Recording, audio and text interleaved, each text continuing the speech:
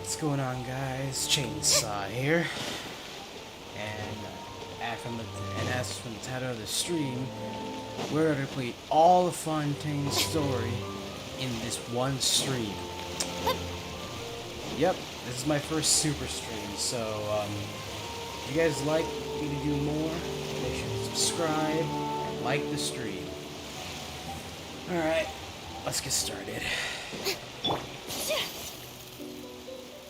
Welcome to the Opera Epiplay.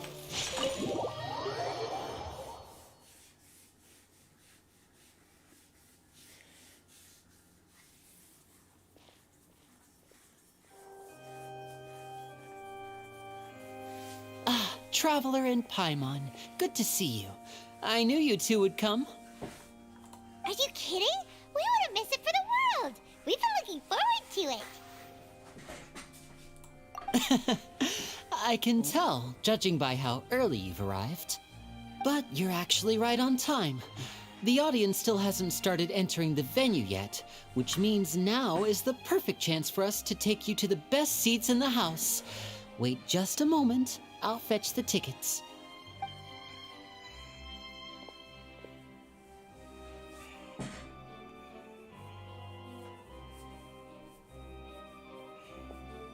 The Opera House has assigned seating, so you always have to make reservations. I've already reserved your seats, and here are your tickets. Ooh, front row seats. Thanks, Lenny. Don't mention it. There's no need to keep thanking me. Hey, Lenny! Could you come over here and take a look at this? Oh, I'll be right there. Seems there's an issue with the stage props over there. That's Cal, my assistant, calling me. I'll go lend him a hand. Yeah, we'll just go to our seats. You go ahead, Lenny.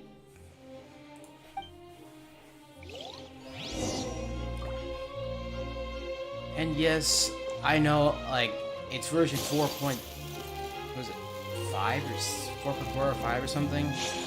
And I'm like, I haven't even did the Fontaine story. I know I'm behind, but in this live stream, I'm gonna catch up, even though I already said that. So yeah, stay tuned for like a what 3 to 6 hour stream. This is probably gonna take until midnight for me. Who knows?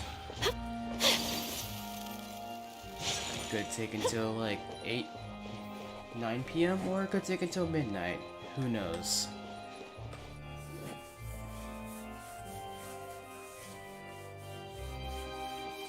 Oh, these should be our seats. Come on, let's sit down.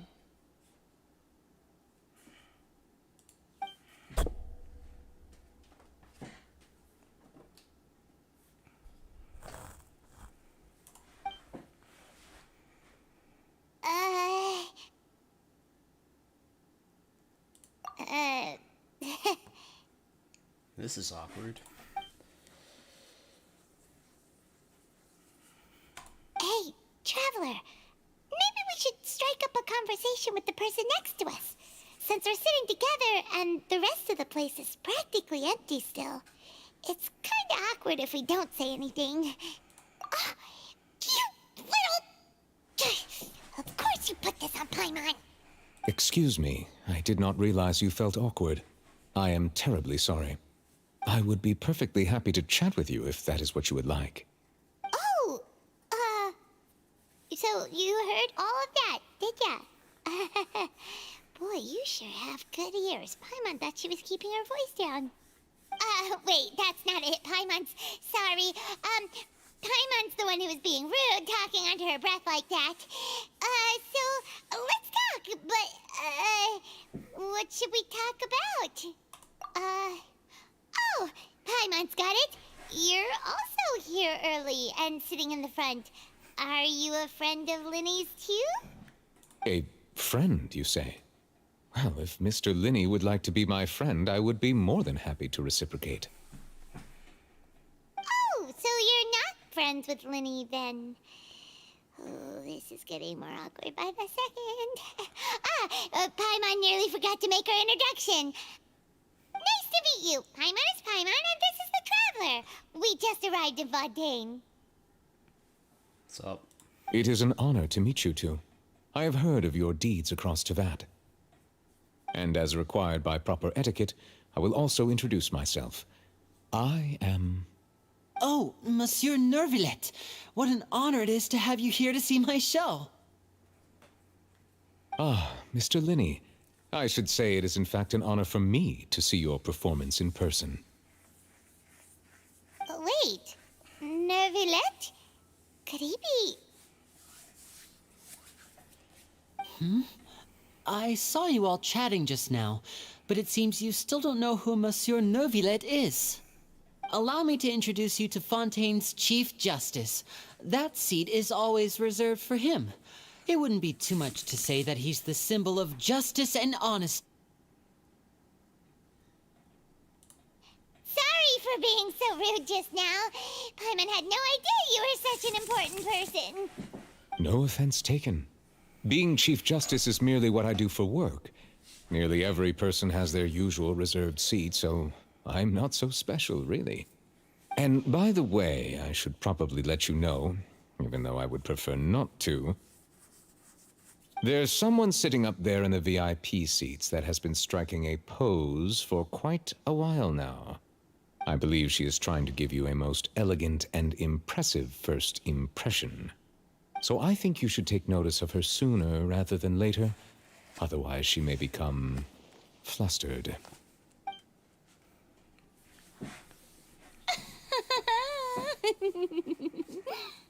Huh? Oh, it's Farina, the Hydro Archon. Huh.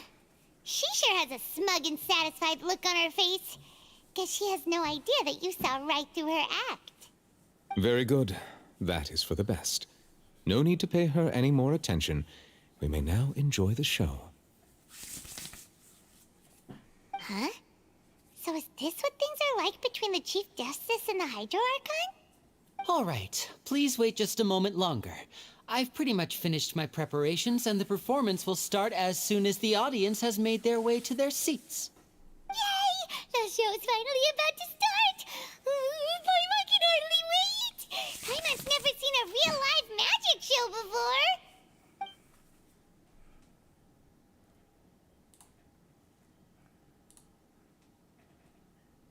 Ooh! They're dimming the lights! The show must be starting!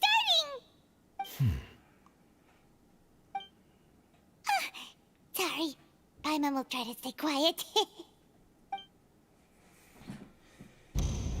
Welcome, one and all, to the Opera Epiclese. I am the star of today's show, Linny. And over here is my sister, Lynette, who will be working as my wonderful assistant. Please, let's give her a warm welcome. Hello, everyone. I know she may seem to be a little sleepy right now, but that's just a sign that she's nervous. Whatever. Now, some of you may be thinking, two vision holders who can freely manipulate elemental powers performing magic is not true magic at all. So, I would like to take a moment to assure you that elemental powers will have nothing to do with what you will witness on the stage today.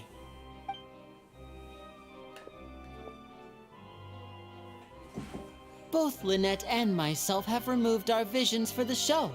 That way, even the gods won't be able to help us. Oh, good point. That's what makes the show real magic. Now, without further ado, let the show begin. Lynette will now exit the stage to make some preparations. I know you might miss her, but don't worry. She'll be coming right back on stage momentarily. Perhaps in an unexpected way. I'm sure she'll be stealing the spotlight soon enough. Oh, and before I forget, there's one more thing I should say. You never know what can happen in the blink of an eye. A magician's greatest skill is making things disappear or appear. The possibilities are endless.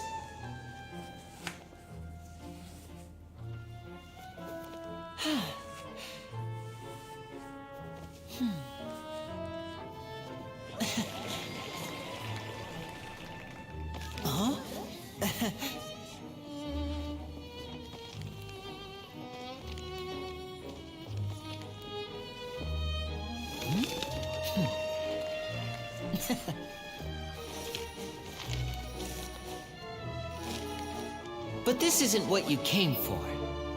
These little tricks, you've seen them all before. So it's time for something truly extraordinary, don't you think? This one's a little tricky.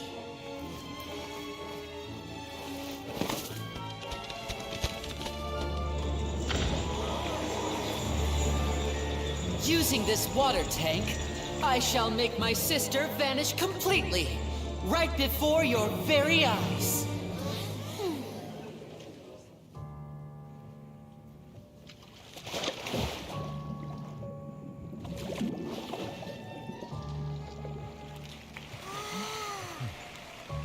It's actually quite simple.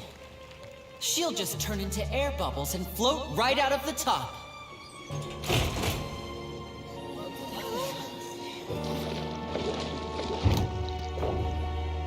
Oh no! I told them to check all the props carefully. With the lid on, even air can't escape. An amateur magician would be getting very nervous right around now. Luckily, it's me on stage, so let me show you what a true virtuoso can do.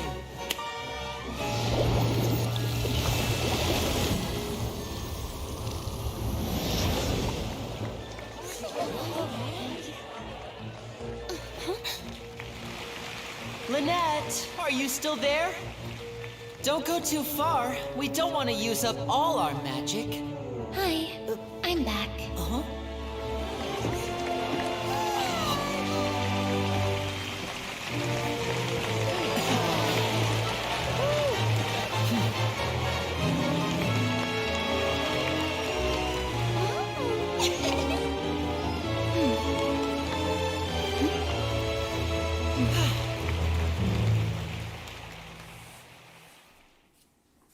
That was a real long cutscene. Whoa! What in the world just happened? How did he do that? Paimon didn't see him do anything! Wasn't Lynette inside the water tank? How did she disappear and then reappear out of nowhere? If we could see easily through his tricks, then that would mean that his skills are still lacking. To appreciate magic, you should focus on the show happening on stage, rather than getting caught up in trying to see that which has been intentionally hidden. Guess you're right. Paimon couldn't believe her eyes when Lynette reappeared. Amazing! Thank you everyone. I'm glad you enjoyed that performance. But our magical journey has only just begun. I've prepared even more astonishing surprises for everyone here. The magic of transformation and disappearance can go far beyond what you've just seen. I'm sure many of you are thinking that escaping the water tank was impressive enough. But Lynette is still my assistant after all. In which case, I have ample time to make all necessary preparations. So, for my next trick, I will require the participation of one lucky audience member. Please, if my assistants could bring out the magical boxes now. There are 2 boxes and only 2 boxes. One is here and one is there in the aisle among the audience. I'm sure many of our clever audience members have already guessed our next magic trick. A swap! Our lucky audience member and I will each enter a magic box. After 1 minute, we will each emerge from the opposite box. Now please, everyone pay very close attention to the box you see here. Don't give me any chance to make a move. Wow! How's he gonna do this? Hey, do you think this is all magic tricks, or does Lenny have actual superpowers? The lucky audience member will be generated by this random number selector. It selects numbers entirely at random. Even I don't know who will be chosen to participate. Now then, let's begin.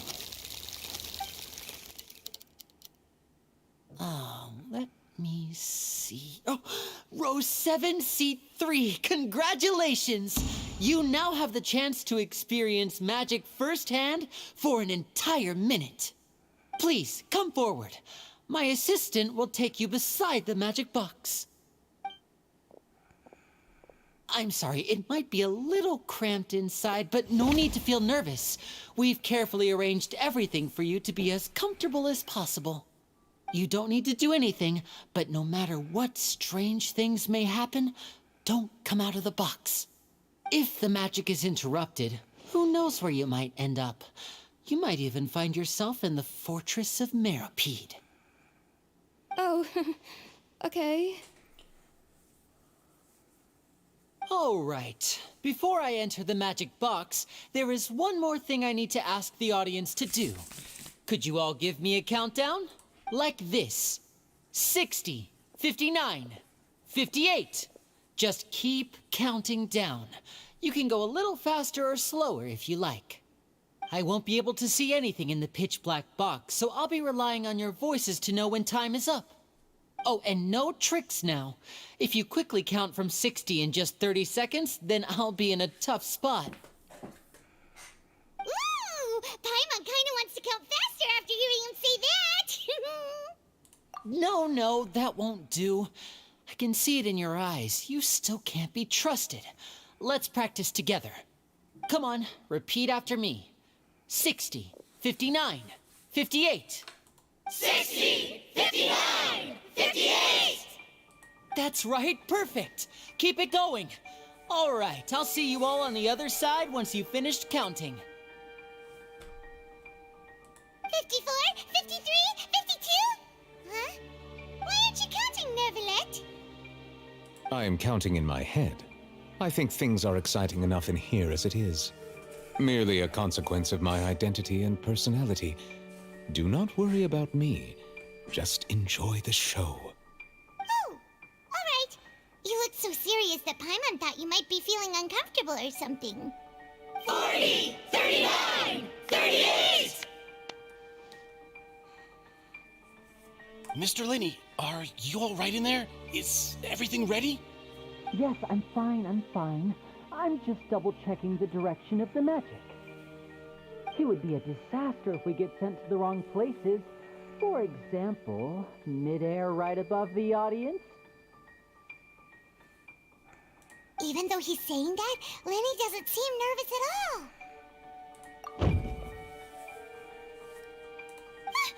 What was that noise? Did you hear it too? Not sure. Anyway, it doesn't seem like anyone's worried about it.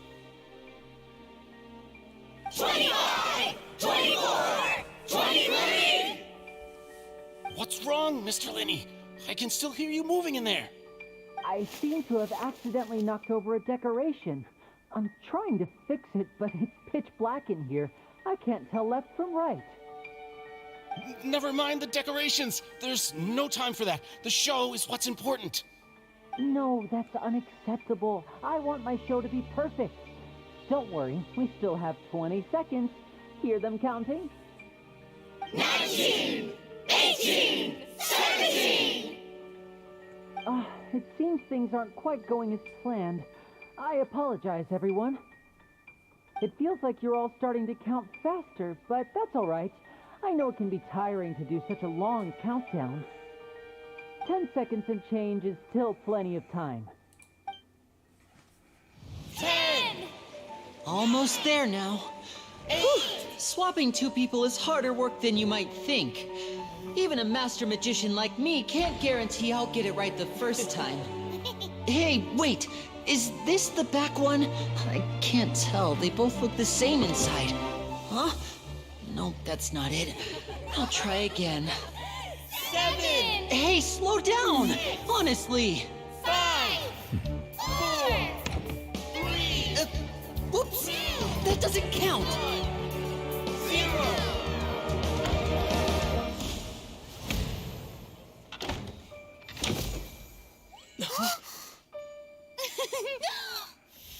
Ta-da!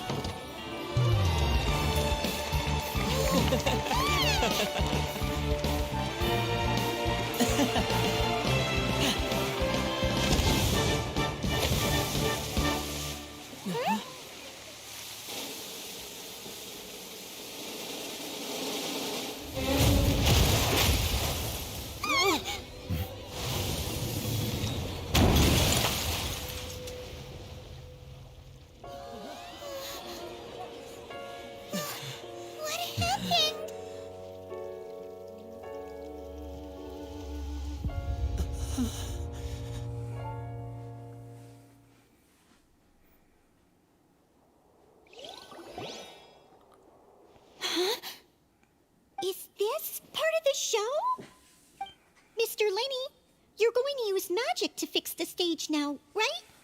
What happened? Oh no. Maybe this isn't part of the show. The girl was still in that box, right? This performance is over. Medical staff with me. Guards, secure the scene and detain all the performers. Seal the exits. No one is allowed in or out at this time. Yes, that's right. If this was just an accident, then we must investigate the cause.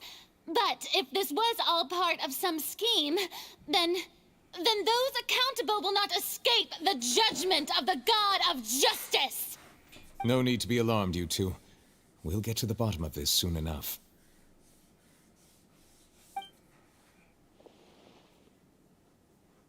Is that how they spell guards? Unfortunately, the person who is in the magic box has been pronounced dead. His name was Cowell, one of the assistants in Linny's magic troupe. Apparently, the fireworks on stage ignited the ropes that were suspending the water tank, which then caused the tank to fall onto the stage. As of now, we are still not sure why we found Cowell in the box, rather than the guest from the audience. And after an initial search of the area, the guards have confirmed that the girl is nowhere to be found. It appears that this incident was not merely some mishap with the performance. And there are many indications that it is connected with the case of the serial disappearances of young women. The serial disappearances case? That's the case that Charlotte mentioned before. I know the truth. I can see through the whole thing. Really, using such a shallow and obvious mystery as his finale. Did he really underestimate us that badly? I say that our powerful magician, Mr. Linny, is now the prime suspect for the serial disappearances case. Huh? Why me? This whole thing was an accident. No, this all occurred during your magic show, did it not? The missing girl disappeared after being chosen, did she not? The deceased is one of your assistants, is he not? Now that I think about it, that whole speech about magicians making things disappear was nothing more than a provocation, a bald-faced challenge. That can't be right. How can Linny do this? He was in the box on the stage the entire time. We can even hear his voice. Besides, before the show, he told us that he would like to catch the criminal behind the disappearances. He couldn't possibly mean catching himself. Save discussion for a later time, please. Lady Farina, may I assume that your comments just now constitute an accusation against Mr. Linny and his associates, and that you are pressing charges? I just think that I think it might be a little early to talk about formally pressing charges. But what Lady Farina said just now makes perfect sense. Looks like she's gonna personally deliver justice. A kidnapping and murder carried out under the cover of a magic show. Lady Farina said it all. Of course, my dear people. But what excites me even more than the obvious truth before our eyes is the opponent I'll be facing. That's right. I mean you, Traveler. You'll support Linny, won't you? After all, he was the one who helped you the first time we met. Then there's no problem at all. You know, the Traveler and I already had a duel the first time we met. But with Linny's help, our little duel ended in a draw. But draws really are the most boring possible outcome. So, no more draws. Between the two of us, there must be a clear winner and loser. And what better place to hold such a riveting showdown and decide the true victor than here, on the grandest of stages, the Opera Epiclese. It wasn't a draw. She obviously lost last time. Bring it. I understand. Charges have now been pressed, and as such, A trial is in order. Well, traveler, seems Lady Farina has set you in her sights. But putting her dramatic rhetoric aside for a moment, I would like to ask you, are you willing to act as Mr. Linney's attorney and defend him in this case? Sure. Very well. The trial will be held a day from now in the Opera House. Both sides may investigate the scene to build their cases and search for the truth. Linney and his troupe are all potential suspects and shall remain within the Opera House. The audience may begin to leave in an orderly fashion once they have been cleared by the guards. A day isn't that long. Let's see what kind of case this big shot Outlander can build in such a short amount of time. I'm really quite looking forward to hearing it.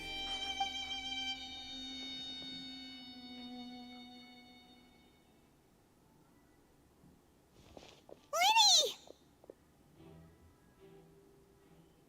Sorry about everything that happened just now. Were you frightened? Of course!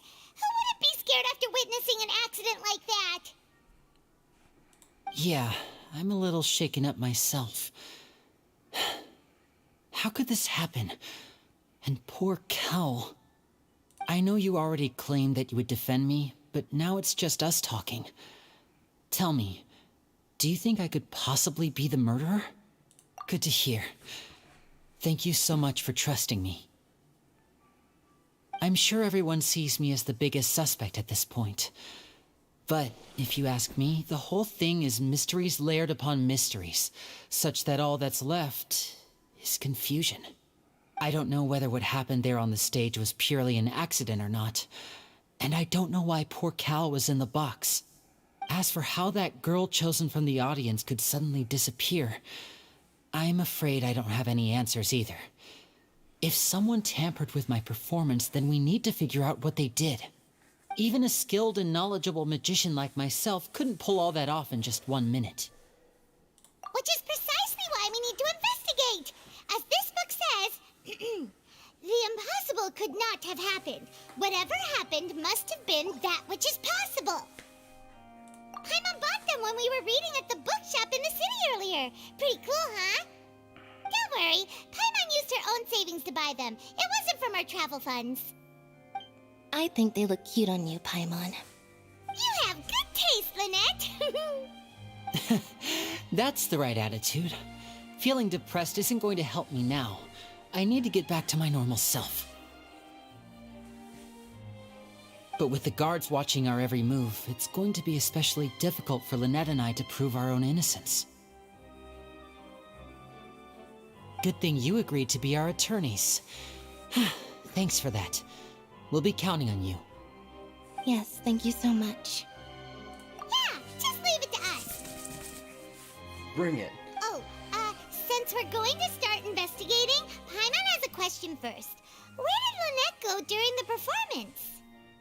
Oh, well, I'm afraid that would involve some of our essential trade secrets as magicians. The secrets behind our magic are past saving, Linny. I suppose you're right. The truth behind our tricks is going to be important evidence that will be weighted during the trial. 'Tis truly a pity. As a magician, our magic show is a work of art. We've poured countless hours and spared no effort in perfecting it. But if revealing our secrets will help you uncover the truth behind what happened, then it will be well worth it. We should go somewhere else if we're going to discuss our magic tricks. We'll go speak with the guards, and in the meantime, you can go investigate the stage and the seating areas. All right, let's go have a look while the investigation teams are still here. Detective Paimon is on the case.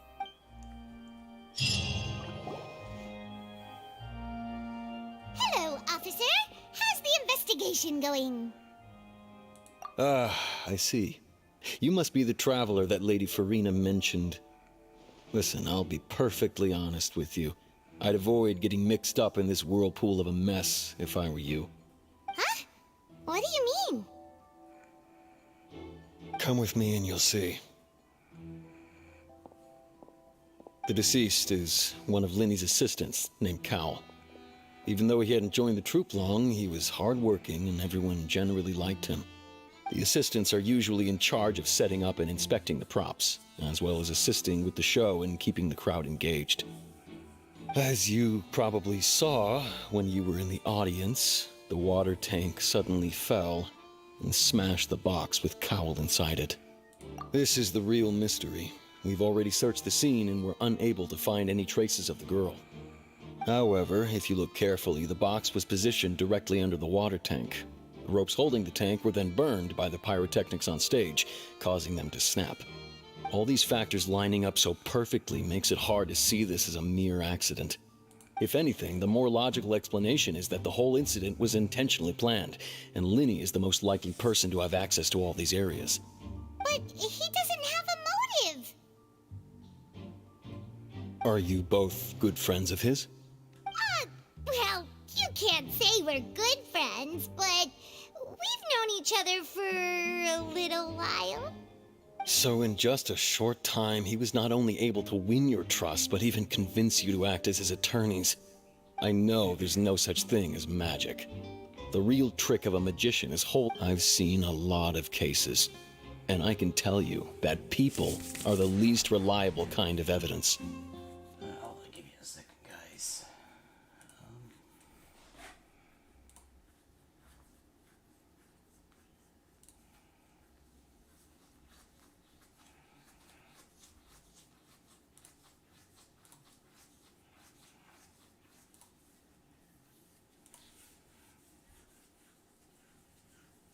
Alright, I'm back. Sorry, I tend to be pretty straightforward.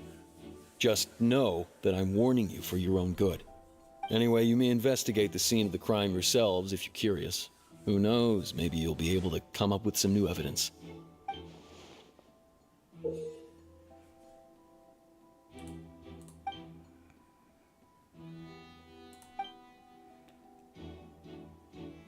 Alright.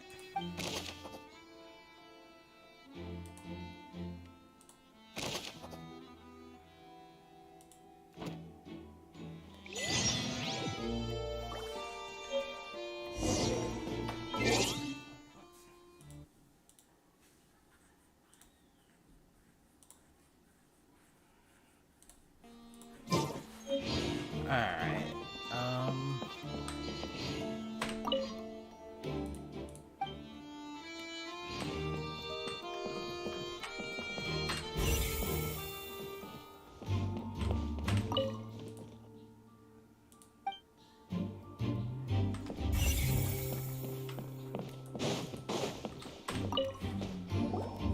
So this is the rope that broke and caused the water tank to fall. The rope looks pretty durable.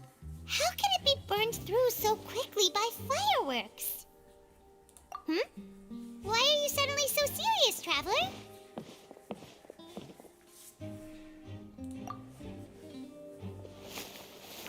Whoa. Look! This bit is made from different material. Most of it was burned away, but there's still a little bit of it left. Huh. So if a rope meant to hold something was made with that kind of material in it, then that means... Wait, why don't you write all this down? Let's take notes.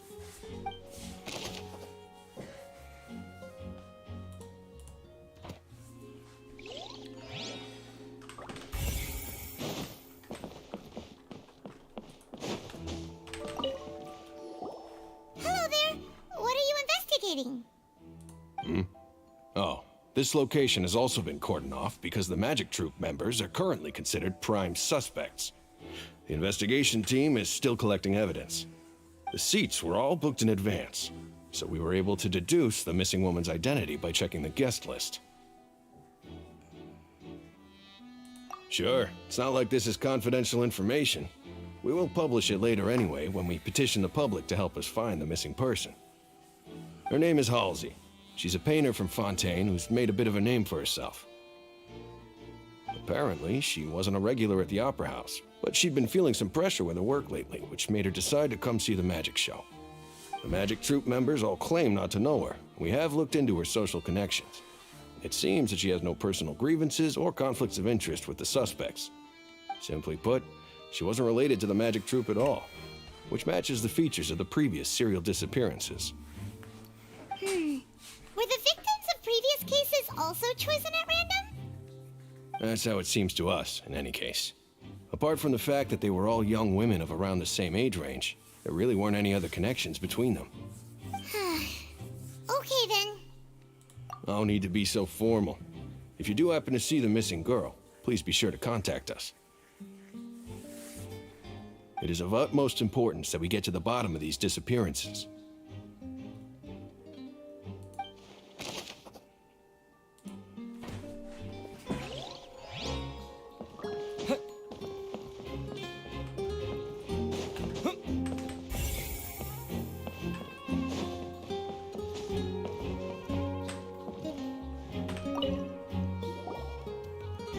The investigation team has some new findings. Turns out there's an issue with the random number selector after all. See, I told you. What if the machine picked some big guy's seat? You think the murderer would have still made his move then? Sorry to interrupt, but we're helping Linny and Lynette with their side of the investigation. What were you saying about the number selector? There's something wrong with it? You're trying to help them? That'll be a tall order. Linny used the machine to pick a random member of the audience during his performance, right? The lucky girl that later disappeared. Well, we thought there might be a serious problem with the machine, so we had it taken away for further inspection. It turns out that the seat number it picked wasn't random at all. The machine picks that same number every time. I'm sure you already know that you have to make a reservation in advance to get a seat, regardless of whether it's a trial or some performance. In other words, Linny knew who would be sitting where from the very beginning. That much checks out. Linny reserved our seats for us too. Bet you see why I was saying it'd be tough to make a case for Linny. Even though it's bad for Linny's case, Paimon had better write it down.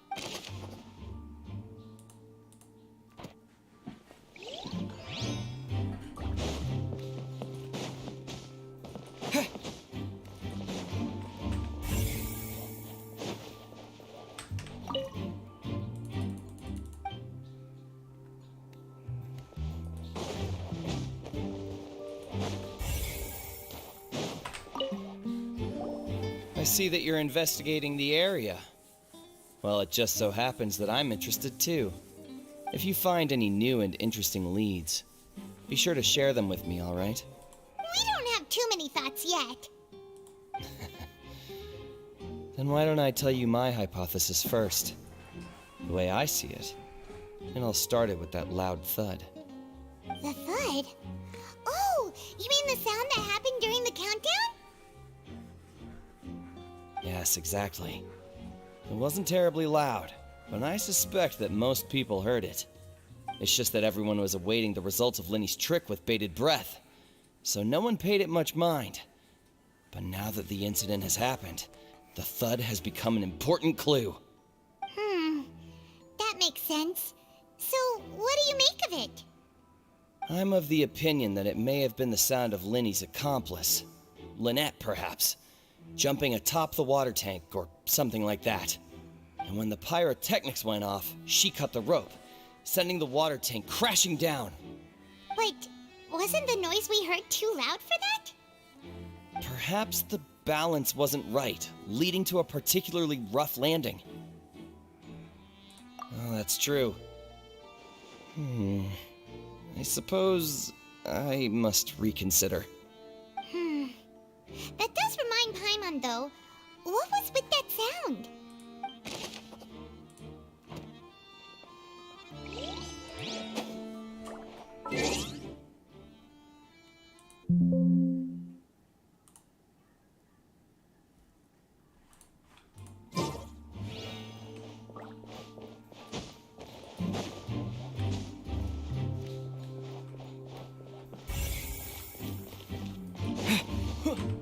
Linny's still talking to the guards. It seems he'll have a lot of explaining to do.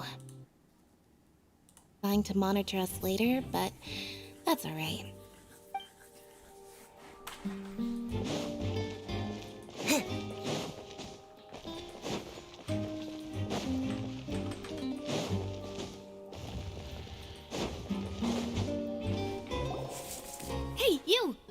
Yes, both of you. Over here. I've been keeping an eye on you for a while now. Huh? You mean us? That's right.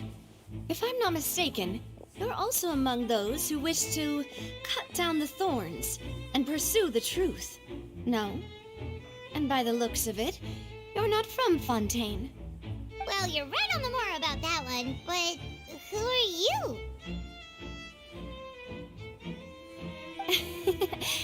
Have you never heard of the Spina di Rosula? From mediating disputes and providing protection to solving conundrums, you name it, Spina di Rosula does it. And I, Navia, have the honor of being its renowned president. Though those who play by our rules call me boss. I'm Silver, her attendant. Pleased to meet you. And I'm Melus. Demoiselle's various daily needs and affairs are under my purview. Huh? Boss? Demoiselle? What gives with the names? Well, I am the second generation president. Melus and the others are still used to my previous title. My apologies, Demoiselle. Should you prefer, boss, I will endeavor to use that instead. No, no need. You don't have to call me boss. Just Navia is fine. Okay, if you say so. Not that we're members of Spina di Rosula anyway. All merely trifling details. Never mind. Now, back to the situation at hand. That's right. I've always kept an eye on the serial disappearance cases. My interest stems from a matter back from my father's time. Judging from the look of things, I find Linny an unlikely mastermind. Really? We think so too! That's why we're looking for clues now. But how did you come to that conclusion? Intuition, naturally. My unparalleled intuition. Farina sure was quick to point the finger at Linny without any decisive evidence whatsoever, wasn't she? But that's not uncommon for her. If you remember, the Justice had to interrupt her and ask if she was pressing charges just to keep her from getting carried away. Anyway, a trial begins the moment someone levels charges. And, of course, there was no way Farina was going to back down in that situation. Sounds more like you just don't trust the Hydro Archon. Well, what's your opinion? I must admit that she can be interesting at times, but liking her doesn't mean that I'll blindly agree with her. All right, Time you answer mine. Wait a minute, did that answer count? Well, I say it does. But don't worry, you won't hear any pointless questions from me. In your opinion, do you think it's right to treat a trial like it's an opera? Well? And why would that be? See, Silver and Melus? I told you they'd be different. Most astute of you, Demoiselle. I, too, think that the Traveler's response was most excellent. No matter how wonderful the script or how fervent the audience's expectations may be, the trials that go on stage here must be based in fact. And if that can be done, boss, then... All right, that's quite enough, Melus. Anyway, I like your answer. You pass with flying colors. Now, I need to make some preparations, following which our joint investigation shall commence. You two shall be my assistants. Wait! Since when did we become assistants? Oh, well, I can be the assistant, sure. Or your companion, if you like. I'm really not that fussy. That's more like it. Far be it from me to brag, but I believe that Demoiselle's intuition will be instrumental in uncovering the truth. You wish to save a friend from false accusations, and we wish to unravel the disappearances. In this sense, our goals are aligned. You have a point. You're quite the talker, aren't you, mister? And what about you over there? What do you think? You seem like you've got something on your mind. I have nothing to add. Oh, alrighty then. We'll be making some preparations first. Just be sure to let us know if they start revealing Lenny's tricks. Thanks!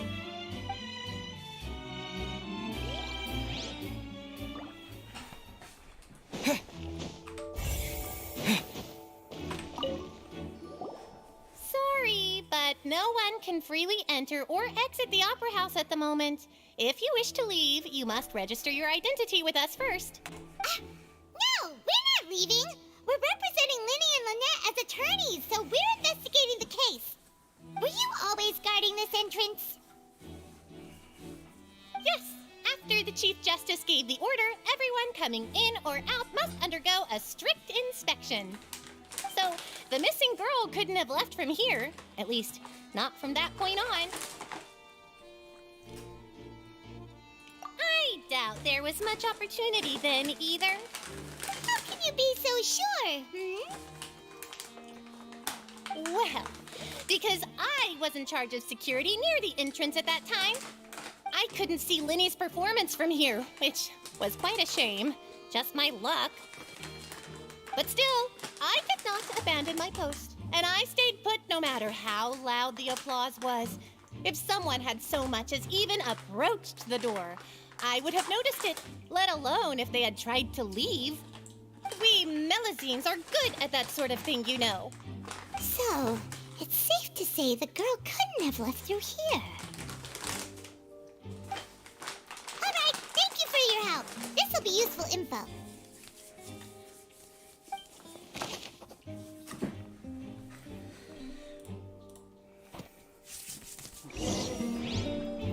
We've checked everything of note here at the performance venue.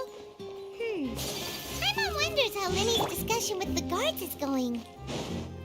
Let's go see, shall we? Understood. Then I will be going with you.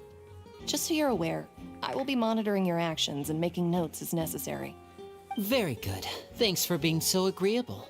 I'd pull a rose out of my hat as a gift for you if I could.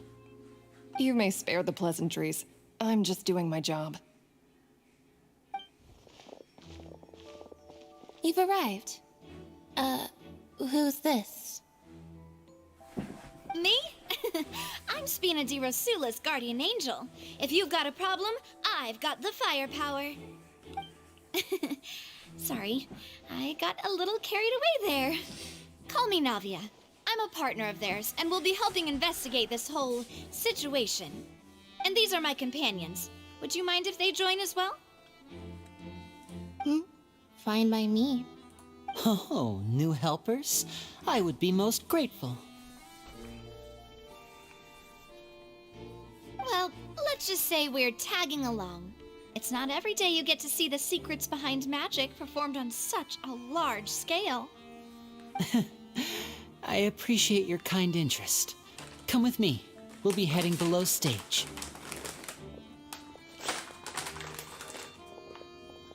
Huh?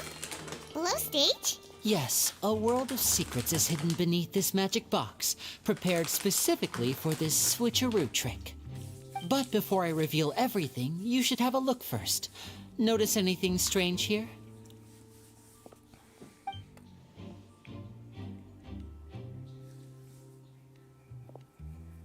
I'm not trying to be dramatic. Remembering the details of a trick will help you understand the methods used to perform it more easily. Huh. Weren't there balloons and other decorations here? Where did all that go? Ah, good eye. That said, you're still far from discovering the answer. The back? You mean the inside of the door? What's different about it? Paimon didn't notice anything. Very good indeed.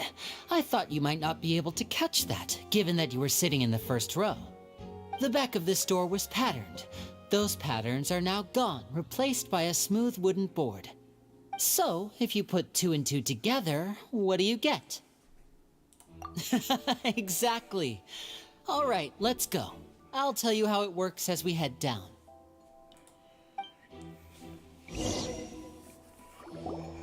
Oh, so there was a passageway under the magic box!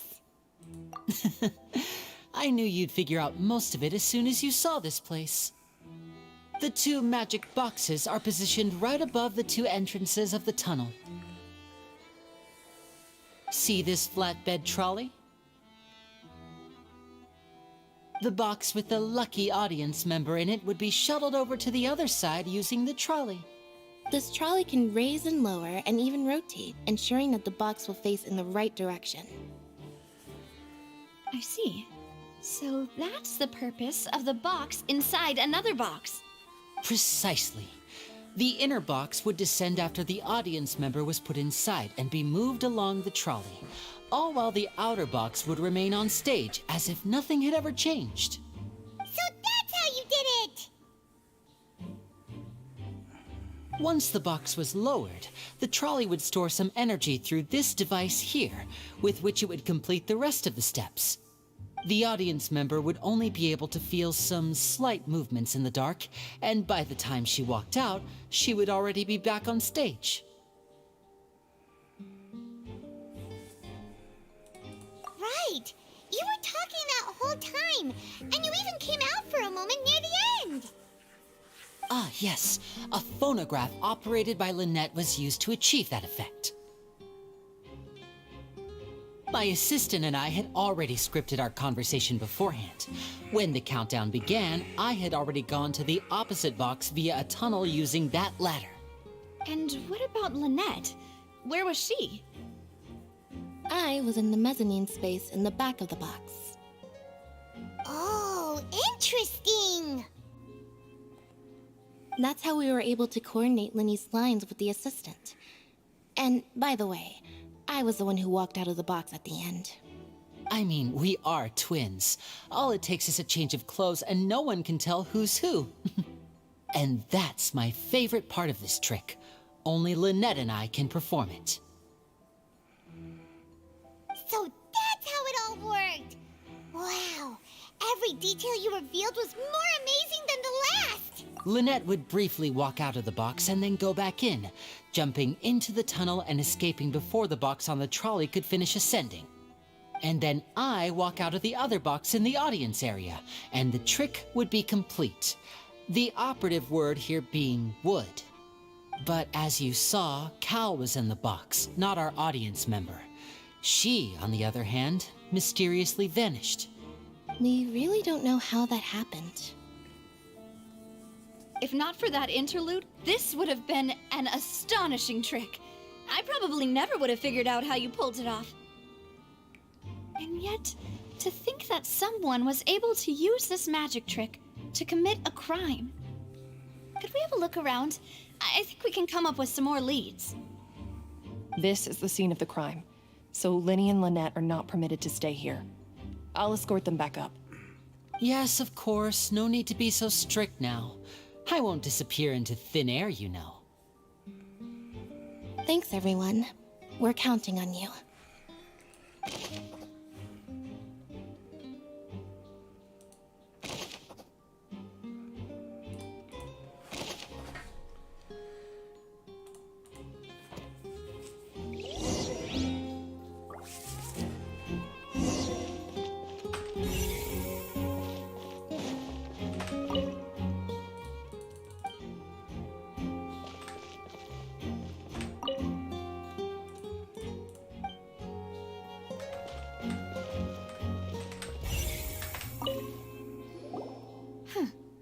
What's this? Looks like a hook tied to the end of a rope. Huh? There's all kinds of odds and ends here. Perhaps it was a prop for a different trick. But why would it have been left here? Whatever it is, let's make a note of it first.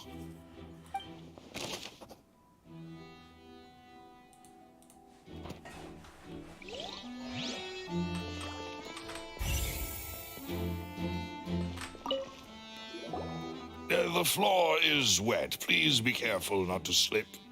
Speaking of which, Why would there be water here? Oh, Paimon knows!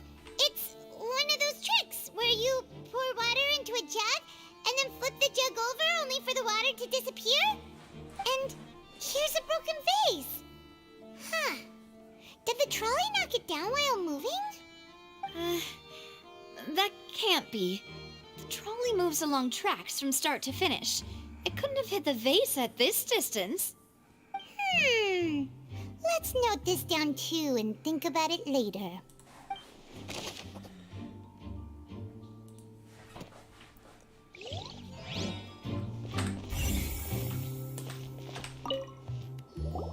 Oh, these are the clothes that the lady chosen from the audience was wearing, right? Her clothes are here, but she's nowhere to be found. Right. And do you really need to do that if you're kidnapping them? Ugh, this is so confusing. Paimon doesn't want to be a detective anymore.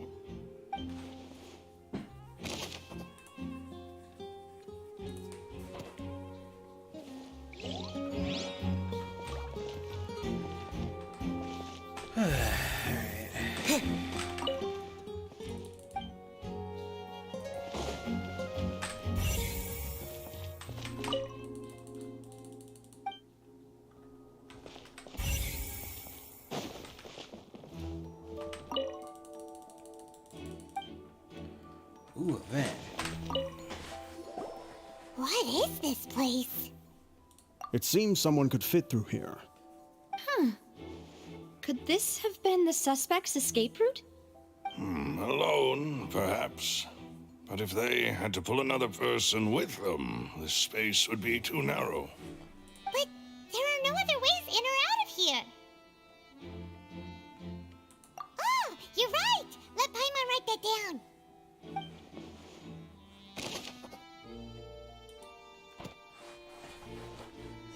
No, they've been to. Seems we're just about done investigating down here. Yes, let's head back up.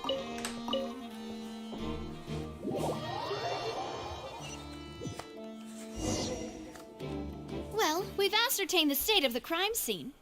Let's find a place to sort out our findings once Malus returns. Seems to me that there are several things that don't add up here. Apologies for the wait, demoiselle. So, what did the guards say? Did the criminal escape through the vent? They believe the odds of that are very low, since the vent leads to the Opera House's basement. The guards have checked the area carefully. No one left through the basement during the performance or after the incident, and no one was found hiding there. So the tunnels become like a secret chamber then. You know, like the kind you usually see in novels. The plot thickens. Halsey's disappearance and Cowell's death are both quite inexplicable. No wonder Farina was so confident in her accusation. All the current evidence points toward Linny and Lynette. In other words, the charges are very likely to be upheld unless we make some considerable progress. Charges and then trial. So if the charges are upheld, they'll announce a sentence? That's right. This is how a trial goes in the Opera House. During the proceedings, the Chief Justice and the Oratrice will hear statements from both sides. That's right. This is how indemnitium is produced.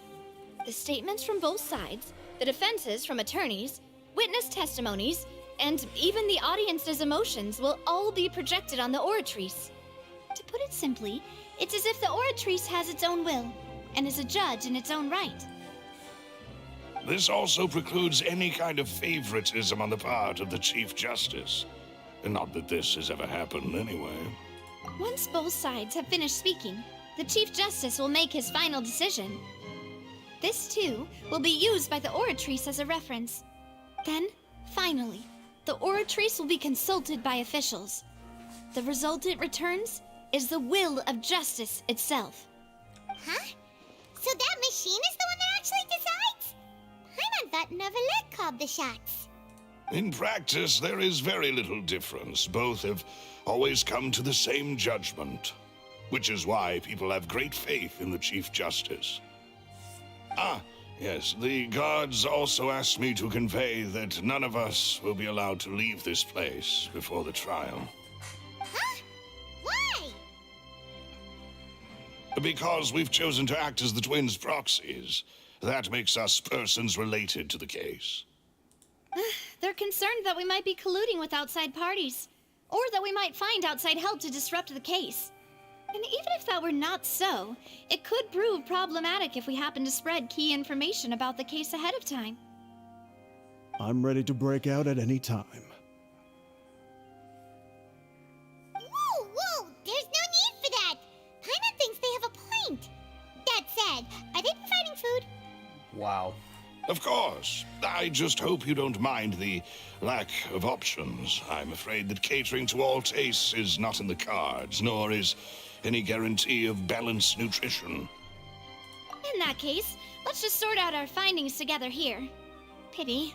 I was hoping to take you to try some of Fontaine's famous desserts, too. I mean, what better way to properly think through our findings than over some tea and sweets? How very British. Huh. Breaking out suddenly doesn't seem like such a bad idea after all. Just kidding, just kidding. Paimon will still do her best, even if there are no snacks. What do you mean, no snacks? Of course we'll have snacks. If we cannot buy some, then we'll simply make some. Huh? Here? But how? Understood, demoiselle. Everyone, please come with me.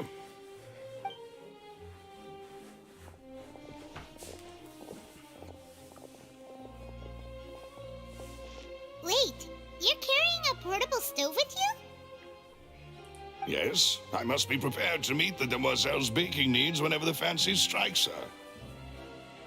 I have eggs, sugar, and almonds at the ready. Good work, you two. Then I'll get to it.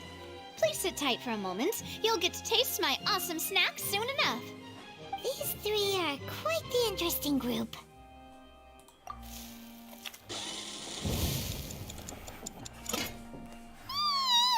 And Paimon thought it smelled good while it was still in the oven.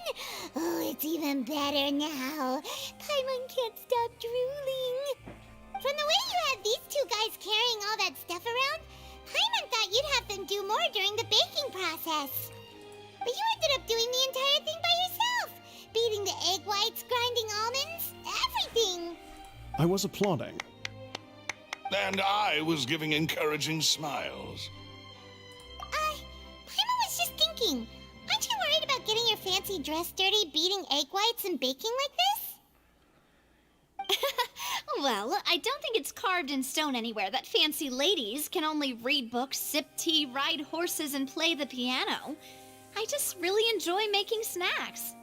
Don't underestimate beating egg whites, by the way. It's a real arm workout. You also need to beat them to just the right consistency, or your macarons will crack. Anyway, give these a try, fresh out of the oven. There's 3 for each of us. Only 3? Well, eating too many sweet treats might send all that sugar to your head.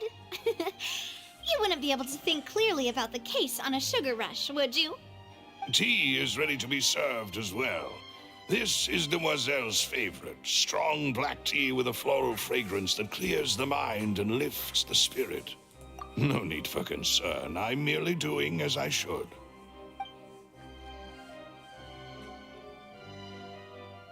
All right then.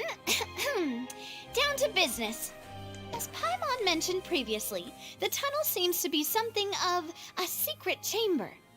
However, we can assume that Linny and Lynette were not alone within it. Some criminal also occupied its sealed confines. The magician twins could have committed the crimes, of course, but they lack any logical motive. Exactly! Why would they do such a thing right when everyone was watching? The flower vase and the thud we heard during the performance could indicate some altercation between Halsey and the criminal in the tunnel, resulting in the shattering of the vase, the discarding of her clothes, and her abduction. Perhaps the criminal thought that since she was chosen from the crowd, she would be too easy to identify if she was still wearing the same clothes. Paimon thinks that makes sense, but the real trouble is... True. None of the clues we found thus far support the existence of this third person. But the only people left to consider are both technically victims, whether it's the missing girl, Halsey, or poor Cowl. Huh. Could Halsey have secretly made modifications to the magic props in order to murder Cowl before making her escape? That's right. And even if she had tampered with the setup, she would need to understand the entire trick to pull it off. Nor does she have any motive. The guard said that she has never had any dealings with the Magic Troop's members. Were we not thorough enough in our search? From the sound of things, this is turning into an impossible case. Your macarons are amazing, though, Navia. They smell great! They're nice and crisp and super sweet! Oh my god. Now we're getting off topic. They are my specialty, after all. And I see you've already had 5 of them. What? 5? Oh, that can't be right. Paimon only counted 3, honest! Please don't worry about it. At my age, a few less sweets might actually be a good thing. No. Being greedy is one thing, but Paimon knows how to count. Besides, Paimon knows that if she ate too many, then others wouldn't have enough. Wait, even you don't believe Paimon? How could you? If Paimon ate those 2 extra macarons, then may they turn into stone in her stomach! All right, we get it. Well, I suppose one of us might have gotten too engrossed in our chat and eaten them by mistake. No big deal. Malus, set up the stove again, if you would. Huh? What are you doing? Making sure everyone gets 3 macarons, of course. Exactly. We don't want to trouble you. As you wish, demoiselle. Oh my god. And I have the egg, sugar, and almonds. How much egg, sugar, and almonds do you have? Well, this really is your hobby, huh?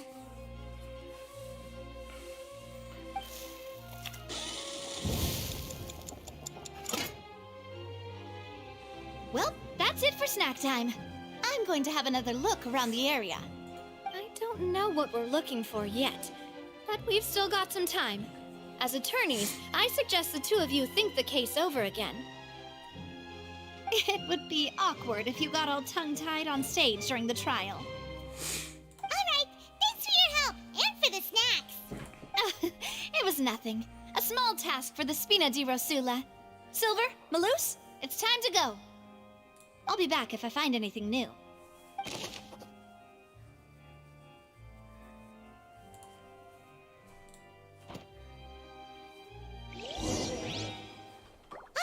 It's time to put our heads together.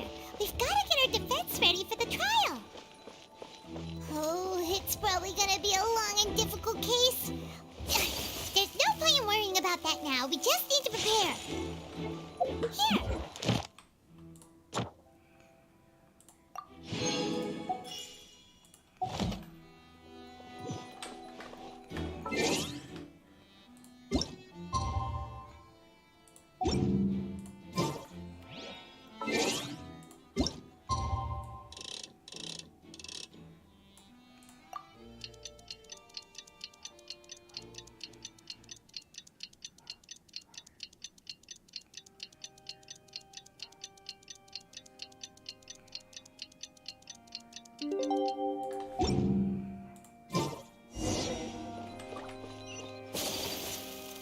Oh boy, I did not prepare at all. Let's do this. We're just gonna YOLO this.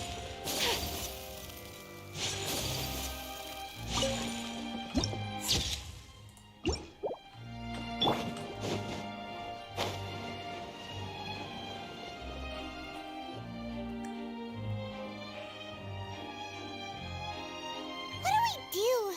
The whole situation is so confusing. Good plan. Impossible things don't just happen. We'll get to the truth one way or another. Just relax. Even if everyone else suspects Lenny and Lynette, at least we will be supporting them from the stands. Besides, I doubt Farina understands any more about what happened than we do. Thanks, Navia. Well, We'll be going then. Best of luck to you. Let's do this. Come on.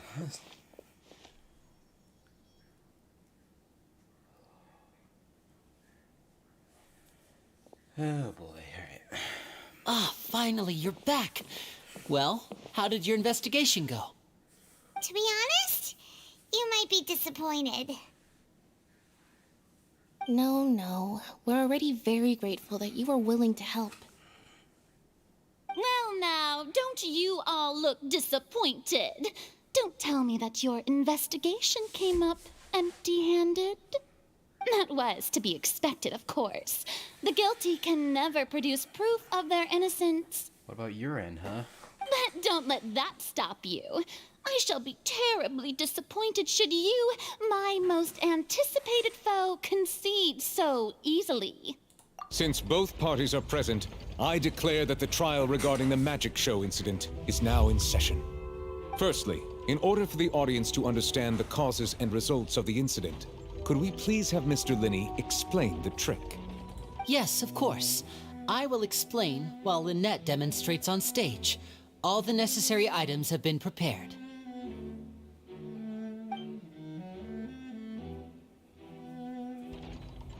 Thank you, Mr. Linney. In that case, I take your statement to be that you ran to and remained hidden within the magic box in the audience stands once the trick began, and thus could not have committed the crime. Is this correct? Yes, that's correct, Your Honor. In that case, I call upon the prosecution.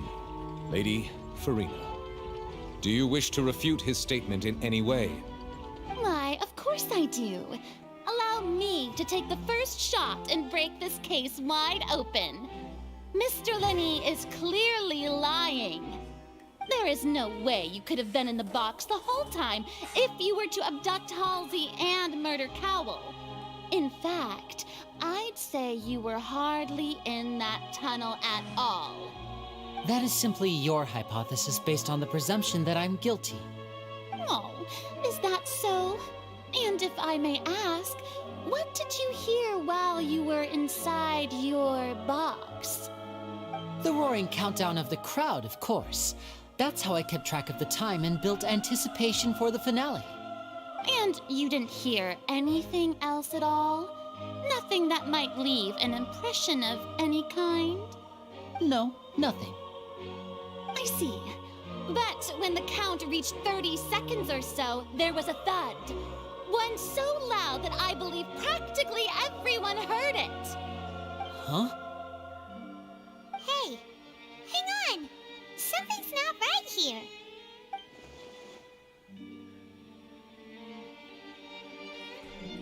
Yeah, I'm sure he could have heard a noise that loud from inside the box. I was right by the box, and I definitely heard the thud. Look at those scales. Could those mean... Well then, ladies and gentlemen, allow me to use the words of the magician himself. You never know what can happen in the blink of an eye. Indeed, it seems his alibi can also collapse in the blink of an eye. Of course, I have armed myself to do far more than smash your alibi. Confidence cannot go unfounded, and my foundations are rock solid. Tell me, aren't you and Lynette actually from the House of the Hearth? The House of the Hearth?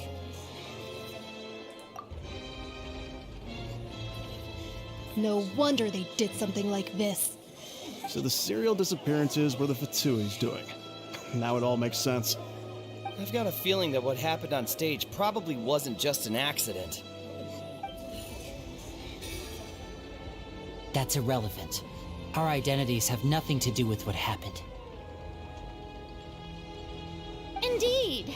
Then perhaps you could tell us everything that happened during that 1 minute. Your first priority is to prove yourself innocent, after all. I'm sure there is little that needs to be kept secret now. Unless your script already has holes in it. The Outlander is speechless. My, oh my, don't they look flabbergasted?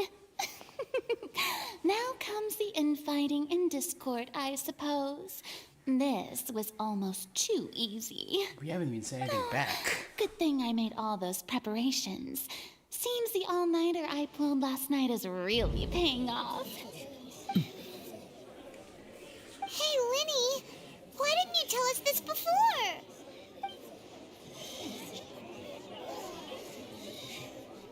Order! Order! Mr. Linney, allow me to re-establish the facts. Lady Farina has raised 2 points. First, when the thud was heard in the Opera House, you were neither in the box nor the tunnel. Second, you and Ms. Lynette are both members of the House of the Hearth. Are these claims true?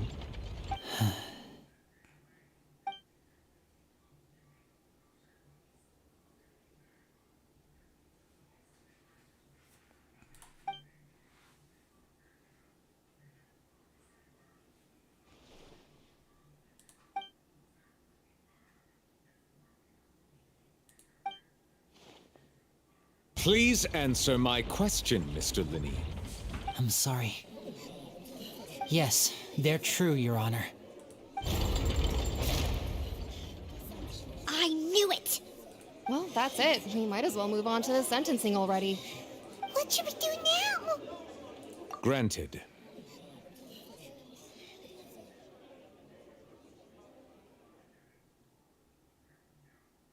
In that case, what is your request?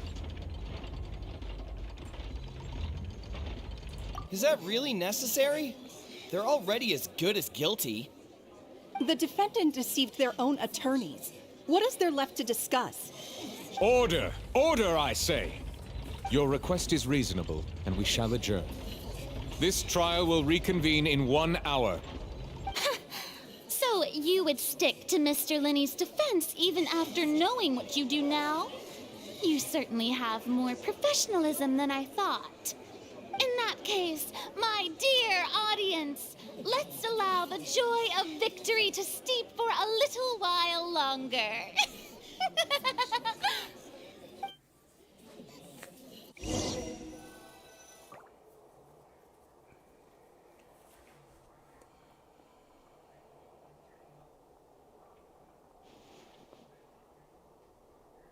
Well, this is awkward. I didn't think the Hydro Archon would dig all that up. I'm sorry, Traveler and Paimon. Yeah, sorry. Paimon doesn't know where to start. We trusted you two. We based our entire reasoning on the assumption that you weren't bad guys. Not to set the wrong tone or anything, but Paimon's really mad! I'm very sorry. I know you're angry, and reasonably so, but please, let me explain. I know you've clashed with the Vitui several times before. I wouldn't be surprised if just hearing the word is enough to make you upset. But our organization is very, very large, and the Harbingers have very different personalities and goals. Right now, we want to save people. As many as we can. That's right. I'm sure we're on the same page when it comes to this nation and the disaster that its people might face. I knew if it weren't for our respective identities, we could become good friends. That's why I didn't wish to flat out lie to you, but chose to hide some details instead. The truth is very important, but being completely transparent about everything would see us spending more effort than we need to. Right. So, you be the judge. Heck, if I were you, I fear that I'd even struggle to trust me at this point. You met a Fatus who works as a magician, a trickster by trade. All by coincidence, too. But still, I'm asking you to trust me. I am no criminal. At least, not in this case. Sorry. Please forgive us. Well, you both say that, but... Right, let's hear your answer first, and no lies now! Of course. I'll answer any question you ask. We've been trying to find out how the Oratrice operates. We want to know why it has a consciousness. Why can it deliver sentences accurately? During our investigations, we learned that the machine's core is beneath it. From that moment on, Lynette and I have been designing this box swap trick with the objective of getting close to the core. Is that why you needed a whole minute? That's right. In truth, the audience would take about 75 seconds to count down from 60, while I would only need 15 to get to the opposite box. So, after jumping into the tunnel, I accessed the Opera House basement via the vent, and went to investigate the room in which the core is stored. That air vent was created during the construction of the tunnel specifically to execute this step.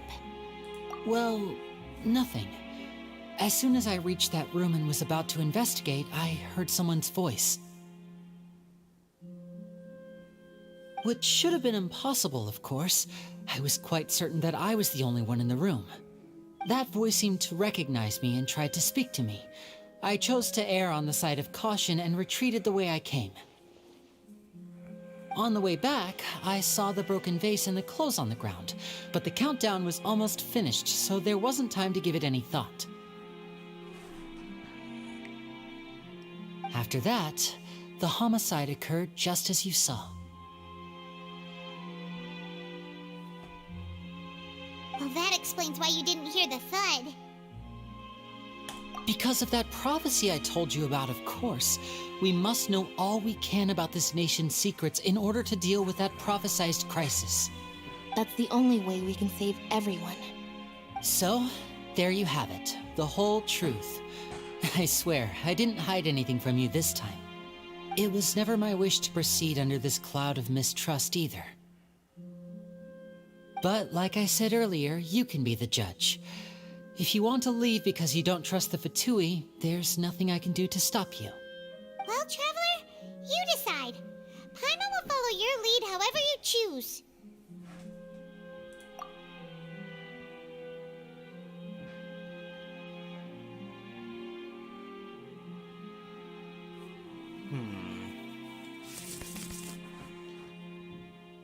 Fatui's fighting for a good cause.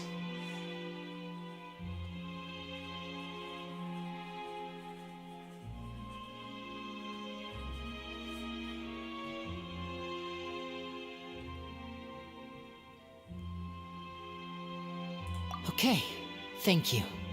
Thanks for giving us a chance. The current problem is that the scales are tipped pretty badly against you two.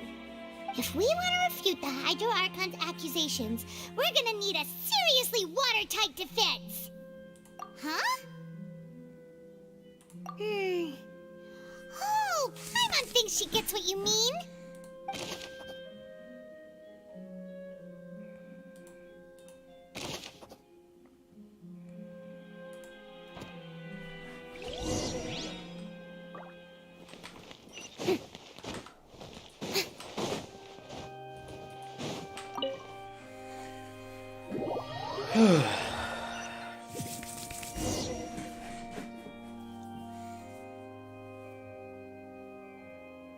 Both parties have returned to their positions. Let us continue the trial. When last we left off, Mr. Linney acknowledged the new evidence presented by Lady Farina as fact. Therefore, Lady Farina may continue stating her reconstruction of the events. Ugh, that took long enough. Now then, if everyone would lend me their attention. At this stage, let's revisit that scene from Linney's perspective.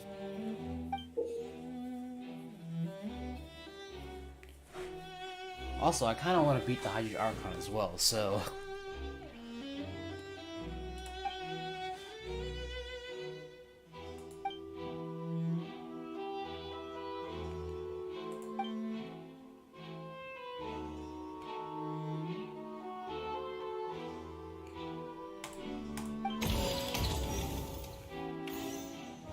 As the countdown began, he entered the tunnel. When the flatbed trolley passed, he opened the box and got into an altercation with Halsey, which caused the loud thud. He did not realize that this sound could be heard by everyone in the opera house, which is why he claimed earlier that he could not hear the sound. Finally, he used the vase to knock her out, before making her change clothes to prevent others from recognizing her. At this time, Cowell arrived in the tunnel, having heard that strange noise, and caught Linny red-handed. So Linny proceeded to knock him out too before stuffing him into that box. Afterward, Linny passed the unconscious Halsey to his accomplice through the magic box in the audience stands, before operating the devices such that Cowell's death would be ruled an accident. And there you have it. That's the truth behind what happened. Does the defendant's side have any objections to Lady Farina's description of the events? The key to refuting Lady Farina is the order of events, what Linny experienced and what he saw.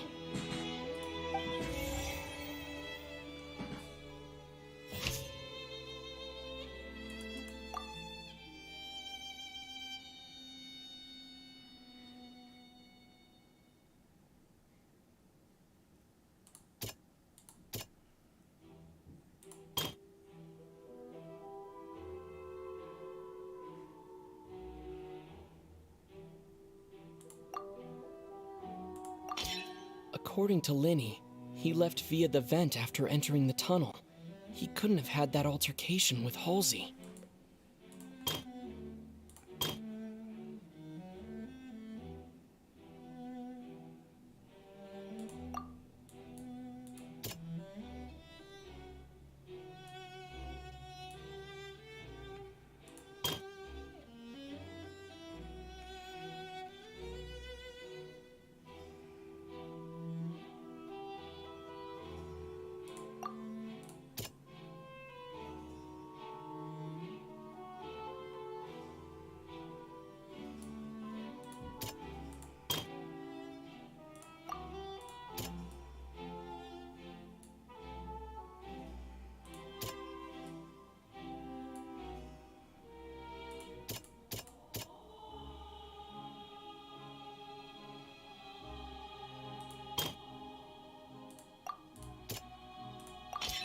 Linny went to the room that contains the Oratrice's core. This is the actual truth.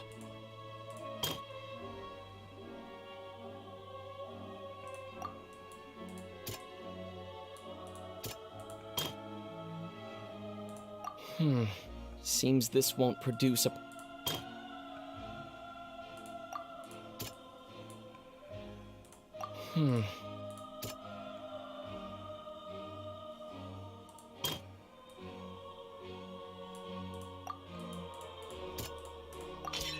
Linny did not take part in the underground altercation.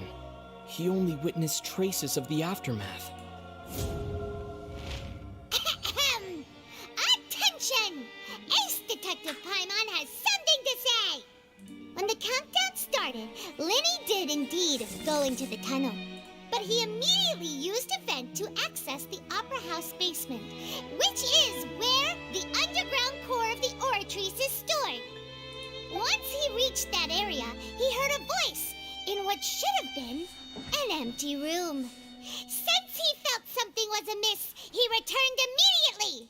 The crime scene had already developed by the time he reached the tunnel again, and in order to complete the magic trick, he did not remain there for any length of time. Finally, he reached the surface, and that was when the accident happened from his point of view. Therefore, he's innocent!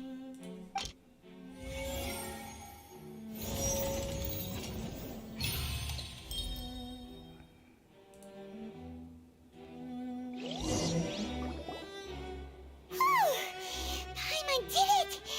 Paimon actually managed to say all that! Wasn't it awesome? In other words, you believe that he knew nothing of the incident? That's right! My reasoning? If that's the case, then if Cowell hadn't entered the tunnel, who was the entire setup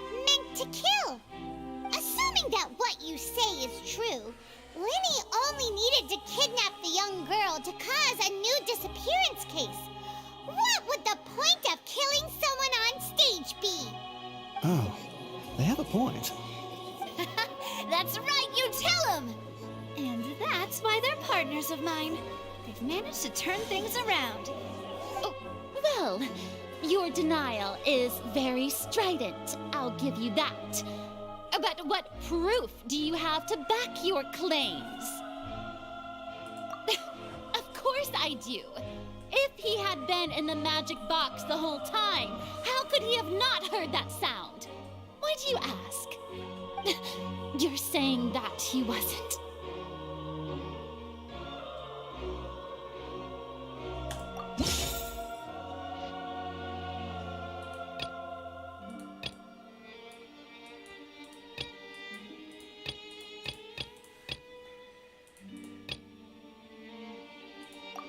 Are you sure we don't need to give this more thought?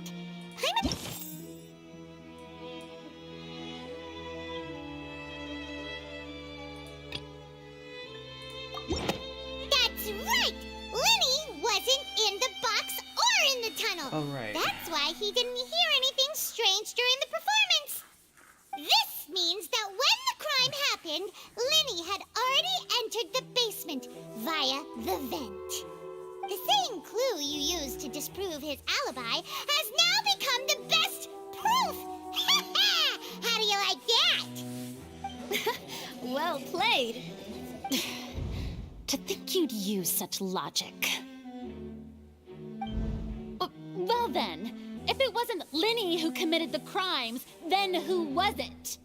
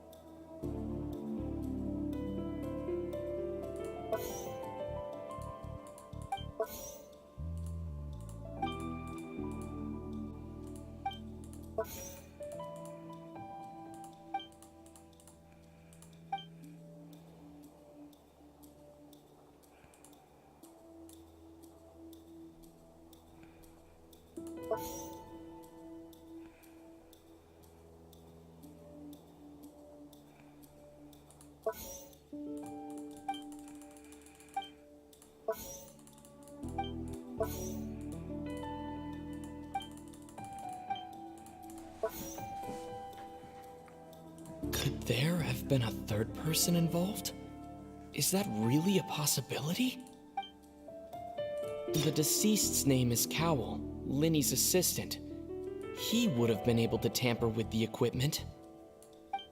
Halsey is the missing person and an ordinary audience member. Or did she have her own scheme all along?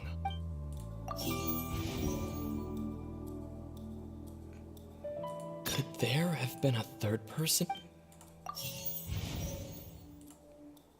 Wait, so he killed himself? The deceased's name is Cowell, Lenny's assistant.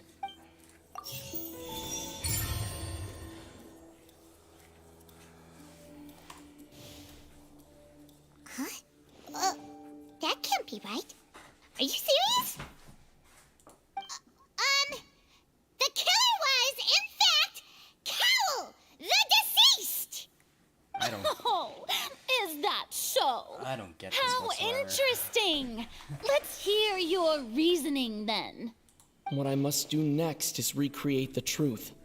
What Cowell did, and how he went from would-be perpetrator to victim. Okay. The sound we heard may have come from a clash between the missing Halsey and the criminal. No one entered or left the Opera House through its entrances. The deceased's name is Cowell, Linny's assistant. Halsey's clothing was in the tunnel, so there... Linny was not in the tunnel at that moment, which gave our criminal ample time. It would have been tough for both people to fit into that vent. They would likely have bumped into Linny as well. The sound we heard may have come from a clash between the missing Halsey and the criminal.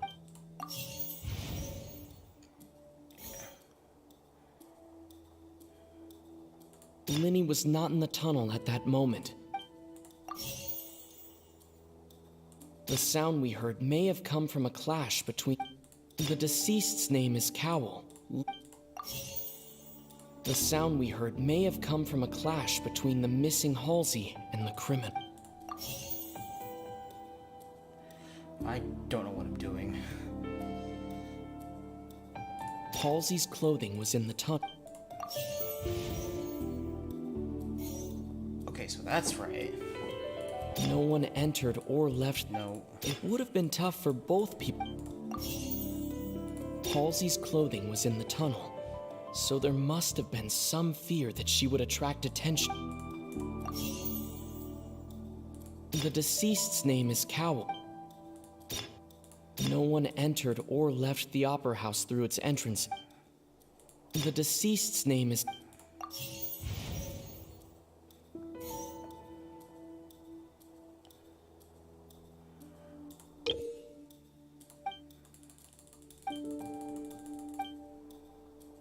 The sound we heard may have come from a clash between the The deceased's name is Cowell. It would have been tough for both... It would have been tough for both people.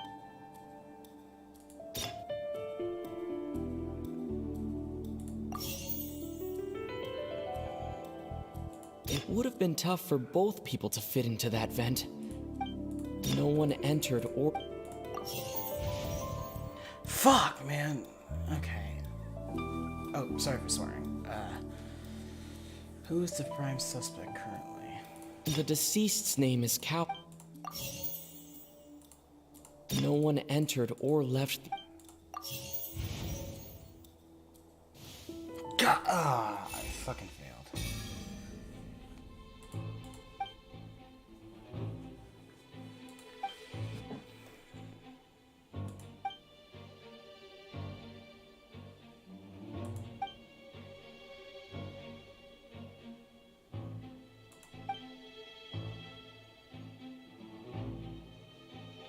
What's wrong, Traveler? Are you still having trouble figuring things out? I see how it is. So this was all just a bluff. And here I thought you had something to show for it. But it seems you're still far from the truth. Look, since we're at a dead end, why not consider a different track? Just like the trick as it transpired, the end result must have been utterly different from the magician's initial design. If only we knew how Halsey disappeared. Well, that would be nice, but the tunnel only has 3 exits, and none of them seem very likely. And it's not like this is a magic trick where you can just make a real live person disappear. You know, like you did from that water tank, Lynette. Excuse my interruption, dear opponents, but do you not see that the crowd is growing impatient? There is no greater sin in this opera house than an awkward delay in the performance.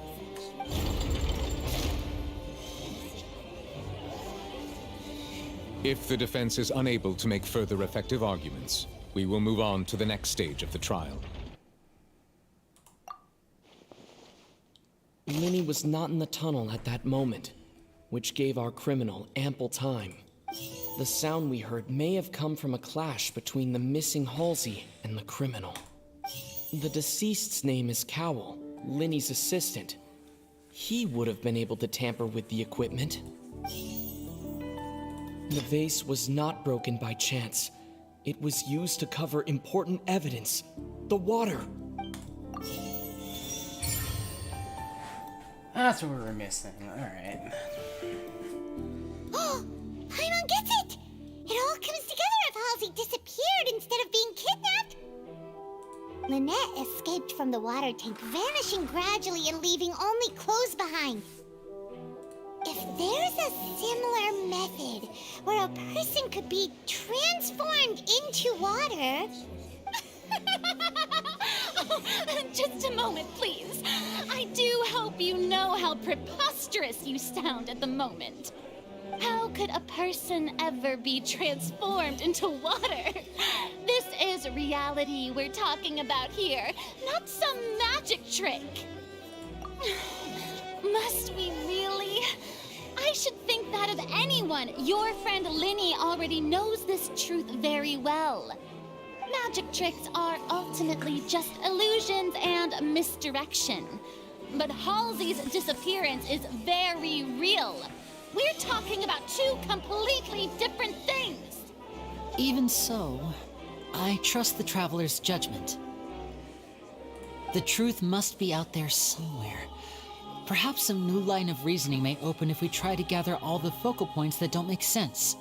Since Cal was the deceased, we haven't placed much attention on him. But given that we aren't making much progress with the case, it wouldn't hurt to have a look at his belongings, would it? People really do come up with all sorts of harebrained schemes when at the end of their rope. The way I see it, your suggestion that we broaden the scope of our investigation is nothing but a tactic for stalling the trial. Nevertheless, I believe that this is a reasonable request on the part of an attorney. Since the trial does indeed appear to be at an impasse, I believe that additional evidence may help us make more progress. Guards, please step into the lounge and examine the personal effects of the deceased Cowl. By the way, where's your evidence, We are still Farina? examining the items, but we have already made critical progress that we feel must be shared with everyone post-haste. We discovered several test tubes of fluid within Cowell's baggage, each labeled separately. The notebook in his backpack claims that these fluids are water from the primordial sea. The primordial sea? The note's contents also indicate that Cowell belonged to an organization that sells illegal drugs and that he had an accomplice. The notebook has many entries concerning safe usage of these fluids, in which the keyword dissolve appears many times. One of these tubes was labeled Opera Epiclese, along with yesterday's date. It is empty. The notes also state that these dissolution properties work exclusively on people from Fontaine. It's likely that Halsey was chosen as some sort of test subject. As such, we believe that the defense's hypothesis is, in fact, supported by sufficient evidence. You've got to be kidding! People dissolving into water? Could something so ridiculous actually be true? Wait a moment. This reminds me of a certain prophecy, but it's just a coincidence, isn't it? Huh.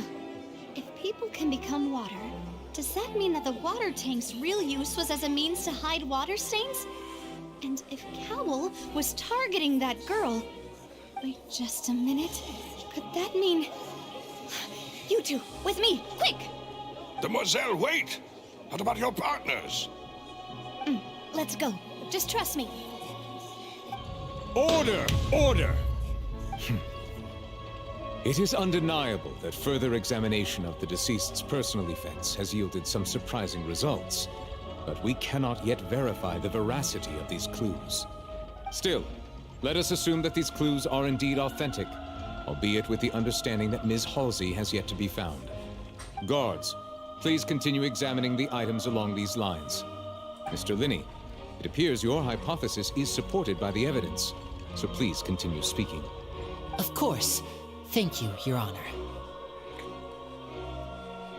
If we uphold this hypothesis, I believe that many of this case's seemingly unrelated clues can be connected together. Right! Like the metal hook! That one didn't make sense at all.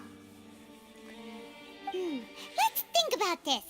Cowell's methods must have something to do with that water from the primordial sea.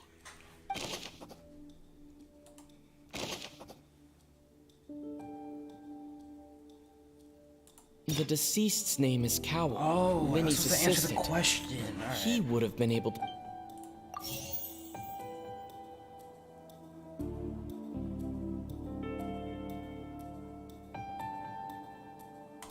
Now it seems like the hook rope was not meant for another.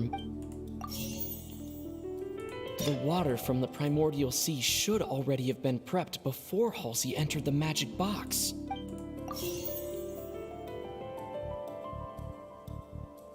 The rope that held the water tank up was lit by the fireworks and snapped.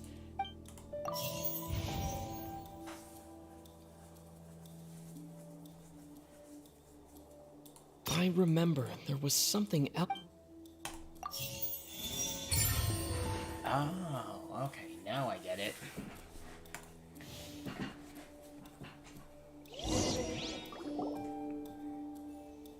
Ahem! It's Ace Detective Paimon's time to shine again! In the original plan, Cowell would tamper with the water tank rope and the number selector securing his target. When the magic box containing Halsey was lowered, the metal hook would retract gradually and pierce the balloon at the top of the box. When the balloon attached to the box popped, the water from the primordial seed inside it would pour down and dissolve Halsey. Afterward, Cowell would enter the tunnel and break the flower vase to conceal the water inside the tunnel, with the remaining evidence being covered up by the water tank on stage.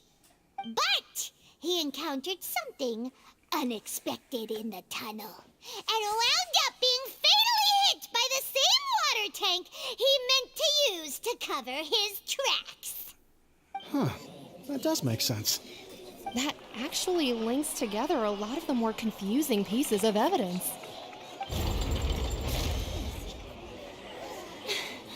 Oh dear, what do I do? Even I think they sound convincing now. Have I falsely accused an innocent person? What a humiliation. Now, it seems like the only point of contention remaining is the exact circumstances that led to Cal's death. His notes mentioned he had an accomplice who could be related to the situation. On that note, the guards have just contacted me indicating that they uncovered new evidence. I shall now invite him on stage to share it with us. Thank you, Your Honor. We were just inspecting the luggage of the other people involved in this case. And we found an identical sample of the water from the primordial sea among Linny's personal effects. What? That can't be. Oh, I see. Well, how wonderfully comedic to have your own counterattack only to come back and wound you. Does this not clear all doubt? My dear citizens, my loyal audience, allow me to present my reasoning and bring this performance to a swift close. Linny did not need to take part in the dissolution of the young woman at all. Indeed, he did leave the scene via the vent. Having made modifications to the props beforehand, his accomplice Cowell then caused Halsey to vanish using the water from the primordial sea. But upon his return, in cruel avarice, Linny desired sole credit and prepared to do away with his partner in crime.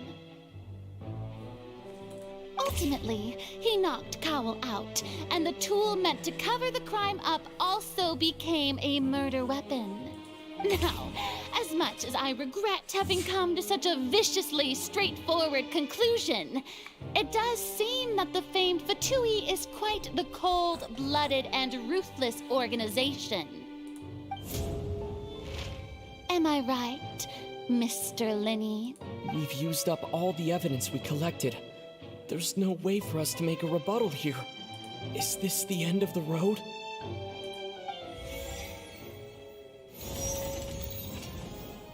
Oh no! Paimon can't think of anything either. It doesn't look like there's any way around this. Seems using the water as new evidence was too good a move.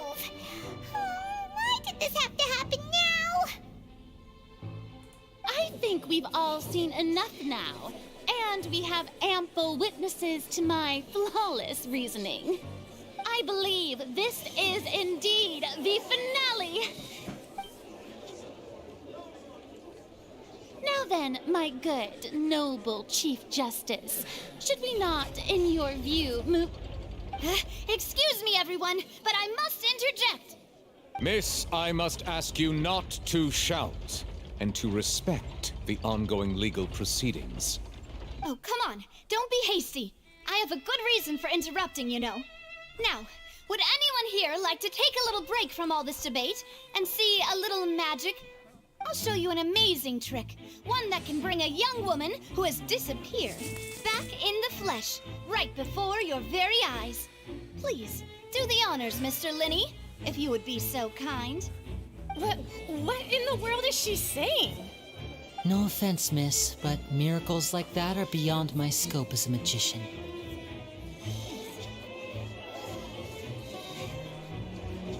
Come on now, don't be silly. Magic is all about misdirection, isn't it?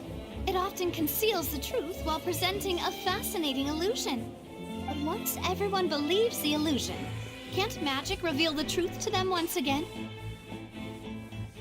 And wouldn't such a trick be the most marvelous finale to today's performance? Come on, Lenny and Lynette. Give it another go. Don't worry. Spina di Rasula has made the necessary arrangements on your behalf. But as the magic makers and stars of the show, I think I should leave the final performance to you. I understand.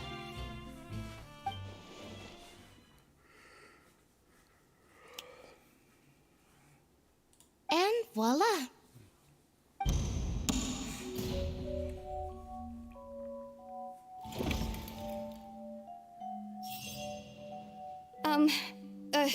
Sorry for the interruption. Wait, isn't that Halsey? So the whole thing about people dissolving wasn't true after all? To be clear, I'm only here because this person told me that if I testified, the merit of doing so would lessen my sentence. I was hiding outside this room listening to the proceedings because I was afraid that I would be the one put on trial.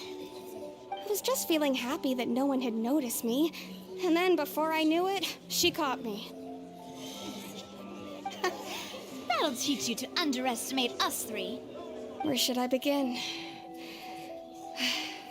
I'm sorry. I'm the one who killed Cowl. I admit it. What? What? Why? Firstly, my name isn't Halsey. It's Lillian, and I'm originally from Mondstadt. I heard that Linny's show was gonna be a real thriller, but I missed the chance to buy a ticket, so I stole one. That's how I make a living. I steal stuff here and there. And I'd never been caught before.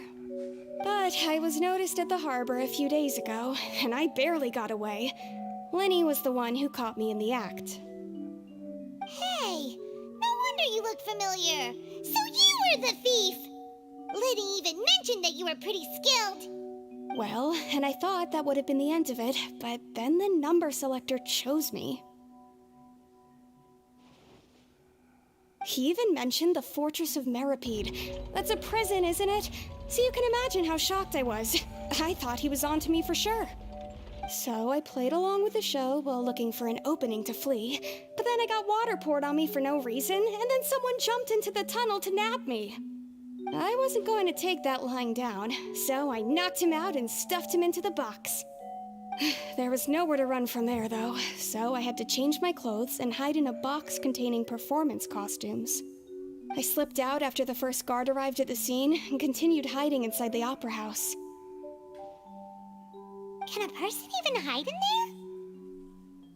But I swear I didn't know that the water tank would fall down. Really, I swear it. Had I known that, I wouldn't have put him in the magic box. I may be a thief, but I'm no killer.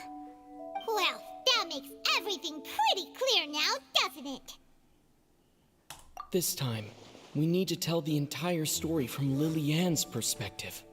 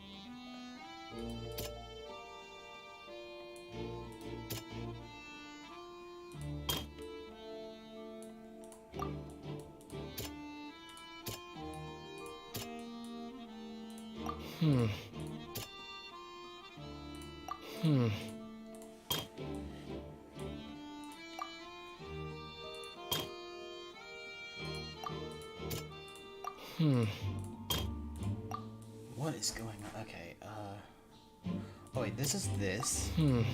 No? This...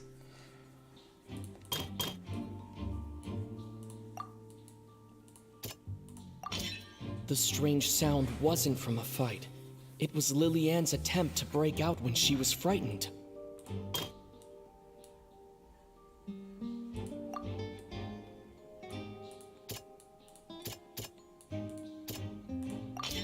The flower vase was not broken to cover anything up, but it was smashed during the struggle between Lily-Ann and Cowl.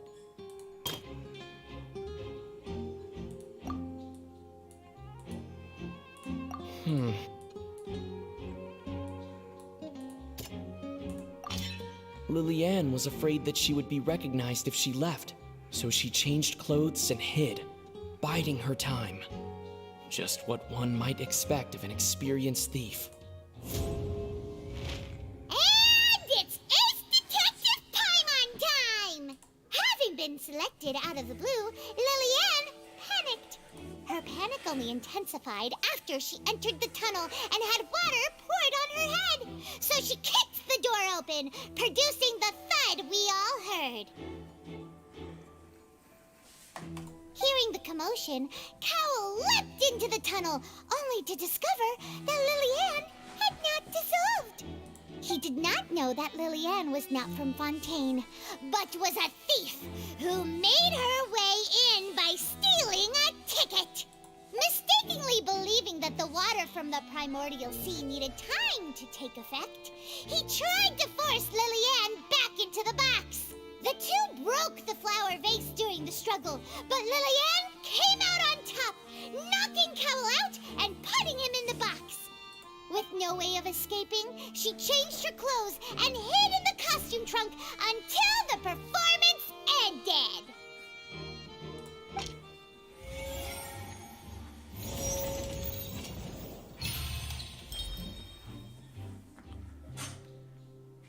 We're just defending. When can we actually start attacking?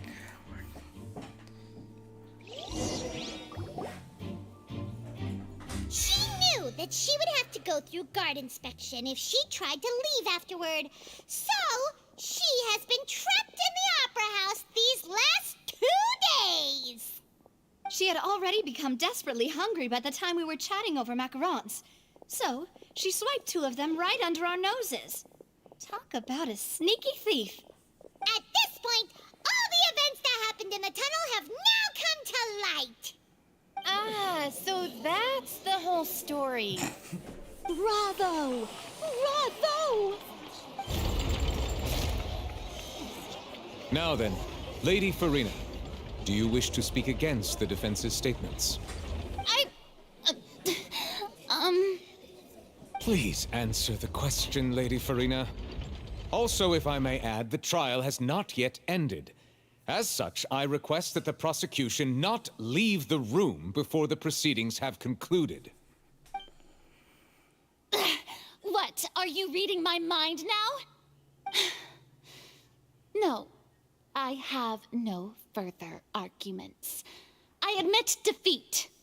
But really, could you at least have left me with some dignity? Wow, look at that. She's like a deflated balloon now. If there are no objections, then as the Chief Justice of Fontaine, I shall once again repeat the full sequence of events. The actual perpetrator of the serial disappearances, Cowl, selected his next victim from the audience reservation list. With some modifications to the selector, he could ensure that the pre-selected young woman would be chosen.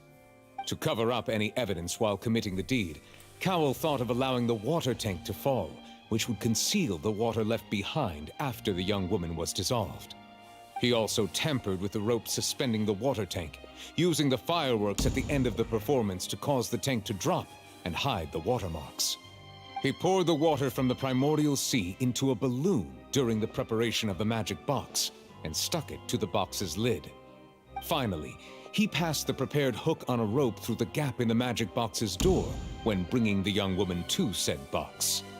When the magic trick officially began, the box containing the woman was lowered into the tunnel, tightening the hook rope and bursting the balloon containing the water. If all had gone to plan, the young woman would be dissolved at this time. However, Lillian was not from Fontaine and thus fled the box with a loud noise. Realizing that there was trouble, Cowell entered the tunnel and met Lillian. Thinking that the waters had not yet taken effect, he decided to proceed. However, his opponent was more capable than he thought, and he was overcome, knocked unconscious, and placed into the magic box, and thus became his own final victim. Lillian, according to her own statements, then changed clothes and hid until the performance ended, before hiding in other parts of the opera house. As for Linny, he was in the underground structures within the opera house, and was thus ignorant of these happenings. From this reconstruction of events, we can conclude that Linny, the accused, is in fact innocent. While there is much in Linny and Lillian's conduct that should still be investigated separately, this case, at least, can be handed over to the Oratrice to make the final decision.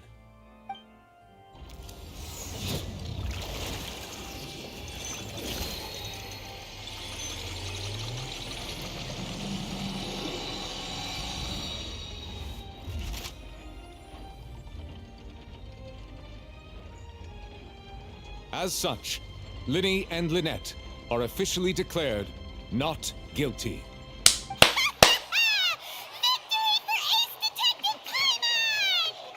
Great work, partners. Thank you all. Thank you so much. Next, I think we deserve an explanation, Guard Vaughn. How did you find the water from the primordial sea in Linny's baggage? Right! Your discovery caused me to make a serious mistake, you know. Or was that not a discovery, but false evidence that you dared to bring before this court? I suspect that the accomplice mentioned in Cowell's notes was not Linny, but you, yes?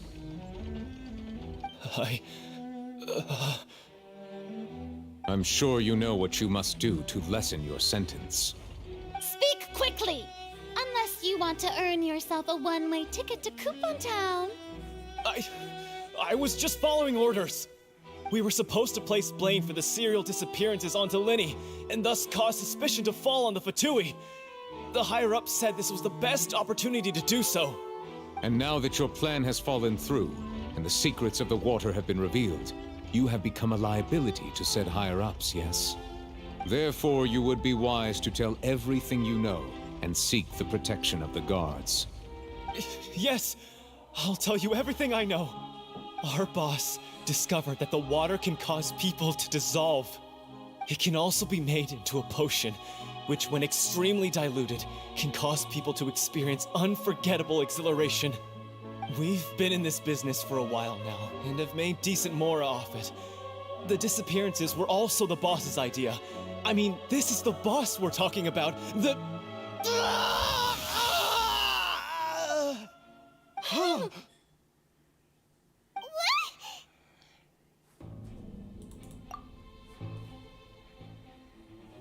And now he can no longer talk. Such ruthlessness. I shouldn't have expected any less of them. An outrageous act. All present, please submit to inspection immediately.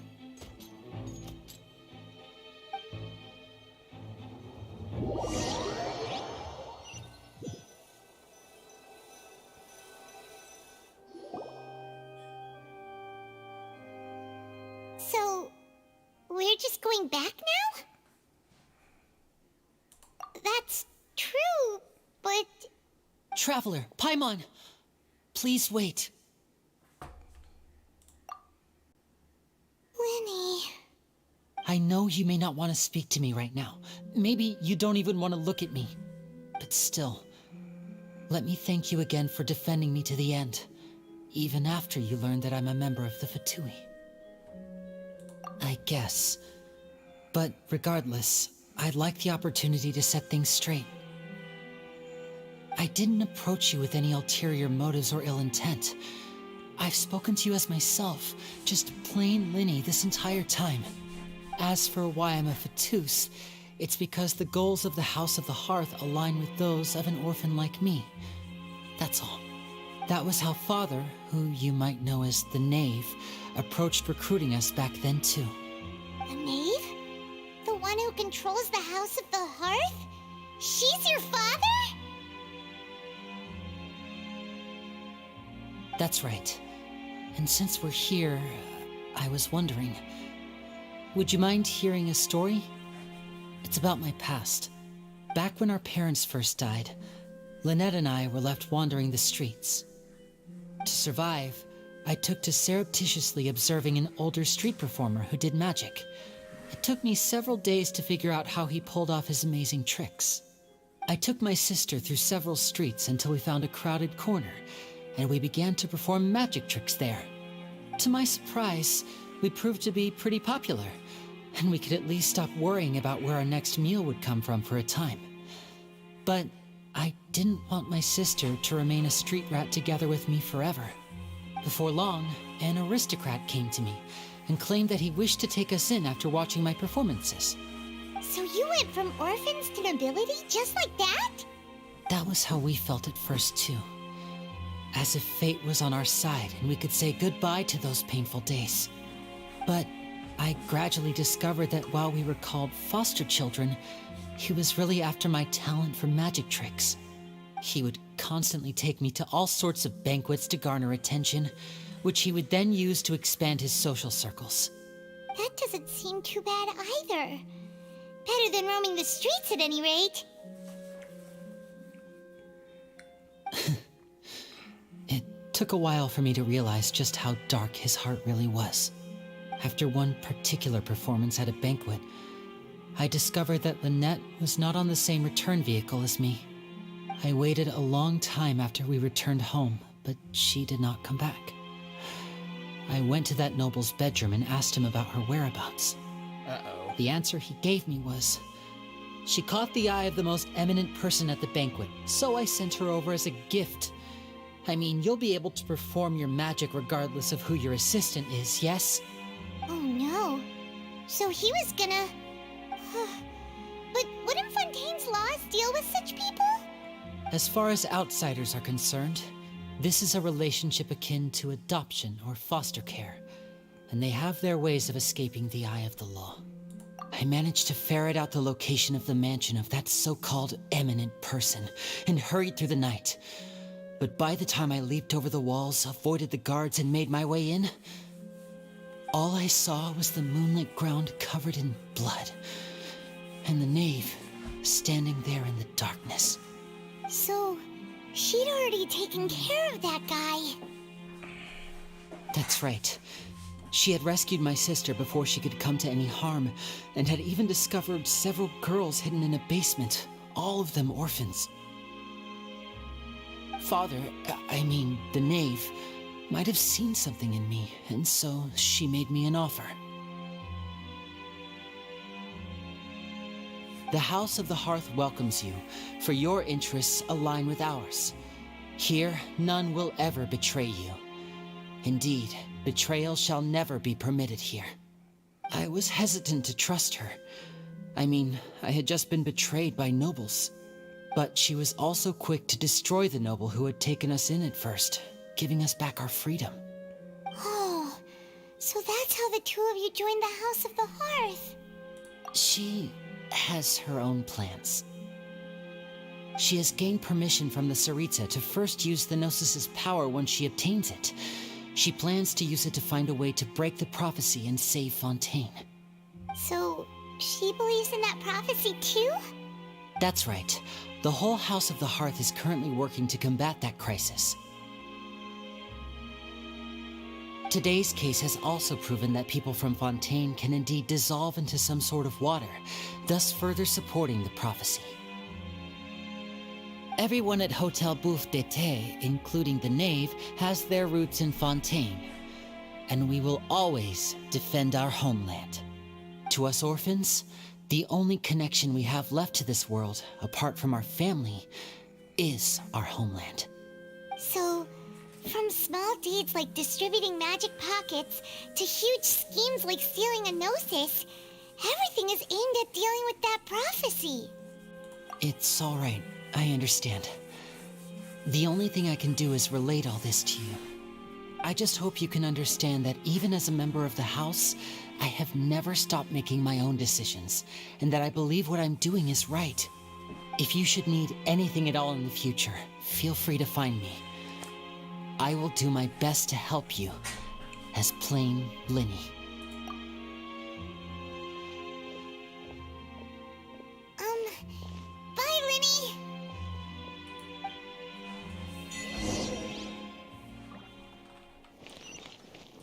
What a freaking scene.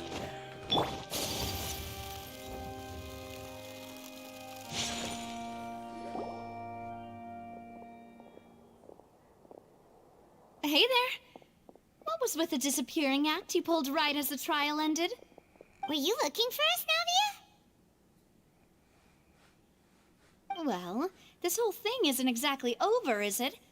I do feel that we're getting closer to solving the serial disappearances case, though. Don't you think so, too? Huh? What's wrong, my dear partner? Besides, are you sure we're the ones who can crack a case that's been cold for decades now? And given that there's new evidence from the trial, there should be a trail of breadcrumbs for the Hydro Archon's people to follow now, right? Ah. I see. Well, I won't lie. I'm a little shocked to hear that from you. But I suppose you are just travelers who have only arrived in Fontaine after all. Sorry. I might have been too presumptuous. Don't say that, Navia. Oh, and we were having so much fun investigating with you, too. It was like having new waters flowing into a stagnant mire, causing new hope to spring forth, and the reflection in the murk to become clearer. Sorry about that. I'm a bit prone to nostalgia. Don't mind me. Wait, shall we have a farewell meal? You know, to commemorate our time as partners? Huh? Do we really need to get that formal? Well, guess you really did treat us as partners, huh? Well, I'd just like to have a proper ending to every important memory. That way there are no regrets later. Anyway, it would just be a meal, so it shouldn't take up too much of your time. You don't have to twist Paimon's arm. If Boss Navia's treating, count Paimon in! Oh, wonderful. In that case, why don't we return to the court of Fontaine and head to the Hotel de Boer? I believe we'll make it just in time for dinner. All right, then. Let's have our farewell meal.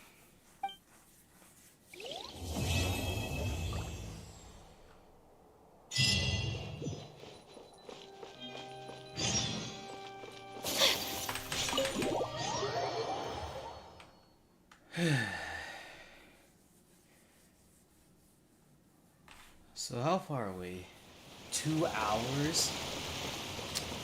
If Act 1 took 2 hours, how long are these two gonna take? How long is the rest of the Fontaine story gonna take?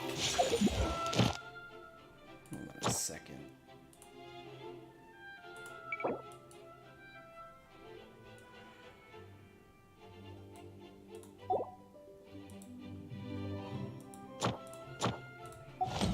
Is there a way for me to check code?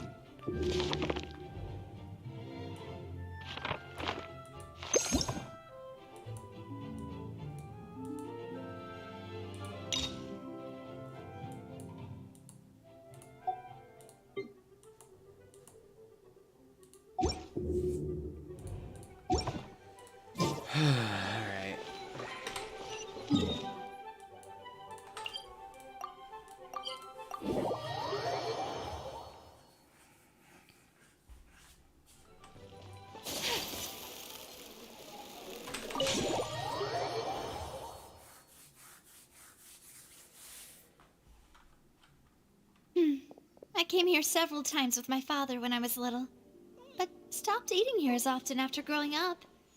I hope the food here will be to your taste. Oh, don't worry. We haven't eaten at a hotel like this in a while. Paimon's getting excited already. In that case, I'll go order for us first. Please wait here a moment. Ooh, everything looks so good. People in Fontaine sure know how to enjoy life. Why, of course. Go ahead, try whatever you like. If the food's good, I'll make a group reservation for the rest of Spina di Rosula next time. And if it's not? Well, then I'll still bring everyone. Albeit with only one dish per table. You, sure have your own way of doing things. Oh, we called this a farewell meal, but we could also treat it like a victory feast, right? We did just win that case after all. Oh, true. Very true. In that case, boss, we'll have another 2 dishes. Huh? Paimon didn't mean that you had to order even more food.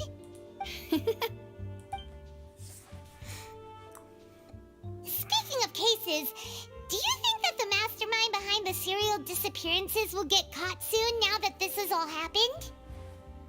Well, we've certainly taken a big step forward, but I feel that's about it. We know that there's an organization that means to dissolve these young women, but we still don't know what they are really after. If it hadn't happened right in front of us, Paimon wouldn't have ever believed that a person could be dissolved like that. Right? Yet it was because this was such a preposterous notion that the investigation could never really move forward before. Ugh. If only that guy could have finished speaking! We were so close to hearing who was behind it. In such investigations, even the smallest step can seem like a yawning chasm if the trail of clues is cut off. To be honest, I don't have high hopes for any follow-up that the authorities might conduct. It's not that I don't have faith in their ability, it's just that a different perspective is required in some matters. It's easy to guard against and deceive a single narrow perspective. A shift in thinking is required at such times in order to produce a breakthrough, which is exactly why the Spina di Rosula exists. Those highfalutin folk are not all-knowing. That's why we exist. To seep into the cracks where filth falls through, where their watch fails them. That's the kind of problems we solve. Seems Paimon thought things were simpler than they actually are. It's all right. Well, this was supposed to be a farewell meal, so I doubt you have further interest in this business, right? Let's talk about something else. Like, what are your future plans? That's true. We didn't have a chance to speak to her after the trial ended. It didn't really seem like the right time or place to do it anyway. I see. So, your primary objective, which has been foiled so far, was to have a chat with the Hydro Archon. I've heard that there's a long line of people waiting to meet Lady Farina. I suspect you'll be waiting for quite a while, considering that you missed your chance today. Yeah, we've heard that she's super popular here in Fontaine, and that it'll be tough getting any of her time. Well, would you consider some more, unique ways? Perhaps even methods of, let's say, questionable legality? Guess that's Spina di Rosula's boss for you. Chock full of sketchy ideas. Well, what did you have in mind? Well, one way would be to infiltrate a performance troupe at the Opera House, only to abandon your act at the play's climax and ask to speak to her after the performance. I'm sure Lady Farina would be eager to see the ending, and would agree in order to finish watching the play, don't you think? Could you suggest something a little more practical? This plan seems pretty hard to pull off. We'd have to go learn how to act, and acting's really hard. All right, here's another. Find a way to conceal yourselves under her bed. Then wake her up in the dead of night and demand answers. Don't let her go back to sleep until she answers all your questions. I can personally testify that this one works. When I'm sleepy, I'll do anything as long as I can finally get some sleep. That might work, but that's not really the problem. The problem is we don't want to get ourselves arrested. Ah, valid point. I overlooked that part. I was just thinking about leveraging a person's desire for sleep. All right, no more joking around. Perhaps you could... Oh, I don't know. Cut the line when she's on a break.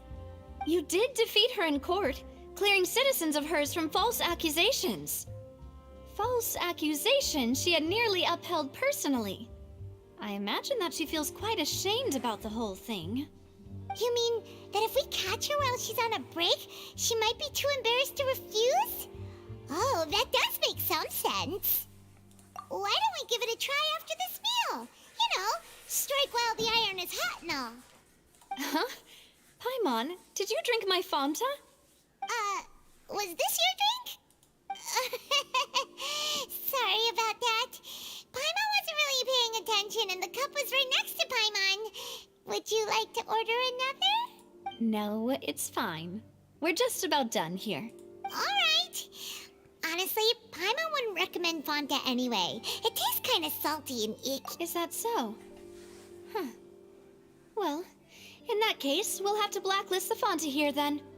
If we're all finished eating, then I'll go pay. Yeah, we're stuffed. Thanks for the treat, Navia.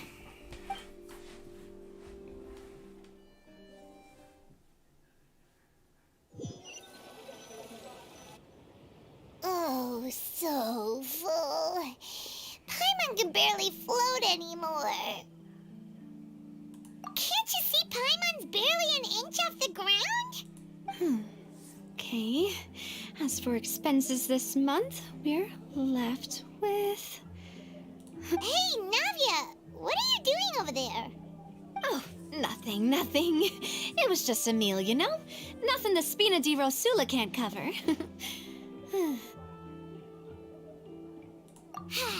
Let's get ready to try to meet the Hydro Archon again. Bye, Navia! So this is goodbye, huh? Well, if you do encounter any other trouble in Fontaine, you're always welcome to contact the Spina di Rosula. I'll give your request the highest priority. In any case, I wish you smooth sailing. I'll see you again, partner.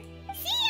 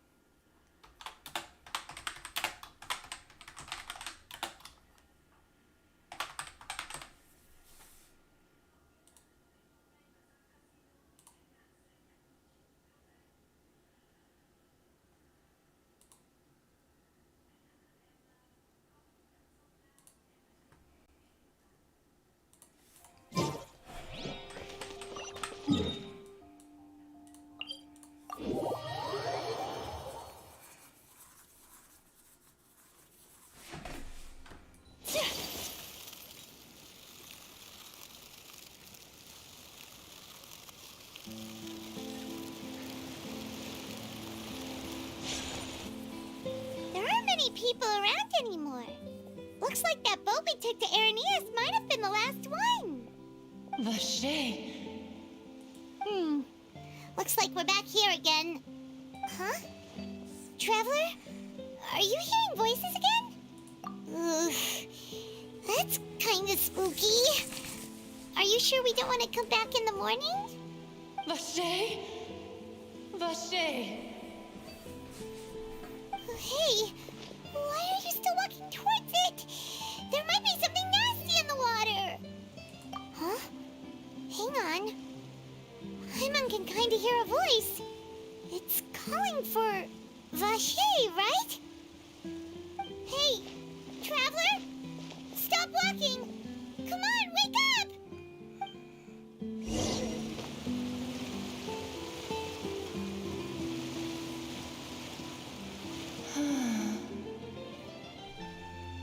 Vache, are you my dear Vache? Oh, she did, boss? No, wait. You seem to be someone else. Do you know Vache? Do you know where my love is? Wait.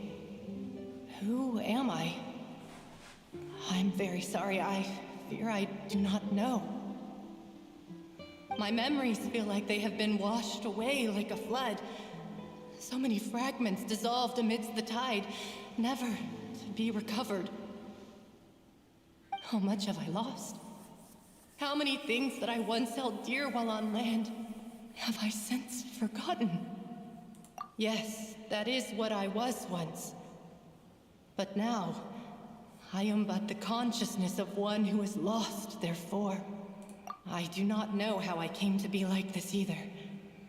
I only vaguely remember being covered in light blue water, and then all grew dim. I also remember going to many places. I loved adventure, loved exploring places of peril. No matter where I went, Vache would go with me. I knew how dearly he loved me, and I also loved him equally as much. But now, we can no longer go back. The pain of such parting, I never knew how heavy it could be. No, our reunion no longer has any meaning. There is no way for us to create any new memories. The thought of me gives him no succor, so let it lie forgotten beneath the waters. If you meet Vache, tell him not to look for me. Tell him to move on. That is the only thing I still remember. Perhaps that is so. As I was submerged in the waters, losing consciousness, I saw Vache above the surface. His eyes were filled with such sorrow, such longing. If only I could have comforted him, told him that I did not suffer. Indeed, I had felt a great warmth. Is that what you call it? Dissolving. If anything, I consider it a form of release. It was a state of neither fear nor frenzy, with only an endless peace, like the water's still surface. I could also liken it to being a thirsty person who drinks water for the first time, and only then sees how they have lived for so long in a world of endless want and anxiety. I think I hear your companion. It's time for you to go, I think. Farewell, then. I am glad that you were able to sense my presence. Remember, if you see Vache, tell him not to seek me out any longer.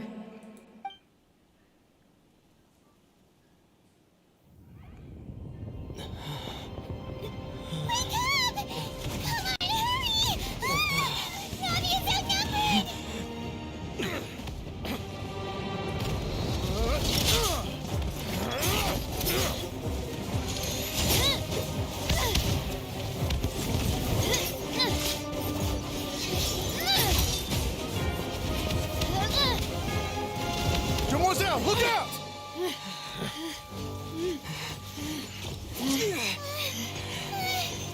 Dear God, it's a whole army of Gardamex.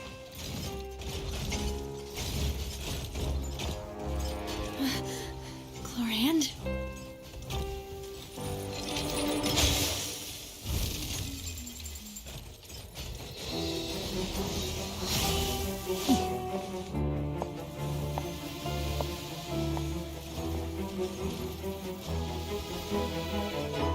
Quick, now's our chance!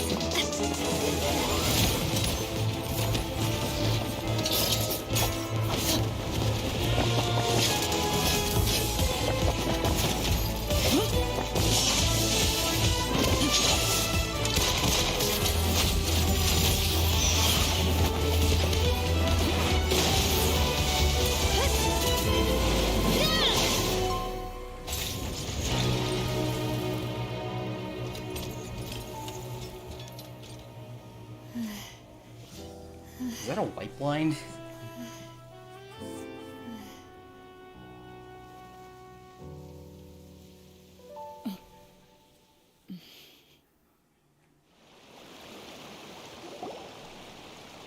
I should thank you for lending us your sword there, Chlorand. But before I do so, could you explain how you managed to show up here? I followed you. It seemed to me that danger has followed you more closely as of late. I believe that following someone without their knowledge is actually called stalking, is it not? Mr. Callus's last wish was for me to ensure your safety, and I will not betray his trust. He would do the same, were he alive today. Do not speak of my father! Sorry, demoiselle. I was not strong enough. Thank you for your aid, Miss Clorand, but do keep an eye out for your manner of speech. I believe we all wish to avoid unnecessary emotional harm. Sorry, I did not consider your feelings. Whatever. What else do you know? How did you come to the conclusion that I'd be in grave danger? I doubt I know much more than you, but I believe that the mastermind behind the serial disappearances is very powerful. Your performance tonight will almost certainly attract their attention. I'm sure they've known about me. To be honest, I'm shocked it's taken them this long to act against me. And what about these Gardamex? I thought only those associated with the Maison Gardiennage could control them. None of these mecha have serial numbers. I was sure to check a moment ago. They are not the ones used by the authorities to enforce the law. I can only conclude that some powerful or wealthy party must have obtained them via illegal means, deploying them as a private force of sorts. What? Your point being that they're out of Spina di Rosula's league, then? Yes. Be careful, and do not act rashly. I will continue investigating no matter what. We will bring the truth to light. That's my father's true last wish. Regardless, thank you for your help today, Clorand. But if you get any ideas, tell me first. I don't much appreciate being followed. I do not think that they'll strike again anytime soon.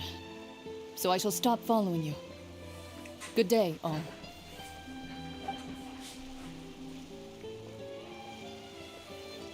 Right. I suppose that's the best news we've gotten today. Demoiselle, I believe that Miss Clorand was being sincere with you. If we tried, we could attempt to thaw relations a little. I know, she's... Oh, thank goodness! Paimon thought we were done for! Those Gardamex came out of nowhere while you were unconscious, and Nadia and her gang saved us!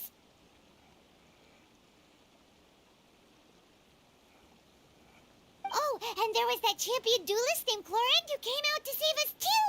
We got lucky there. Paimon probably couldn't have fought them off otherwise. Oh, come now. Forget all that polite talk. That wasn't really a farewell meal we had back there. Not for me, anyway. In truth, I hope that every meal we have together shall be a victory feast. As such, we're still partners. There's no need to thank me. It will take 50 years for me to match Demoiselle's magnanimity. If it were me, I would have joined the Spina di Rosula on account of her goodwill long ago. All right, you two. That's enough.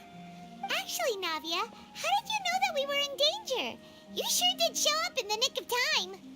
Well, to be honest, you're the one who tipped us off, Paimon. Huh? Really? Paimon contributed somehow?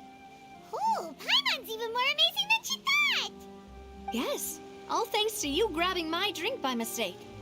How did that help? After we parted ways, I was on the way back to one of our bases when I suddenly thought of what you said. That the Fanta tasted kind of salty and icky.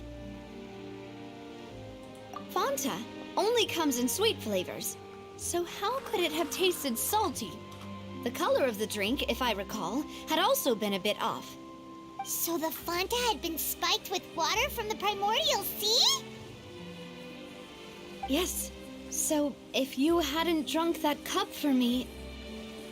Spina di Rosula is preparing the grandest of awards for you as we speak for saving the boss. Huh? Really? I sent people to Hotel de Boer to investigate, but whoever did this left no trace at all. That's when I figured out that you might be in danger and hurried here as quickly as I could. But why would they go after us too? All we did was defend Linny in court and help clear his name. Ugh, now we're caught up in this mess too, aren't we? Well, you did foil a plan that they were probably pretty proud of, and almost got their name in the process. Speaking of which, did anything strange happen when you drank the primordial seawater? Well, it can't be a coincidence that the traveler fainted just now. He said that he heard that voice calling for Vache again. Oh, and this time Paimon heard it too, but it was real faint. Does this situation have to do with the primordial seawater then? Does that mean the primordial seawater raises someone's sensitivity to hydro when it's used on people who are not from Fontaine? That doesn't sound like too much of a bad thing, to be honest. New intel? While you were out cold? Well, let's hear it, shall we? Oh, that is important. Vache. That name doesn't ring a bell. I suppose he hasn't stepped forward as a witness in court lately.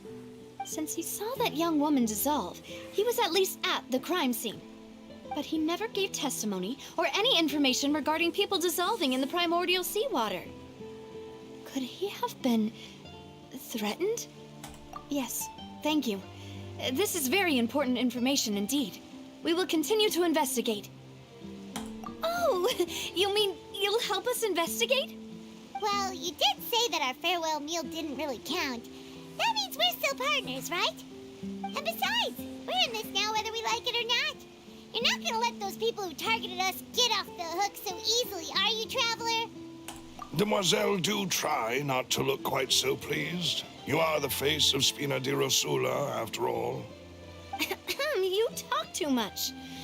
Well, in that case, let's head back to one of our bases, shall we? I'll arrange accommodations for you.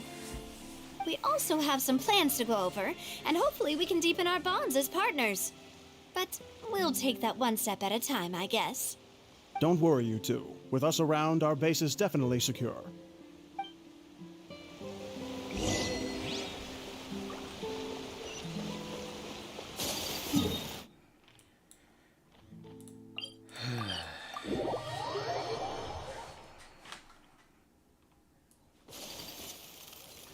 Ad Astra. Thank you for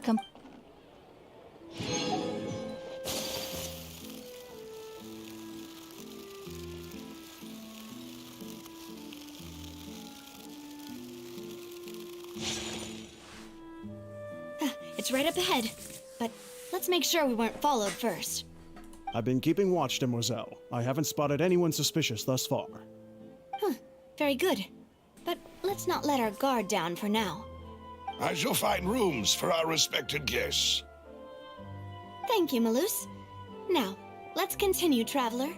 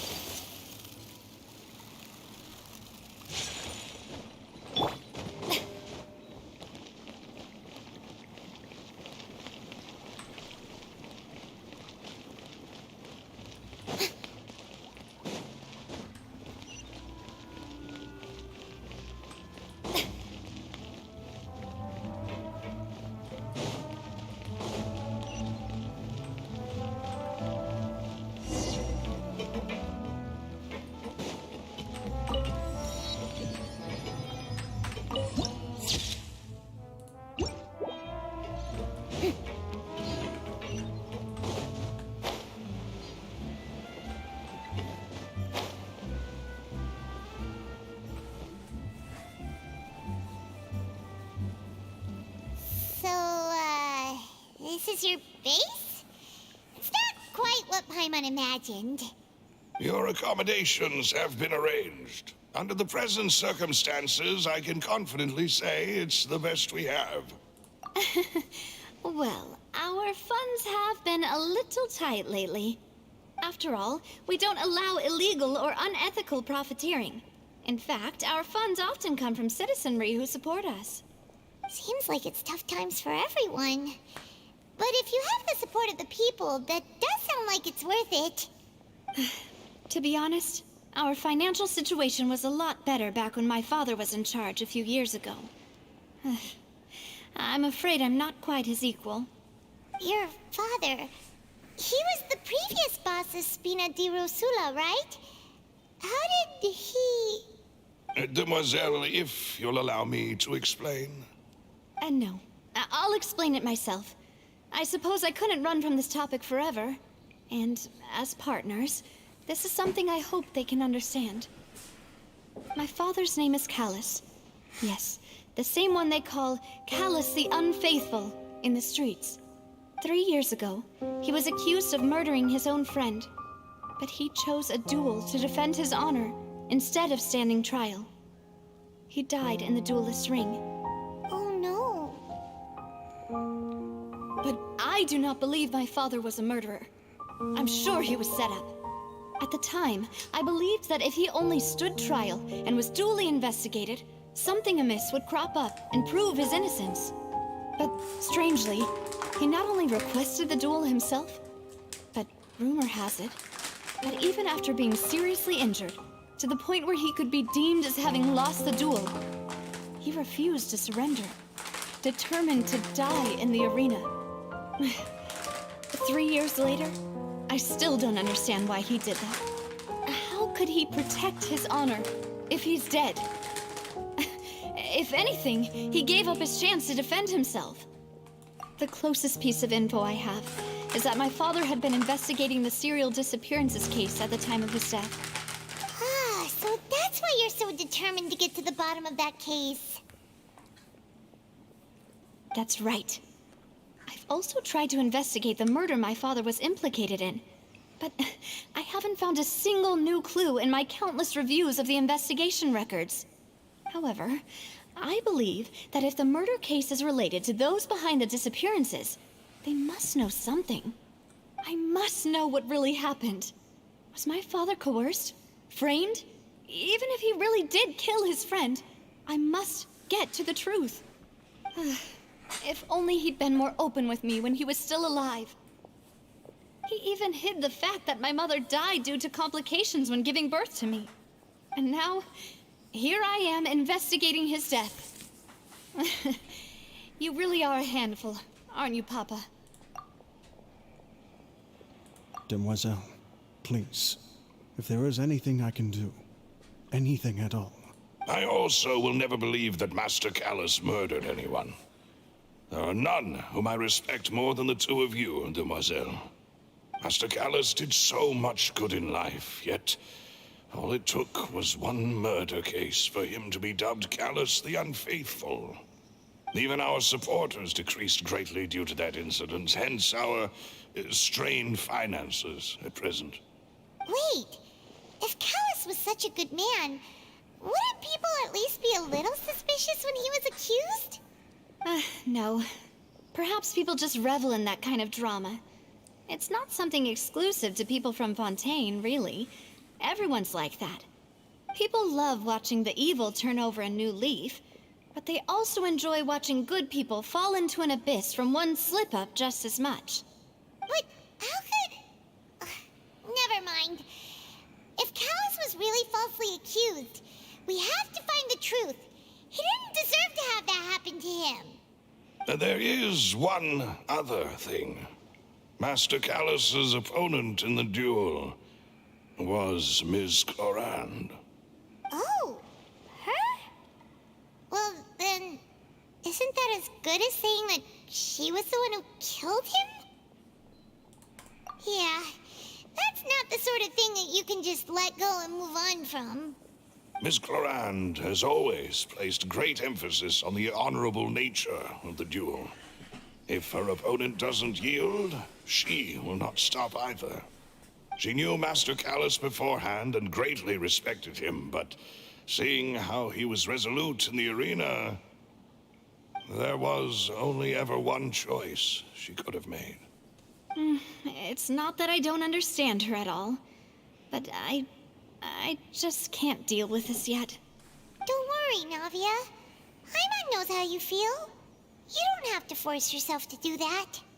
Afterward, Ms. Clorand told us that at the start of the duel, Master Callus requested that she ensure Demoiselle Navia's safety.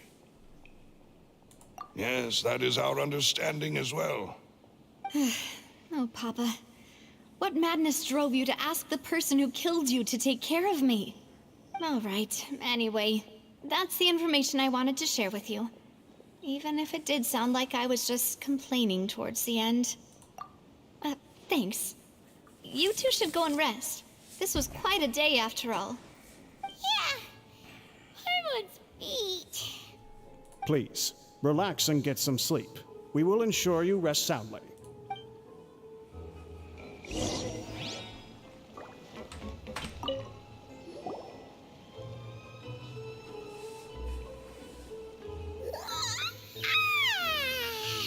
Paimon slept so well. This place feels almost too safe. Huh? Navia? Where did the other two go? I sent them back to Poisson. It's Spina de Rosula's place of origin, and where we have our headquarters. There's not much for them to do here at the moment. Paimon gets the feeling that you're just trying to get them off your back. But never mind that. When did you get back? Were you waiting here the whole time? No, I just returned after going out for a while. I did some investigating yesterday regarding the name Vacher. Wait, so you didn't sleep at all? How could I after having such critical new evidence appear?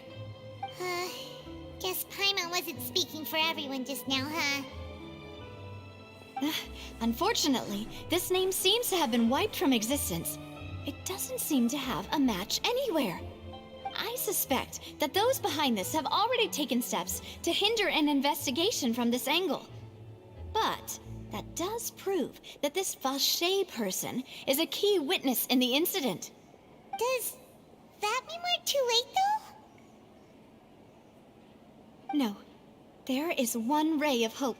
One place in Fontaine that they would find almost impossible to threaten, no matter how much they wanted to.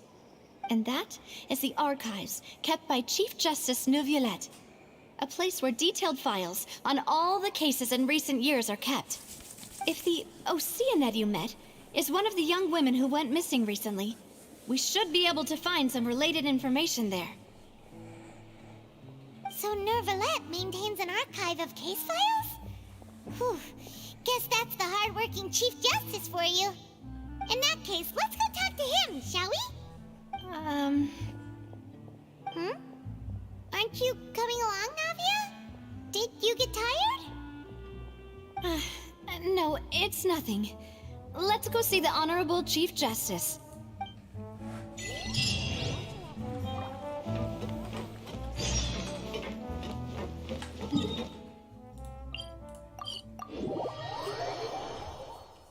The palais is right up ahead. Come on.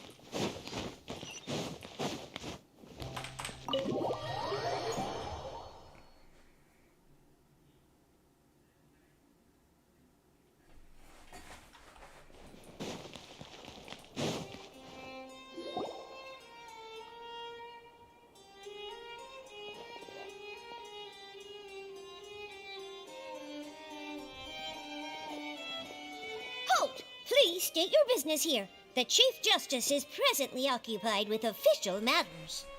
Huh. This place does look pretty heavily guarded. Guess that proves that Nervalet's files are really secure. Hey, don't you recognize us? Huh? Who are you? Just to be clear, I don't care who you are or who you might be related to. Our rules make no exceptions. See? They've got great discipline, too. Yep. Paimon can tell. If you're here just to crack jokes, I can point you towards the exit. Unlike some, we're busy, so please leave if you don't have a reason to be here. No.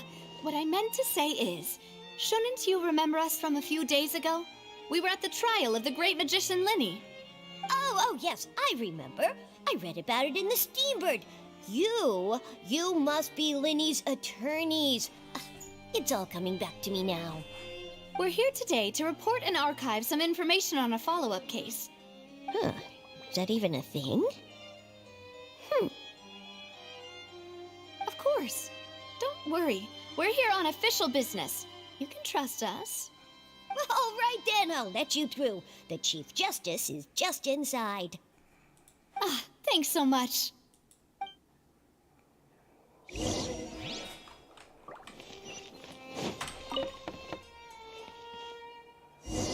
Please come in.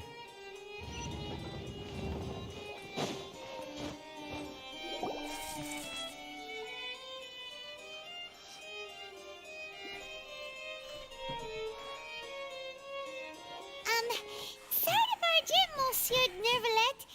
We only lied to get in because we didn't know any other way. It's all right.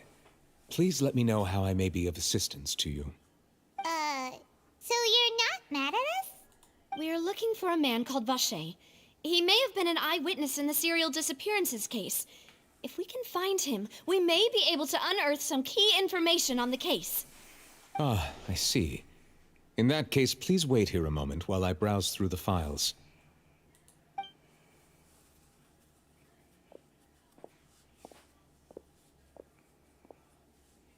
Who knew that Nervalet would be so easy to talk to?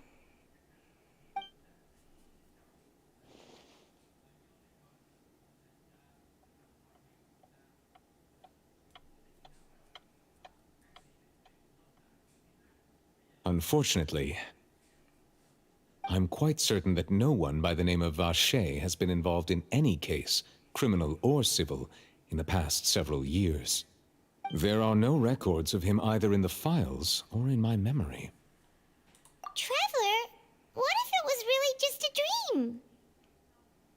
Is that so? All right then. Thank you so much, Monsieur Neuvillette. We'll take our leave now.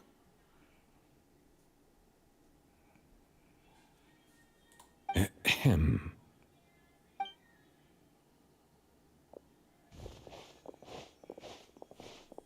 Miss Navia, I can understand how you feel. Your father, Callus, was a truly exceptional man. We deeply regret his passing.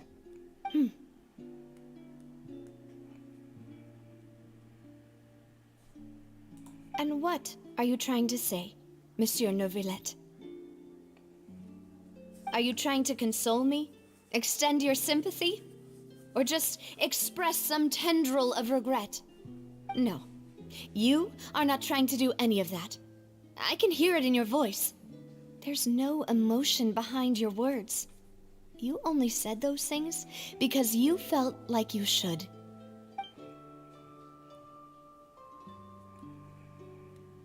It's just like last time.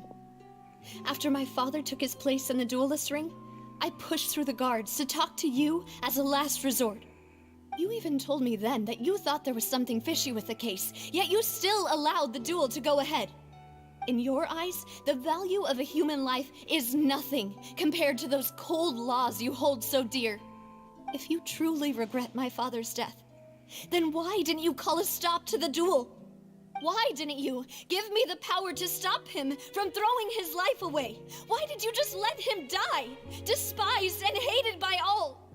Everything was hanging on a thread at that moment. Just the tiniest effort could have changed everything. There are still so many things I never got to tell him. So many questions he still owes me answers to. If you really have no heart, then just look me in the eyes. I, Navia, will show you the true meaning of regret. I'm sorry, Miss Navia. You and my father are truly alike. You keep all kinds of things in your heart and never say a word to anyone. It's not so much that you can't feel, but that you would never express anything. Oh well. In any case, everyone already knows full well the apathy of the Chief Justice.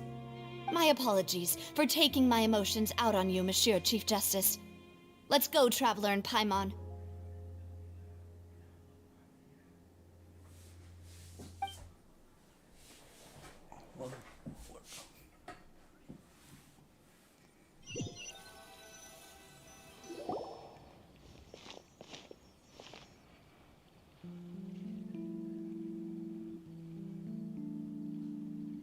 Navia, are you okay?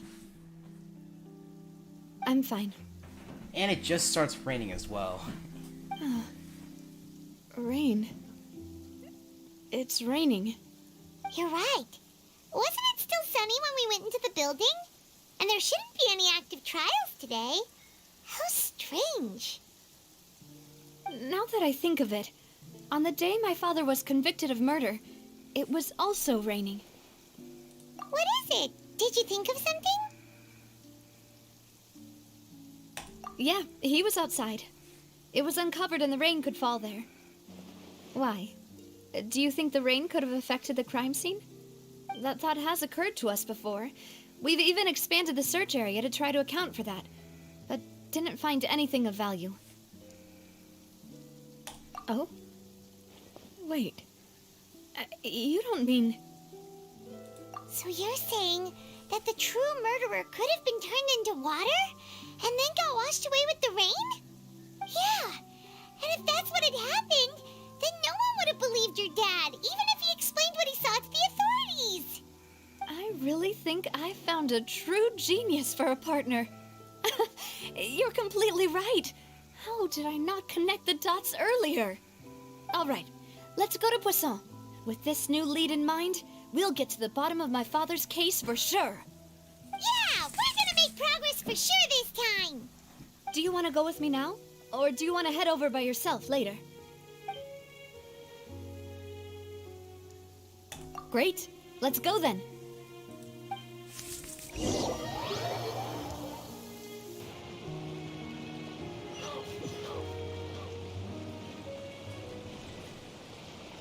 Oh my god, alright.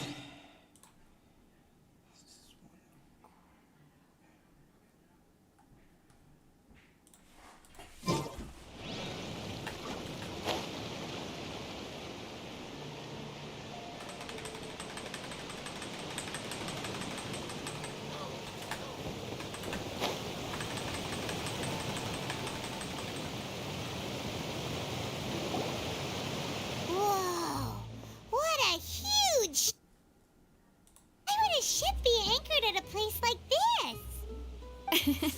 There's no need to be so surprised. While it may look like a ship, it's actually Spina di Rosula's headquarters. My father was the one who asked for it to be built like this. Perhaps our taste in exterior design is the only thing we occasionally had in common. A gigantic and glamorous ship embodies discovery, opportunity, ambition, and conquest.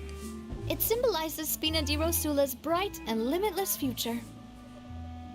And Paimon thought you were bluffing when you said Spina di Rosula had a glorious past. Paimon was confused why a group with such a history would live in the sewers. But now that Paimon has seen this ship for herself, she's been convinced. Well, Poisson is where Spina di Rosula began, after all. It's our main base, our home.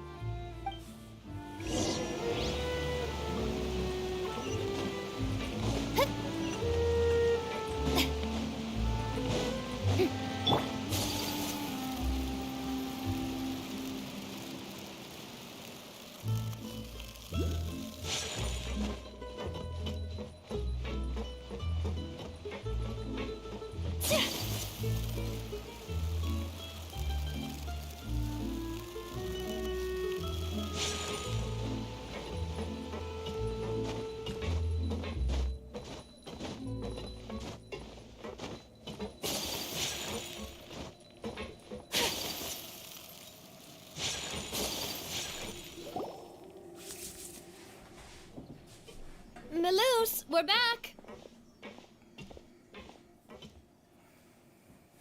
Apologies for the wait, demoiselle, and our most important partners. You said before that you still had some business at the court. What brings you back to Poisson so quickly? About that. It's because my partner here reminded me of something really important. You see, what if my father's case had something to do with water from the primordial sea? You still remember, right, Melus? On that night, it was raining? Yes, the case was quite similar to that of Mr. Linney's. Both were what you'd call impossible murders. Could you tell us a bit more about what happened before? Yeah, of course.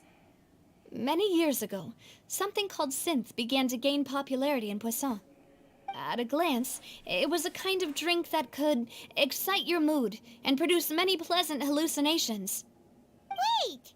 Didn't that guard guy who turned into water also mention that the primordial water could be used to produce some kind of potion? Yes, he did. Considering what we know now, it's almost certain that synth is created using water from the primordial sea. If you drink synth for an extended amount of time, you'll suffer many side effects, such as losing the ability to focus or control your emotions. And if you were to stop drinking it completely, you'll experience flashes of paranoia and anxiety while lacking energy to do anything. It's an extremely dangerous substance. As he oversaw Poisson, my father was compelled to put a stop to synth abuse and called for a complete ban of it. Boss's uncompromising attitude incurred the synth vendor's wrath, but no matter how much they threatened or bribed him, he refused to yield. Not only that, Boss became determined to find the mastermind behind the synth operation and put an end to the problem once and for all. Yes, but the enemy was very cunning. So he could never get anything out of the dealers, all of whom only sold the stuff and weren't privy to the rest of the operation. Recognizing that, my father decided to contact the dealers in secret and cultivate personal relationships with them. Finally, he was able to convince someone to become his informant. The man's name was Jacques. He felt greatly ashamed about his work after seeing many families destroyed by synth abuse. That night, my father hosted a banquet at his countryside estate. He planned to meet up and exchange information with Jacques over some food. But then, we heard 2 gunshots from the courtyard. We raced to the scene and found my father, still holding a gun, and Jacques, who was already dead on the ground. Huh? How did that happen? Aren't they on the same side? Sounds just like Lenny's case, doesn't it? In both cases, the culprit seemed obvious, but neither appeared to have any motive at all. Looking back on it, though, I now believe the most important clue was something we all overlooked at the time. There were pieces of clothing left at the scene. Precisely. It's all thanks to you that I made the connection now. Back then, we all just thought they were some costumes that Jacques used to disguise himself at the banquet. But, considering it now, it's almost certain that they belong to a third person at the scene. With one extra person, we'll also need to reconsider why the 2 shots were fired. You're right. We still don't know what happened. But my intuition tells me that we're on the right track to figuring it all out. I'm finally headed towards the truth.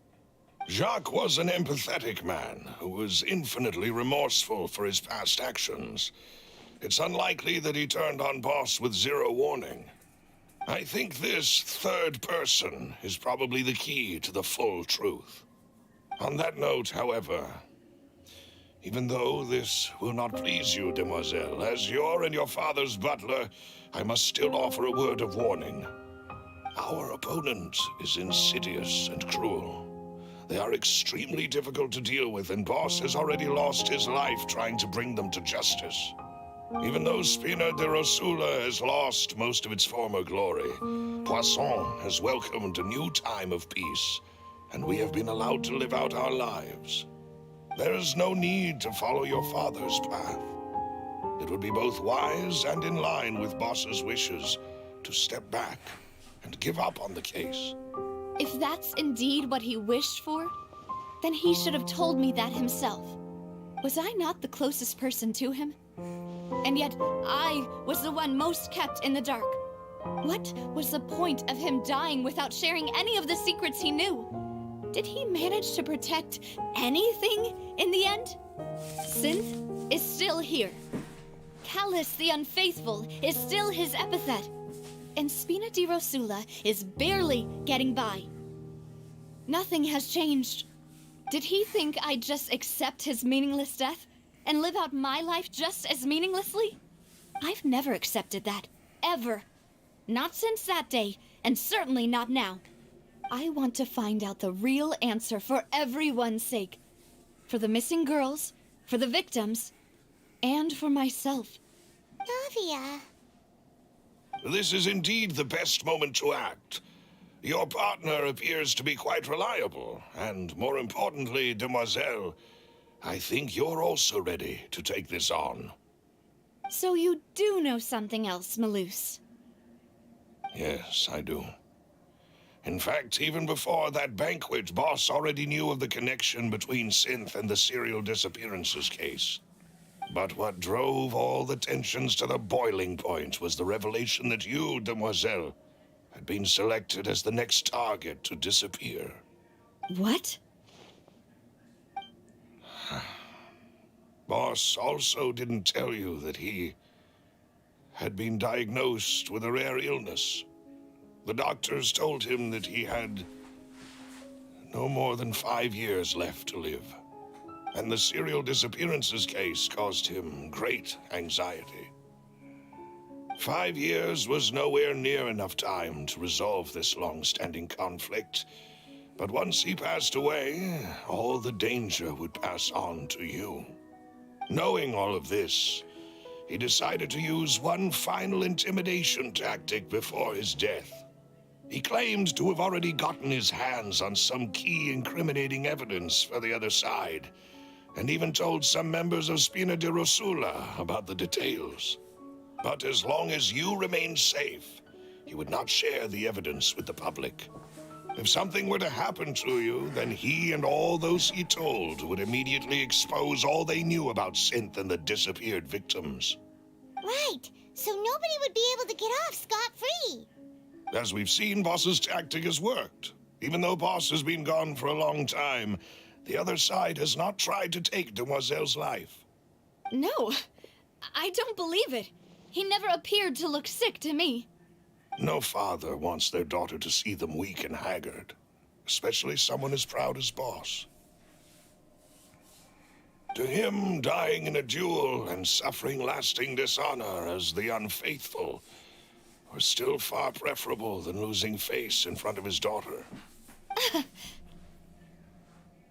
So he chose to die in silence, so that he could protect me. I'm afraid you're not understanding this correctly, demoiselle. What Boss wanted to hand to you was not a parasol, but a sword. If Boss's spirit could hear you telling me that you want to find the answer for the sake of everyone involved, I'm sure he'd be extremely proud. That fool. Couldn't he have just given it to me straight? No. He might have set up everything precisely because he never thought I'd be able to understand him. Is that the amount of confidence he had in me? And what if I was never able to make it to where I am now? Yeah. I suppose that's true. With the way he'd set things up, if I had wanted, I could have just lived out my life without a care in the world. But thankfully, he rarely talked to me about complex matters, and thus understood little of me as a person. In this case, he really didn't need to give me an easy way out. Malus, what was the key evidence that he shared with you? It's the location where synth is produced. Essentially, it's the enemy's headquarters. When he was threatening the enemy, Boss didn't share the specifics of the incriminating evidence he found. But if you want to use it against the enemy, you'll still have to take several things into consideration. Why? If we know where the place is, can't we just go storming in? You mustn't forget that we're fighting against a mysterious and dangerous organization that's been in operation for decades. There's no telling what might be lying in wait at their headquarters. We also have no idea what kind of evidence we may be able to find inside, nor what people we may be able to capture. But a single visit to their headquarters would be tantamount to a formal declaration of war. The worst case would be that we leave empty-handed, but also open ourselves up to full retaliation. Then, in that case, why not work with the Fontaine authorities? Well, you saw one of them dissolve during Mr. Linney's case. We have no idea just how thoroughly they may have been infiltrated.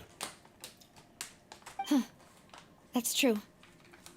Seems my father really had no choice. But things are different now. It should be a lot easier to prove the other side's guilt, now that we've connected Synth with the disappearances case. You sound like you've put a lot of thought into this, Malus. I am the butler, after all. I live but to serve the boss and demoiselle's will. I've always been willing to take on any kind of risk for your sake. But considering my relative lack of ability, I've spent my time keeping secrets, performing basic investigations, and waiting for the right time to come. Thank you for all of that, Malus. Have you discovered anything new in the past few years? Let me think. One conclusion I came to is that the enemy must be quite familiar with Spina di Rosula, or at least have an informant planted here. When I announced orders to the organization's members on Demoiselle's behalf, I used to deliberately keep a few people in the dark and observe the reactions of the synth vendors. If the vendors didn't change their plans, then the individuals informed of our orders must be innocent. If the vendors packed up and fled, however, then someone must have given them the news. After several rounds of testing and investigative tracing, I've narrowed the suspect list down to 3 people. The first is Florent, Spina di Rosula's senior advisor. Huh? Florent? Yes, surprising, isn't it? He was one of the people Boss trusted the most, which also means that he was someone who understood Boss really well. Thanks to his position within Boss's innermost circle, he always knew our upcoming plans and could thus avoid capture this whole time. There's someone else like him too.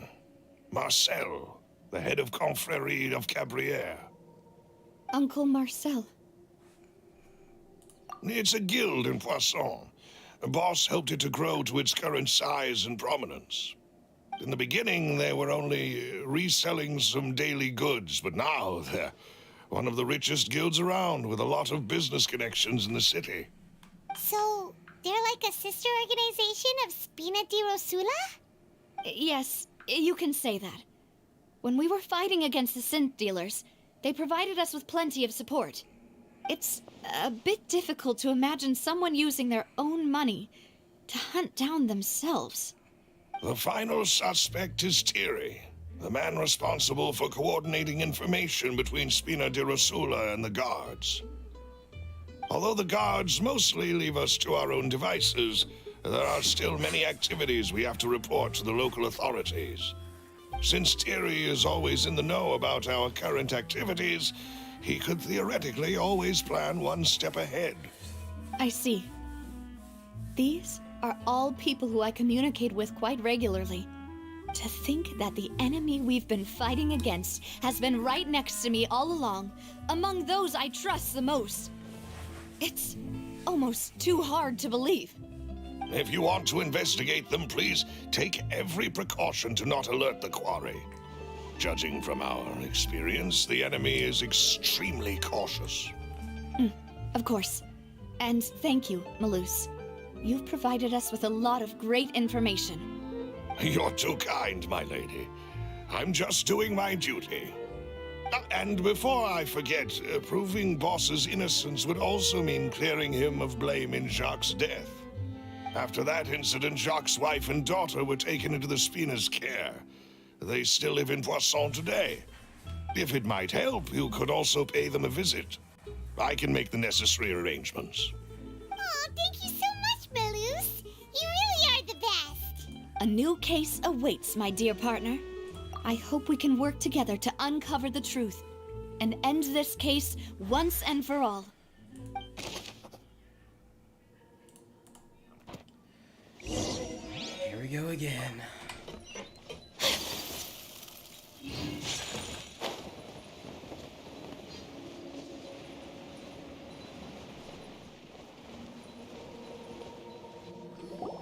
It is settled, then.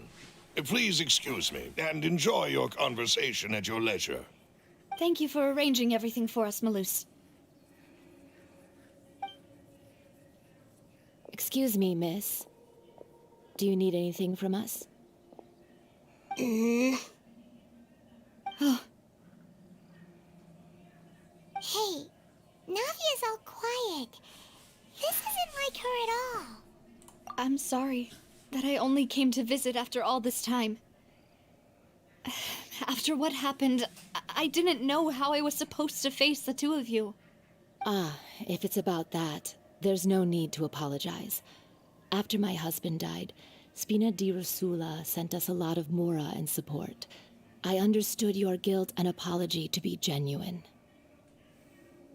But aren't all of those things nothing compared to the loss of Jacques? I can understand the kind of pain that comes with losing a father so needlessly. You don't understand at all. I didn't know how to face you, because I didn't know what I could possibly bring as a consolation gift. I know only the full truth could bring closure to you, and to all of us. I'm sorry. I appreciate the sentiment, but you don't have to carry all that guilt.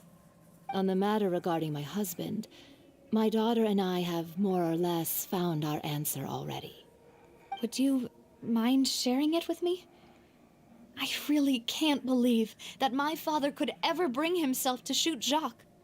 I always knew that my husband's money was earned through others' suffering. He told me countless times that if he could turn back the clock, he would never go into the synth business again. He had many regrets, and felt that he took the idea of providing for his family too literally. For the longest time, he thought Mora was everything. So when Mr. Callis came to him with a proposal, he accepted it almost immediately. He tried to be as careful as he could, but even so, he was still found out by the higher-ups. They found out about his betrayal? Papa didn't say that exactly, but Papa did tell me that I should never be ungrateful. Before he left that day, He told me that he had no choice. It was only later that I realized it was his final farewell to the two of us. I don't know that for sure, but you could say that's the conclusion I eventually came to. Which is why I'm the one who should feel guilty. Callus had always taken great care of us, both when he was still alive and after he passed away. Even if he fired the shot that killed my husband, it was likely in self-defense. It is impossible for me to hate him for what he had done. But Mama, why is Papa still the bad guy if he did the right thing? Papa always wanted to be a good man, so why did he have to do a bad thing in the end? Well, things aren't always as they seem. You still feel like your Papa was a good man, right? Yeah, Papa was a really good man. The best in the whole world. Then you should hold on to that. If a good man had to do a bad thing, then he must have had his reasons. Regardless of whether he left you a parasol or a sword. He must have done so to give you a better life. Oh. Thank you for everything you've told me. I will definitely find the truth. The current state of things is not something I'm willing to just sit back and accept. Thank you. I'm very grateful to hear this from you. Even though your personality is quite different from your father's, your determination when you speak is really similar. You really think so? That's the first time anyone said that to me.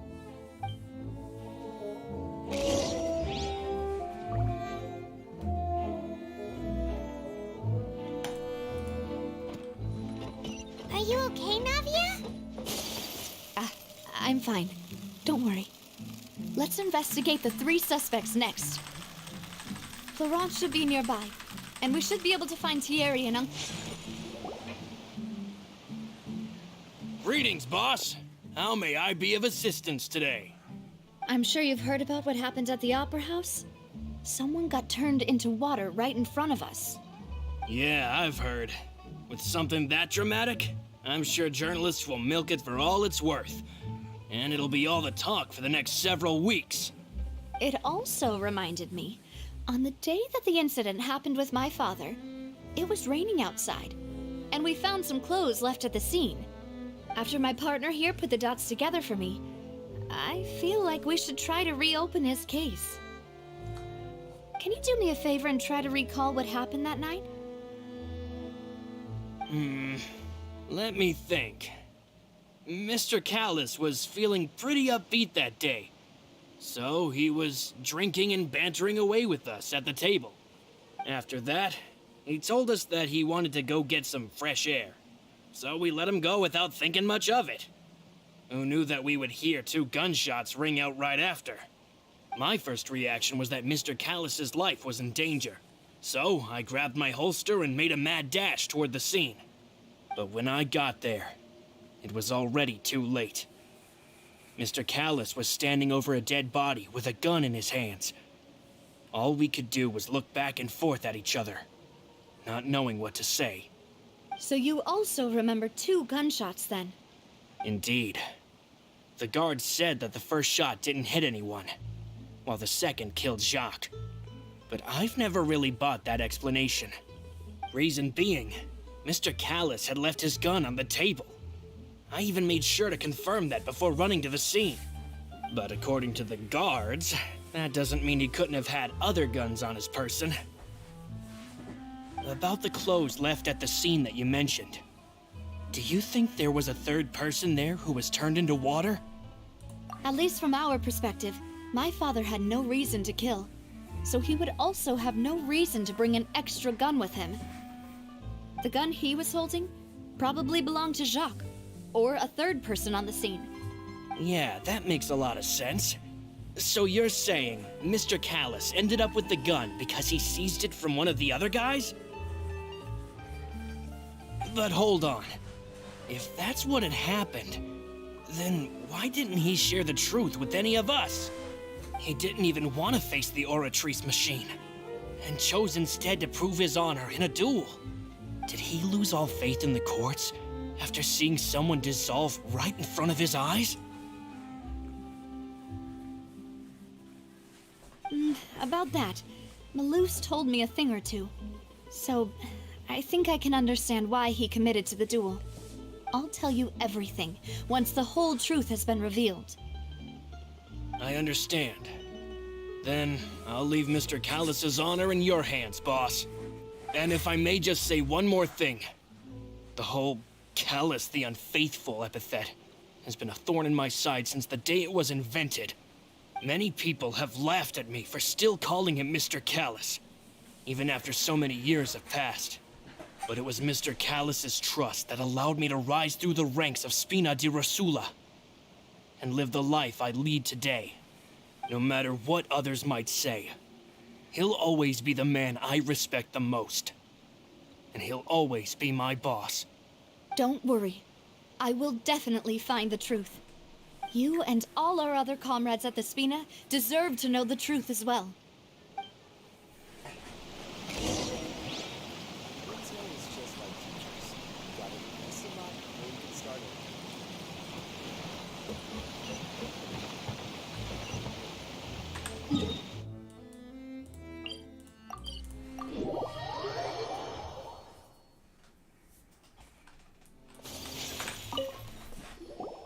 Hey, Thierry, it's me. Oh, now, what brings you here, Miss Navia? I've heard that you made quite the name for yourself at the Opera House. Oh, so you've caught news of that already. Oh, okay. Hey, I'm also a member of the Guards, you know. The way you make it sound, people would think I was sent off to Poisson because I had done something wrong. Are you sure there isn't a little bit of truth in that? Under normal circumstances, shouldn't you have been called back to the city already? I mean, where I work is really up to me. Let's just say I enjoy the ambiance of Poisson. Callus did a fantastic job running the town, building Spina di Rosula from the ground up and clearing many obstructions in my way. It would be next to impossible for me to find a similarly easy but high-paying job in the city. Anyway, enough chit-chat. Are these two friends of yours? You, here for some formal business? Yes. These two are my partners. What happened at the Opera House made us realize that Linny's case and my father's may be related. We're trying to reinvestigate the details of my father's old case. Ah, I get it. You think there might be more to the case now that we know people can be dissolved into water, right? I was also flabbergasted when I first heard of it. If you want to go through the original files from your father's case, I can help you look for them. That'd be much appreciated. Thank you. Actually, I have another question. Do you have the authority to dispatch Gardamex? Of course. Without them, I couldn't possibly handle Poisson on my own. Why do you ask? We definitely can't use them to forcefully get more evidence for your father's case. Well, you see, just recently, we were attacked by a horde of unnumbered Gardamex in the city. So, if you hypothetically wanted to do something against me, all you would need to do is get rid of the mecha serial numbers and send them after me. Then you think too highly of my abilities. Dispatching mecha is very different from controlling them. If I had to make an analogy, when you order a dish, the chef will make it for you. You can ask the chef to cook, but not to massage your shoulders or carry your baggage. If you try to make unreasonable demands, the chef would just think you're out of your mind and ignore you completely. The same goes for me and my Gardamex. Removing a serial number is also not as easy as you might think. There are a lot of complex steps to it, and it's almost impossible to keep it a secret. So I can promise you, those mecha were definitely private units. They're certainly not cheap.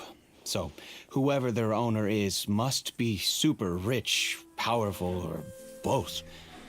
Now that you mention it, though, being in the synth business would definitely be profitable enough to afford this. Oh, then you're officially in the clear, Thierry. Oh, well, thank you for the vote of confidence, Navia. Jokes aside, I'd like to wish you all the best with your investigation. I'll be staying in the city for a little while, so just come find me if you need any support from the guards.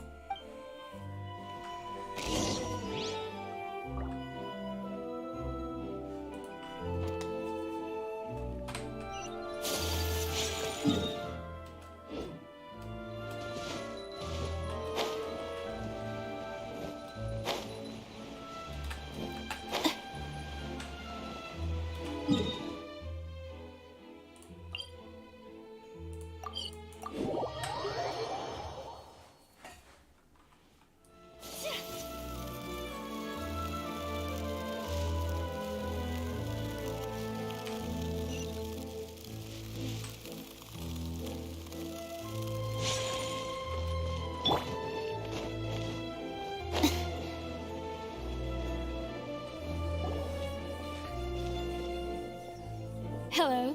How may I help you? I'm here to see Marcel. Could you please let him know? You can just say Navia's looking for him. Sure. I will let him know right away.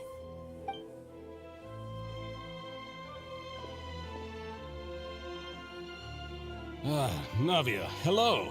Sorry to keep you waiting. I'm not as young as I used to be, so my legs are giving out a bit. Oh, it's all right, Uncle Marcel. There's no need to stress. I just wanted to talk to you briefly about what happened in the Opera House. I'm sure you saw everything too, right? Yes, I've never seen anything so strange. Oh, you were at the Opera House too?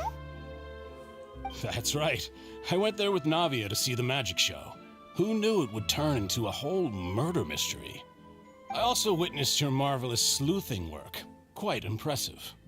To beat the Hydro Archon at her own game on her own turf, I can already imagine everyone in Fontaine discussing your exploits over a few glasses of wine. Oh, Paimon doesn't want to become the talk of drunkards. Apologies. It's just how Fontaine is as a nation.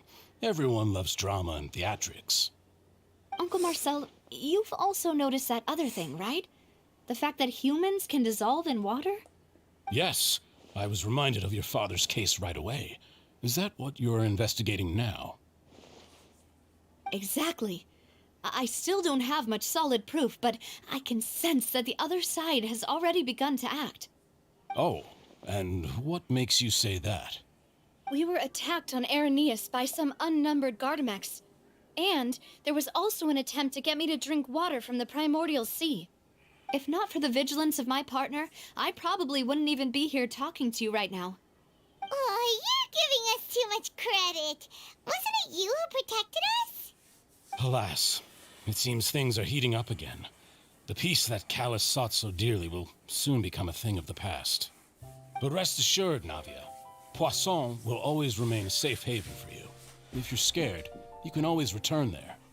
If anyone dares to lay their hands on you there, the Confrérie of Cabrières will use its funds to the last Mora to bring them to justice. Thank you, Uncle Marcel. But I don't intend to go into hiding. I'm going to strike while the iron's hot. Do you have any new thoughts on my father's case? About that. Sorry, my age is catching up with me, so it'll take me a while to recall my memory.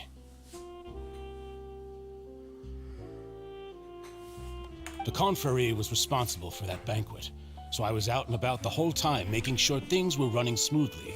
I didn't even have the time to drink with the guests. Then I heard the sound of a gunshot, and the rest was history. Oh, it's okay. No need to push yourself. We'll ask around some more, see if there are any valuable clues elsewhere. Sounds good. Just let me know if you ever need Mora. All my wealth comes from Callus's patronage and support. I'll spend however much it takes to clear his name.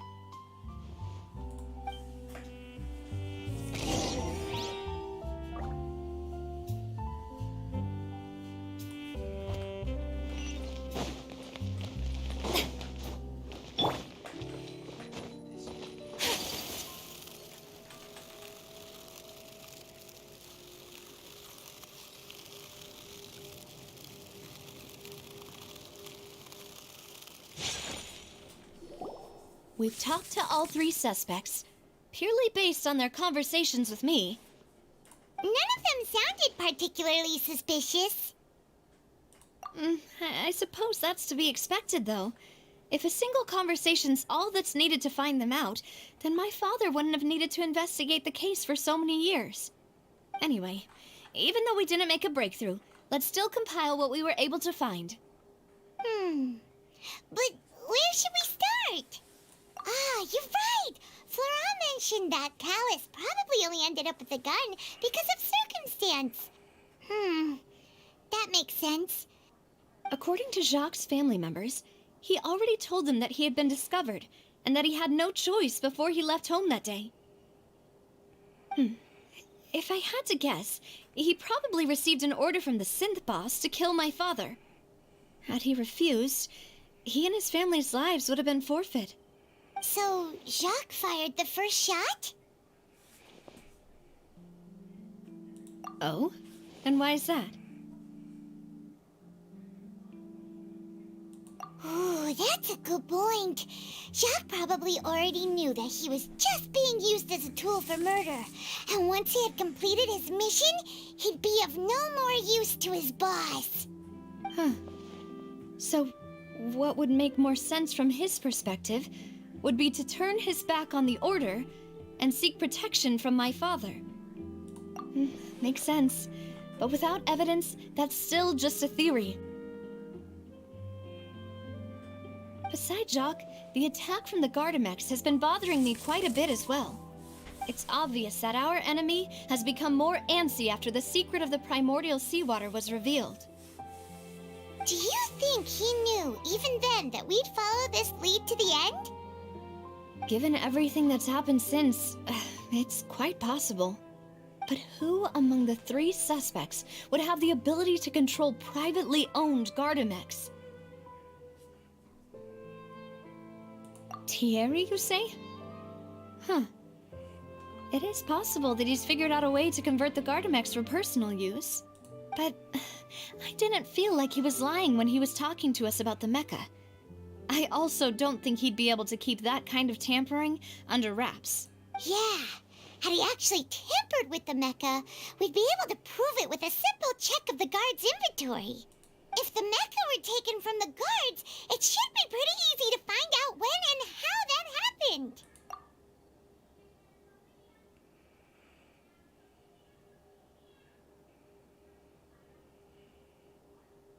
Uncle Marcel? My father did really trust him. And they worked together on a large number of projects. Maybe that's how he got to know Jacques. And with funds from the Confrérie, he could also afford a large number of Gardamex. It's still really hard for me to imagine, though. After all, Uncle Marcel has been around since I was just a child. Also, wouldn't this mean he has been spending a whole lot of mora and energy to fight his own synth business? Florent? It is true that he was closest to my father, and thus had the best chance of learning about his dealings with Jacques. But as Spina di Rosula's advisor, his work mostly deals with personnel and security, so he shouldn't have much means when it comes to finances. So you're saying he's too broke to afford a mecha army? Exactly. He can't. And even if he could, I don't think he would be able to dispatch a whole group so quickly. Who could it be?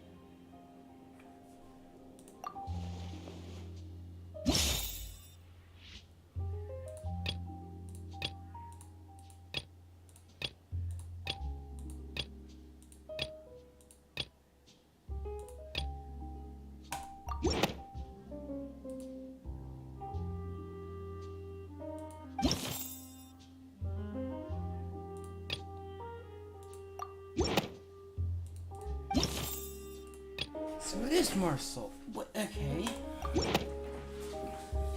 You know, if you think everything through, Uncle Marcel is indeed the most suspicious of them all. Could we No one be was missing family. other suspects? Malus didn't know about the people turning into water thing when he narrowed it down to these 3, did he? Malus has always been very reliable, and his judgment of others' trustworthiness has been fair and well considered. When he laid out his case for the three, the rationale he gave me made a lot of sense as well. The suspect is knowledgeable about the Spina's internal affairs, has the means to dispatch Mecha to assassinate us, and possesses significant intellect and foresight.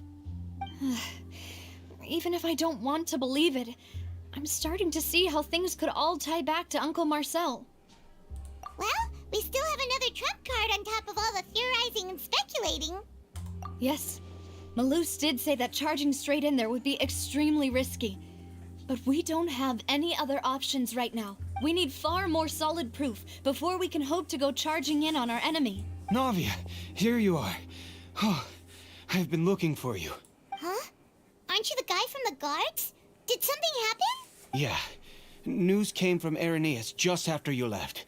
We've got another trial on our hands. Wasn't that place built specifically for holding trials? What's so newsworthy about this one? I know. But they said the person they're putting on trial is a Fatui harbinger called Tartaglia. What? Is that someone you know? Yeah, we know him. Maybe even a little too well. Well, he's been accused of being the true culprit behind the serial disappearances case. It's absurd, don't you think? Wait, how? None of our investigations have had anything to do with him. That's what I thought was strange about it, so I came to tell you the news right away. If the charge against him stands, then it'll be next to impossible to get the guards to support any of our planned investigations. Right, because they'll think they've already found the culprit. Yeah, and it'll be a lot harder then to clear Mr. Callus's name. I understand. Well, partner, what do you think we should do? We still haven't found any conclusive evidence. Huh? Split up? What do you mean? Just as expected of my partner. Since this is a trial about the serial disappearances case, the culprit's attention will be focused on Irenaeus, leaving his home base wide open. You're right. This is our best opportunity. All right then, let's do this. I'll stall them at the Opera House and charge Marcel as the true culprit. I won't have any chance of making that charge stick, though, unless we find more evidence. It'll be up to you to make it back in time and hand the decisive evidence to me. We'll help you, just like you helped us in Linny's trial. Demoiselle, please allow us to accompany you. I'm ready. Ah, Malus, Silver, when did you two get here? We heard that you'll be leaving Poisson and figured that you might require our assistance. It's our hope that your confidence will be bolstered with the two of us by your side. Thank you so much. Then, let's make haste for Irenaeus. Paimon, Traveler, I'll see you at the Opera House. See you then!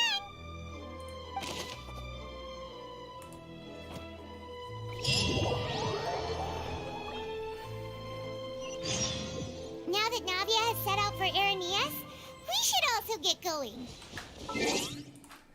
Before that, I guess we have to fight. Let me bring out my best team. There we go.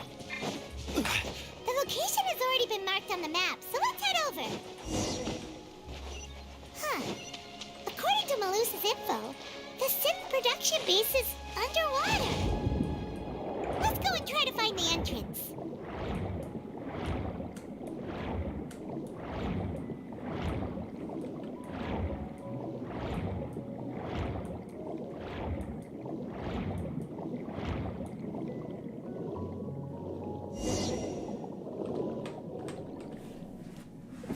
Finally found it! Huh. So this is the entrance that leads to the synth production base. It sure doesn't seem out of the ordinary at all. Ah, you're right. An important place like this is bound to have a ton of protective measures and mechanisms. Navia's probably arguing up a storm right now to stall for us.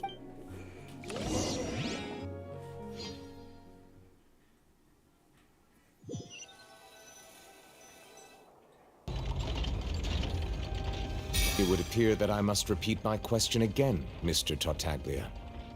Do you accept the charge that you are the true culprit behind the serial disappearances case? To be perfectly honest, I don't understand your country's complicated court system, or the reason why I'm being charged with something I've never even heard of. However, I did hear that people who have been charged can choose to participate in a duel to clear their name. Is that right? In which case, as long as I accept the charge, I can have an all-out fight with that champion duelist Clorend, right?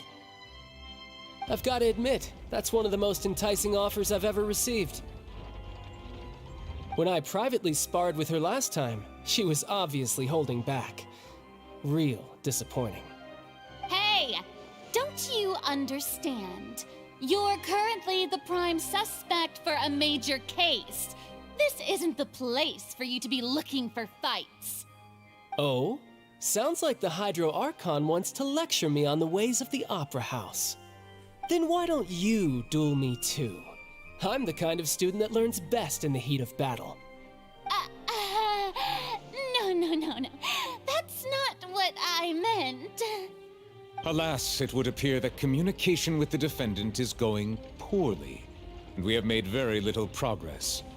In that case, let me explain everything from the very beginning again. The goal of this trial is to determine the culprit behind the serial disappearances case. That case had nothing to do with him. You've got the wrong man. Huh? What's going on? Why is she interjecting again? I told you it couldn't be one of the Fatui Harbingers. Miss Navia, this is the second time you've interrupted the court proceedings. I only tolerated your behavior last time because you were able to provide the court with a key eyewitness. But that was an exception rather than standard court protocol. I can very well charge you with contempt of court for your interjections. Oh, please. Did you ever think I had any respect for this place's pointless theatrics? We can put that discussion aside for now. I'm not here to argue with you. I'm here to charge the true culprit behind the serial disappearances case. And if my charges prove true, then Tartaglia here will be proven innocent by default, correct? Oh, a young lady has charged in and offered to clear my name. How fascinating. Well, I'd gotten half bored to death by all these rules and procedures anyway, so I'll take you up on that offer. So, Your Honor, is there nothing else for me to do now? You may take a seat for now in the audience, but that doesn't mean the suspicions against you have been lifted. Now then, Miss Navia, who is the person you would like to charge instead? That person is...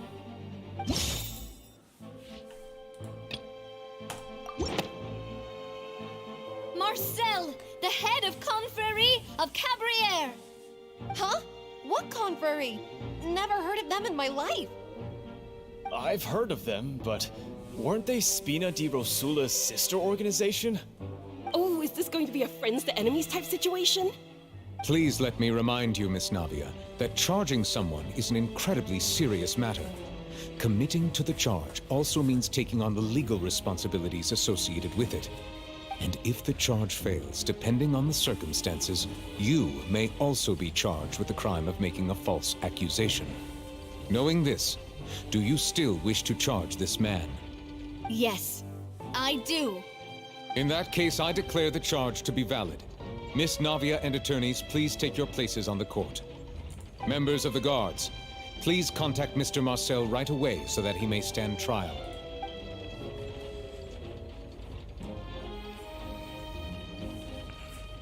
Mr. Marcel, you will not require an attorney. Is that correct? Apologies. It all just happened so quickly.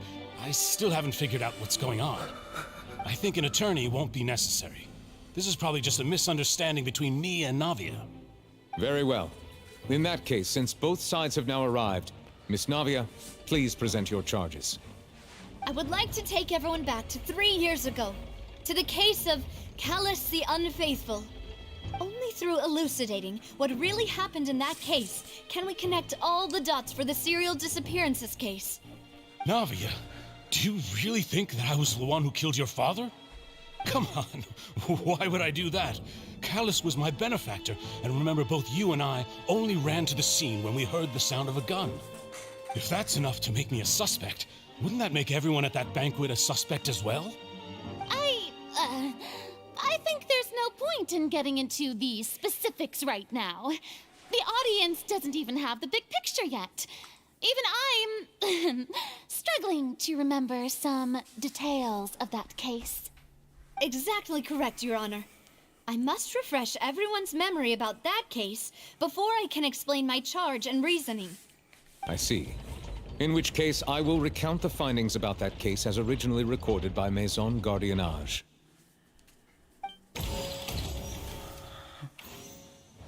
On the day of the murder, Spina di Rosula hosted a large banquet in a countryside estate owned by the Confrérie of Cabrières. During the banquet, all attending guests heard 2 gunshots from the courtyard. When the guests arrived at the scene, they found the primary suspect, Callus, holding a gun, while his acquaintance, Jacques, lay dead from a gunshot wound. The guards' investigation did not recover any other firearms from the scene. As a result, they concluded that the suspect's first shot must have missed, while the second must have taken Jacques' life. The suspect did not dispute this conclusion, and also declined to defend himself in court. Instead, he chose to prove his innocence through a duel.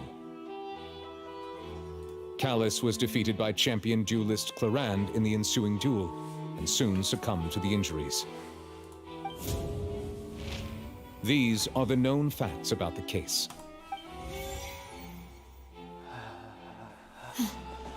The one with the motive to kill was Jacques, not my father.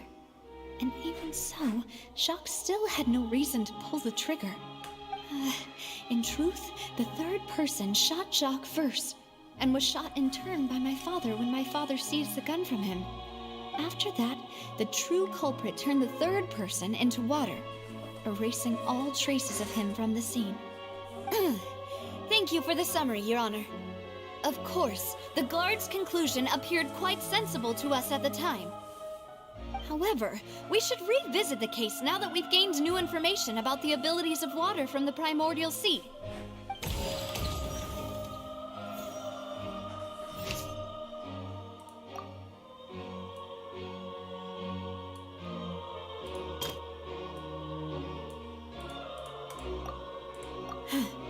Something's...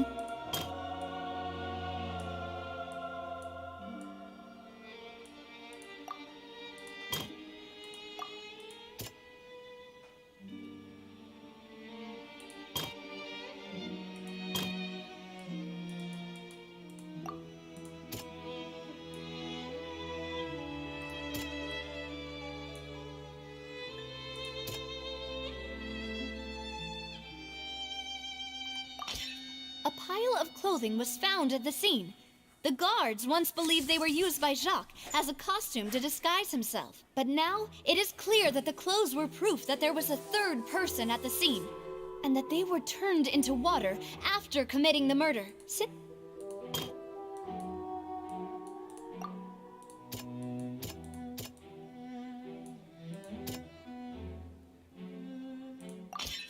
This assassin first shot Jacques, then turned to shoot Callus, only for Callus to wrestle the gun from him and kill him instead.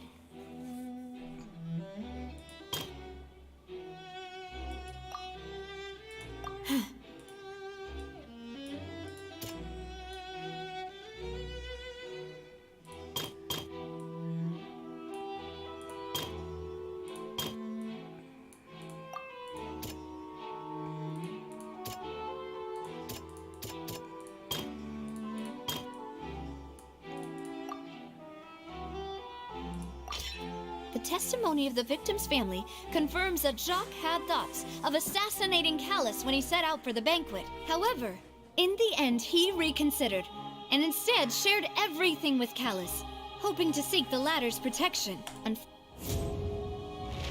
Realizing this, the true culprit caused the hired assassin to dissolve into water, leading everyone to believe Callus was responsible for Jacques' murder. This is the true version of events.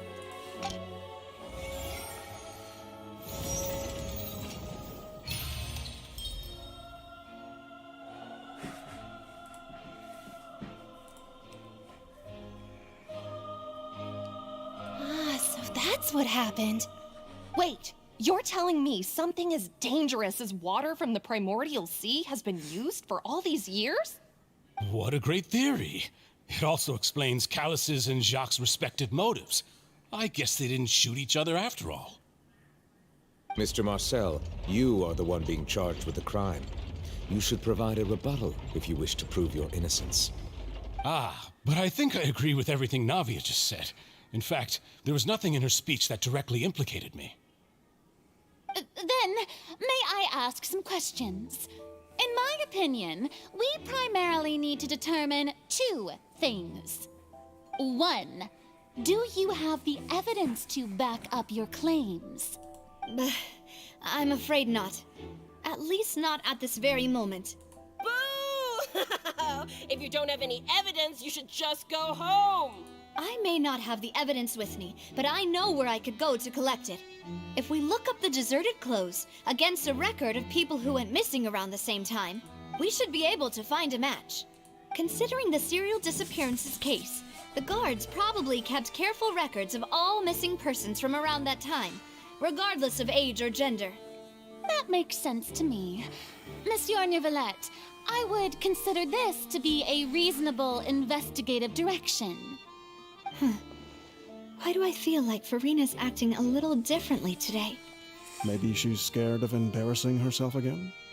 Alternatively, she's become more diligent after charging an innocent citizen in the last trial. My second question has to do with the ensuing duel. If the truth is indeed as you described, then why didn't Mr. Callus explain himself in court? If he had testified that a person had been dissolved, he could have at least mounted a defense. I've thought about this too, and the answer is actually pretty simple. He felt there were things that were more important to him. The dissolving power of water from the primordial sea is an important secret for the true culprit of the serial disappearances case. My father could have exposed it for all to see, but he chose to take it to the grave. At that time, Spina di Rosula was in dire straits, and his reputation had already been shattered. He had no guarantee that going forward with the truth would allow the culprit to be brought to justice. What was certain, however, was that it would paint a gigantic target on my back. Boss once told me that Demoiselle had already been selected as the next target of the serial disappearances case. What? If the secret had gotten out, the culprit would have fought an all-out war with Espina right there and then. I wouldn't have been the only one in danger. All of us would have stood to lose our lives. Of course, the guards might eventually figure out the truth of the matter and determine that we were in the right.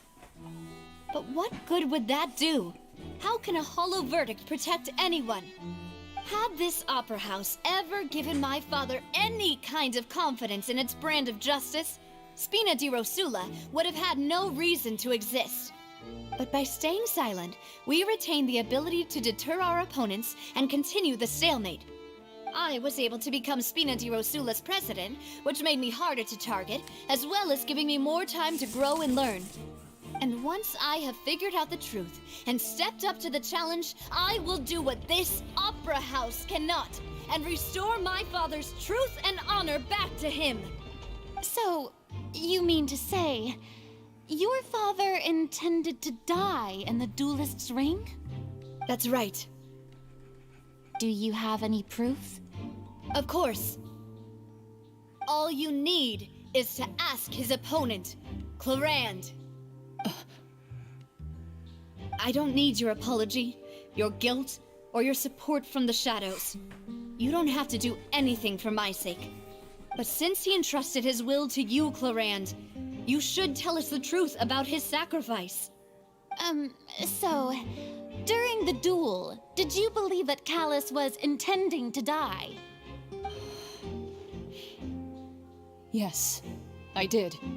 As a champion duelist, I've fought many battles and taken a countless number of dishonored lives.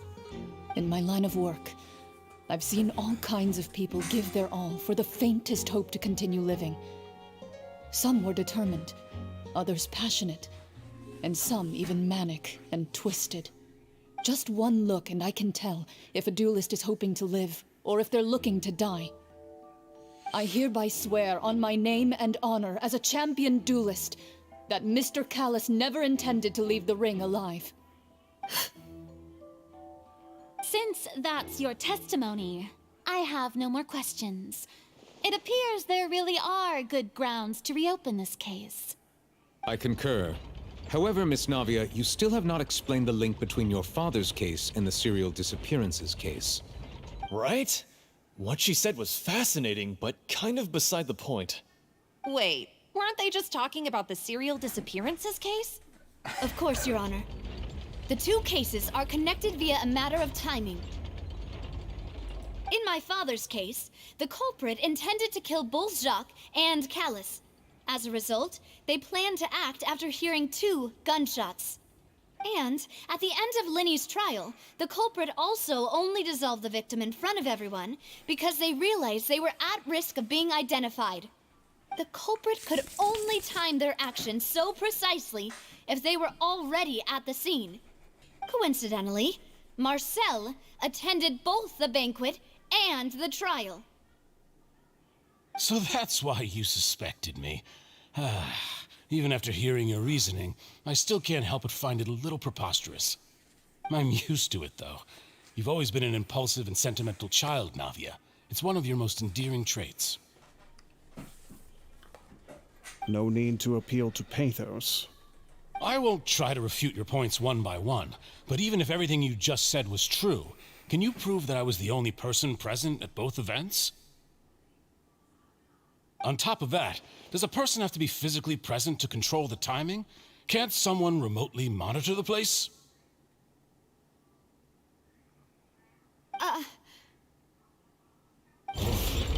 know what she can say to that. I know that even with that, you might still think you can reduce the list of suspects with some further investigations until I'm the only one left on the list.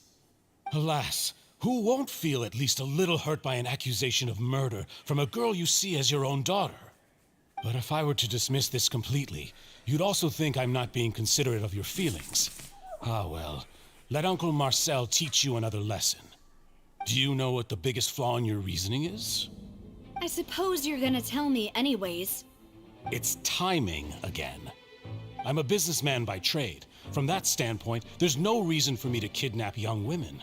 It's a high-risk action with nothing to gain. In addition, I left my home in Snezhnaya when I was young to come to Poisson and work in some trade. My business only thrived when I received Callus's patronage. But the disappearances began before I ever stepped foot in Fontaine. I do apologize, demoiselle. This was my mistake. No, it's not your fault. I'm sure he had come prepared. Is there anything else you'd like to say? Would you like to check the date of my first business license against the first known case of the serial disappearances? You can also take a look at my border entry records, or ask my friends and family when I left Snezhnaya for the first time. Could those records and testimonies do something to appease the unspeakable anguish in your heart? Seems like she got the wrong guy. At this rate, Navia will be convicted for falsely accusing him. I think you've done a superb job of dissecting your father's feelings as he neared the end of his life. But aren't you going against all of his wishes and expectations right now? He wished for you to become more rational, collected, and conscientious, instead of dwelling only on your own feelings. Once you've learned to be more considerate of others' feelings, and to stop rushing headlong into things, you'd have met most of his expectations. This isn't just about me, and it never has been. The biggest difference between me and the rest of the victims is that I still have the ability to search for the truth, while that same agency has long been taken from them. The people whose families were destroyed by synth abuse, the people who lost their loved ones to the serial disappearances, and the people who suffered tragic ends due to their sense of justice. Many people's images are flashing before my eyes. I'm sure some are coming to those of you in the audience as well. And whose image do you see, Marcel? Is it a man named Vacher? Oh, so you do know that name. I'm merely surprised you'd suddenly say the name of someone I've never even heard of. I was waiting for you to say that.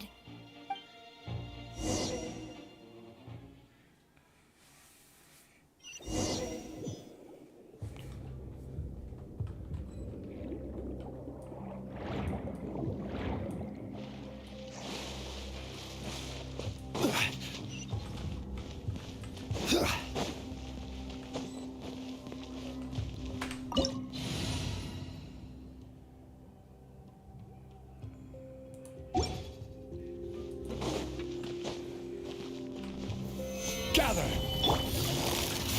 Gotcha! Game's up! Fun's over. Go! Phew! Whoa! The floor is going up! Is it because of this mechanism in the middle? That guy really prepared a lot of stuff for this place.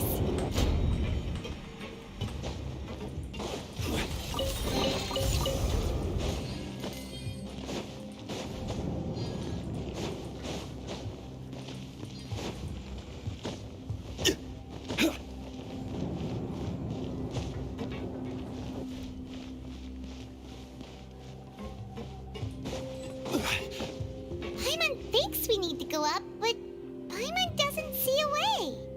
Let's take a look around. Maybe we'll find a hidden mechanism that'll show us the way up.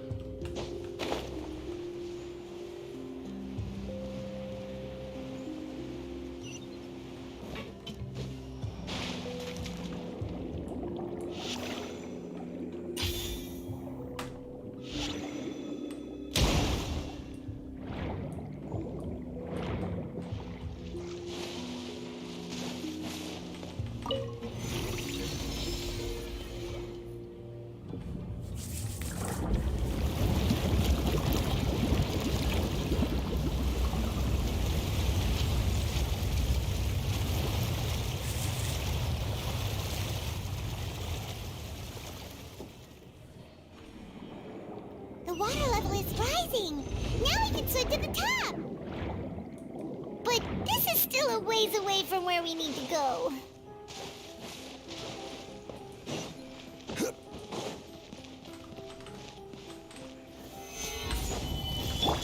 Rain outlines your fate. Know my sword. Witness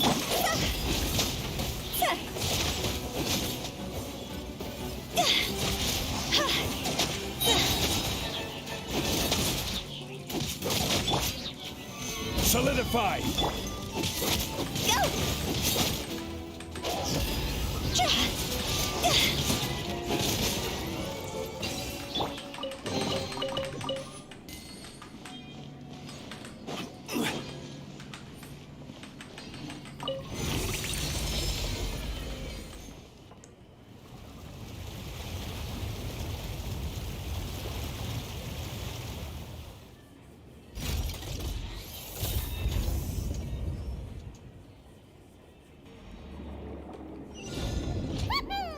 Now the path is clear. Let's go.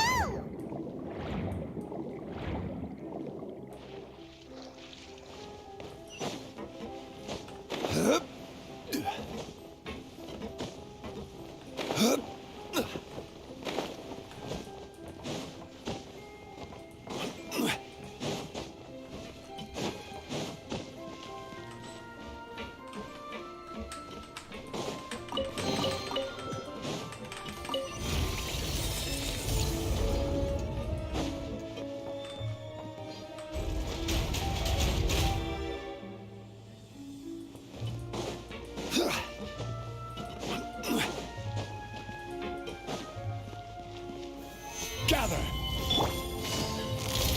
Quietly now. Here comes the catch.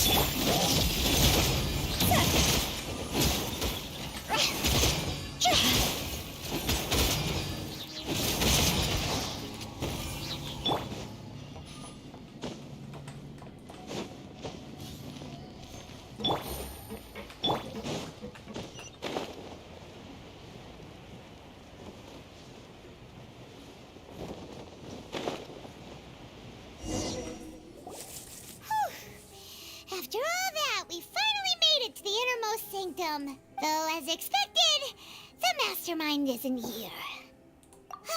That's right. Then let's hurry up and find some evidence so we can get back to the Opera House and help Navia.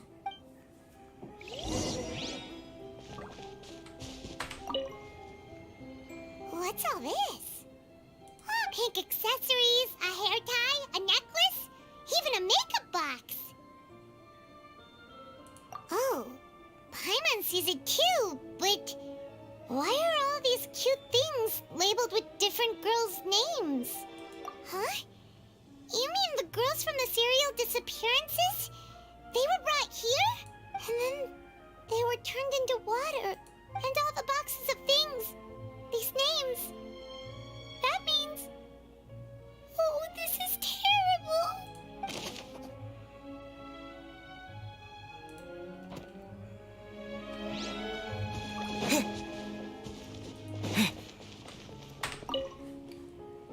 What's this over here? Looks like some kind of place for research.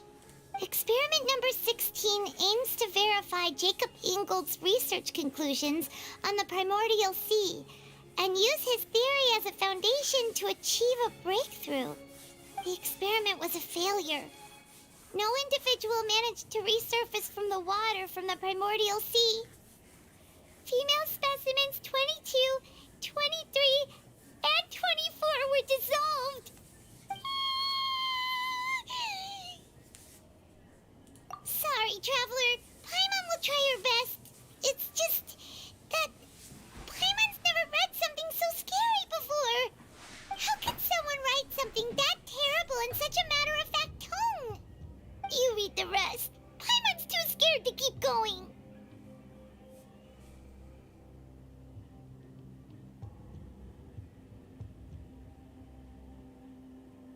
So that's why he did all of these experiments.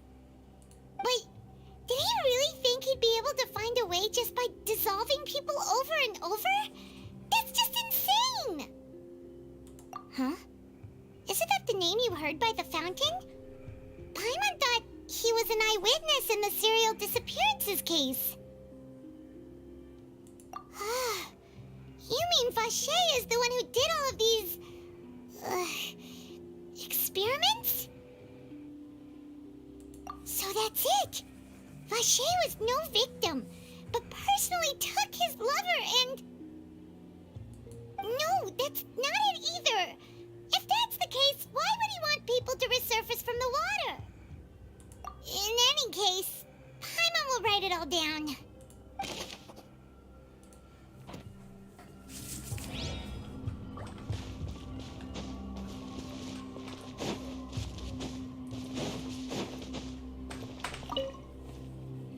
Let's see what's written here. Nothing escapes Detective Paimon's eyes. Callus. Navia's father. Oh, this seems to be an investigation report on him. Yep, it's about finding someone to assassinate Jacques and Callus because of a lack of confidence that Jacques himself would go through with it. This should prove the existence of the third person, right? We still have not determined the exact content of the key information Callus has passed on to certain members of his organization. The old dog's a real menace to deal with. Even if he abides by the promise he's made to us, he will still have the upper hand. He can act whenever he wants to make our lives miserable. The only option left is to remove him from the picture entirely. I concur. Let's send someone to kill him. He won't declare war as long as we don't touch Navia. Oh, seems like we've got a bunch of correspondence between the higher-ups. They're all just so evil.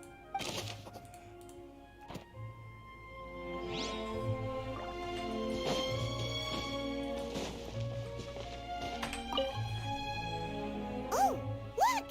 There's an important-looking basin over here, and it's full of water. That means this is where they make all the synth, and that special water is the main ingredient. If you dilute it with normal water, you'll get synth, but the pure stuff can dissolve a human! Paimon will take notes on this incriminating evidence.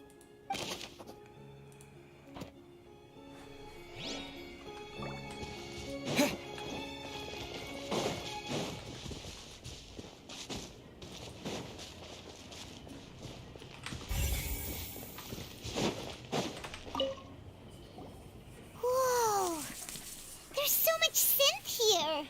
And so many bottles of ingredients that probably just contain the waters of the primordial sea. Mixing in progress. Ready to drink? Stock sample? Huh. They've also got all the synth pretty clearly labeled. Whoa, there's even fruit-flavored synth? Yep, it's super obvious.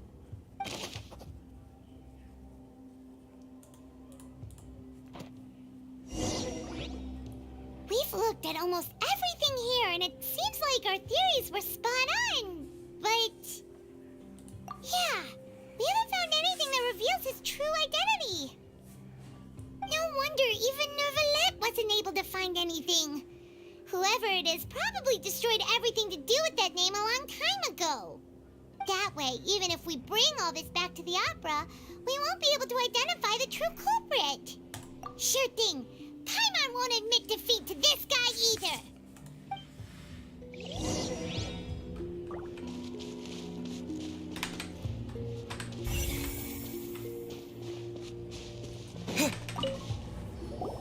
You take that side and Paimon will take this side.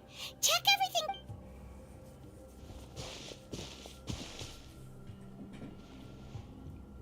Ugh. Nothing at all. And Paimon can't even find snacks either. Whoa, really? Let Paimon see. Vinier. Isn't that Vache's lover's name? Then you found her diary. Let's see. Aw, it's just a normal diary chronicling their love story. She was so sweet, too.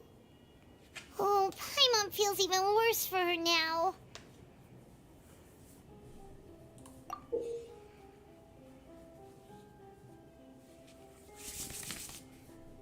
So many! A whole page's worth! But they're all crossed out.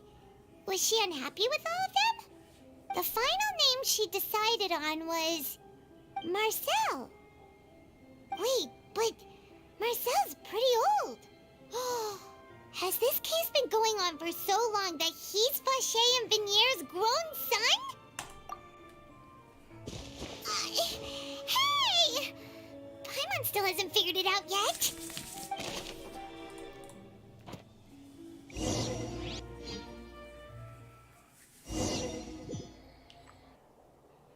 And whose image do you see, Marcel? Is it a man named Vache? Huh. Oh, so you do know that name. I'm merely surprised you'd suddenly say the name of someone I've never even heard of. I was waiting for you to say that. Navia! We're back! As expected of my partner. I just knew you'd return in the nick of time. Just how often do you intend to flout the rules of this court? It's all right, Monsieur Neuvillette. Given their confidence, I expect they've found the crucial evidence.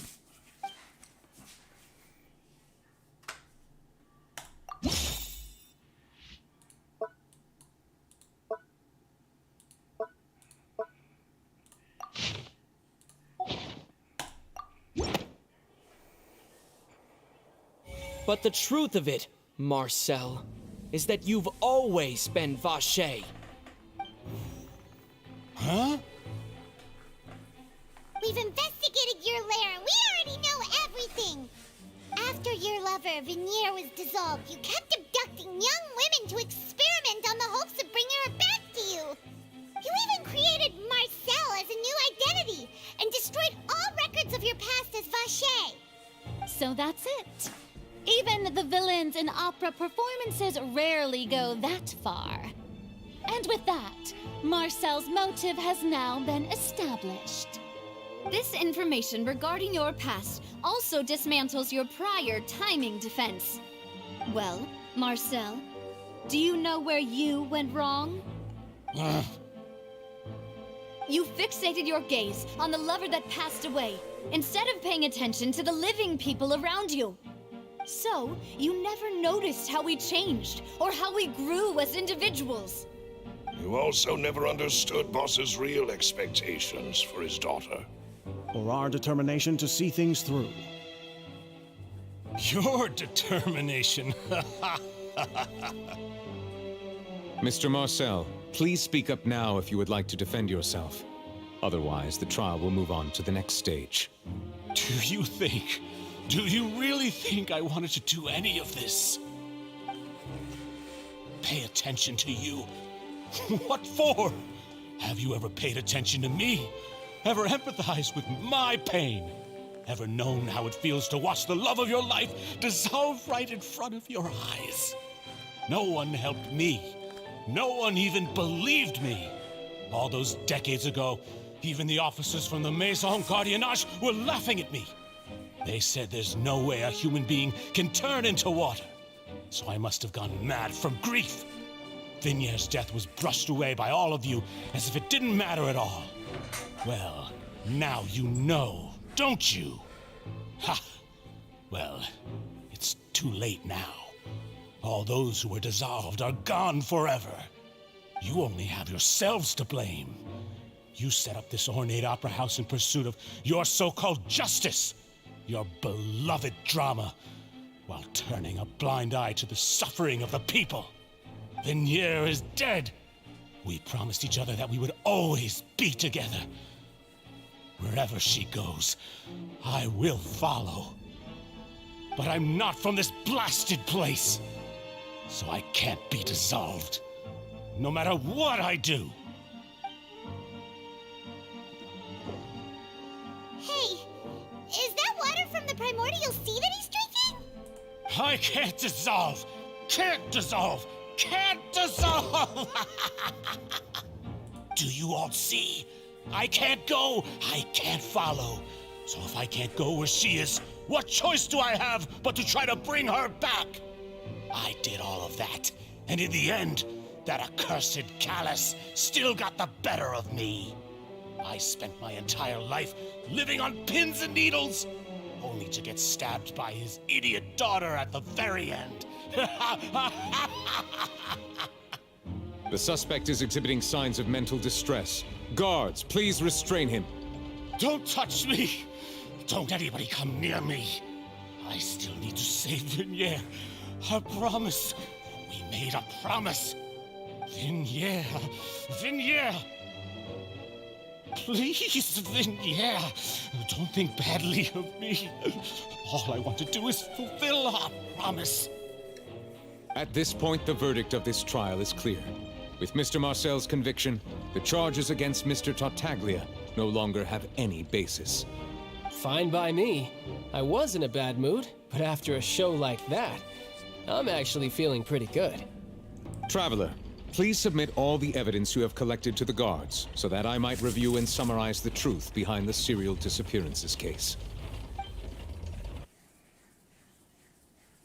The man now known as Marcel was originally named Vacher and worked as an adventurer with his partner and lover Vignier. During an underwater expedition, Vignier accidentally came into contact with water from the primordial sea and was dissolved in front of Vacher as a result. Vacher learned of the primordial water's existence through the work of others and began to kidnap young women for research, with the goal of discovering a method to restore Vignier back to life. To cover his tracks, he invented the new alias of Marcel and began to operate a business in Poisson. During the course of his research, Vacher discovered that a diluted concoction of water from the primordial sea can induce feelings of euphoria, and began to manufacture and market synth. However, as he accumulated wealth to fund his continued research and expanded the scope, he came into conflict with Spina di Rosula. After exchanging blows with Spina di Rosula for many years, Vacher decided to assassinate their president, Callus, at a banquet.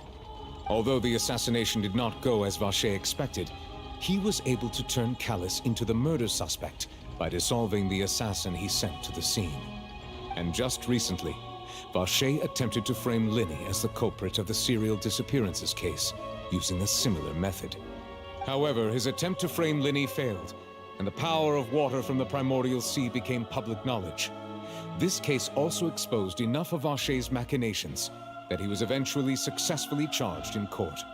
Thus concludes the enigmatic history of the serial disappearances case, with the truth revealed to all.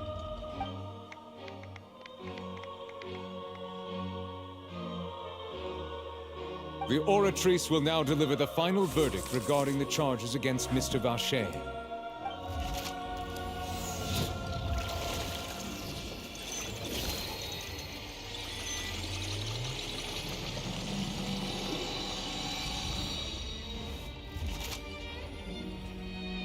According to the judgment of the Oratrice Mécanique d'Analyse Cardinale, Mr. Vacher is guilty. Guards! Take Vacher away. Good. It's what he deserves. With that, the serial disappearances case is over now. We really just witnessed history. Who would have thought the true culprit would be such a polite and well-spoken guy? Yippee! We helped Navia bring the bad guy to justice! He's hurt so many innocent people, and now he's finally getting what he deserves. Huh? Are you okay? Demoiselle, you were absolutely brilliant. The day our late boss had always hoped for has finally come. You can rest easy now, knowing justice has been served. Yeah. It's finally over. It's all thanks to you guys. And my partner. See, Papa? Spina di Rosula's still doing well with me at the helm.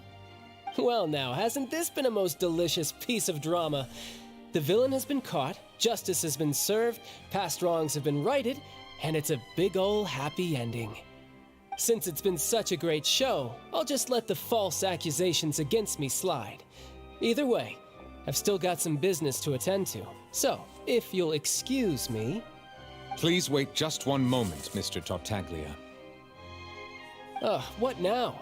None of this has anything to do with me. According to court protocol, since this trial was initiated due to a charge against you, a verdict must also be made regarding the initial charge before the trial can conclude. Oh, come on. Is this really necessary? Haven't you already caught the real criminal? Isn't it time for side characters like me to exit stage left? Please respect the laws of Fontaine. This has always been the rule. All right, but this sure is a lot of hassle. All I need to do is stand over there, right? Let's just get this over with. Through evidence presented in the public trial that was just held, it has been established that Mr. Tartaglia has no direct connection to the serial disappearances case.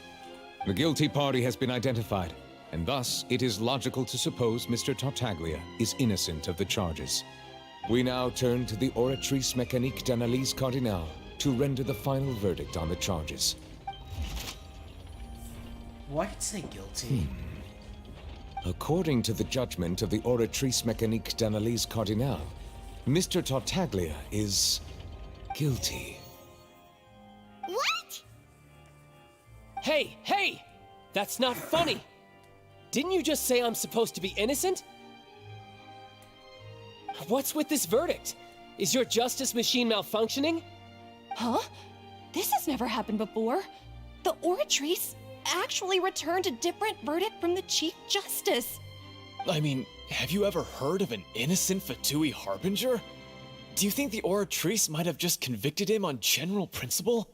But weren't the charges about the serial disappearances case? No matter what else he's guilty of, it shouldn't affect the verdict in this case, right? The judgment of the Oratrice Mécanique d'Analyse Cardinale is, by law, the final verdict of the court. We must accept the guilty verdict. Guards, Please take the suspect into custody per court protocol.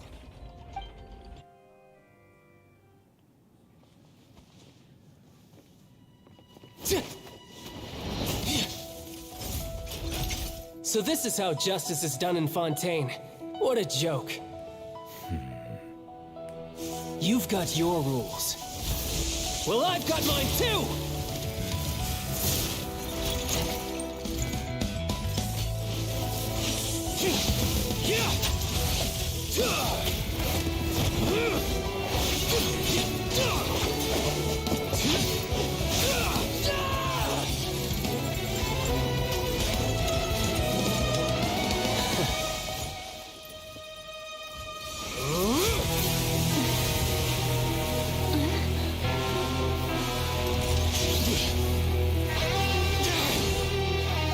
He's activating his spell legacy!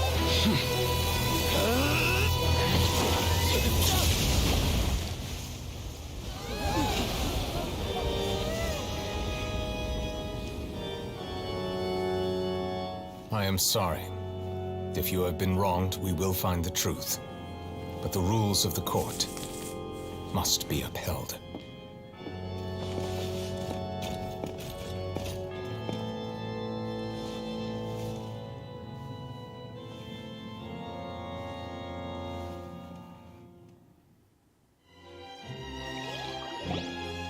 Hey, Monsieur Novelette, what's going on?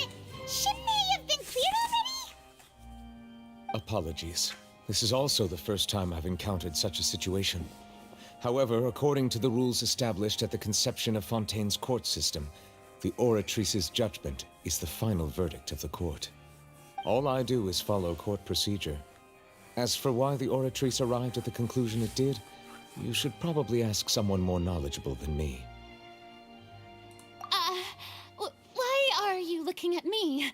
I had nothing to do with it! I don't know what happened there either. Hey, stop staring at me! What does Lady Farina mean by that?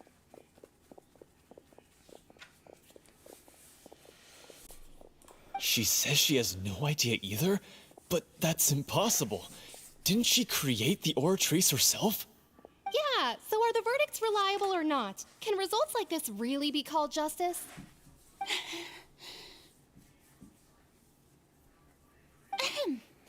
My dearest citizens, did you really think we'd allow an incorrect verdict to be handed out in this court? Did you really believe that the judgment could be mistaken or be the result of some sort of random mishap? Don't tell me you thought even I had been blindsided by the Oratrice's result. But the way she looked just now, it was pretty obvious she had no idea what was going on. However, given the state of things, I shall give you an explanation. Everything that just took place, including my supposed shock and bafflement, was a part of an elaborate performance, with every action meant to stir up drama and excitement.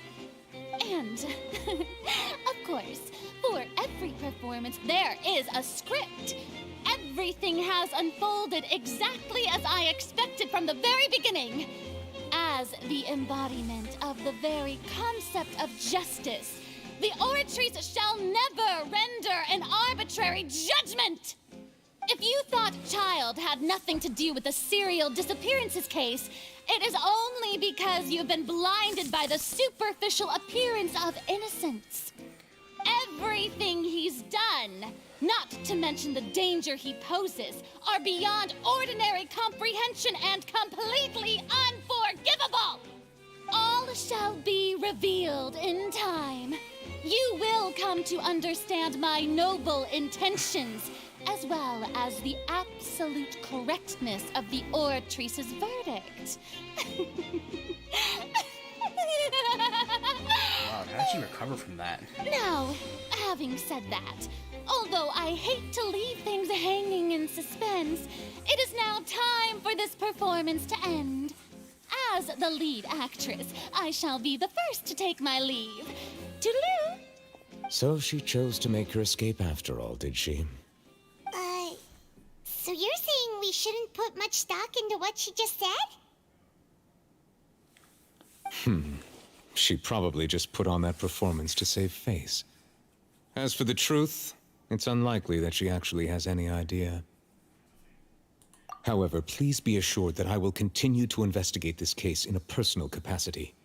Just as I promised, if the judgment has been incorrect, we will do our utmost to clear his name. All right. Even though we feel pretty badly for him, we'll take your word for it for now. After all, he's done plenty of bad stuff, so he should have known he'd go to prison someday, right?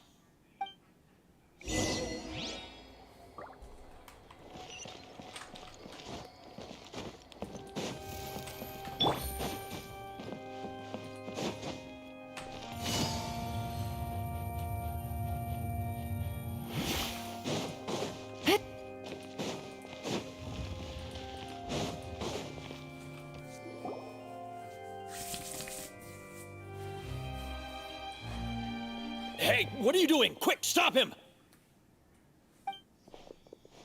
Traveler! Hey! Traveler! Marcel! What are you doing over here? Stop resisting arrest! Cease, or we'll add another charge to the list. No, wait! I just want to ask the Traveler something. I'm not looking to run away. Please, just let me ask this one small thing. Go on. Thank you. I was being led away when I finally realized something. Where did you first hear the name Vacher? I erased all records of that name. So, unless... Are you still trying to prove your innocence? Give it up. You've already been convicted. Really? You did? You're sure? You met her? But how could that be? How did you manage to do it? The Fountain of Lucine? Then she's been so close to me all along. And I just never... Please give me a chance to talk to her again. Just let the Traveler take me to the fountain to see her one last time. This is the last request I'll ever make in my life. You can do whatever you want to me afterwards. I don't care. What? Give an inch and you want to take a mile? Do you think serial killers get to make requests like that? Paimon agrees. Why should we give him what he wants when he's only done a ton of super terrible things? This request, is it worth as much to you as your life? Of course! Wait, no. It's worth even more than my life. Humans. Will they betray the instinct to live just to satisfy spiritual needs? Very well. I will grant your request. Your Honor, I fear that... I will go with him. You do not need to worry about any escape. In that case, I shall leave him in your most capable hands, Chief Justice. Thank you, Your Honor.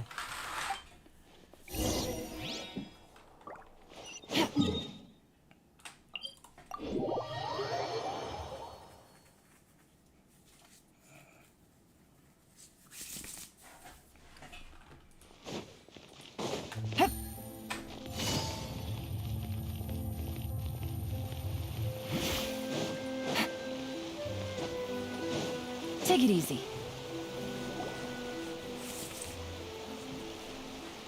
Is this the place? You said she's here, but what do I need to do to see her? Yeah, and even Paimon could hear her after drinking that thing. Didn't you just drink a lot of it on the stage as well? Oh, in that case... Vacher! Ah! Yes, that's it! So you heard it too! Vignier, it's me! It's me, Vacher! Vacher? Vacher? I'm here! Where are you, Vignier? I'm coming for you. I'm finally here for you. Hey, wait! Be careful! Hey, wait! Vignier, is that you? It's me, Vacher! Vignier! Vacher? Why did you come? Didn't I say? You don't need to look for me. You look a lot older than I remember. How long has it been? It's been more than 20 years. I've suffered for over 20 years since the day you left. All this time, only the thought of bringing you back has kept me alive. Nothing else mattered to me. I must be dreaming. Who would have thought I'd get the chance to tell you all of my feelings like this? Vignier, you are my everything. I really don't know how I could live without you. But Vacher, if you ask me, this world would be better off without you. What are you saying? If not for you, I would have finished my law degree and probably become a top-tier attorney one day. If not for you, I would have continued to pursue my love of the arts, and my works would have been displayed in the Palais Mermonia itself. If not for you, I would at least have been able to take care of my mother. And she would not have grown old and died alone, with nothing but the tears on her cheeks. It's all because of your selfishness, Vacher. It's all because of you. Wait, you are not Vignier. Who are you? You're right. I am not Vignier. I am the sacrifices. Every woman who died by your hand, as our bodies dissolved, our consciousnesses flowed back to the primordial sea. Our thoughts circulated endlessly within the primordial sea, and we were no longer individuals, but we became one, just as streams of water come together in the sea. I'm Cressy. I'm Lemony. I'm Azine. The only one I am not is Vignier. Why? But then, where is Vignier? She doesn't want to see you anymore. Every tendril of her consciousness is avoiding you. This is what you get for your selfishness. Your selfishness robbed us of our lives and our futures.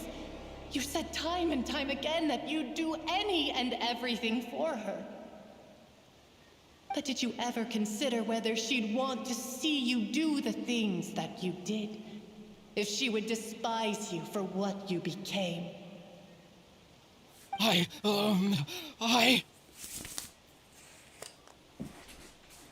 You are a liar, a heartless murderer, and a cowardly narcissist.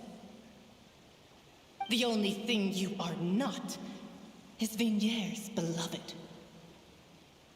From the moment your first victim died and her consciousness merged with Vignier's, she has had nothing but pure hatred for you.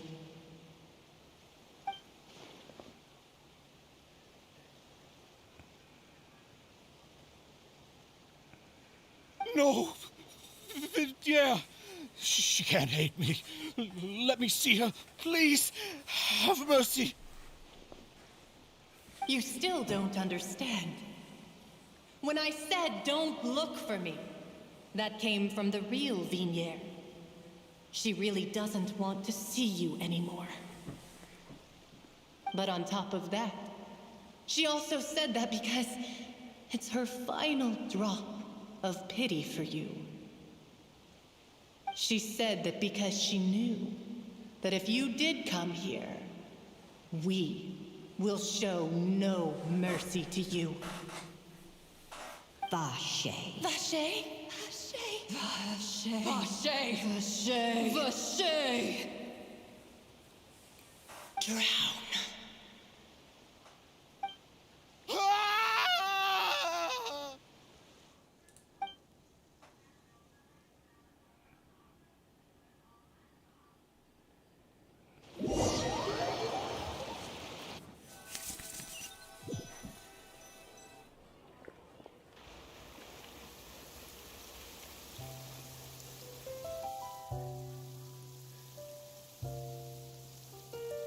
Finally, we have some time to do shopping.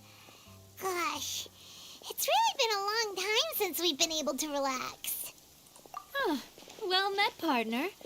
I knew something great was going to happen when I woke up in such a good mood today. Even this weather can't put a damper on the demoiselle's mood. It's a pleasure to see you both again. Oh, hey, Navia! It's been a few days. Paimon's already started to miss you. Oh, now that I believe. I'm easy to work with and always bring home the bacon. Who wouldn't treasure having a partner like me? Sounds like you're really enjoying life these days, Navia. What have you been busy with since the trial? It's just been one thing after the other. I've been making non-stop trips between Poisson and the court since then. Everyone from Spina di Rosula organized a memorial for my father. We never held a memorial when he first died, since everyone knew that even if we held one back then, no one was going to come. This time, though, everyone in Poisson, and even many people from the court, all attended. So his name's definitely been cleared now. That's what we like to hear. It's been the dearest wish of Demoiselle all along. That blasted stubborn fool. I was right to put my faith in him. I'm so glad I didn't give up on the case all those years ago. Oh, by the way, I ran into Charlotte just after I left the memorial service. Well, maybe it'd be more accurate to say I knew she would be there, and there was no way she'd just let me go. Huh? So you know Charlotte too? The Charlotte? Journalist from the Steambird?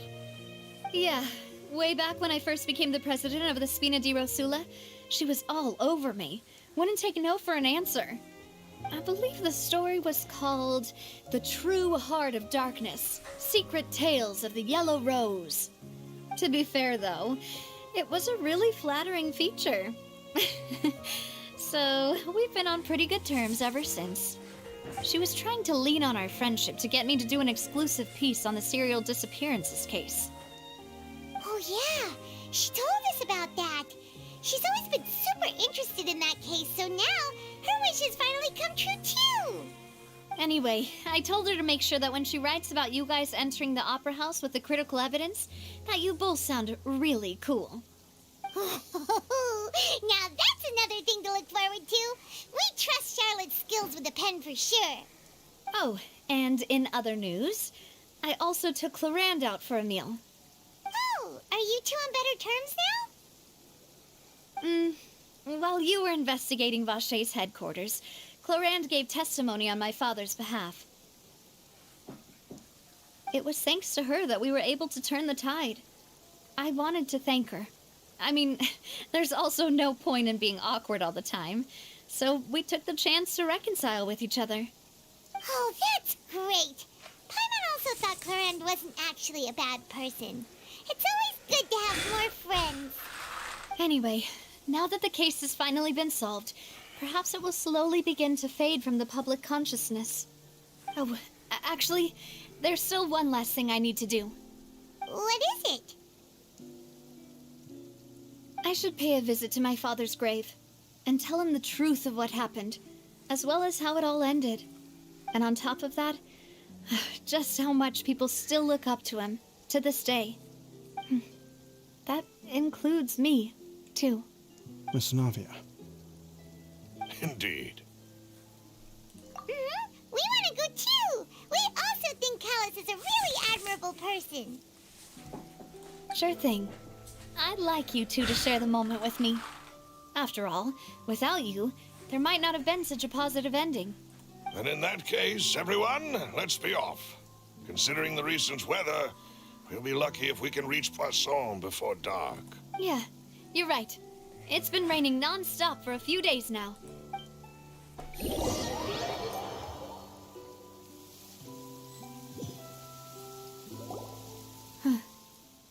This is where my father's grave is.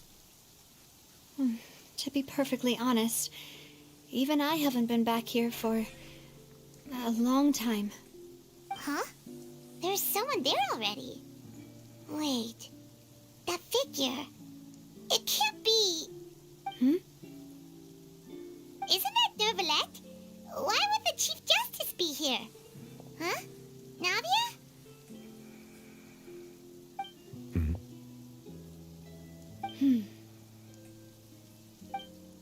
My apologies. I should have asked before coming to pay my respects. Don't say that. Sorry about that. Oh, I was trying to say there's no need for you to apologize. I wanted to show my father how much I've grown, but still, I doubt I've grown compelled to apologize to me over and over. In that case, I will stop apologizing for now. You really could use some pointers on understanding human emotions, Monsieur Neuvillette. In any case, why did you come to Poisson? Well, ever since that day, I've been turning a question over and over in my head. Just what is justice, anyway? There was once a time when I didn't want to believe that there could be anything more important to humans than life itself. Oh, rather than that, it's probably more truthful to say I didn't believe humans were capable of resisting the most basic instinct of living things. That they could rebel against their own nature, or consider certain things to be more important than their own lives. Which is also why I didn't stop your father from beginning that fateful duel. I believed that a truly innocent man would never throw away his life like that. That there was nothing, should have been nothing more important than one's own continued survival. But Mr. Callis proved me utterly and decisively wrong. If not for his sacrifice, the serial disappearances case would have remained unsolved to this day. Mr. Callis made the choice he did for his daughter, for his associates, and for many people completely unrelated to him. And in the end, from a certain perspective, one could say that he did it all for the sake of justice. A justice that's higher than life itself. So, you asked me why I came here. I just wanted to say my apologies to Mr. Callis in person. I should have noticed all of this much sooner. This regret has filled me with a sadness that has haunted me for days. That high and mighty chair in the Opera Epiclese indeed insulates one from many important things. Spina di Rosula, thank you so much for your hard work and perseverance. I'm sorry for being mad at you before. So, you're actually one of those types that's cold on the outside, but pretty thoughtful on the inside, huh? That reminds me of Silver, one of my guys. Sorry about that. Self-expression is not one of my strong suits. Didn't I just say you don't need to apologize? Ah, so Navia and Neuvillette seem to have made their peace as well. Let's not disturb them for now. We can wait till after they're done.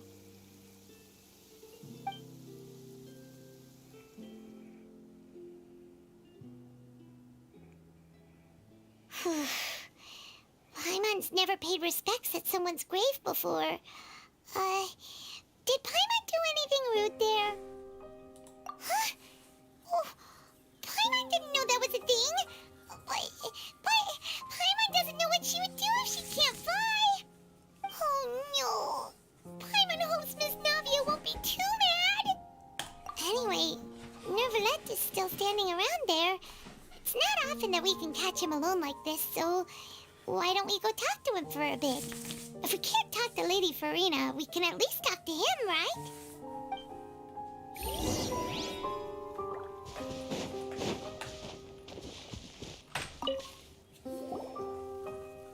Oh, it's you two. Did Miss Navia invite you to come pay your respects to her father? Mm-hmm. We ran into Navia on the streets today, so we just followed her here. I see. Then is there something that I can help you with?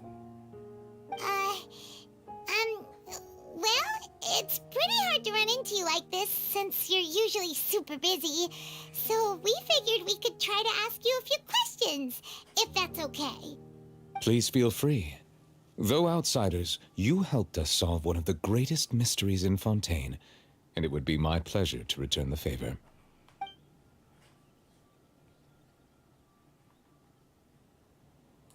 So, referred to that special water as water from the primordial sea, but what is it really? Truthfully, that name is already quite accurate. I can only surmise that Vacher and his ilk only learned of its nature and existence after extensive research. There used to be a special sea on the surface of this planet. The nature of its seawater was rather different from that of the sea we know today. Most of Tevat's life forms were first born in that special sea. You could say it nurtured much of the life on this planet. Huh. So it really was where everything began. It makes sense to call it primordial then. But today, the primordial sea no longer exists on the planet's surface. What Vacher discovered must have been some kind of special case, or a remnant from a truly ancient age. Huh. So that's how it is. Oh, you really know everything, Monsieur Neuvillette. But if that's the case, then why would people, at least people from Fontaine, dissolve in that kind of water? Indeed. Why would the primordial sea, which was known to engender and nurture life, suddenly reverse itself and devour life instead? To be frank, that also doesn't match my understanding of this world and its laws. There must still be some unknown secrets around the people of this land. Is there anything else you'd like to ask me about?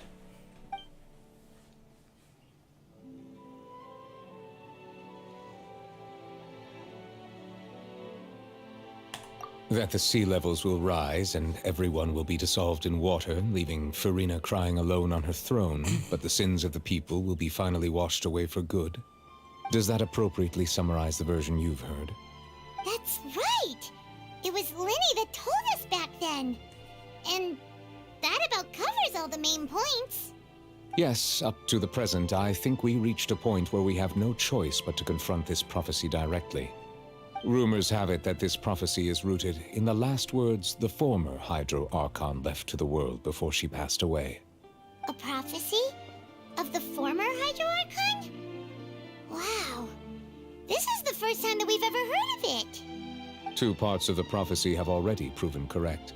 The rising sea levels and the ability of the people of Fontaine to be dissolved. We should be more vigilant and stay on the watch for further signs. Speaking of the prophecy, Farina has also always taken it quite seriously. Indeed, she has been collecting information and intelligence from across Tevat for this purpose. If the rumors were true, then perhaps this prophecy is the conundrum left to Farina by her predecessor. But with Farina being the way she is, can we really trust her to solve it? Is there anything else you'd like to ask me about? My apologies. My investigation has still not reached its conclusion. However, I still believe the judgment of the Oratrice was not rendered arbitrarily. Huh? But you also said you thought he was innocent. For many years, I have been quite aware that the Oratrice does not simply mechanically repeat the verdict that I give on each case. As a divinely created mechanism, the people's unified faith in the concept of justice is integrated into it. Not only can it produce the incredible power of indemnitium, but it likely also possesses other traits, such as self-awareness. Which is all to say, I have been prepared for a situation like this for a long time. Huh. So when Linny told us that he heard a human voice from the room where the Oratrice's core is stored... I was not aware such a thing had occurred. Perhaps that could serve to prove my conjecture. I will add that to the list of items to investigate. In any case, I am inclined to believe that the Oratrice does have a methodology all its own. We just do not have enough information. Based on Farina's reaction, I doubt even she had any idea what was going on. She managed to bluff her way through it, though, with her time-tested twin tricks of bravado and drama. While we do intend to get to the bottom of this, for now, we regret to say that the Fatui Harbinger will just have to bide his time in the fortress of Meripede. If we did incorrectly convict him of crimes he did not commit, we will most certainly compensate him to the fullest extent allowed by the law. If you ask Paimon, the only compensation he'll want is a no-holds-barred fight with you. Is there anything else you'd like to ask me about?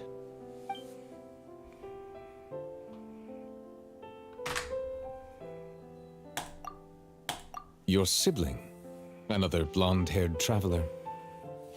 I'm sorry, but I've never seen anyone who matches that description. If she ever stepped foot in Fontaine, I'm sure she followed our laws to the letter and had no reason to appear on the stage of the opera Epiclese. Is there anything else you'd like to ask me about? Very well. It was my honor to provide you with what answers I could.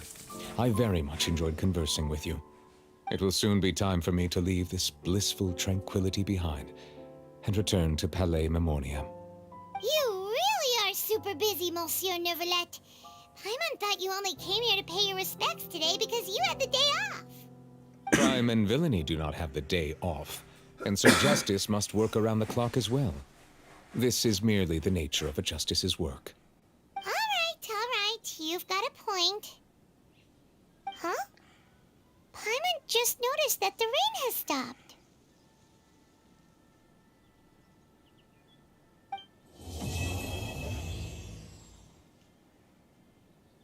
You know, we've been walking around for a while now. Why don't we go back to the Spina di Rosula base in the court of Fontaine and have a rest? Navia said something about having a place ready for us there, didn't she? Come on, let's go!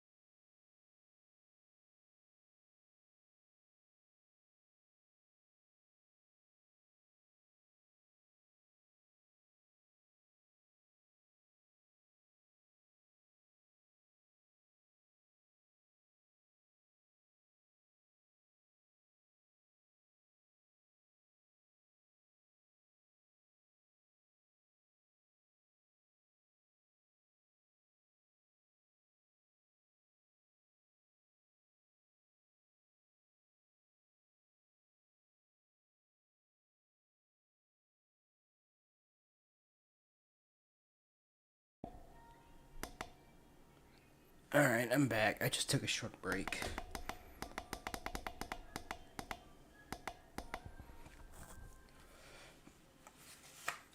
Where were we? Oh, yeah.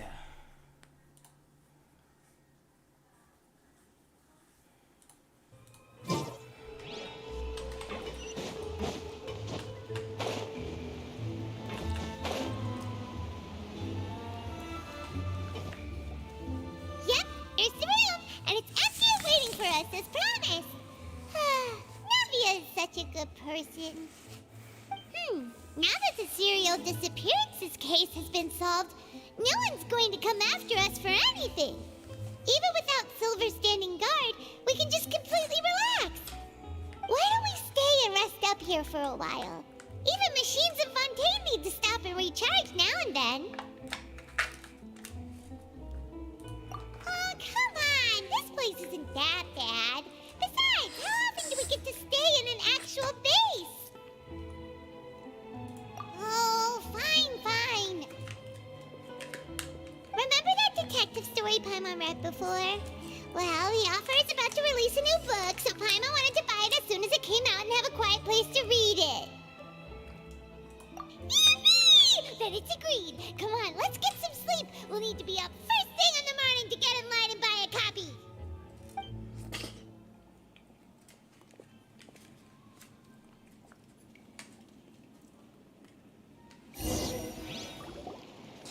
Paimon didn't expect that style at all.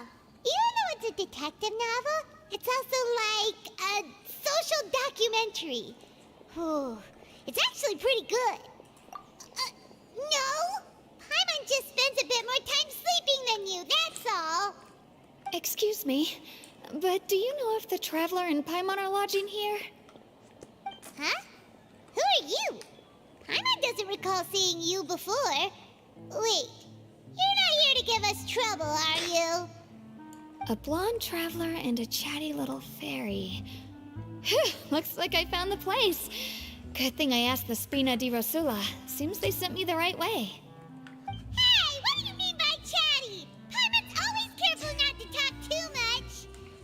Most of the time, anyway. It's an honor to meet you both. I was sent from the Palais Mermonia. Monsieur Nourilette wishes to see you. It seems he has something important to discuss in person. Nourilette? He wants to see us again already? Huh. We talked so much the last time we met. Has something happened since then? I am not privy to the details. It would be best if you came to the Palais Mermonia and asked Monsieur Nourilette in person. If you say so, but Paimon has a bad feeling about this. Now that I've delivered the message, I'll take my leave. Thanks! We haven't left the room for a few days, so we'll head over once we've freshened up a bit.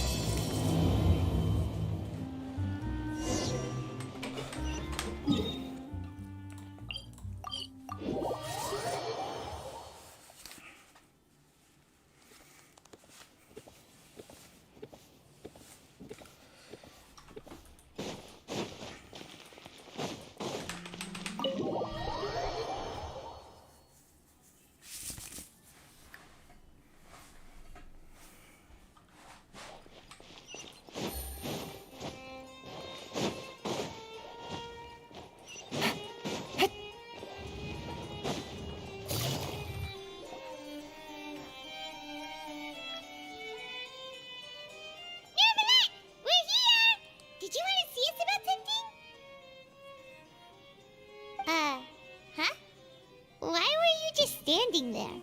You daydreaming or thinking something over? Yes, I did send someone to fetch you. But as for what I'd like to discuss next, well, I still have some reservations. Given that we've already made the trip here, you should just tell us. Bet you need us to help you with something, right?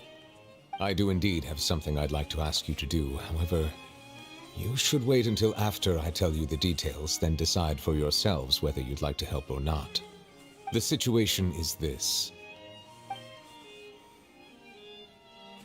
If I'm understanding you correctly, the Snezhnayan harbinger known as the Knave has essentially requested a diplomatic meeting with you, correct? I heard that she was originally from Fontaine, but for her to suddenly arrive here and abruptly request such a meeting like this, I sincerely advise you to refuse her invitation outright.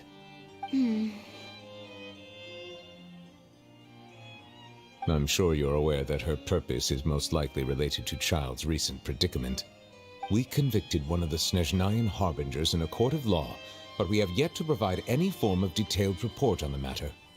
This does indeed provide an opportunity for Snezhnaya to put pressure on us.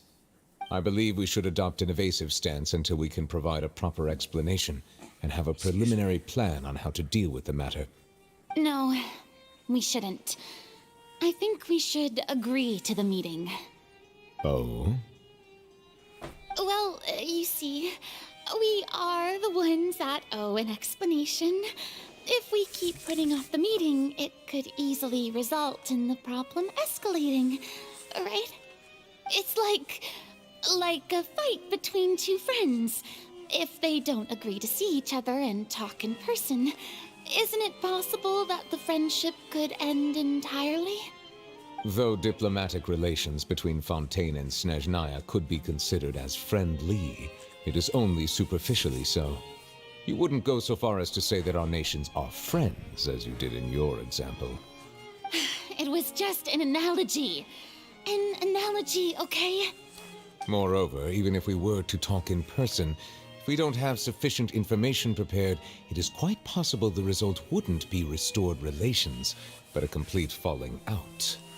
I don't think we should overthink those possibilities yet. Even if the logic of the divine is not immediately apparent, its wisdom will only be revealed with time.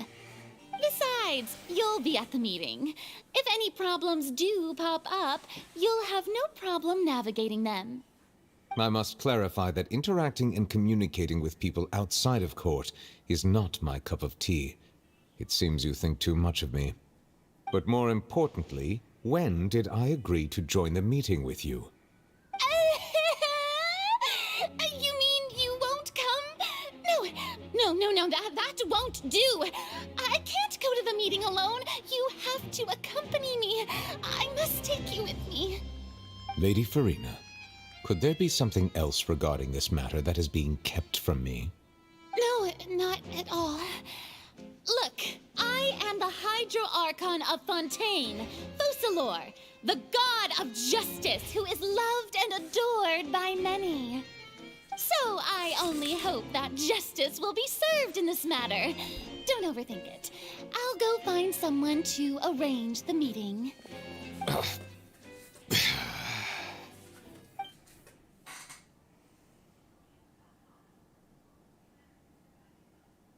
Though it could officially be considered a diplomatic conference, I prefer to see our meeting today as an ordinary tea party. I assume you see it the same way, Miss Farina? Oh, it's her. Yep. It's...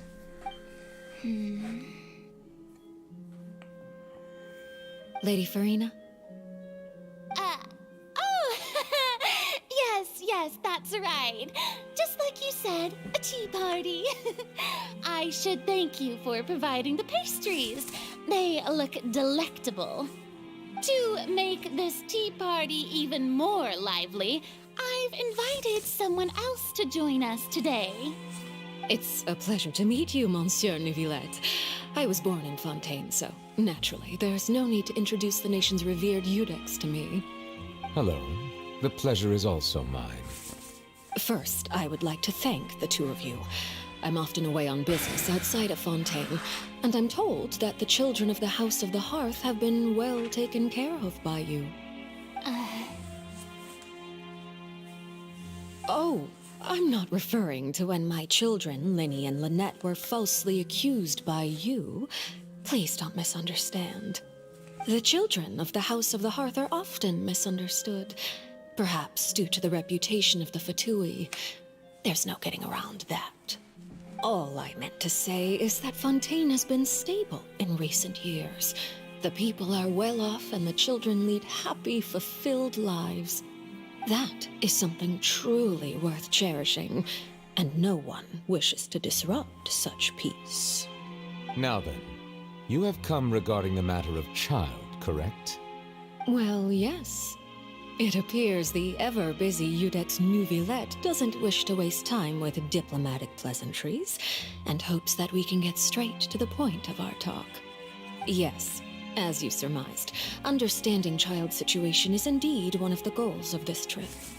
As we are both diplomats from Snezhnaya as well as Fatui Harbingers, Child and I have always been colleagues.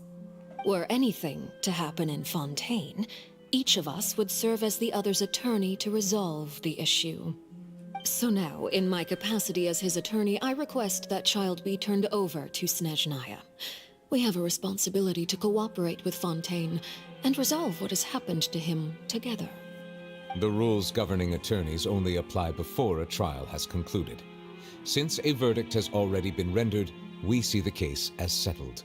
I apologize for being unable to grant your request. An outright refusal.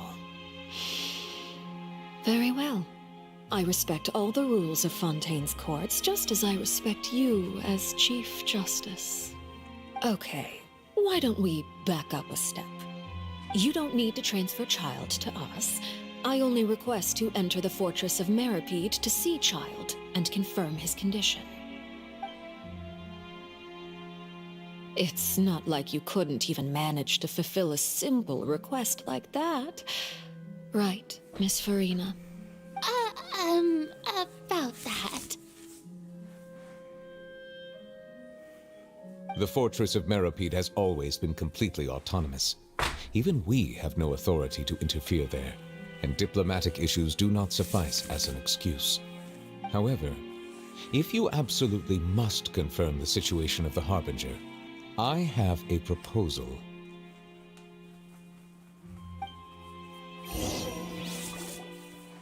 The knave showed up already? Well, Linny did say that Father will be returning soon. We didn't even know that Lenny was from the House of the Hearth at the time, so we kinda overlooked that information. Yes, thank you for your kind advice. I'm well aware of the situation. I also noticed that Lady Farina acts a little odd and unnatural whenever I bring up matters related to the knave. Could the knave be threatening Lady Farina or something? If that were the case, then why wouldn't Lady Farina inform me? And what means could the knave possibly have to twist the arm of an Archon? So maybe that's not very likely. Even though Farina can act a little weird at times, she's still an Archon. In reality, this problem is even more thorny than it appears. According to reports from the fortress of Meripede, Child recently disappeared under mysterious circumstances. The details are still unclear.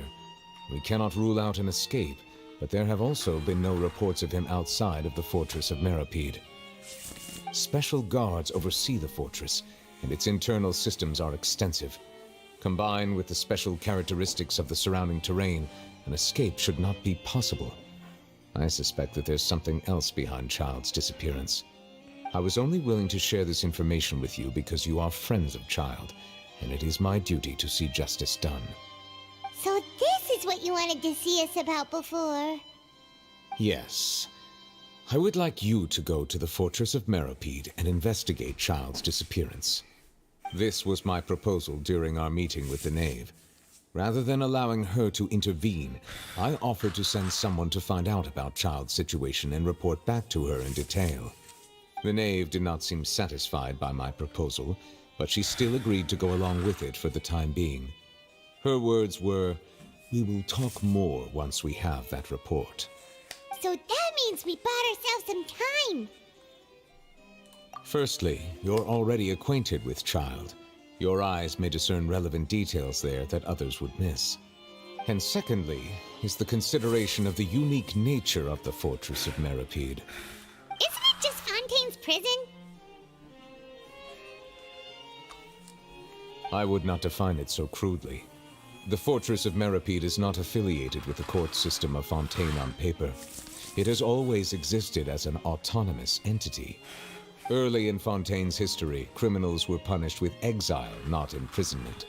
Even today, sentences against convicted criminals still include exile, just as before. The fortress of Meripede may seem like a prison, but it should in fact be regarded as a gathering place for exiles. All we do is dispatch guards to keep watch and help maintain security, but we have no right to get involved with any other matters. Although I do have a personal relationship with the administrator there, neither myself nor the courts have the right to be directly involved with the investigation, no matter how serious the grounds. Oh, Paimon gets it now. That's why you need us to conduct our own investigation as a third party, right? Correct. I will arrange false charges against you so that you may secretly investigate inside the fortress during your detention. This will save us a lot of unnecessary trouble. So, are you two willing to accept my proposal? Yeah, no matter how you look at it, it seems we're the best choice. Alright, we hereby accept this difficult task. Reluctantly. You two have my sincere thanks. This matter is of critical importance to Fontaine's current situation. Also, I hope that both of you can keep this operation a secret. We will rendezvous at the Fortress of Meripede's entrance on Erinius once you've prepared yourselves. I will arrange for someone to take you inside. Prepared ourselves? Is there something we need to prepare? Perhaps you could enjoy a good meal and have a nice bath. I'm afraid that living conditions inside the fortress are nothing like those on the outside world. Oh, right! Even though we'll be there on trumped-up charges, we'll be in prison for real. On second thought, is it too late to back out? Please do not worry. Since you are sacrificing both your time and quality of life for the sake of delivering this report, you will be compensated according to the highest standards permitted to legal staff, regardless of the outcome. Now that's more like it! Come on, traveler, let's go eat the best meal we can find! We'll eat so much that we won't need to eat another meal for a whole month! Your treat! Are you leaving now? In that case, please take this cake as a token of my personal gratitude.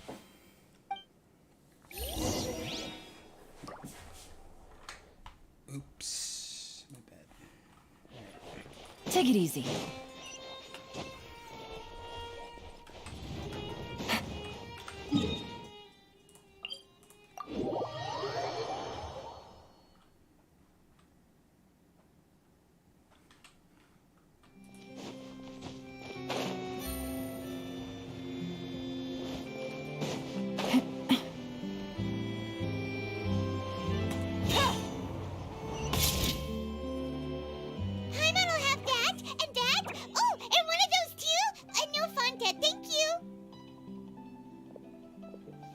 That cake was pretty good. But as soon as Paimon remembered that we were about to go to prison, Paimon's stomach suddenly became completely empty. Now that Paimon thinks about it, we've always been super careful ever since we arrived in Fontaine.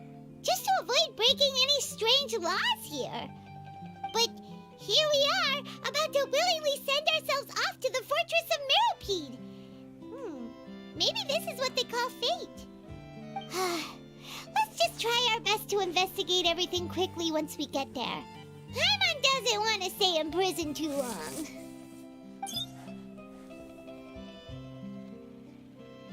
Oh, what is that I hear? Is it the taste of a breaking story? Hey! You can't hear a taste! And what are you doing here, Charlotte? Oh, don't remind me. I invited an eyewitness to a case to eat here, and I was planning to get some great material out of him, but he didn't even show up. Calm down, calm down. This is nothing new. As a journalist, you should be used to this by now. And as long as you can score some juicy tidbits from the traveler, you might still be able to recover the cost of the meal. You know we can still hear you, Charlotte. Never mind. It's nothing. I just heard you mention the Fortress of Meripede. You didn't commit a crime, did you? Please tell me all about it. No way! We would never! We're just going there to...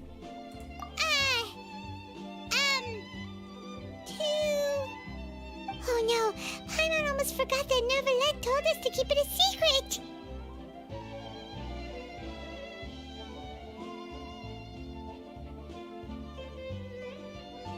Huh? You're being arrested for that? Oh. But now that I think about it, I suppose that's not completely unreasonable. That's pretty despicable, almost as offensive as committing theft. You mean Paimon really did something that serious? Sorry, Paimon really messed up. Well, in that case, it's nothing particularly newsworthy after all. Oh, how disappointing. Oh, right, there's still a chance. Since you're going to be at the Fortress of Meripede, would you be willing to help me gather some material for a story? About that, Paimon doesn't think we'll have any time. Oh, it's nothing difficult. All you have to do is think of a way to get some time face-to-face with the warden of the fortress. He was awarded the honorary title of Duke in Fontaine. Sounds really cool, huh? Only those who have made significant contributions to the nation have been conferred this title. It's incredibly rare. On top of that, the Fortress of Meripede has never been under the jurisdiction of the courts. Practically nobody, including journalists like me, knows anything about the person in charge there. Oh, if I could write an exclusive article about him, I bet it would sell a boatload of papers. You make it sound easy, but it really depends. Of course, I wouldn't ask you to do it for free, so this meal is on me. All right, you got a deal. We'll do anything you want. Then it's settled. The food should be here any second, right? Huh? Wait, just how much did you order?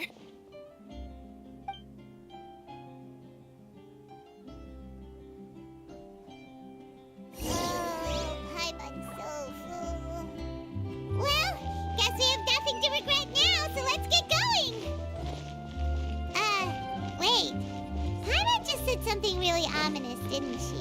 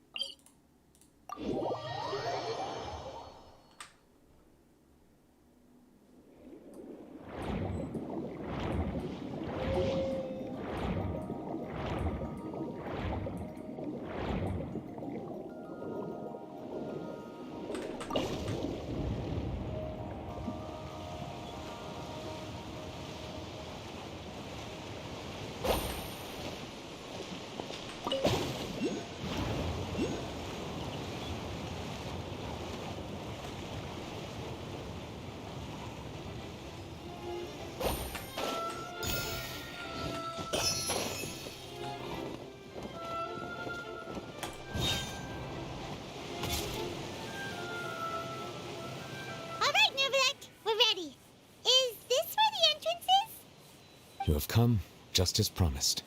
Yes, this is the one and only entrance to the Fortress of Meripede from Irenaeus. Careful. You may want to step back a bit. Ooh, so you have to go down from here? Is the prison underwater? Utilizing both the barrier of the water as well as the fear humans have of the depths, the Fortress of Meripede is naturally the perfect place to confine and guard criminals. But do not worry. It is not nearly as frightening inside as you may think. You will see for yourselves once you are down there. Paimon hopes you're right. Don't know about you, but just thinking about being at the bottom of the sea like that gives Paimon the heebie-jeebies. Oh, and there's one more thing. I mentioned that I have had personal dealings with the administrator of the fortress, Writhsley.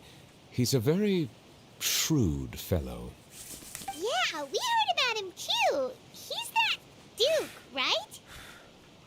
Correct. He is the highest-ranking manager of the underwater prison. Even though you are going there to investigate at my behest, it would behoove you to avoid any confrontation with him or any of his subordinates.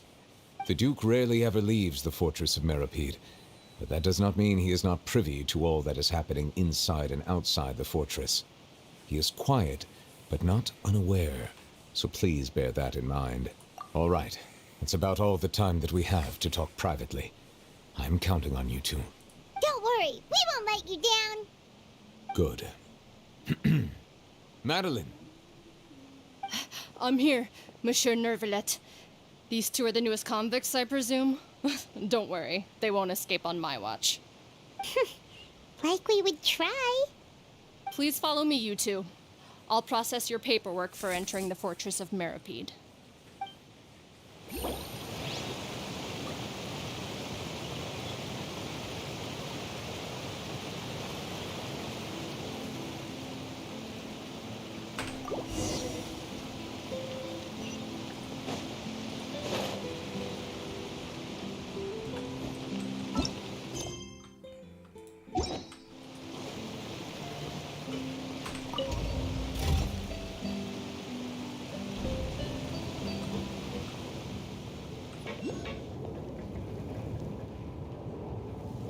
Are we already underwater now? Huh. So this is what it feels like to be a criminal in Fontaine. You two seem to be taking this pretty well. It's rare to see convicts in such a good mood.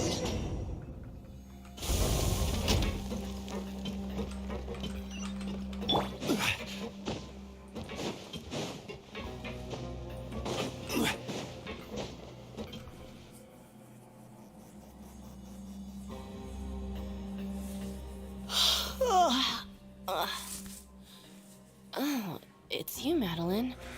Why'd they make you make the trip down here today? Monsieur Nervalet personally requested I escort these two convicts. I suppose he was concerned others might not be up to the task. Well, now, aren't you the lucky one? Must be nice to be on good terms with the big shots like the Chief Justice.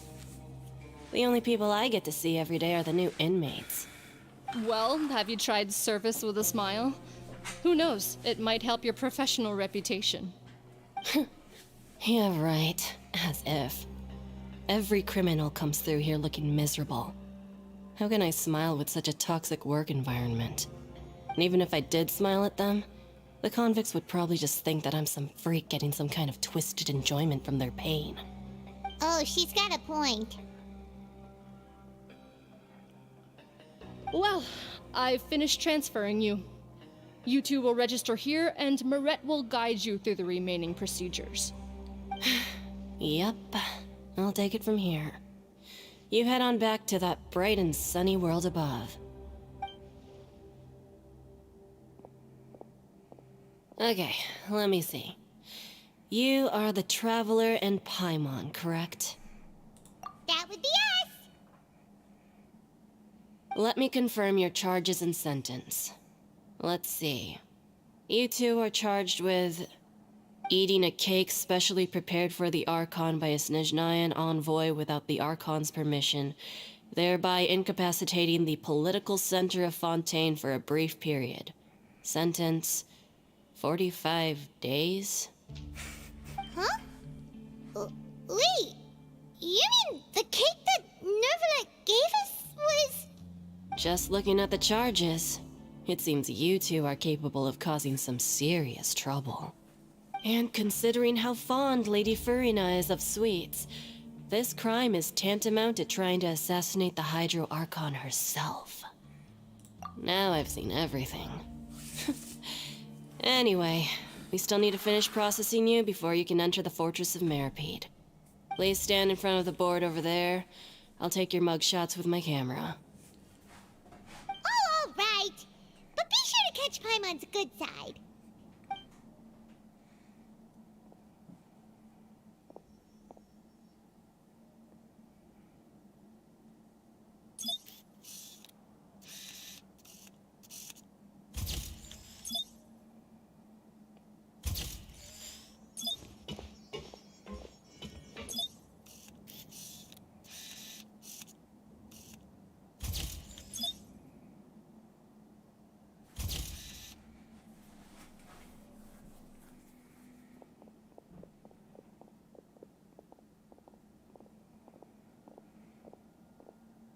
And we're done. Thank you for your cooperation. Next, someone will be along to guide you inside the fortress. Please be sure to cherish this opportunity for rebirth. Huh? Rebirth? Isn't that a little much? We're only gonna be here for 45 days! You two are the new inmates, right? Follow me. Oh, okay! Paimon is Paimon and this is the Traveler! Save it. Not like I'll remember your names. Move it.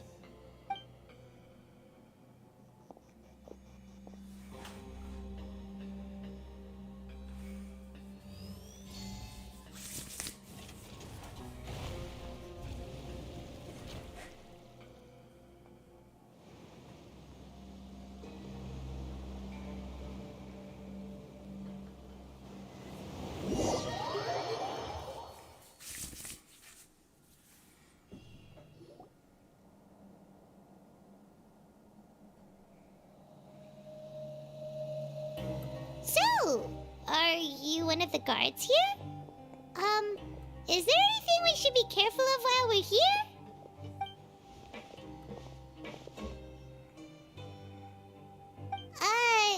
Did Paimon already ask something she wasn't supposed to? Why should I tell you anything? What's in it for me? This is exactly why I can't stand you fish. I wouldn't even be doing this if it weren't for the credit coupons. Credit coupons? Alright, seeing as you're not the annoying kind that's getting dragged in here crying and blubbering, I guess I can tell you a few things. But next time, it'll cost you some coupons. Mora means nothing here. Here, we use credit coupons. Coupons can get you almost anything in the Fortress of Meripede. Desires? Fulfilled. You want power? No problem. Coupons can even change fate itself. So, credit coupons are a currency that can only be used here? It's not as simple as that. Like Moret said, everyone gets a chance at rebirth. No matter how much money or power you had before, it means nothing once you set foot inside the Fortress of Meripede. You have to start over and earn your coupons. Everyone starts from the same place, and you have a chance at a new, less terrible life. I guess that's the real purpose of the coupons. They symbolize true fairness and true justice. And this is also exactly why so many criminals choose not to return to the outside world, even after they've served their sentence.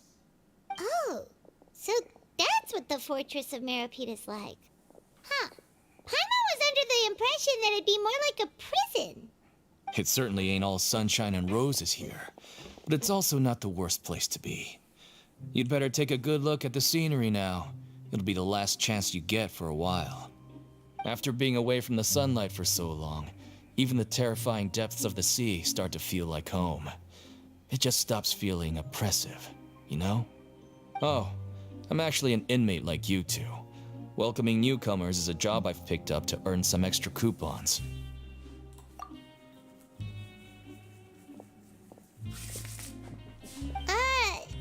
Why aren't you answering us again? I've told you enough for free.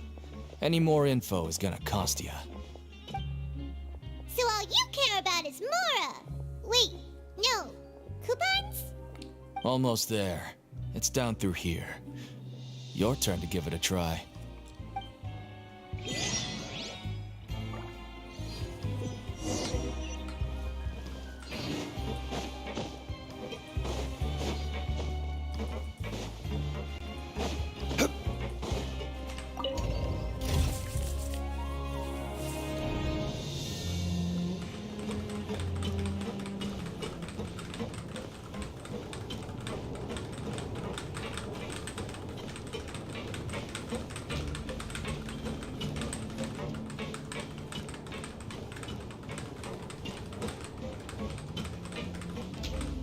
So, we're going even deeper now? Just how deep down are we? It's like a metaphor for your previous life, isn't it? Our lives weren't that bad.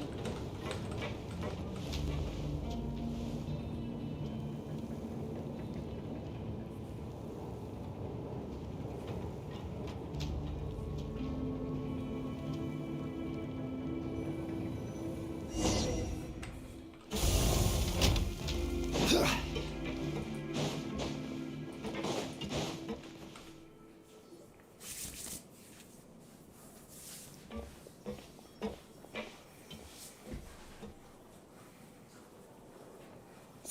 this is the actual entrance to the Fortress of Meripede? Huh. It looks like there are other new arrivals, too. Oh, they sure don't look happy. Maybe we look too relaxed for fresh convicts. Oh, right. We're on someone else's territory now. We need to think of a good way to act like criminals to get by. If we're discovered, even Neuvillette might not be able to rescue us. Hey! Don't scare Paimon! Oh, Paimon's not ready for all this! Look, I don't really know you, and I have no idea what kind of crime you committed, but you wouldn't have happened to anger someone important, did you? Someone important? Paimon doesn't think so. Wait, why are you suddenly trying to talk to us now? Now's not the time to worry about that. Anyway, it's over there, so you just go on over there by yourselves. I've done my job, so good luck. What was that all about? Wait a second. Are there usually so many garter mechs around here? They're already onto us? Prisoners numbers 7459 and 7560. Welcome. Oh, no need to be anxious. These Gardamex aren't here to attack you. In fact, they're here as your honor guard. When I heard that you were friends of Monsieur Neuvillette, I had the Gardamex come and wait in formation. Wait! You know about our connection with Neuvillette? The seafloor isn't as cut off from the world as you might imagine. However, I'm afraid that I know nothing more than that you are friends of the Udex. And as you can see, committing a crime means being sentenced here, even if you're friends with the Chief Justice. Quite fair. The Duke! Greetings, Your Grace. Lovely weather today, isn't it? Oh, greetings, my good fellow. Well, I'm willing to imagine that the weather is as good outside the sea as you say it is. How great it would have been if only the Fortress of Meripede had been built on the coast, huh? It would have been so convenient to enjoy a nice chat in the sunshine. My profuse apologies. I just got so nervous when I saw you, So this is the Duke. He sure looks a lot younger than Paimon imagined. The Traveler and Paimon, correct? Mr. Deacon here was responsible for your welcome. I trust you were satisfied with his guidance?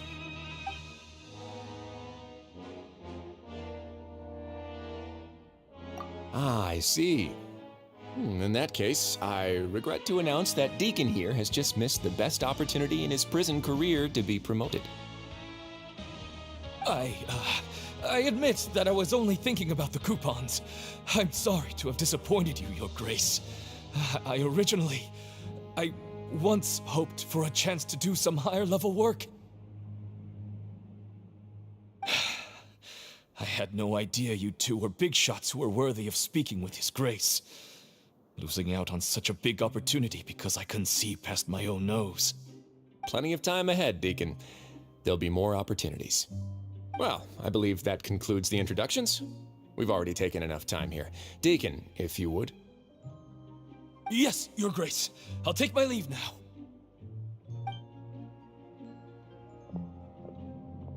Please, follow me. To make you feel more welcome, I'll show you around the various facilities of the Fortress of Meripede. I hope it'll help you adjust to life here.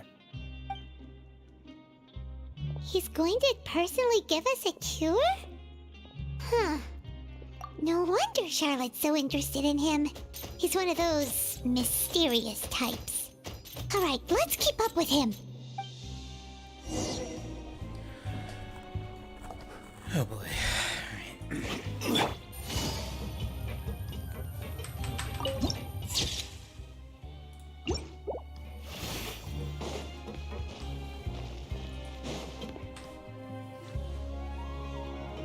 There's no need to be so reserved. The label of criminal is nothing but one of many identities, and being criminally inclined here at the fortress is just one of many ways to survive. Is it really okay for the warden to think like that? We're real criminals, you know. What if we're too difficult to handle? Well, then maybe you'll be able to carve out a name and a place for yourselves in this underwater world, But before you go in swinging, please remember that in the Fortress of Meripede, it's better to not cause trouble for yourself or for the guards. Now, we've arrived at a very important place, the Coupon Cafeteria. You can come here and claim one welfare meal each day. Welfare meal? You mean it doesn't cost anything? That's right. Criminals are essential to fortress operations, so we must guarantee that they at least have the basic means to survive. But that's not how it was. Back in the day, it cost you credit coupons just to get a cup of water here. For fish like you who just arrived with nothing, you'd have to go to work hungry until you earned enough coupons to eat. It was only after His Grace became the administrator that we got the free meal rule. Now everyone gets a square meal every day, even no-good slackers who've never picked up a wrench in their whole lives. Nobody starves to death here. In the Fortress of Meripede, credit coupons are the only currency, and everything must be purchased. In some sense, you could say using the coupons is a form of trade. But trade is always conducted by people. So if we want trade here to prosper, we need everyone to work hard and live their lives. If nobody could even afford a meal, then the whole fortress would be up in arms. And that would only make things more difficult for me. So, rather than saying that we're giving everyone a free meal here, you should say that everyone's hard work has improved the living conditions in the Fortress of Meripede. Your Grace's reasoning is correct, but what I said is also true. Whatever the case, hard work is rewarded here. You'd be hard-pressed to find anywhere else as fair and reasonable. Right! Paimon sees your point. By that logic, this place doesn't seem so bad after all. Oh, wait, no. We shouldn't drop our guard so quickly. But it seems the inmates really respect the Duke because of his attitude, right? We should still try to verify the truth with our own eyes. Let's continue this way.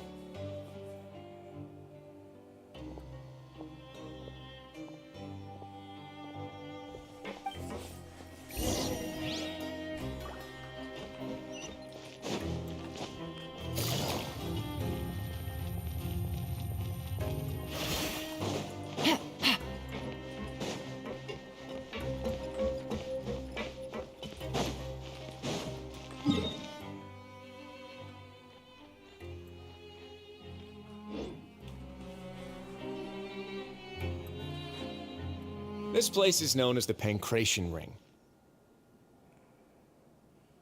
Sometimes we have criminals who have more energy than they know what to do with. Their daily work alone isn't enough of an outlet for them. So, instead of leaving them to their own devices, we've provided them with this dedicated venue. This way, nobody will get involved unless they want to be. Pancration matches? And you can earn extra coupons? Oh, what do you think, traveler? Interested? But I must warn you that your sentence will be extended if you fail to restrain yourself and end up seriously injuring or killing your opponent. So, did you set this place up too? No, actually. I just granted approval for the organizer to use this area to build the ring, and I collect a portion of the proceeds in return. Of course, the fees are also quite useful. Oh. Do you mind if we ask what they're used for? Sure. Ensuring personal safety, maintaining the arena, and resolving any conflicts that arise. Why? Are you interested in how to manage a pancration ring?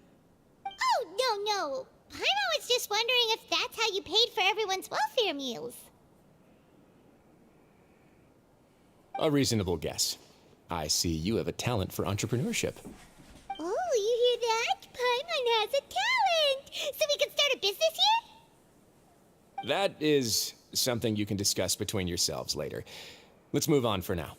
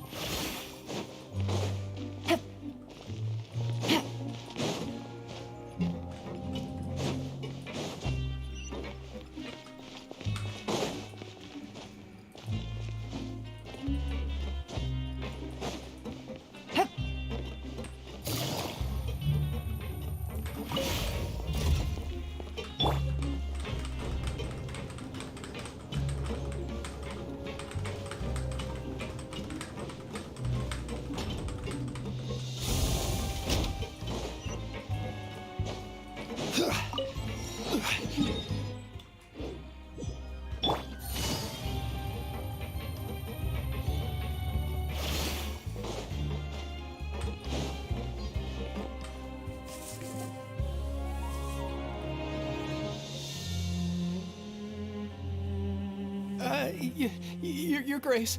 Good morning. I mean, good afternoon. No, wait, what time is it again? What time indeed?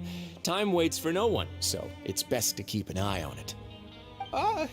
My apologies, Your Grace. Jeez, that guy's so nervous he almost forgot to breathe. Sorry, forgive my manners. These are the dormitories, which is where inmates sleep. The guards will inform you where your bunk is later.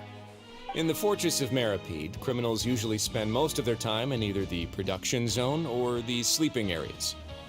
The production zone? What does it produce? Is that where we'll be working? Not necessarily. Though working in the production zone is the most reliable way to earn credit coupons. If you have other skills, you can skip your shifts to earn them in other ways. Wow.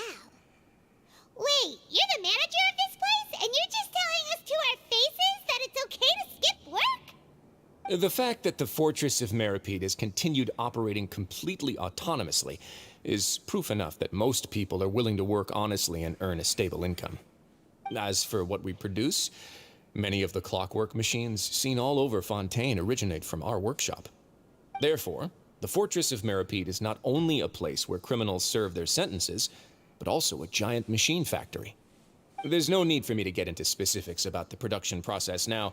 You'll experience it all firsthand when you report for work tomorrow. Let's move on.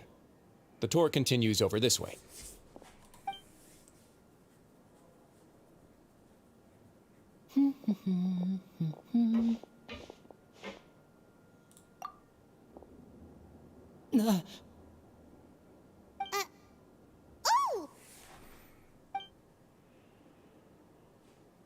Oh, you really scared me there. I didn't expect to see you here, Your Grace. I thought maybe I was so tired from work that I was starting to see things. The only thing you should be seeing is the work in front of you. Stay focused and keep up the pace. Oh? Is something the matter? It's nothing. Paimon's just worried about how hard we'll have to work tomorrow.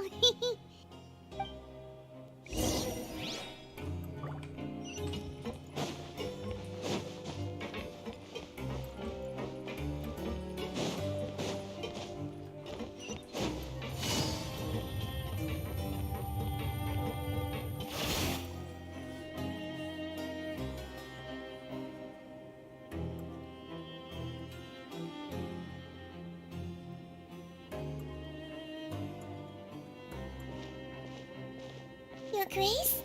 What are you doing in the infirmary at a time like this? Oh no, you didn't injure yourself, did you? Not yet, unfortunately for you. But thank you for your concern, Sigewin. Oh, then you must be here for those two. Allow me to introduce you. This is the infirmary, and Sigewin here is the Fortress of Meripede's head nurse. Hello, new faces. They call me the head nurse, but I actually handle all the nurse-related work all by myself down here.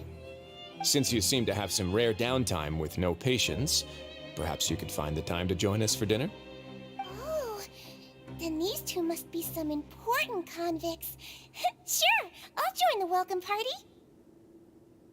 Thank you. Your presence will be the pièce de résistance for today's tour. Oh, so the tour part is over now? I believe I've already covered the primary aspects of life here in the fortress. As for your work, there'll be someone else to guide you through the details. Is there anything else? I seldom conduct tours, so why don't you just ask if you have any questions? Well, this is our first time here. Paimon's not sure what to ask. Then let's head back to the coupon cafeteria. Maybe a meal will help you think up some questions. You should at least try to be excited. Our free meals are actually pretty good here.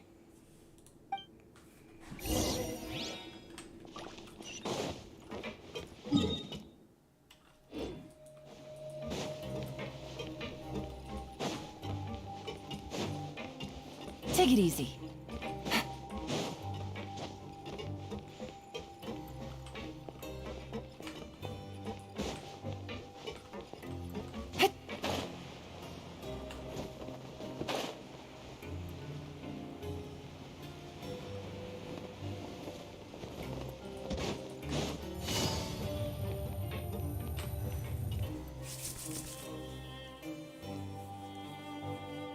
What do you think of the food? Does it meet your expectations?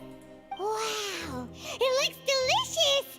Neverlet made it sound like living conditions in the Fortress of Meripede wasn't very good. Who would have guessed that criminals get to eat tasty food like this every day? Oh, isn't that the meal box that only super lucky people manage to draw? Seems like you two are quite fortunate. It actually has nothing to do with luck in this case. I had a word with Walsey, so you didn't have to draw lots like everyone else. Oh, you mean the meals are random? Yes, what you get to eat depends completely on your luck. You could say that it's a distasteful little game that Chef Walsey likes to play here in the cafeteria. Paimon knew it! If criminals got to eat tasty food like this every meal, the crime rate in Fontaine would skyrocket for sure! Excuse me, did I hear you mention Nervulette just now? I've been wondering how he's doing. Is he busy with work? Has he been taking care of his health? He seems healthy no matter how you look at him, but he works so hard all the time, so it must be really tiring. Sounds like he hasn't changed a bit. Looks like you can stop worrying so much, Sigewinne. Oh, that's good. But I still feel like it's been too long since I've heard any news about him. No news is good news. Maybe next time I've got something to discuss with him, I can invite you to accompany us. But isn't the Fortress of Meripede independent from Fontaine's court system? What do you two have to discuss? Well, we provide all kinds of mechanical products for official use, and some essential goods have to be obtained from the overworld, so we naturally have to stay in touch about this and that. Monsieur Nervulette's character is unimpeachable. No matter the question, you can discuss it openly and freely with him. Talking with him feels quite effortless. In light of that, I am quite willing to go out of my way to show respect and accommodate him. In fact, right now, I'm treating you two as guests invited by Monsieur Nervulette. But unfortunately, I can only do so until the end of this meal. After this, you two will just be inmates here. You're very welcome. Well, your new life awaits. Grab yourself a welfare meal.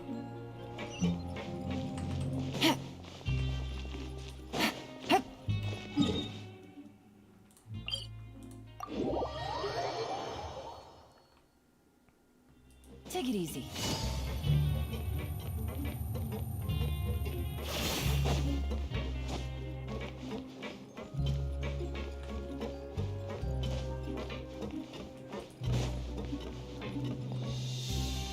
The Traveler in Paimon, right?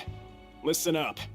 As new inmates, the only thing you need to worry about is what to do and when to do it. Don't make any extra trouble for yourself. Your bunks are right over there. Follow me.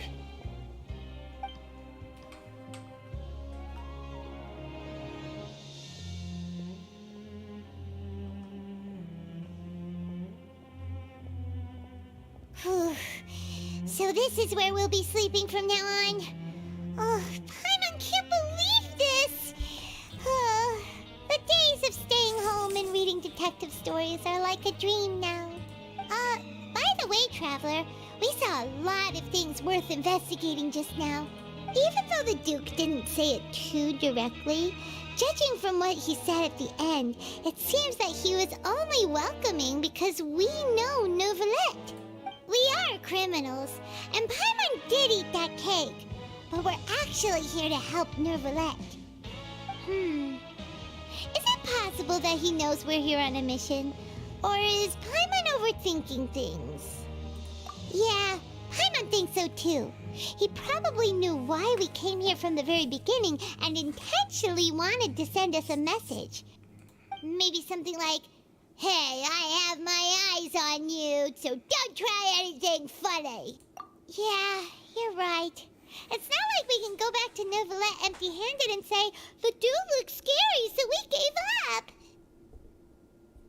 And besides, the Duke said that he was willing to go out of his way to show respect for Neuvillette, right?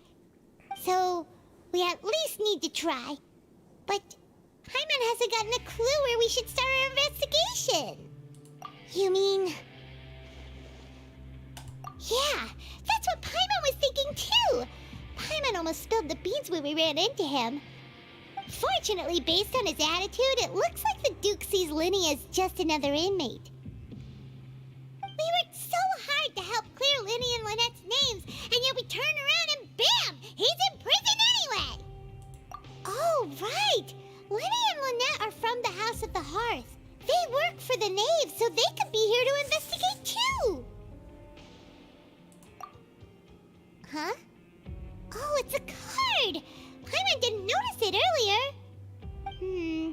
It looks like a magician's prop. Lenny must have left it here. He's in prison and still doing his little tricks, huh? Let Paimon have a look. It was nice to bump into you again. Let's catch up in the production zone tomorrow. What in the world? It's written like he's greeting a buddy on the street. Paimon thought he'd write something important. If you say so. We can ask him what's going on tomorrow. Let's get some rest now.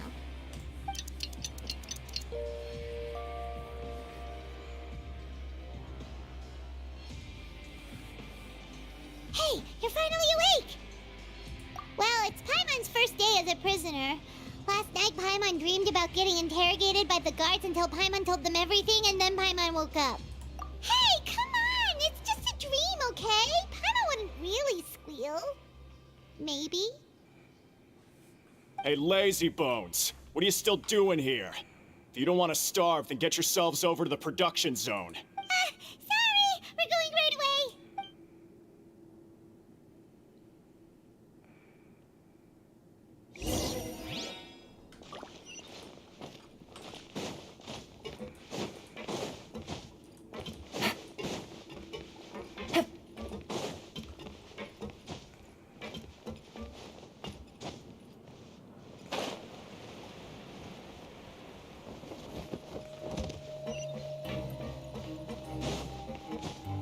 Take it easy.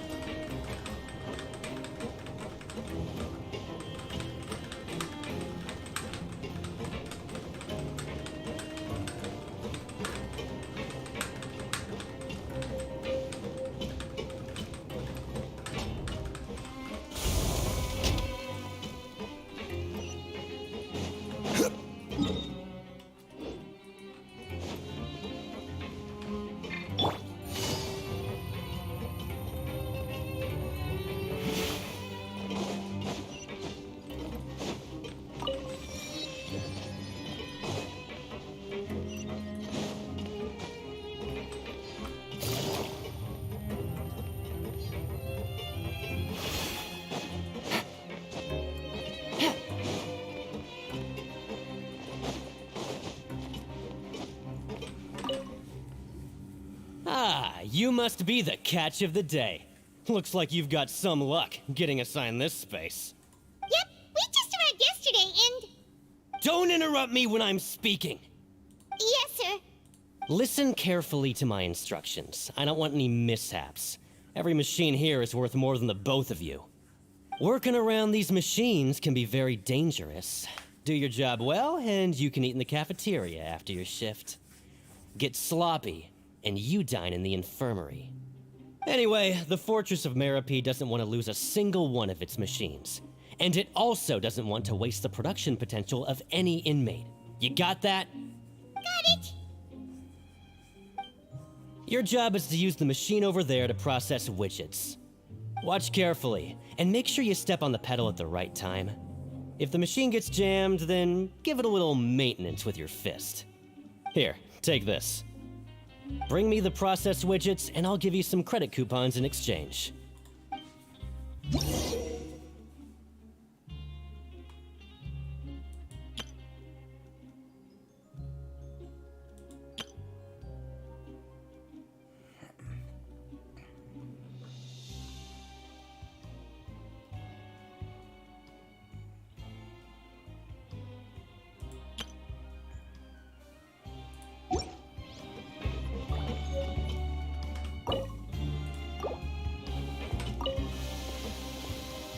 So if the machine gets jammed, you just need to attack it to fix the problem. Once the widget is hot enough to glow, jump to step on the pedal and hit the widget with the hammer.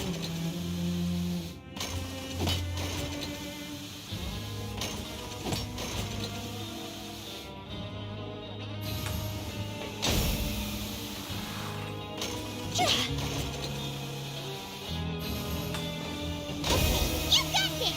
Great! Now we can report back to the foreman and give him the processed widgets! Huh. This one is tolerable. Though, since the processing is done by machine, the product is all pretty much the same anyway. Alright, I'll pass you for now. And we'll count up how many credit coupons you've earned.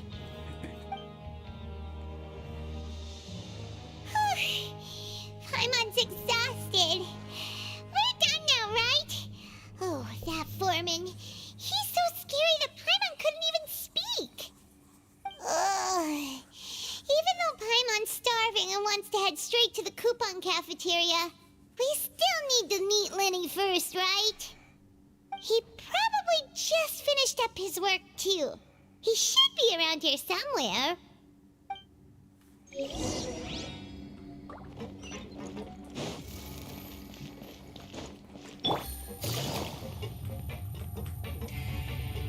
Lenny? Mr. Magician? Where are you? Oh, this had better not be some disappearing act. He doesn't seem to be around here. Let's try looking somewhere else.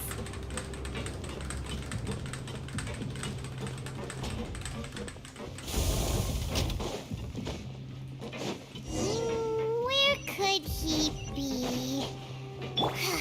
Did he decide to slap?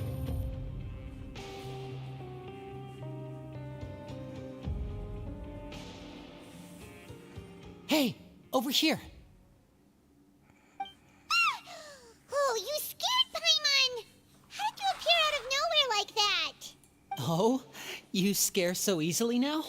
Is there something worrying you these days? You little... The only thing we're worried about was trying to find you. Sorry. Come over here and keep it down.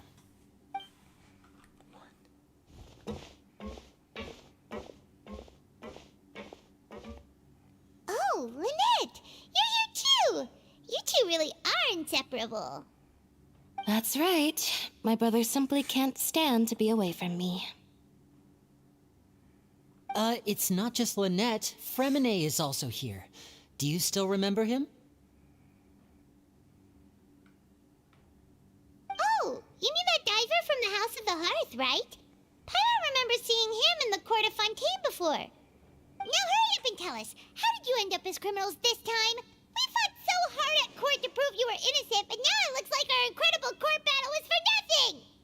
Sadly, even the teeniest of things can land you in prison these days. I put together a street performance and used the popularity we gained from the Opera House incident to attract a big crowd. And then?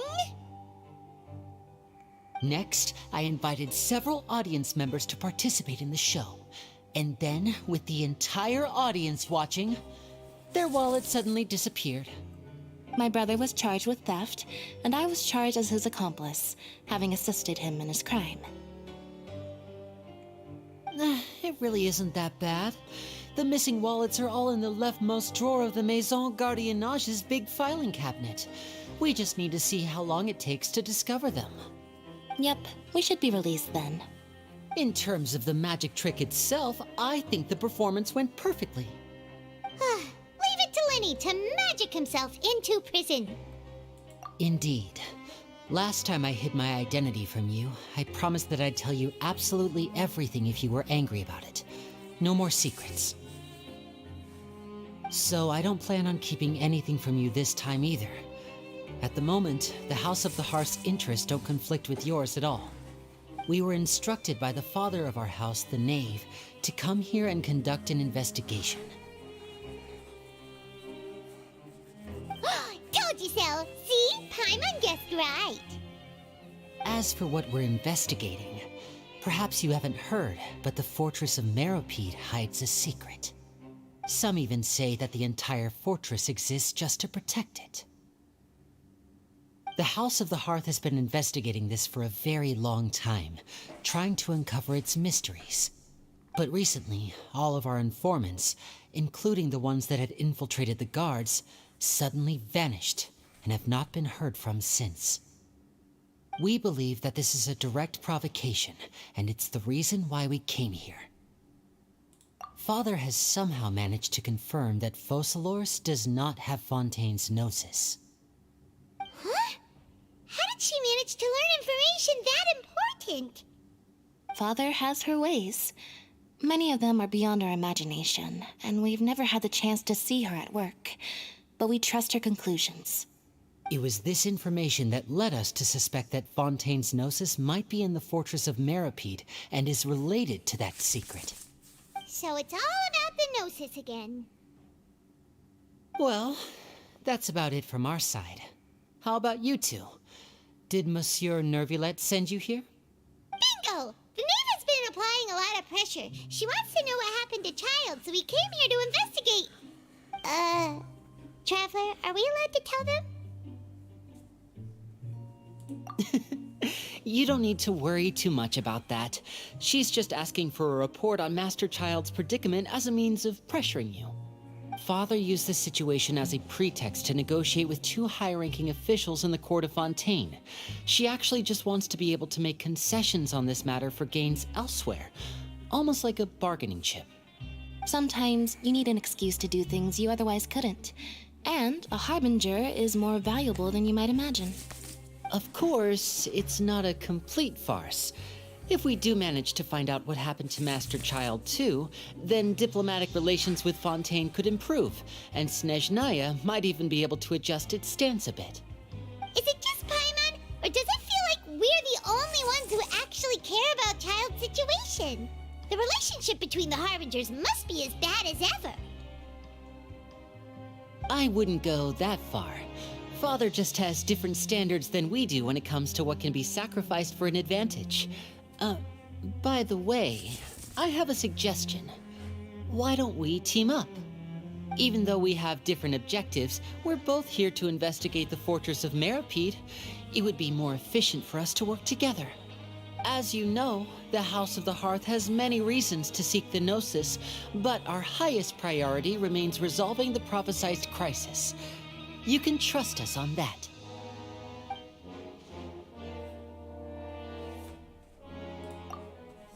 See, I told you. Is that so? Sure enough, it won't be easy to convince them to cooperate with us. Lenny seems to be thinking pretty hard about something. Of course he is. Lenny has been looking forward to a chance to reach an understanding with you ever since last we met. Or, I should say, we were really looking forward to teaming up with you this time. Lynette, just tell them everything, why don't you? It's okay to open up a little.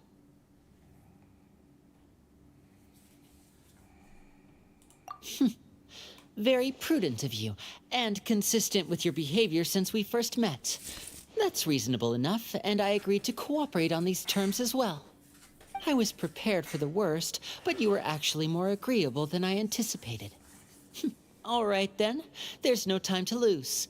I have some information to share, so listen carefully. Since Lynette and I arrived here, our investigation uncovered the fact that the fortress of Meropide has a forbidden zone. Most people just clammed up and wouldn't talk, but after asking the right questions, we were able to confirm the existence of the Forbidden Zone from the guards. You should be aware of that while you're investigating. A forbidden zone? Could that be where the child disappeared to? You're right, we'll definitely keep that in mind. Good. That's the most suspicious thing about the fortress that we know of so far. We have a few other unanswered questions, and we'll be investigating those as quickly as we can. Anyway, I hope you find our information useful at least. Oh, look at the time. You two must be hungry. You should go to the coupon cafeteria and get something to eat. I'll use my cards to get in touch with you again in the future. Oh, that's just what Paimon wanted to hear! Paimon's starving after all that work today.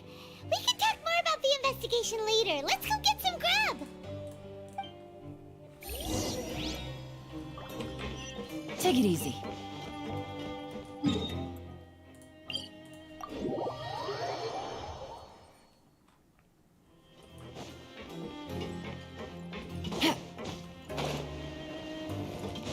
Take it easy.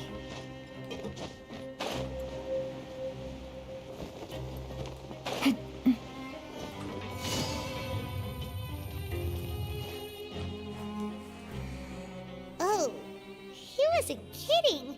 Today's meal is nowhere near as good as last time. Oh, who knows how long it'll be until we're lucky enough to get that super tasty meal again. Forget about it then. We'll just deal with the regular food for the time being. Let's just get out of here as soon as possible. But life here doesn't seem all that bad. Other than the foreman being kinda mean and the work being pretty tiring. You think so, mate? If I had a coupon for every fish who said that. Seems you fishies still haven't learned your lessons from your life up on the surface. If you take things at face value, then by the time you reach a dead end, you won't even know how you ended up on that road in the first place. I like your attitude. I can, let you in on a little something. Everyone's been telling you to just follow the rules and not cause any trouble for yourself. Am I right? But what they don't tell you is that the rules aren't exactly what they pretend to be. The rules for being a prisoner. The truth is, this place has a lot of hidden rules. Huh? Hidden rules? What do you mean? Not everyone knows about those rules, but whether you know them or not, once you break one, you might encounter something even worse than death. Really? Oh, now you're really scaring poor Paimon. Don't joke around like that! Of course. And I'd say that just disappearing would be one of the better outcomes. Oh, you mean that if there really are hidden rules, then Child's disappearance might have something to do with that? In that case, would you tell us some hidden rules? We definitely want to avoid breaking them. Come on, mate. This is valuable information. The difference between life and death. Do you really think you can just ask and I would tell you? Paimon understands, but we don't have many credit coupons yet. Yeah, I know. Not like I'm going anywhere. Just come talk to me after you've saved enough. Moreover, you're new fish, freshly caught, and completely out of your element. What'd be the point in even telling you anything before you've gotten a handle on your new lives? Come and find me once you've been here longer. I'm usually around the Rag and Bone shop. Just call me Vidoc. Bye-bye now. He left. Just like that. Huh. Do you think he's just trying to scare us into buying fake information from him? Yeah. It might be a good place to start in our investigation. Hidden rules, huh? But, like he said, we don't have any coupons and we're still not familiar with this place. Oh, there's nothing we can do about it now. Ah, we were so busy talking we almost forgot to eat. Even if it's not the best, it's probably better while it's warm. Come on, dig in before it gets cold.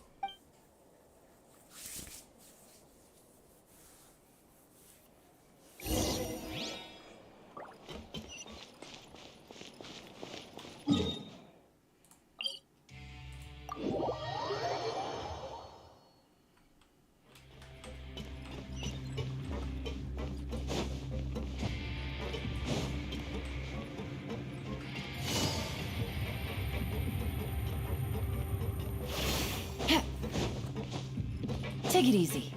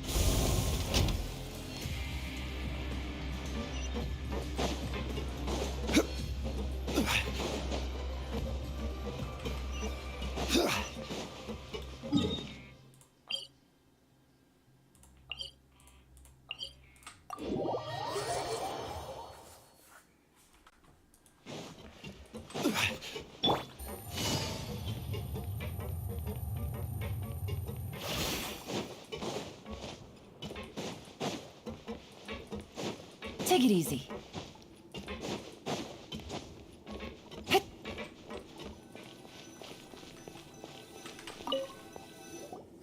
So Paimon just confirmed with the guards that our shift is set for every morning, and we're free to do whatever we want all afternoon. But it seems like most of the other inmates choose to continue working through the afternoon to earn more credit coupons. Oh, and they also said that you can use coupons to skip work in the morning and free up your time. They weren't kidding. Credit coupons really can be used to do anything here. Paimon's so tired. And we'll need to wake up and go to work in the morning. Without any credit coupons, it's not like we can really do anything else. Nighty-night, Traveler. Paimon hopes we can keep making progress on our investigation tomorrow.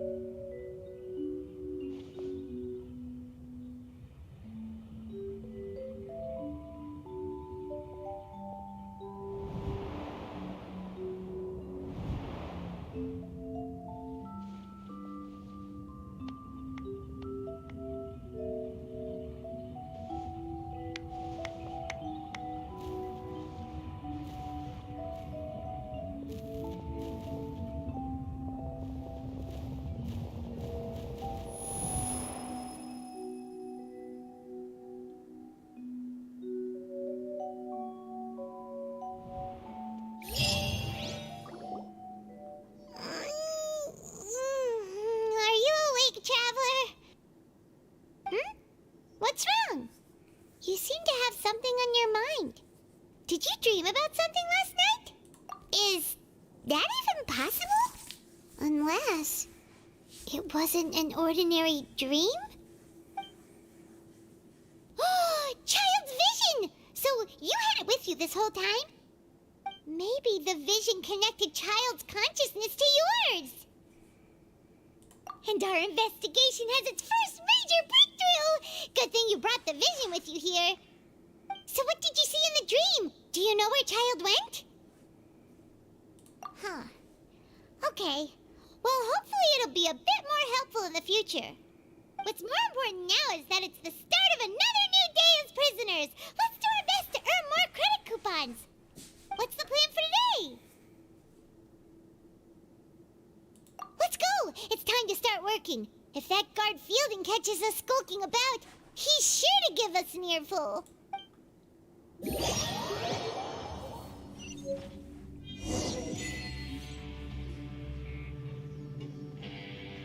Look who decided to show up. Get your butts in gear and get to work. Time's a-wasting.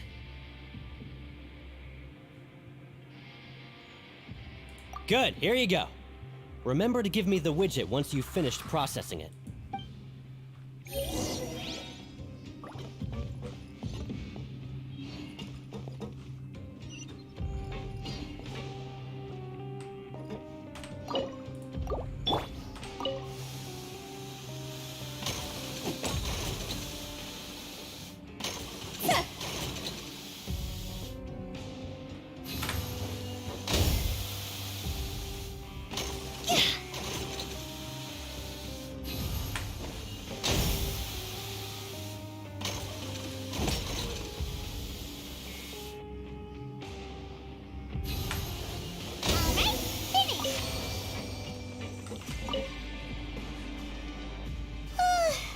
I'm on speed.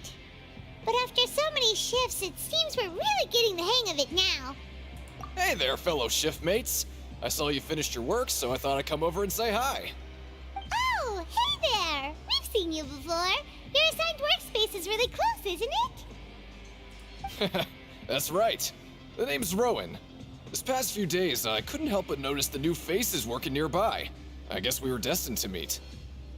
I've been working here for almost 15 years. Even the foreman, Grainville, always calls me Chief. Whoa, you've been working here a long time, Chief. If there's anything you'd like to know, just ask me. I know the work here in the production zone better than the back of my hand.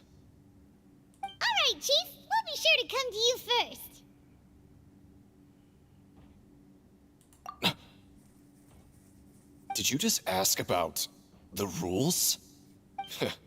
Pretty sharp for newcomers. You've already heard about the rules, huh? Who'd you hear it from? Alright. Seeing as I'm the one who came over here, you're already calling me Chief. I guess I can tell you a little. Truth is, you two keep working like this, you might be putting yourselves in danger. Huh? Wait, there's even a rule about that? What would have happened if you never told us about this? Well, it's usually not that easy to break one on accident. The conditions of the hidden rules are usually pretty specific. But once you do break one, bad things happen. If you work continuously in the production zone for 3 days, and if all you do besides eating and sleeping is just work, then something bad will happen during lunch on the 3rd day. Huh? Like what? Oh, don't scare Paimon! If I knew that, then I wouldn't be standing here talking to you, now would I? You mean, even you have never tried working 3 days like that before? There's actually a legend about this rule. They say that there was a worker who worked way harder than me. He was both efficient and eager on the job, and most other workers couldn't hold a candle to him. One time, he tried to test his limits and worked as long as he could. Then during lunch on the 3rd day, he disappeared into thin air, as if he'd evaporated. Later, some people went and asked some of his past friends about him, but they said, never heard of the guy. What the? How could that happen? Unfortunately, we were assigned different production zones. I never saw for myself what he looked like. Wait, are you thinking that it was... Huh? Oh? You... Listen, kid. This ain't the kind of thing you should be curious about. Let me tell you, you're better off forgetting about it and looking after yourself. Now I kind of regret ever telling you. Yeah, I agree with Chief here. Do you really want to try? All right, if you insist.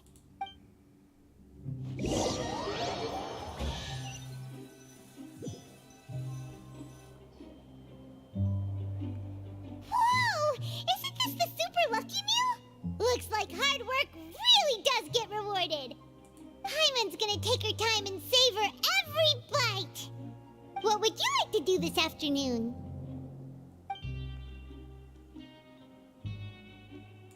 Knowing child, he must have been there all the time.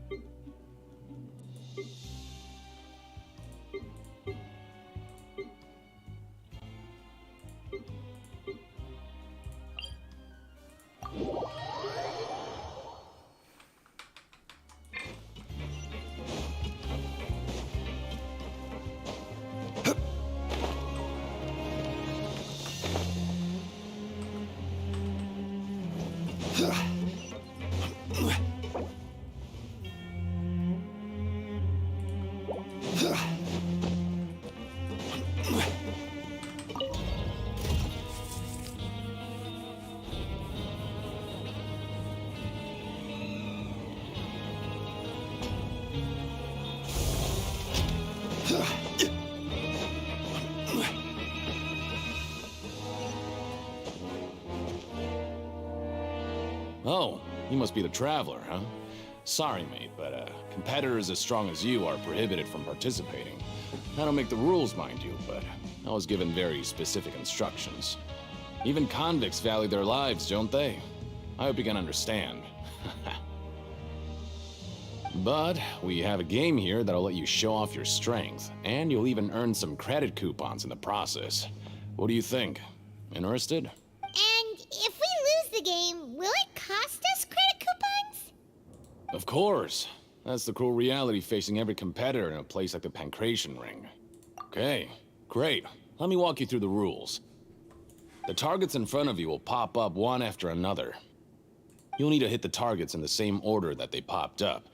If you can complete a few rounds in a row with no mistakes, then you'll win credit coupons. But the second you mess up the order, you'll lose. Game over. The game costs 300 credit coupons to have it go. So, you up for it? Thanks for your patronage, mate. Now, let the game begin. Sounds like Simon Says. Let's do this.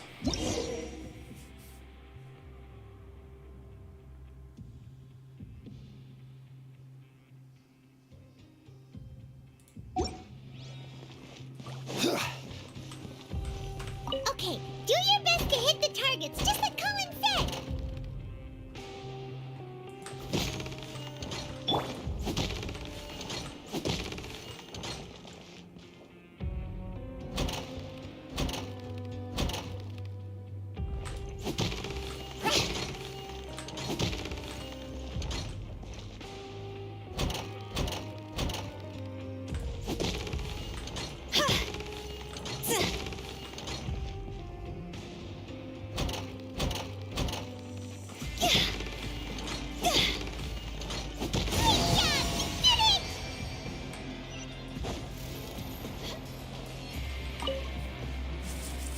I'll be.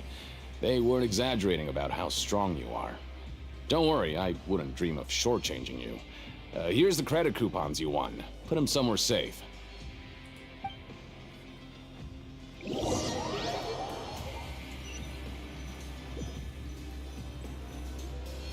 woke up so early today that Paimon's been nodding off all afternoon.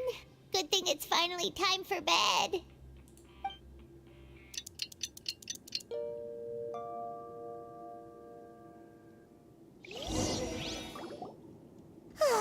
The dawn of a new day.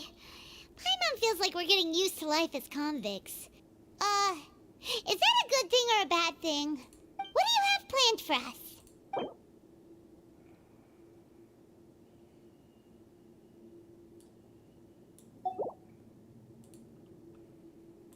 Right, we just need to keep at it.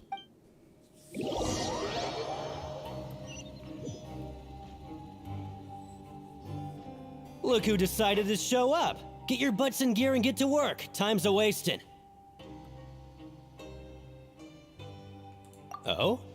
What's with suddenly wanting to work so hard? You need coupons that badly? Sure. Let's just say we really want to test our limits.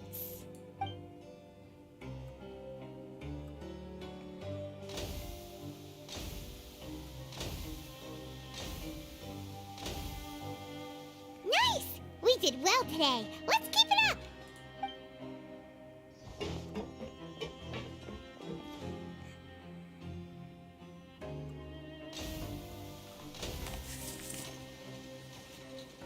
Ooh, Paimon's had it. Who knew that processing these widgets would be so tiring?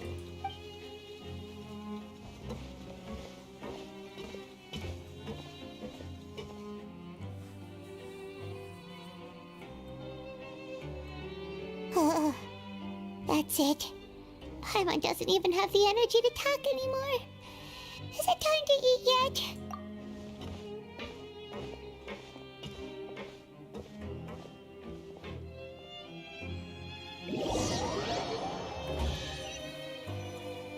I keep hearing a chest. Oh, Paimon's exhausted. It's just work, and more work. Paimon's little body can't handle this much longer. Wait a sec. Now that Paimon thinks about it, haven't we been working non-stop for 3 days now? And Now it's lunchtime! Oh, Paimon feels a shiver going down her spine. What's going to happen? But it doesn't seem like anything's changed at all. And we made it to the coupon cafeteria safely. Are the so-called hidden rules only a rumor after all? Well, there's no use to just guessing all day. Paimon's stomach has been grumbling the whole time. Let's just eat already. Paimon wonders what we'll get today. Maybe we'll get the super lucky meal. Wait, what? What in the world is this? What's with Paimon's food? And yours is the same. Is this stuff meat? But it looks and feels so bizarre. What kind of chef would make food like this? What do you think is going on? Is this the bad thing that Rowan was talking about? No, stop right there. Paimon gets what you mean, just don't say it. Hey, isn't that Woolsey over there? He must have made the food, right? So let's just ask him about the food and be done with it. Hey, Woolsey, have a moment? What is it? I'm about to go report the numbers for today's free meal, so you'd better make it quick. It's about the meat in our meals. Look, does it seem normal to you? The meat? Oh, that. Looks perfectly fine to me. Totally normal. You better hurry up and chow down. How could this be fun? Hey, don't leave! You barely even looked at it! Hey! Ugh, what should we do now? Woolsey wouldn't even give us the time of day.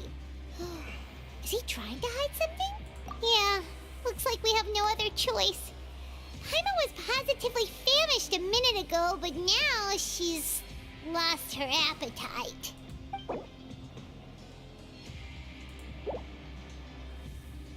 What would you like to do this afternoon?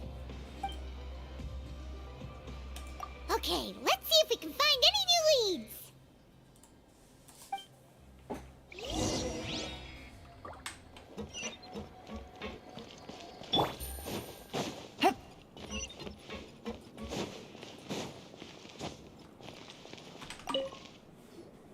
Oh, hello.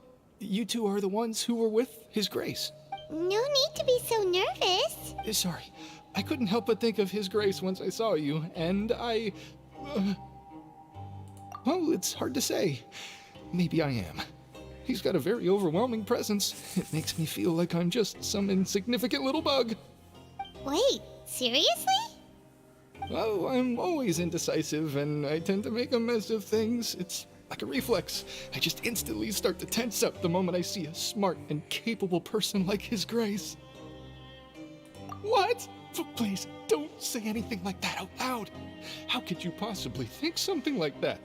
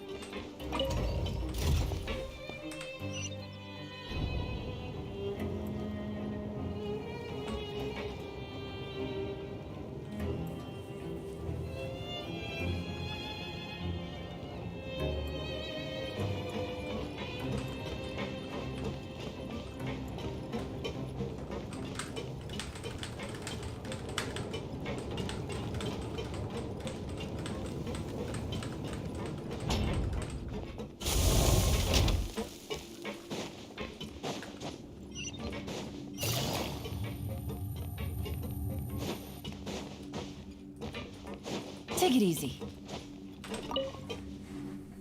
Siegewing? Aren't you supposed to be in the infirmary? What are you doing in the production zone? Hello, Traveler. Paimon? Everyone's usually busy around now, and we don't have any patients to look after in the infirmary. I thought I'd come here and enjoy the sight of everyone hard at work. Enjoy? What's there to enjoy here? It's really worthwhile.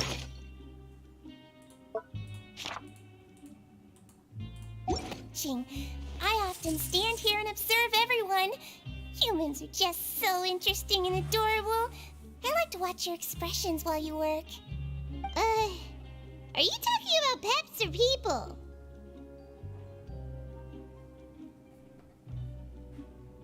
Oh, I can see why you think that, but you shouldn't jump to conclusions. See, we Melazines are a different species, and we see the world very differently from humans. It's very easy for me to observe everyone's condition. All it takes is one look, and I can tell which workers are exhausted. Wait, Melazines can see that? Huh. That does sound useful for being a nurse. Yes, running around tending to everyone's health is very fulfilling.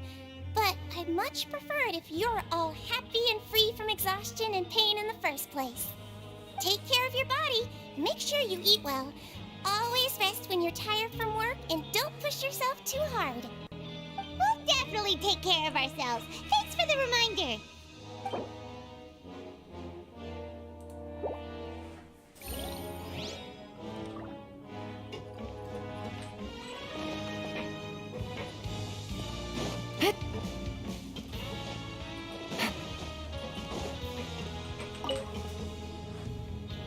Hey, it's the Traveler and Paimon. No need to tease me, okay? I won't trip on the same step twice. Just like His Grace said, paying attention to every little detail is the key to prosperity. Maybe this is the true meaning of rebirth, not just earning credit coupons.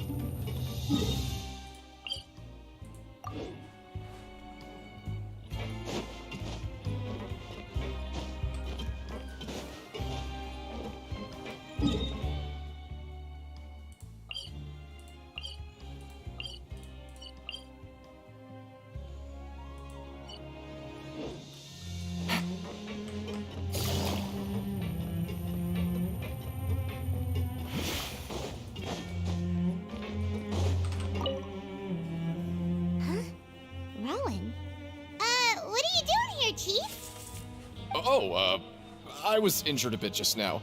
Nothing major, I think I just pulled something. Little mishaps like this are unavoidable at work, you know? Huh. Paimon wouldn't have thought someone as experienced as the Chief would still get hurt on the job. I just knew you would say that. This is pretty embarrassing. Where's Siegeween when you need her anyway? The one time I need to make a quick trip to the infirmary. Oh, you mean she wasn't in the infirmary? Yeah. The rumors say that there's never anybody in the infirmary in the half hour before lunch, and nobody knows where Siegeween gets off to. Huh. That's actually really strange. Siegeween's always super dedicated to her work. Where else would she possibly go? Forget it. I can take care of a small sprain like this on my own anyway. No need to trouble her.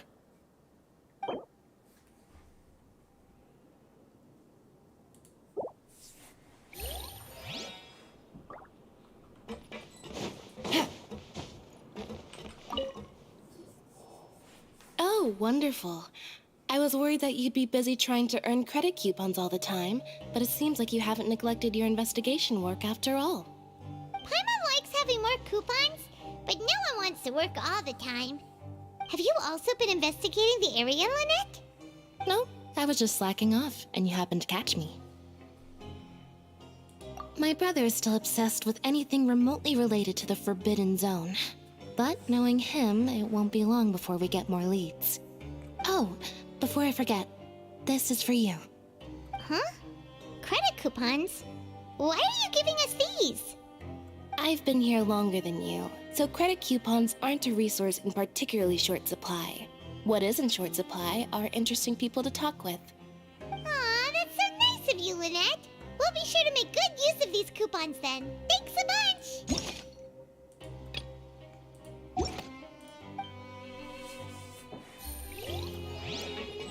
Take it easy.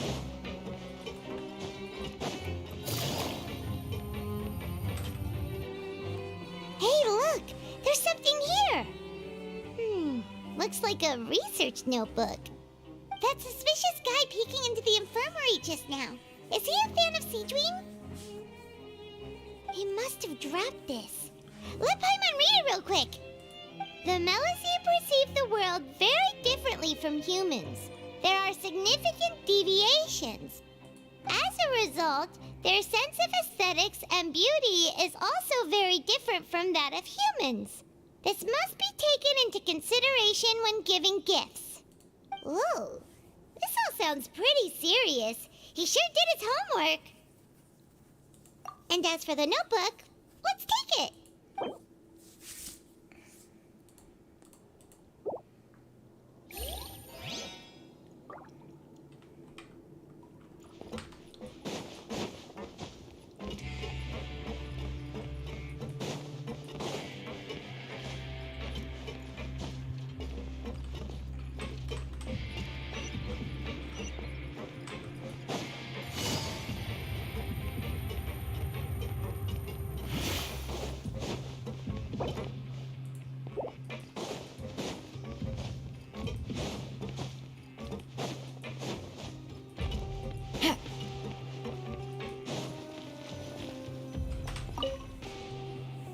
Oh, you want to stop investigating and go rest? Okay, you should rest up. We'll be back at it tomorrow. So after working a few days straight, we got some strange meat in our lunch. What was that all about? Has our investigation turned up anything useful recently? Really? And it looks like that part of the investigation has hit a dead end. Well, we'll keep searching for more clues tomorrow. Good night, Traveler.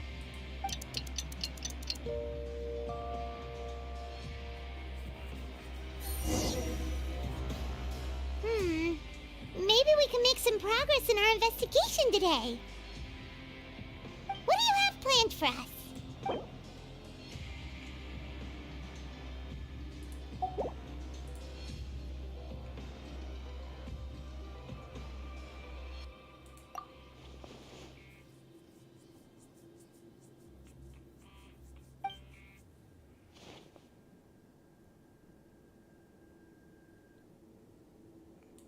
After working here so long, we're really starting to get the hang of it. But doing the same thing all the time can get old pretty quickly. How are you holding up? Yeah, it's good to kick back and relax once in a while.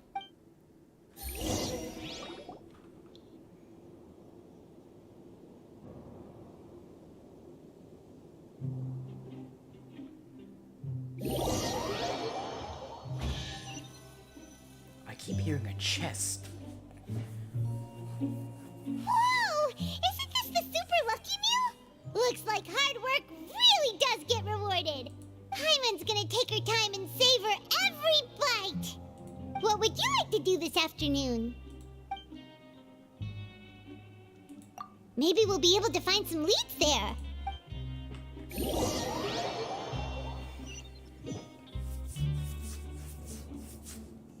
Oh, back for another try? I hope you brought enough credit coupons this time. All right, then get ready to play.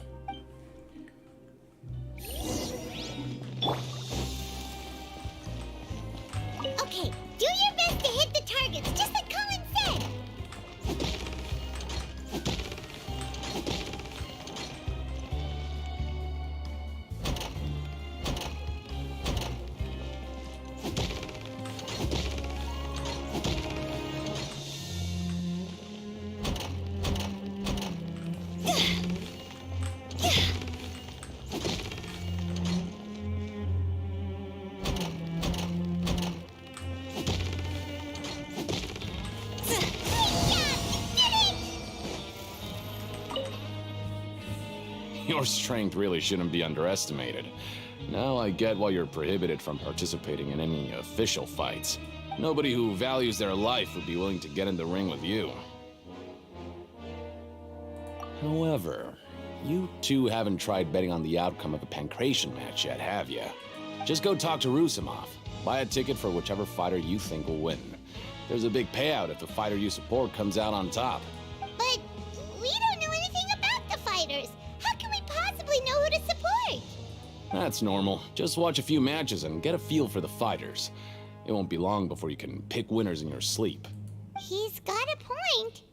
Why don't we give it a try? If we have enough coupons, we could probably bet at random until we figure everything out. Bet at random, huh? Well, how should I put it? It's not like you can't do that, but I'd advise you to give it some more thought first. Huh? We shouldn't get too carried away. What's the problem? What? I never even picked a boxer before, and you already know about the rules? You're not just strong fighters. Seems you're pretty perceptive, too. Might as well tell you about it, since you already know that much. Plus, I think you've got the potential to be one of my greatest customers. I think I can let you in a bit. Besides, I don't want to risk ever losing a customer like you. Is it that serious? Okay. The hidden rule here is, if you buy both boxers' tickets and support them both, something bad will happen the next morning. So the rule is that we shouldn't pick both boxers in the same fight. But if anyone actually did that, wouldn't they be guaranteed to lose coupons? Who would do that anyway? And what do you mean by something bad will happen?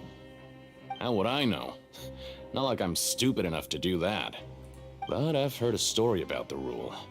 According to the rumor, there was a masked boxer who possessed incredible skill and power.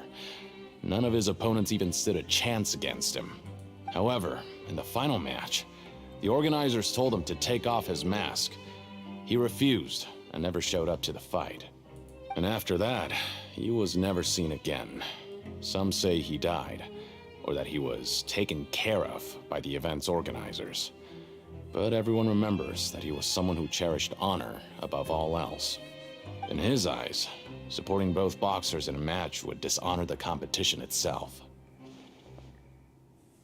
So you mean it's like a curse? He'll take vengeance on anyone who does that? No, he was always wearing a mask, like he was intentionally trying to hide his identity. I don't even know anything about his past. Traveler, do you think that boxer was... Huh? We will? You're not serious, are you? Look, here I was just trying to be nice and warn you, yet here you are trying to break it on purpose? Yeah, it sounds pretty scary to Paimon.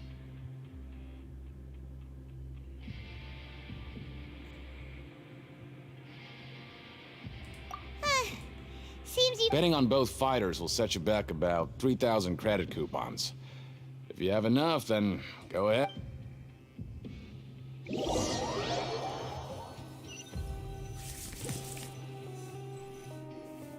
Oh, looks like we won't get a chance to sleep in as long as we're here. Let's get to bed early.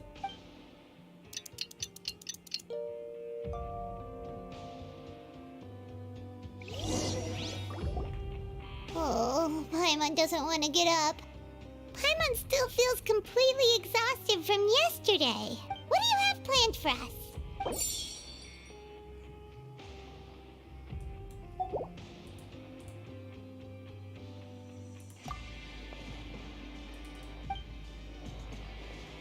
After working here so long, we're really starting to get the hang of it. But doing the same thing all the time can get old. Yeah.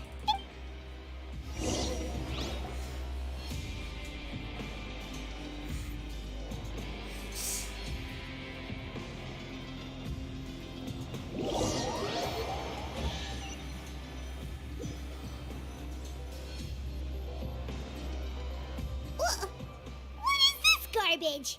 Ooh, it looks disgusting. Oh, Paimon misses your cooking now. What would you like like to do this afternoon? Knowing child, he must have been there all the time.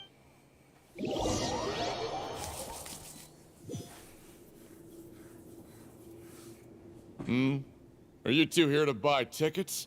Better be quick about it. Another match is about to start. Who are the boxers in the next round?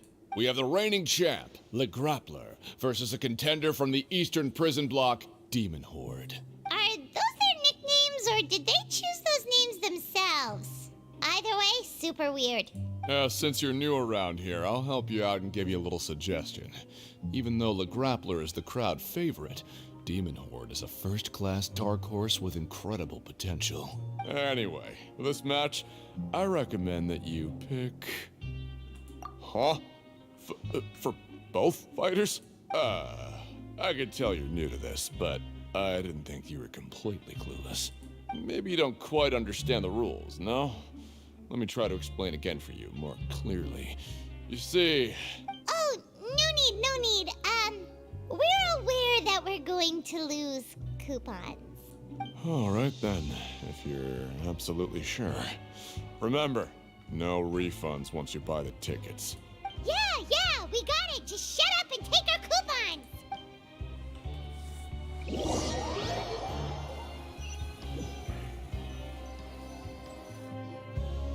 Seems we had a productive day. Hope we can make even more progress tomorrow.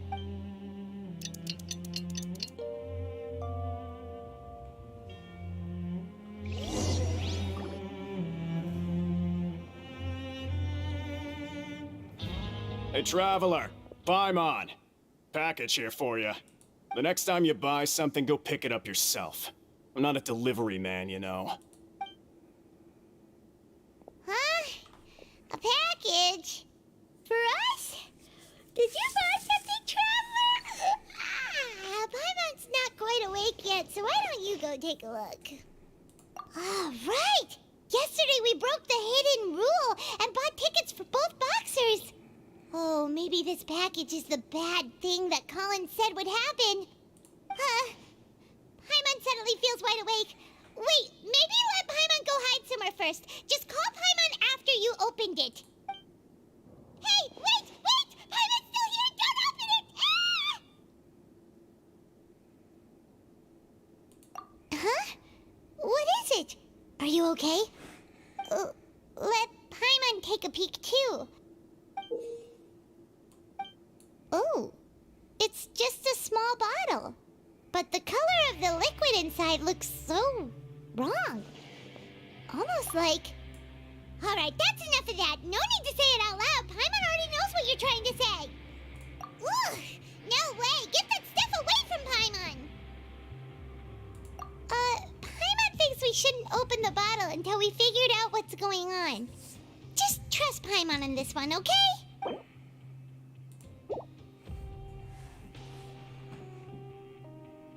What do you have planned for us? Though it feels nice to slack off a little, less work means less coupons. Go!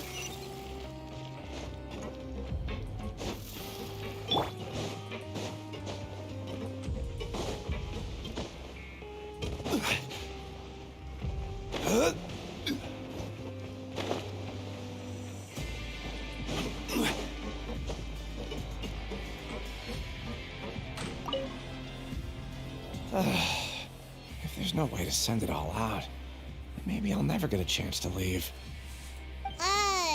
Who are you? We've never seen you before, and you don't look like a fellow convict. I'm not! Of course I'm not. Please, don't mistake me for a criminal. I'm a good, law-abiding citizen. Then what are you doing here? You sure seem anxious about something. I'm a promoter for Fontaine, and I'm usually responsible for promoting our drink products. I thought I could complete my task here quickly and return to headquarters, but I've been here way longer than I anticipated. Oh, a promoter from Fontaine. So what kind of problem did you run into? I'm so upset. It's all because of that Duke. After discussing the company's promotional plans with him, he told me outright that my project was worthless. However, in light of our long history of successful collaboration, I still tried to patiently explain the details. However, to my surprise, he just cut me off while I was speaking. Let me take a moment and recall his exact words. I'm just gonna stop you there and say no. If anything, I'm saving you time. It seems you don't fully understand the value of credit coupons here, nor do you understand the value of your own products. The former is because you are from the overworld. That's understandable, and I don't blame you for that. But as for the latter, only someone monumentally stupid, so breathtakingly stupid that they were completely ignorant of the value of credit coupons, despite living in the underworld, would ever possibly consider buying your drink. Let's just forget it. Anyway, that's how he rejected my proposal and asked me to come up with another solution with the condition that it doesn't cause any trouble for him. Can you believe that guy? Well, he is the head honcho here. Not much you can do about that. We met him too and could tell that he's the kind of guy that's hard to pin down. Fine. I know I should just let it go. I'm on his turf after all. His house, his rules.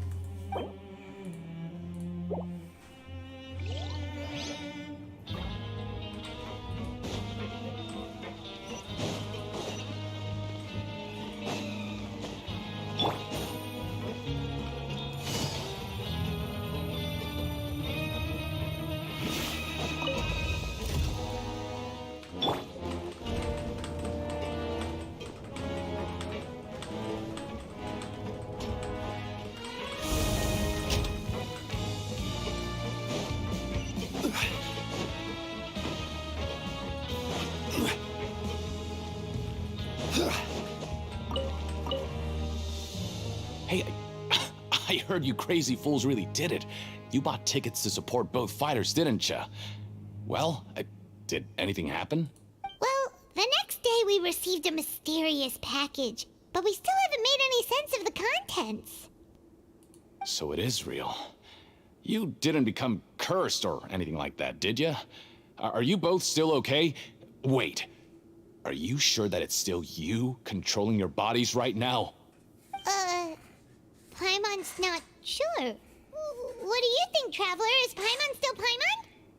Oh, okay. Well, that's good. Yeah, you two don't seem to have changed at all. But I wouldn't let your guard down just yet. Still, I didn't expect you would actually do it. You'd actually throw away coupons like that just to satisfy your curiosity? Even if we bought tickets like everybody else, it's not like we could hope to earn any coupons. When it comes to things like this, it's always the organizer who makes the real profits. Hey, just what are you trying to imply? The Pancration Ring is an honest business, and we really don't make much from selling tickets. We make so little that even the current tournaments can only be held thanks to funding from the producer of Fanta. Oh, so it's the company that manufactures Fanta sponsoring the events? Paimon thought all of this was thanks to the Duke's support. Let's just say it's a mutually beneficial arrangement. They reached out to us first, hoping to promote Fanta products in the Fortress of Meropide. Anyway, you try and take extra good care of yourselves these next few days, you hear?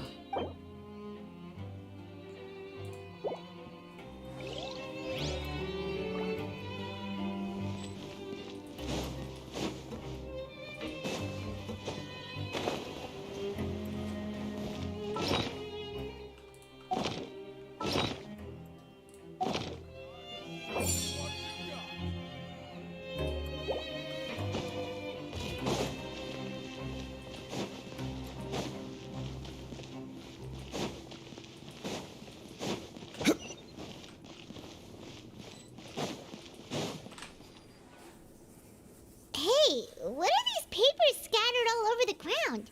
Are they registration forms or something? Maybe not.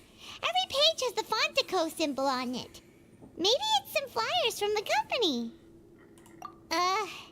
Okay. But if someone catches us, they could accuse us of trying to steal the company's secrets, couldn't they? Oh, you're right. Guess there's nothing to worry about then. Let Paimon have a look here. Without assistance from the Fontaine Research Institute, development of the new product has been slow, and some researchers on the project have voiced concerns. We have no choice but to let the new product undergo the first phase of promotional trials without a designated name or packaging. We will adjust the direction of future development according to feedback. We have decided to only conduct closed, small-scale trials for the time being. Sure doesn't seem like anything unusual. The company is just trying to develop some new products besides Fanta. But it sounds like things aren't going well at all. Let's put these papers back where we found them and make it look like nobody went through them. Okay, good.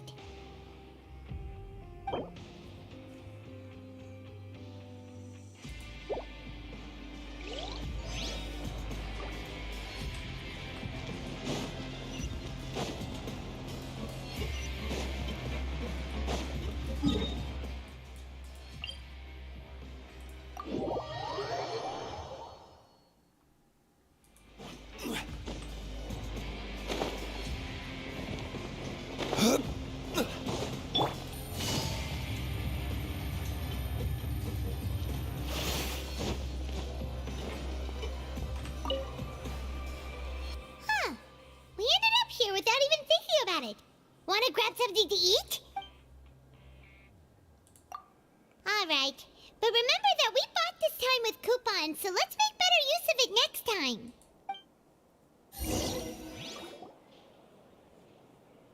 Oh, just a regular meal set. Guess Paimon shouldn't get her hopes up. What would you like to do this afternoon?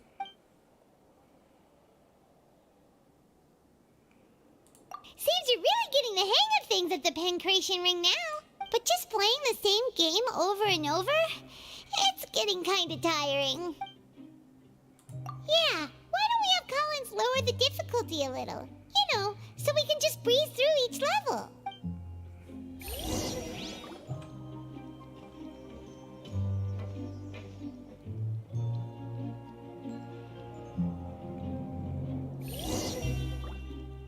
A mysterious box?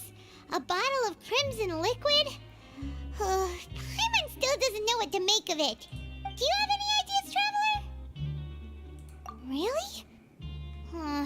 Then it looks like that part of the investigation led us nowhere. Well, maybe we'll have better luck tomorrow.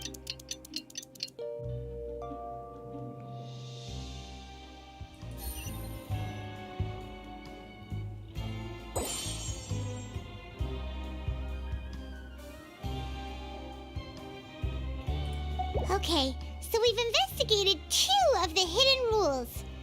Paimon didn't think this prison would have so many weird things going on. We'd better pick up the pace with our investigation, otherwise we'll never get anywhere. Yeah, let's skip work for now and put our time to good use. Take it easy.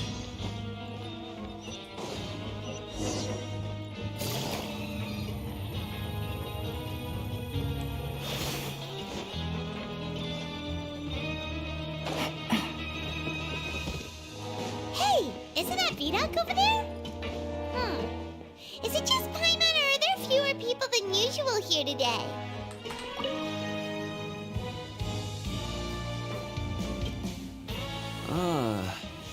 Seeing you at this time must mean you've already saved up a lot of credit coupons.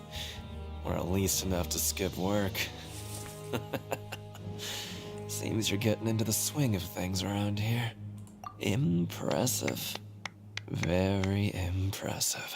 So, now can you tell us about the hidden rules you know? If that's what you want to know, I guess you couldn't have come at a better time. Huh? What do you mean it's a good time? Leonid and those other pesky broke urchins have all gone to work in the production zone. I wouldn't want them listening in without paying up. We get it! Just tell us already! So, you know those pipes that make strange sounds? Don't ever, ever go near them at night. Even if you manage to avoid the guards, you might find something even more terrible there. Something even more terrible? Like what? A group of cannibals. Cannibals? In the Fortress of Meripede? Every month, they meet a few times in the dead of night. Rumor has it they might be connected to the people that have disappeared here. But what's even scarier is that they have a special proclivity. Since they have no way to dispose of the leftover remains, they have ways to transform them into other forms and keep them in the fortress forever. Paimon might already know what you mean by other forms. So that's what's going on here. Oh, Paimon's stomach. You two look pretty skeptical. No matter, learning the truth behind dark secrets isn't necessarily a good thing. I've got things to do too. I suggest you just act like I never told you anything. Traveler, can we just trust him on this one? Oh, Paimon doesn't want her blood and flesh entombed here for all eternity? Oh, so that's how you see the situation. Huh. You know, Paimon does feel a little better about it now. When will all the secrets end?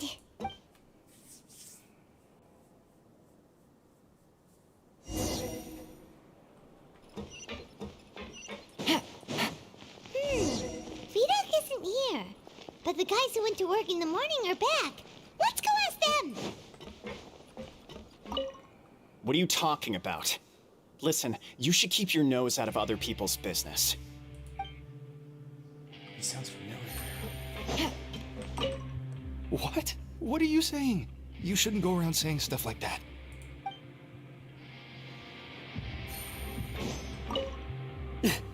Just stay away from me.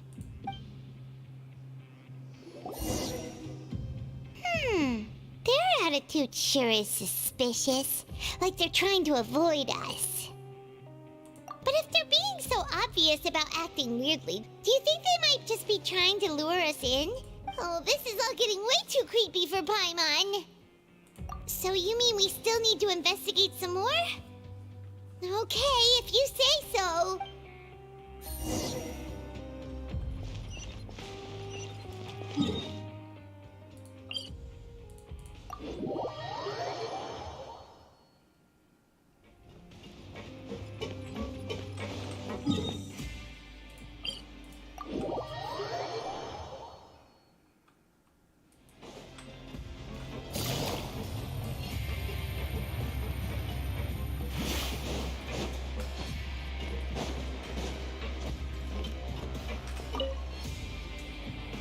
Fielding? What do you want? Criminals like you ought to be working right now. Catch my drift. We just want to ask you a simple question. Have you ever discovered anything odd during your nighttime patrols? Why are you asking about something like that? Whatever happens at night isn't your concern. All you need to worry about is getting enough sleep.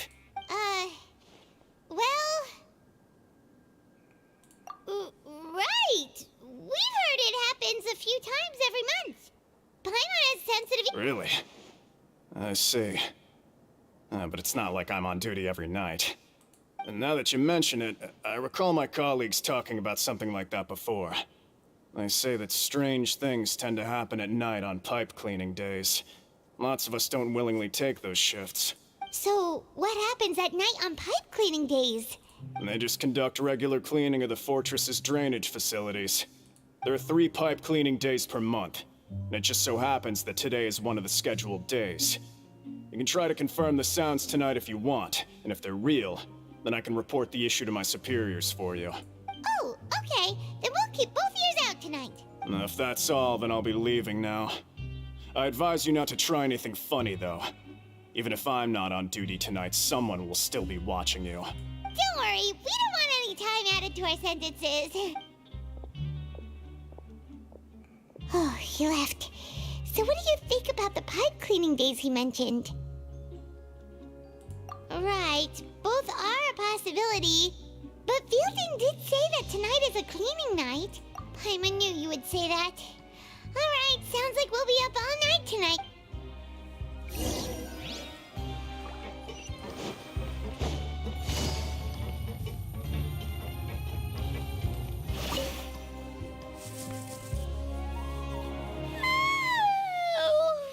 I'm so tired.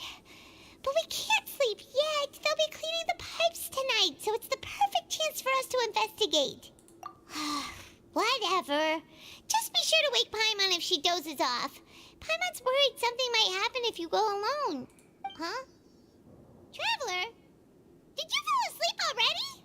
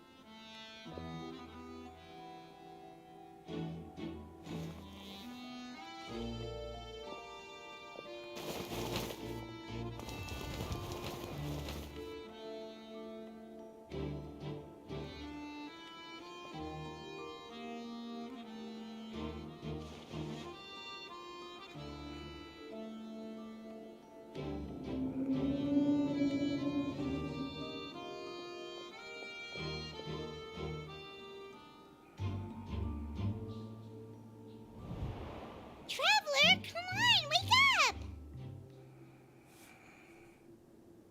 Oh, it looked like you were just peacefully sleeping to Paimon. Well, what did you see this time? Really? So we're finally starting to figure out what actually happened. But, what? Okay, well, it's about time for us to get moving. Just be careful to avoid the patrolling guards.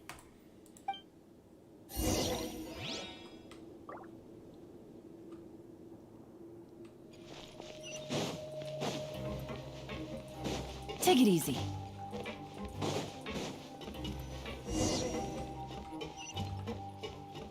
Shh! Careful! We'll get in trouble if the guards catch us.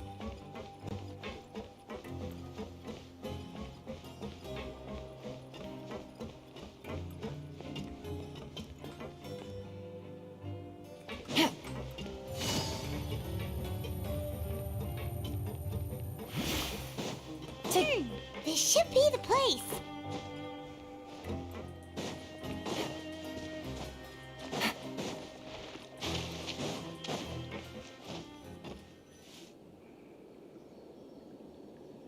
What?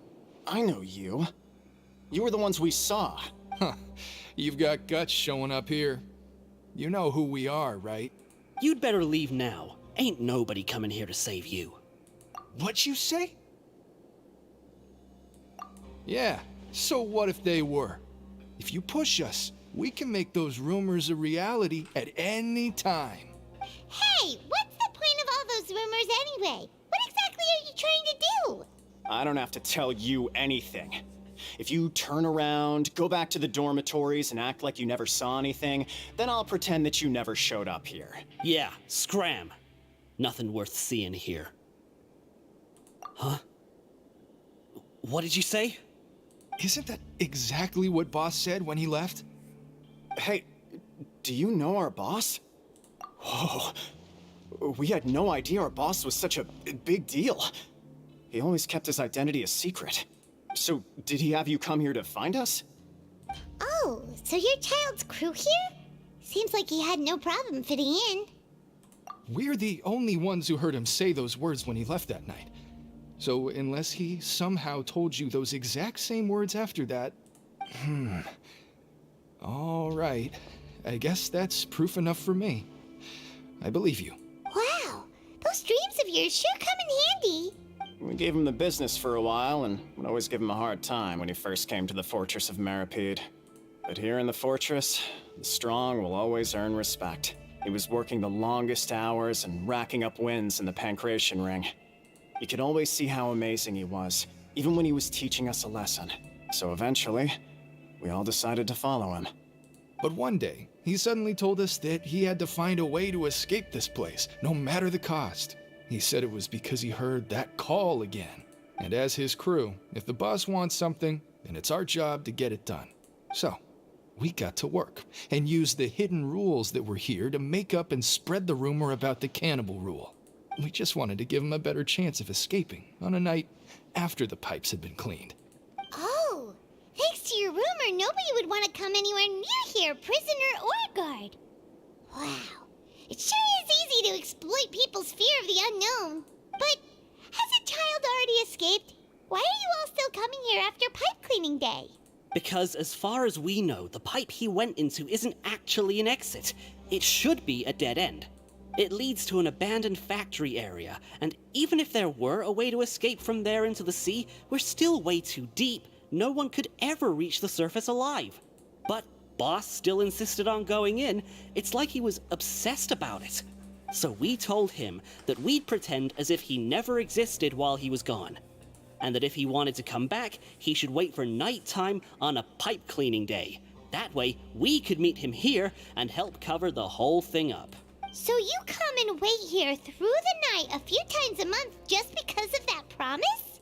Yeah, but it's been so long now. We already know in our hearts that he must have managed to escape somehow. Is it also possible that something unfortunate happened to him? Nothing could ever defeat Boss or slow him down. That's one thing we know for sure. Okay. Paimon was just brainstorming possibilities. All right. Keep quiet and follow us. Take it easy.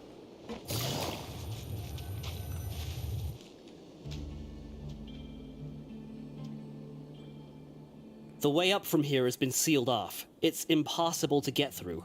Boss left by going down from here. It wasn't full of water at the time. Later, we came back hoping to have a look.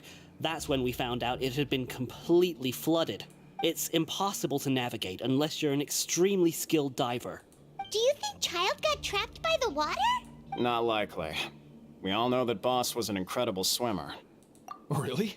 Then have him come investigate, pronto. Just be sure to tell us if you get any news about Boss. It's getting late. We should leave before the guards come this way. Yeah, we learned a lot about what happened to Child here. Let's get going!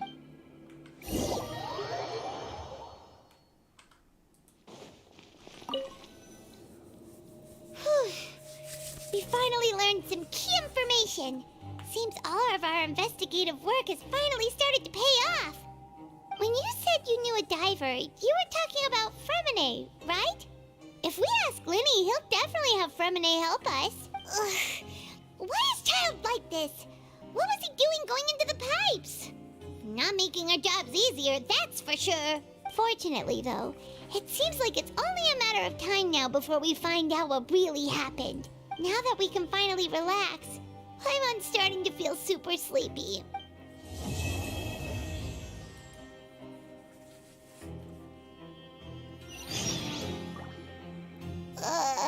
It's morning already? Oh, Paimon still needs more sleep. Huh? Wait, look over there! Isn't that... It's one of Linny's cards! Let Paimon see what's written on it. Maybe you haven't heard, but today is the monthly free day. Everyone has the day off today, which makes it the perfect time to do some investigating. It's been a while since we last talked. Have you been making any progress lately? Let's meet at our usual spot in the factory area before lunch. Ooh, today's our lucky day. We have the day off. From the sound of it, Lenny's been making progress with his investigation. Wonder what he's discovered. We still have some time before we meet up.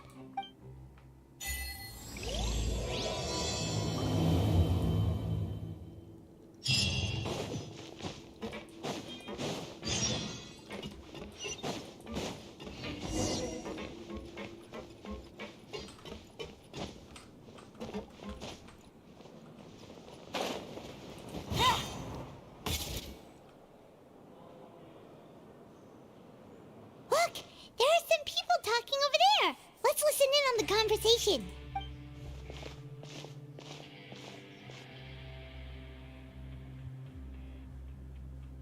If you ask me, those pompous parasites on the surface act like they're all a bunch of aristocrats. Do any of them give half a hoot about a bunch of dogs like us? Hey, speak for yourself, mate. I'm no dog. Oh, you think you're special or something? If you're here, then you're just a convict like the rest of us. I've heard that even if you're released after serving your sentence, going back to life on the surface ain't any better. Once a criminal, always a criminal. We're marked for life. I don't buy that. Hey, how cool would it be if the whole world was destroyed by a giant flood and everyone had to start over from nothing? What kind of filthy bilgewater are you spewing? I have family up there. You best shut your sewer hole with talk like that. Listen, things ain't so great on the surface, but who says that you have to leave? I've heard that you can still stay here and work even after you've served your sentence. Not bad if you ask me. Who wants to live in the ruddy overworld anyway? And what makes you think they'd want to hire someone like you? It's one of the great mysteries of the universe, how someone as useless as you is so confident. Whoa. Sounds like they're really unhappy about the overworld. Speaking of which, Paimon never heard anyone use the words overworld or underworld when we were living up there. Is it only something the inmates down here say? That's true.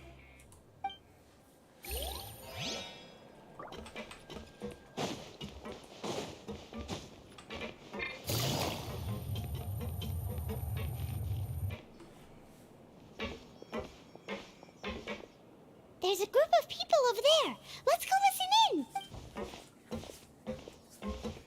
So I said, that's not a faucet. Hey, who are you two? Why'd you come over all of a sudden? Oh, sorry for eavesdropping. Sounds like you were talking about something private. What's the matter? They're just looking to join in on our fun, that's all. Hey, don't pretend like it's okay for them to just interrupt us like that. Yeah, fine. You're lucky we don't mind extroverts that much.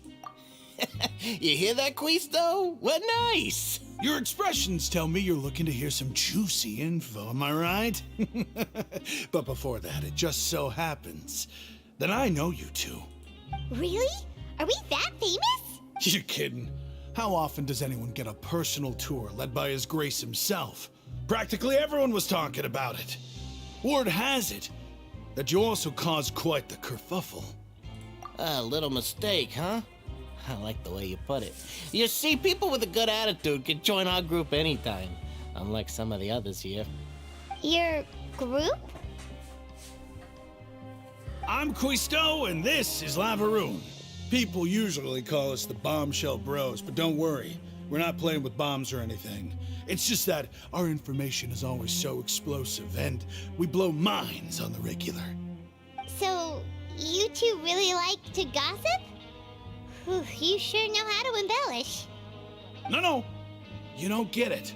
Knowing intelligence will make things better for you here. For example, knowing who's working with who has the latest rumors, who's not getting along. Wouldn't you like to know all that? Whoa, all this info's worth something, you know? You should prove you're worthy of it. I don't mind him. Quisto's always this way. Just play nice and say something to massage his ego. The welfare meals. Talk about the welfare meals. Right. That meal we had yesterday was super delicious. Paimon can still taste it whenever she closes her eyes. Is that so? To tell you the truth, I've been helping out with making those welfare meals. I've been working as a kitchen assistant for about a month and a half now. Oh, so you're the one who made those delicious steaks. Amazing. You could be a professional chef. You are correct. I am a true professional. In fact, I even went to culinary school. But since you like my cooking, I guess that means we share similar tastes. Listen carefully. This little bombshell will help you learn what's really going on here in the fortress. Listen, kids. The power structure within the fortress is quite complicated. The overworlders couldn't care less about us down here. We're basically dogs to them. You've already met the one person here you should never cross, the Duke, Risley. He knows more than you think. And if he doesn't care about something, then he often doesn't bother dealing with it. Those who have the Duke's attention get all kinds of special perks, even better treatment in the infirmary. I know who you mean. It's that Jurier character, right? I don't think there's anything useful about him at all. Why does he visit the infirmary practically every day? Is it normal for anyone to be going in and out of there so often? If you ask me, he's just faking it to get out of work. But did you know that Jurier was a talented researcher from the Fontaine Research Institute before he came here? There's no denying that. I don't care if he was a researcher that could turn dirt into Mora. Once you're in the fortress of Meripede, you're just another inmate like everybody else.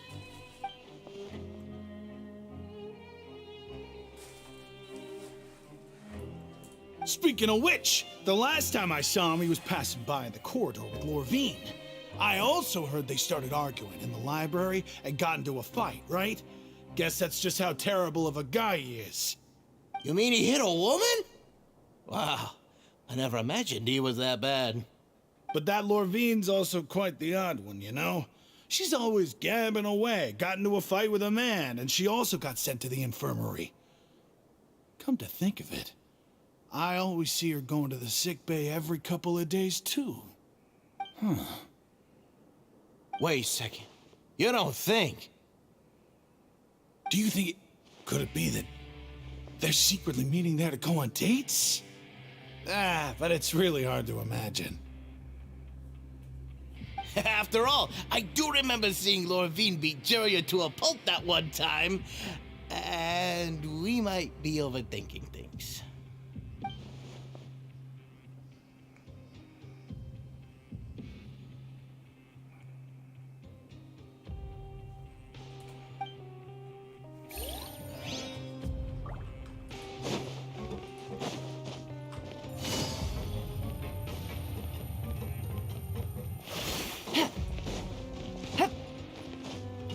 Take it easy.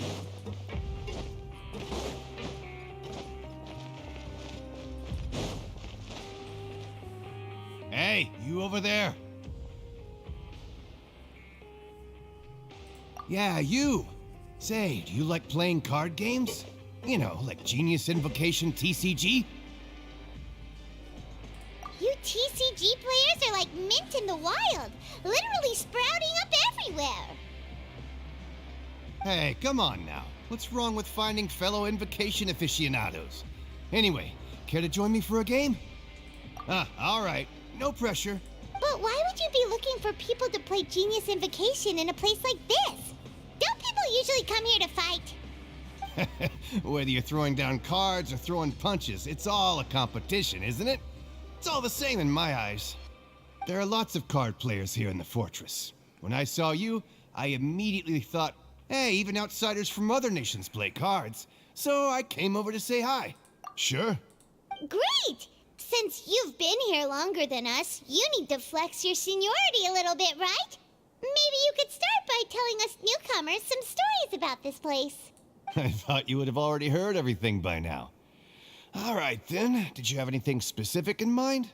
Or do you want me to just pick a topic? Why don't you pick? We'll let you know if we've heard it already. All right. Have you heard any strange rumors since you've arrived? Ben, did you know that there are some people who are always gossiping over in the corner? Yes, so you've already met those two. They're quite a pair. They always keep an eye out for the latest happenings and gossip about everything. I've never seen anyone with more time on their hands. I heard that they used to be a chef and a bartender before they were sent down here. You know how bartenders are, always chatting with customers. And chefs love to pass the time just hanging out when they're not cooking. Good to know. Do you have anything else to tell us? Let me think. Sounds like you want to hear something a little more tantalizing. Oh, did you know that the Duke was also a convict in the fortress of Meripede before? Huh? Wait, are you serious? That's right. The Duke was an inmate just like you and me. Seems he was exiled here for committing some crime. Who knows how he ended up rising up to become the warden, though? To go from an ordinary inmate to becoming the manager of the whole place? I'm not gonna lie, I kinda respect that. A forbidden zone? Sounds like something that someone just made up. I've never heard of that. Where did you hear about it? It's just a rumor we've been hearing, but no worries if you've never heard of it. Do you have anything else you can tell us? Anything else? Not that I can think of, but I'll be sure to tell you anything interesting I hear next time. You'll have to play a game of Genius Invocation with me first, though. Okay, we've talked to just about everyone, and it's about time for us to go meet Linny. According to the card he left...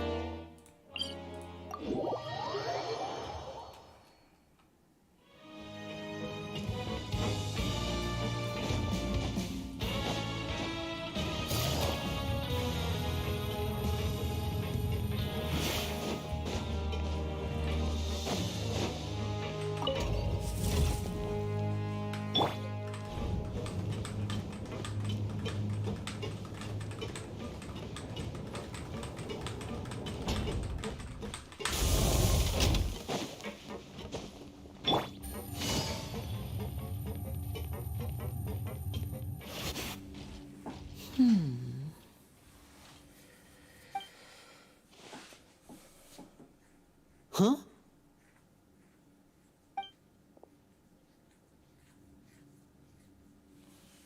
That look in your eyes. You found something? Hey, this is no time to be modest. Just tell him we found a boatload of information. Oh, as expected of the legendary duo, you have my full and undivided attention. Huh. I'd have never guessed that myself. The rumors swirling about this place are unreliable after all, and Master Child probably went missing because he found a way out. He is a harbinger after all. I suppose he's much more resourceful than I initially gave him credit for. Unfortunately, this isn't enough for our final report to Father. We need to find out Master Child's exact whereabouts. Father told me that even though Master Child said he was just coming to Fontaine for a vacation, he actually had some personal reasons. His agenda might be linked to his disappearance.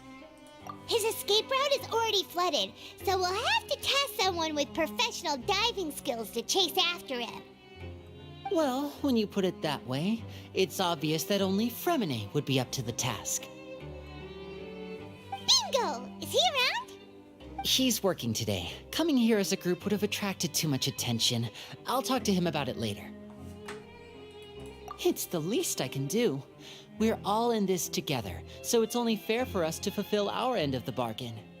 Honestly, I'm far more impressed by you guys managing to collect all this information right under Risley's watchful eyes. Collecting information has always been our strong point. Now, let me think. To find out more information, Fremine will have to retrace Master Child's original route. And if he's to do that, he'll have to set out on the next pipe cleaning day at the earliest. That's 6 days from now. And after that, he'll probably take another 2 or 3 days to return. You can even estimate how long it'll take for him to get back? We've been working together for a long time. We know each other's capabilities like the backs of our hands. Traveler, what say you to meeting here 9 days from now?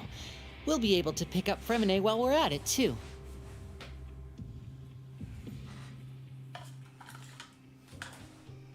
Oh, and there's just one last thing we'd like your help with.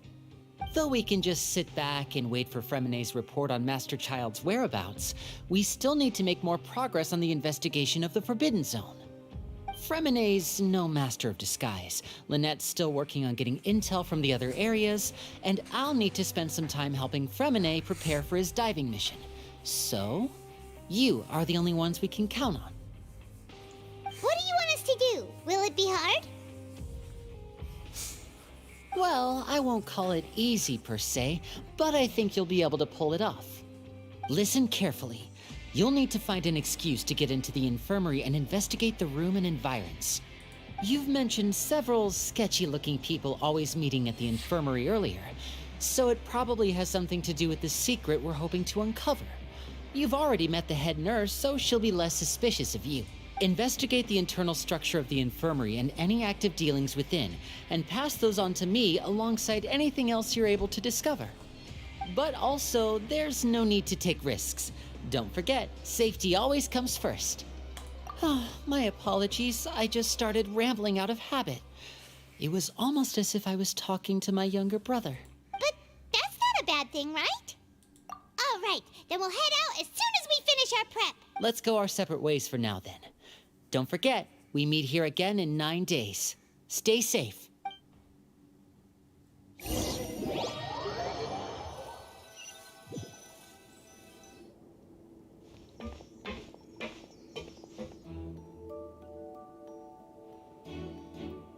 Hey, stay here for now. Paimon will take a peek. There seem to be several people inside.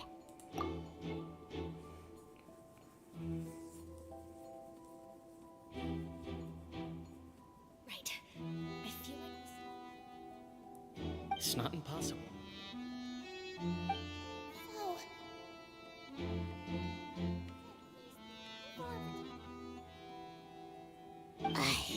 It's a bit hard to understand them from here, so why don't we just...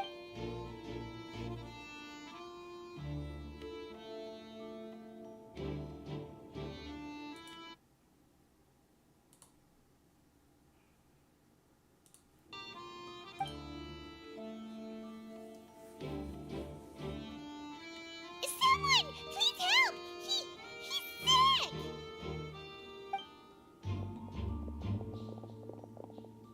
Whoa, are you okay? Oh my!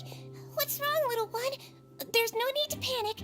Take a deep breath before you begin. The traveler started complaining of a stomachache, and then nausea, and then collapsed onto the ground. Paimon doesn't know what to do. Freezing limbs, twitching fingers, and pale complexion. Could it be poison? Let me take a look. Please, lie down over here. Don't worry, I'll get you to the bed safely. Here, hold on to my shoulder and walk slowly.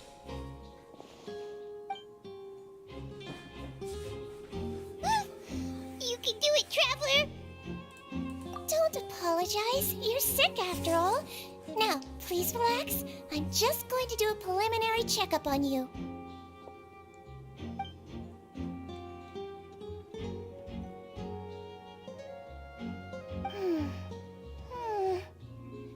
I see now.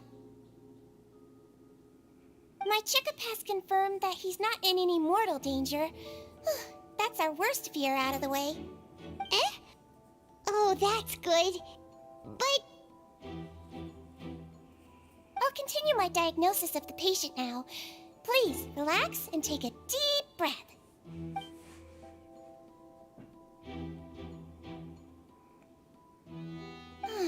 Don't sense serious damage to your organs either. Does it hurt when I press here? And here? Huh? But based on my initial checkup, there shouldn't be a problem here. How strange.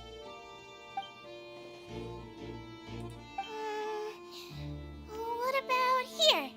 Does this hurt? Oh, I understand.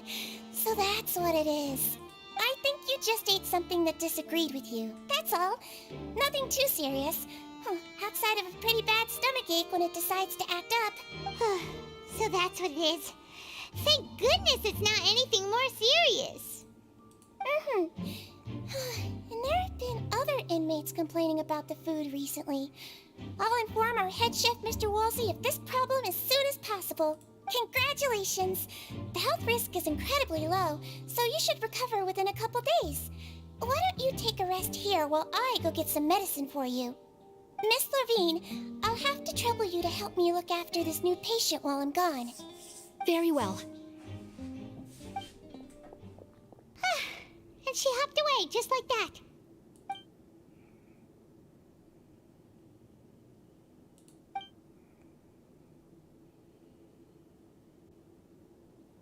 Hello. So how are you feeling now?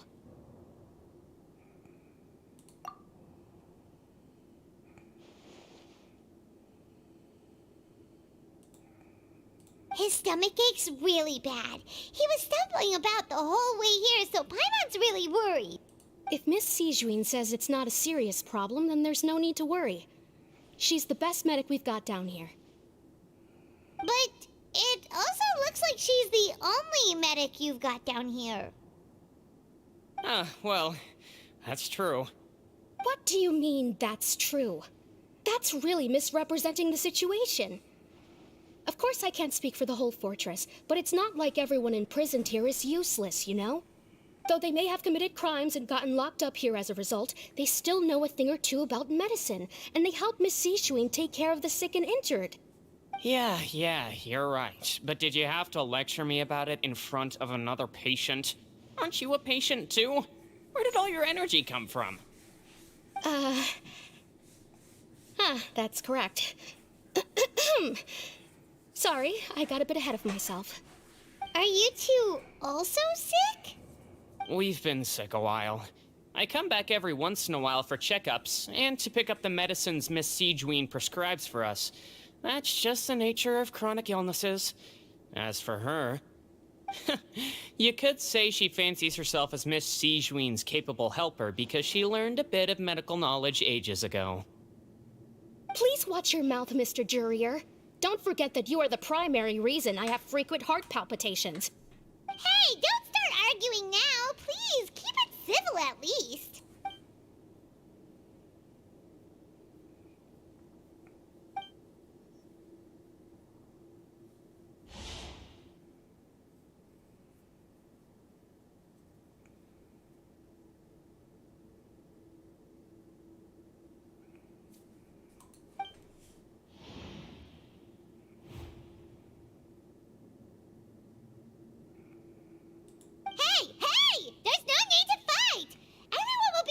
Someday, so there's no need to argue over silly things like this. But... Release. It's way too early for us to even think about that. And who the heck knows if we'd even be able to continue our previous lives?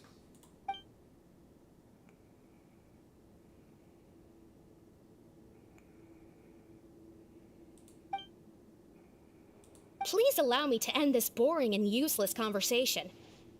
Oh, and Mr. Jurier, I don't want to see your face here again anytime soon. And same to you, Miss Lorvine. Anyway, that was more than enough rest for me, so I'm going to get out of this excessively noisy place. See you later, everyone. He just slowly walked off like that? That's just what he's like. I'm sorry you had to see all of that. I'm Lorvine, and that's...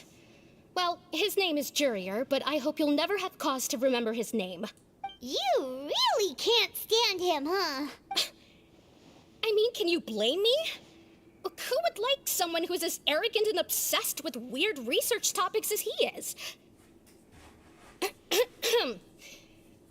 But there's no need to keep dwelling on him. I'll accompany you two for a while. Miss Sishuin should be back soon, and I'm sure you'll feel better as soon as you've had some of her medicine. No, it's nothing. I'm back! Did you rest like you promised? Thank you for getting our medicine, Miss Sishuin. Did you all cooperate with your bed rest? I trust that nobody got up to walk around. Good. Here, this should be 2 days' worth of medicine for you. Take 1 pill now, and then continue your bed rest.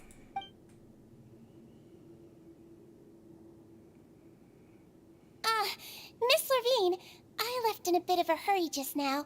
Do you still remember if we discussed the color of the pill that you should be taking today? I remember. You said it should be yellow. Yellow, huh? I understand. These are yours. Please, make sure to go to bed early after taking them tonight. You'll benefit from a good night's sleep. All right, then I'll also be on my way now. I hope you feel better soon, too. See ya! I'm going to fill out about your medical record now. You're widely known as the Traveler, right? Those two made quite the commotion just now, so why don't we let the Traveler rest? So his primary symptoms are abdominal pain with secondary symptoms of nausea. Is there anything else? That's it. All right then.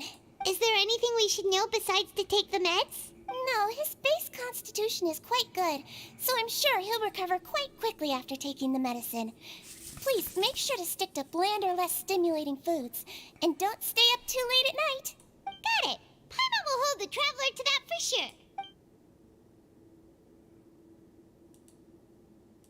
Oh, you're going to take a nap already? Okay then, you get some rest.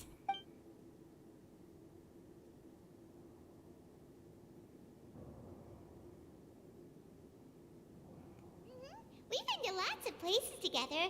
He may look a bit under the weather now, but he's actually super strong. So you're the best of companions. Well, don't worry, he'll recover soon. Ah, you're awake.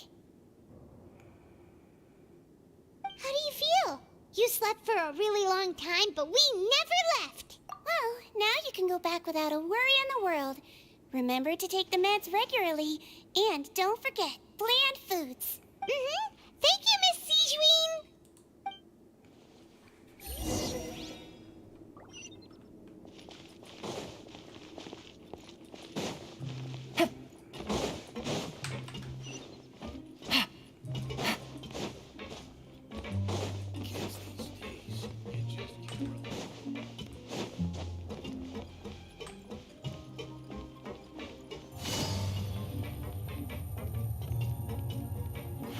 Take it easy. Hup.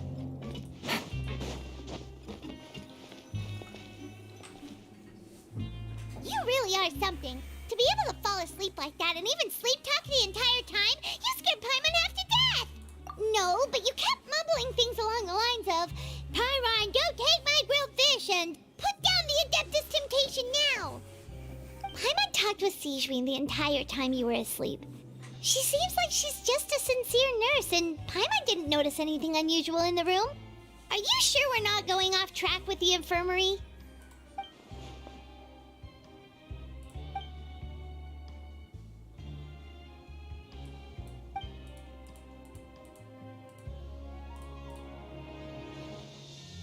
Whoa! You really are super thorough! All those tiny little suspicious things that...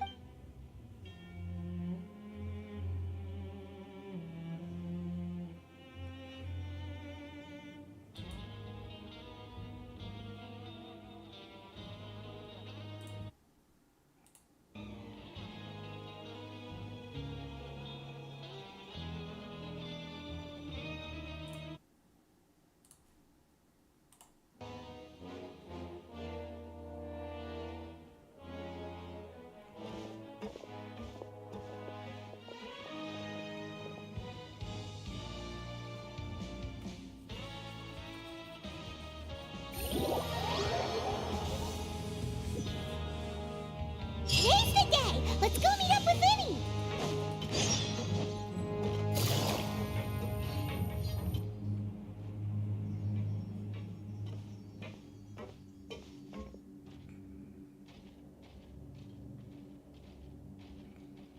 Oh!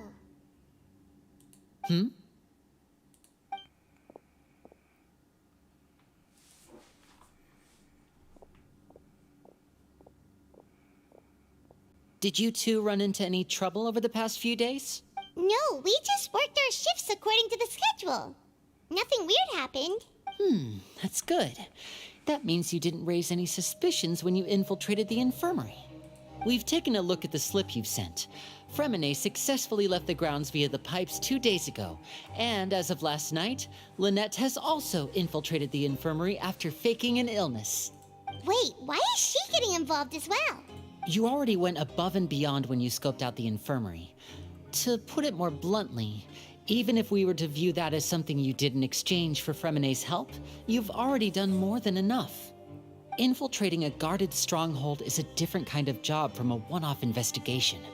We want to avoid using the same faces over and over and reduce the amount of suspicion that will fall on any given person. Lynette also felt like you have already taken the first step for us, so she should be the one to finish the job. So that's what Lynette thinks. Oh, Paimon hopes everything's going well for her. Then, let's go check on Lynette before Fremine returns. If everything went well, then she should be wrapping up her investigation right about now. Is now really a good time to go over? According to my observations, Sigewinne always spends around half an hour away from the infirmary right before lunch. Lynette knows this as well, so this should be a good time to meet up with her. Also, I'm her brother, remember? It's only natural for an older brother to care about his younger sister's well-being. Okay, then let's head over right away.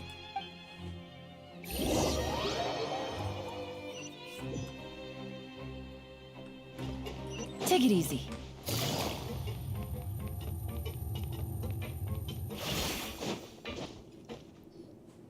Lynette should be here right now. Huh. Strange. Lynette? As expected, Sigewinne isn't here, but why isn't Lynette here? No, Lynette rarely deviates from the plan. We agreed that if she were to make changes on the fly, she'd find a way to let me know. Unless...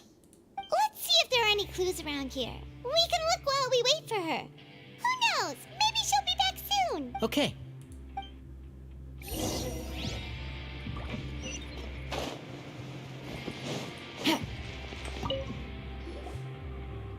This is it! We saw it before! Wait, this thing? It doesn't look like it's been disguised that well. The space behind it is empty. From its size, I don't think it's an entrance that is meant to be taken apart. There's probably a mechanism around here somewhere. Could Lynette have tried to get inside? But if that's the case, she would have contacted me for sure. Let's look around here for some more clues. Don't panic, just take another look.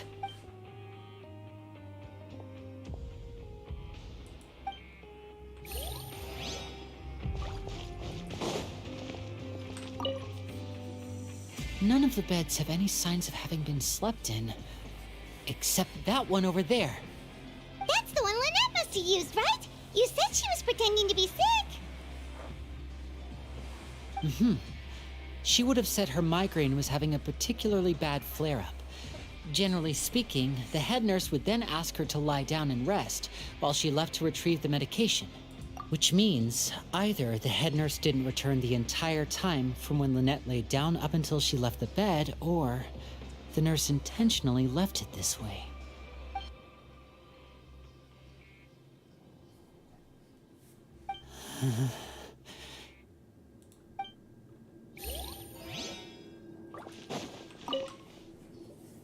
There are some books here and a few files. They all look like medical records. Advanced nursing, how to raise the spirit of your patients, a quick guide to... These sure are some interesting books. Who knew Sigewinne would be interested in these kinds of things? She even has books on understanding people's motivations and feelings. Is it because she's a Melusine? Or does she have a need to understand her patient's emotional state? Seems quite normal to me. These are skills that would come in handy for a nurse from time to time.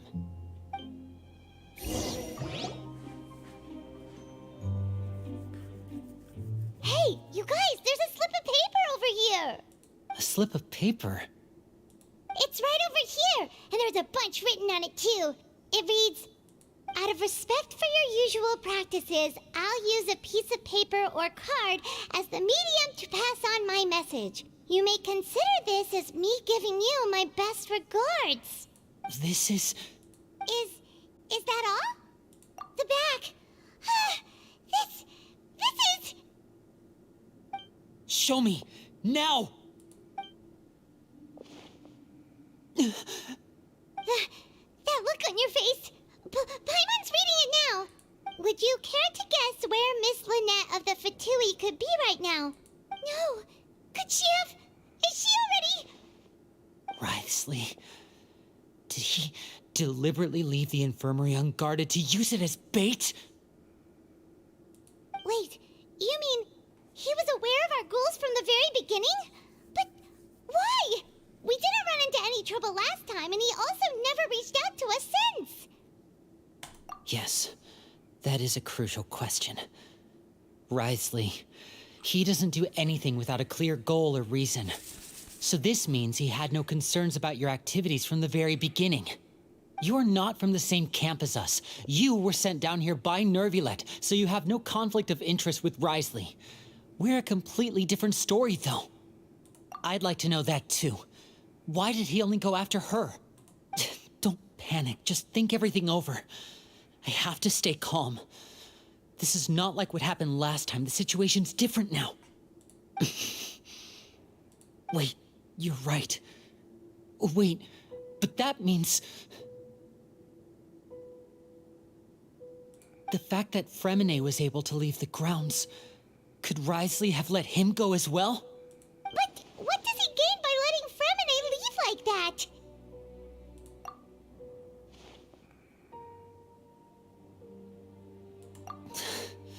So he's challenging me and trying to provoke me, I'm sure of it.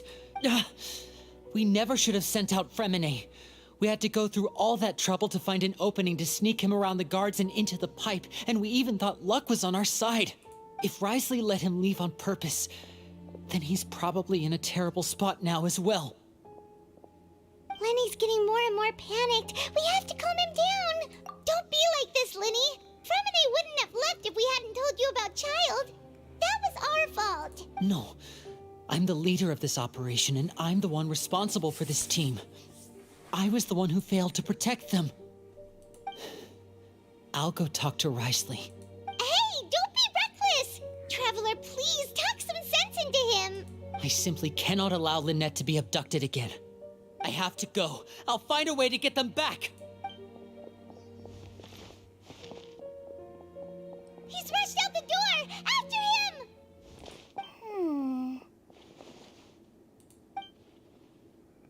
You snitch. Right. I feel like we still have some room to make changes on these details. It's not impossible, but it'll require extensive testing. Is that so? Very well. Then please be mindful of the time. Huh? Is someone? Pack everything up. Whoever's outside is eavesdropping. They'll probably come in once we stop talking. Someone! Please help! He's sick! Whoa, are you okay? These two. As expected, they've already found this place. Oh, they are quite sharp. What a delightful turn of events. I like smart people, but I also like playing dumb. I like the feeling of being trusted. Oh my! What's wrong, little one? There's no need to panic. Take a deep breath before you begin. Being able to read human expressions is quite the useful skill.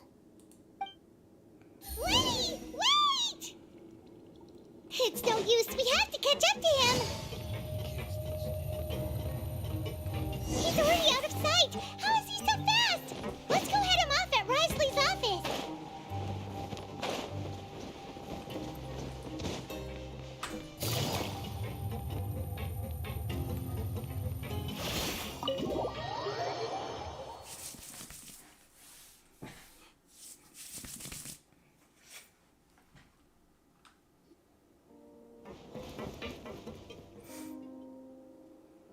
Come out and face me, Wriothesley! Aren't we at an administrative office space? Why don't you at least try to follow even a couple rules from the fortress's indoor management regulations? What did you do to my sister? I ran into the young miss at the infirmary. I'd heard that she was suffering from quite the migraine, so I decided to invite her over for a cup of tea. I do have some teas in my collection that can work wonders against such an illness. Stop joking around! Where did you take my siblings? I have also heard that your performances are quite the spectacle. Miss Lynette would sometimes enter a box filled with water, only to emerge the next second from another place altogether. Maybe she'll appear behind you right now if you were to turn your head. Is he trying to trick me into turning my head? No, he's probably not looking to attack me right now. All of the hostages are in his hands, and he's even in the mood for small talk. That means Lynette is probably still alive. You knew we were investigating the infirmary from the start, so you deliberately aroused the Traveler's suspicions and baited us into continuing our investigation, just so that you'd be able to kidnap Lynette. As for Fremine, no, you probably didn't even interfere with Child's escape. You let him go, so you could purge the Fatui members that we had planted into your ranks. There was no need to do so. The Fortress of Meripede is a pretty pleasant place. Most people enjoy their lives here. The only ones who act differently are those with personal agendas. It was quite easy to identify your colleagues. You removed our original members and spread the news of Child's escape so Father would assign our team to come down and investigate. Fremine has also fallen into your hands, right? If you're oh so omnipotent and so in control, why would you need hostages? One correction. Lynette is in my hands right now, but Fremine is not. He's not? What do you really want? Lenny! Oh, wonderful. Everyone is here, so I'll only need to say this once. Thank you so much for cooperating with me. Eager and to the point, I see. Alas, only Miss Lynette is currently having a cup of the fortress's finest tea. Although, as per your original plan, Mr. Fremine should also have returned to the fortress by now. But he has neither shown up within my gates, nor has he been taken into any kind of custody. So where do you think he may be right now? Wait, you can't mean you locked him outside in the sea? I closed the fortress's gate to the outside world. That's all. Fremine's a star diver, so he should be fine, right? No, we're still here, so he definitely tried to find a way to come back for us. So we can't assume he might have made a break for the surface. But why would I do this, you may be asking? To have an audience with you, of course. My intel tells me that Mr. Linney is a great magician, so it's only natural for me to want to have some cards of my own when it comes to negotiating. Besides, I do recall you mentioning to Miss Lynette that you've always wanted to have a face-to-face meeting with the Lord of the Fortress of Meripede, regardless of whether it was in a personal or a professional capacity. Well, you got your wish. So, you've been keeping tabs on us before we even set foot in the fortress. Some of my folks just happened to hear a thing or two, that's all. In any case, I will be straight with you. I was willing to play dumb and turn a blind eye, so we had a pleasant few days playing games together here. But once you started focusing on the Forbidden Zone, all of that changed. Mr. Linney, the cards are stacked against you right now. Miss Lynette is in my hands, and Mr. Fremine is still slowly being pickled out there in the brine. You know just as well as I that he cannot last out there forever. You need do but one thing to guarantee their safety. I would like you to contact your superior, and ideally invite her over for a cup of tea with me. You want to see Father? But why should she bother giving you an audience? Well, if she cares for the well-being of her dearest children, she should have plenty of motivation to join me for a parents' evening. I've heard that the bonds between the members of the House of the Hearth are like the bonds of family. I don't see why she would refuse. Why did you think Father sent us to handle the Fortress of Meripede? This place is basically a no-man's land. It wouldn't be fitting for anyone as important as a harbinger like Father to come here in person. Oh, I see. So it's because she doesn't care for my place here. That's such a shame. After all, I've amassed quite the tea collection. I was looking forward to sharing it with her. Both Monsieur Neuvillette and Lady Farina have already received many samples as gifts. Was this the extent of your master plan to get to Father? No matter how much pressure you may put on me, I won't allow you to use us to blackmail her. You people really are difficult to get along with. All I'm asking for is a face-to-face conversation. Does she truly have no interest in the fortress's secret? Mr. Linney, you have one last chance to invite your father here. If you refuse... Lenny! Instead of asking why I'm doing this, why don't you try to see things from my perspective for a second? From the very beginning, the Fatui has been actively infiltrating my fortress. I gave you a warning by cutting off the first few operatives I found, but that only caused you to double down. Had you given up on the fortress then and there, I'd have no reason to want to talk. Mr. Fremenet left the fortress on his own, and Miss Lynette tried to pry out my secrets right in front of me. No matter how you look at it, the responsibility for this falls on you. I shouldn't ask Father to do anything because of us. 6, 5... Wait, 2, 1. Time's up. It really is a shame, Mr. Linney. Risley! Negotiations have broken down. Please leave, ladies and gentlemen. It's time for my afternoon tea. Yeah,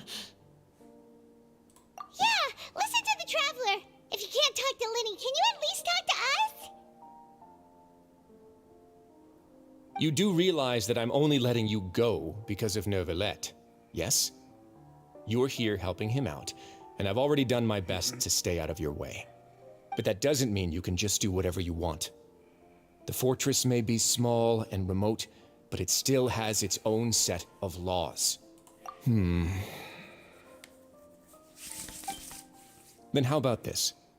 Those who are capable deserve respect. You've spent quite some time investigating my home turf by now, so why don't you tell me a thing or two about what you found, I'll ask you 3 questions. Answer all of them correctly, and I'll agree to your request. Question 1. Regarding the hidden rules of the production zone, what is the truth behind the one about not being allowed to work for 3 days in a row?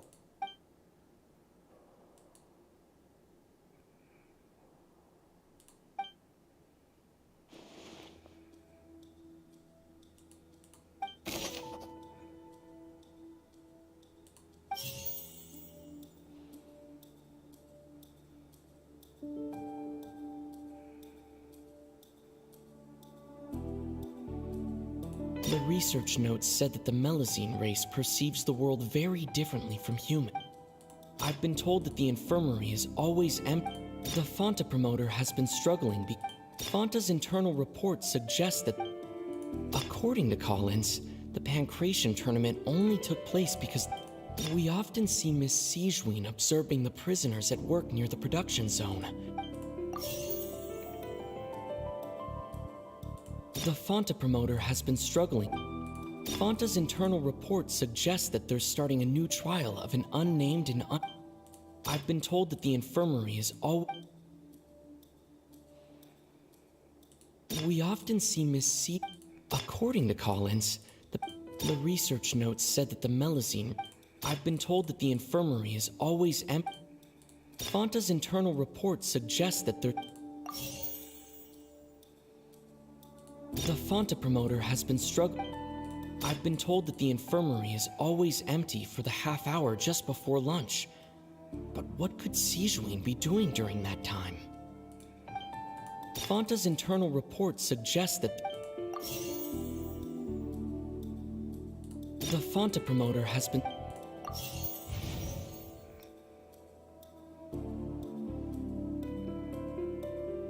I've been told that the infirmary is always empty for the half hour just. The research notes said that the Melazine race perceives the world very differently from human. The research notes said that, according to Collins, the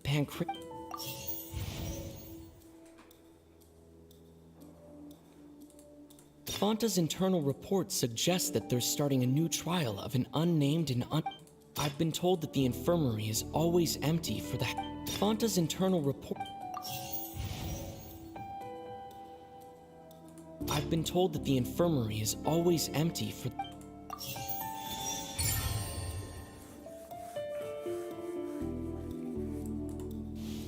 So that's what's going on.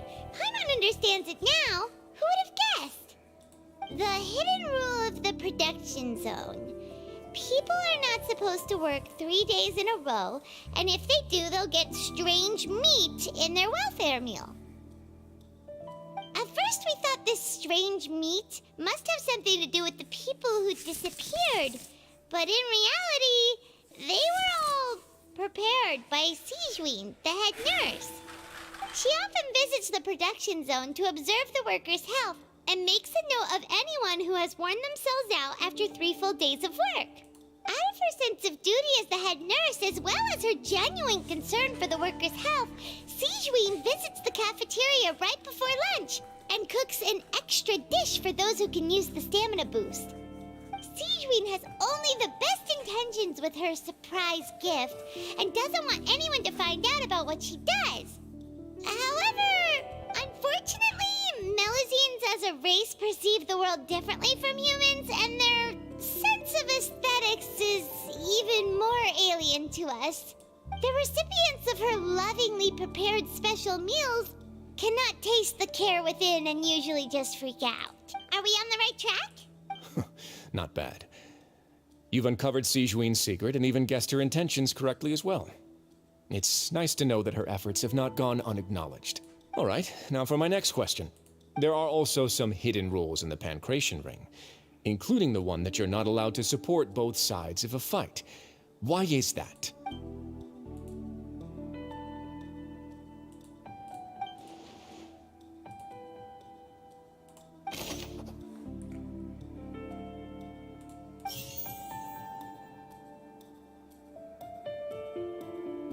The Fonta promoter has been struggling because he doesn't recognize the real value of coupons.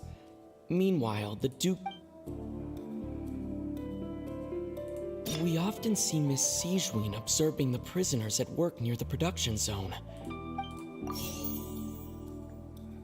The Fonta promoter has been struggling because he doesn't recognize the real I've been told that the infirmary is always empty for the research notes said that the Melusine...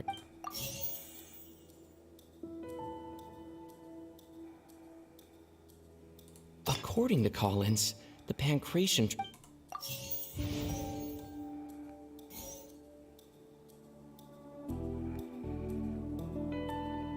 I've been told that the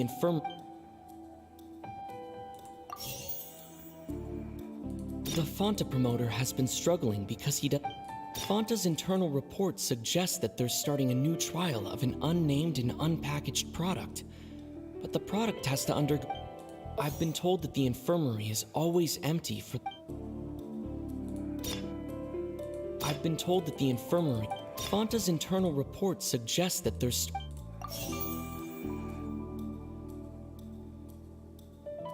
The Fonta promoter has been struggling because he doesn't recognize...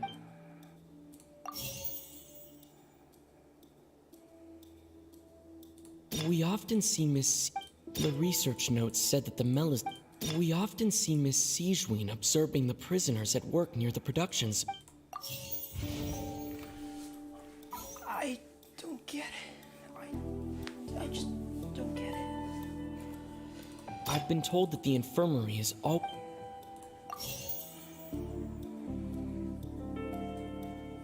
Fonta's internal report...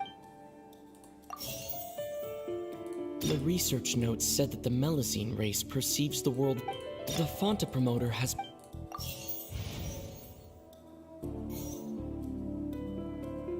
The research notes said that the Melusine... According to Collins...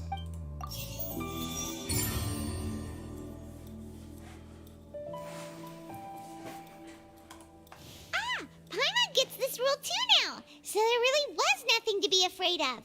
That hidden rule of the Pancration Ring is about how, people are not supposed to bet on both boxers at the same time. And if they do, they'll receive a package containing a strange, blood-colored liquid. People get scared when they see it because they've subconsciously begun to associate it with the missing boxer. But really, it's just a bottle of the latest yet-to-be-named and packaged new Fonta trial product. A blood-red drink. It's no wonder even Fonta's own staff were questioning the company's decision-making. The company, facing backlash from its own staff, decided to try to trial the product on a smaller scale to see how it might be received by customers. They came to the fortress of Meropide and offered to sponsor the Pancration tournament so they could push their new product. But the Duke completely refused to even entertain the idea. The Duke, knowing how valuable coupons are in the fortress, knew that only total idiots who didn't understand their true value would bother buying a Fanta product here.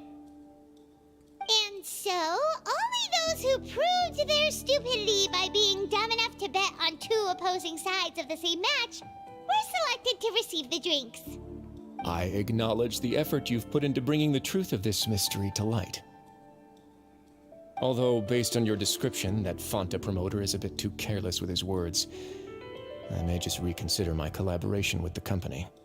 All right, and here's the final question. What's the secret behind our head nurse and all of her patients in the infirmary?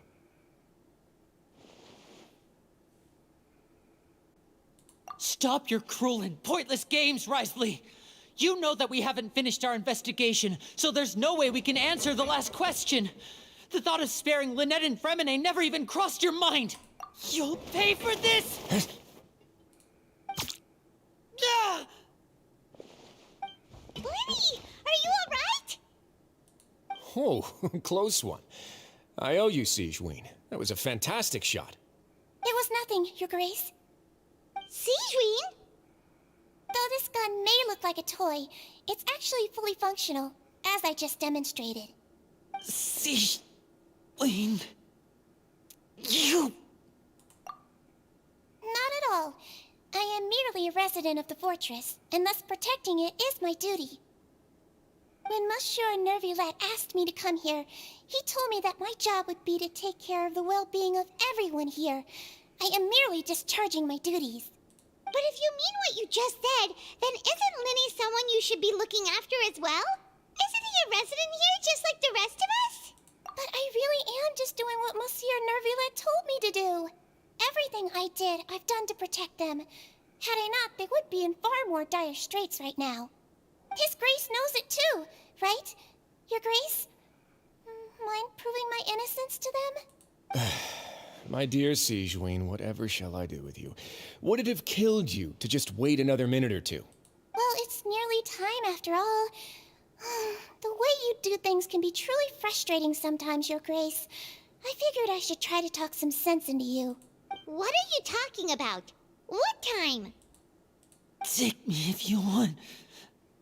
Let them go. How touching. Can you just give me one more minute? Don't be like that, Your Grace. All right, everyone, calm down. 2 more visitors will be arriving any time now. I'll go get a cup of tea. Miss Sigewinne, I leave Miss Lynette in your care. You... What are you doing? I believe I hear footsteps.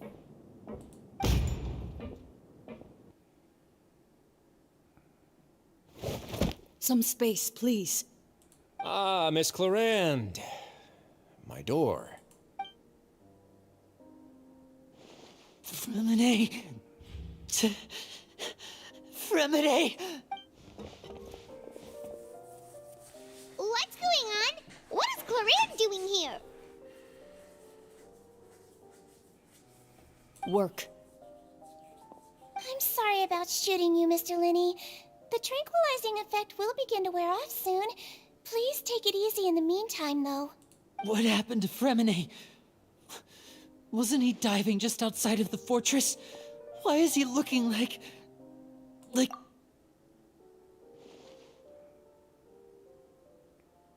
flushed face, an accelerated pulse. He must have consumed primordial seawater. What did you say? Please, make some space. I'll need to give Mr. Fremine a more thorough checkup.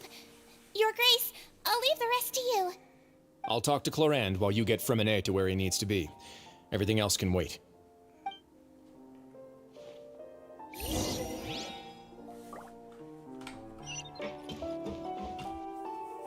What's that look on your face? I thought I made good time on the way back. Oh, I'm just admiring your punctuality.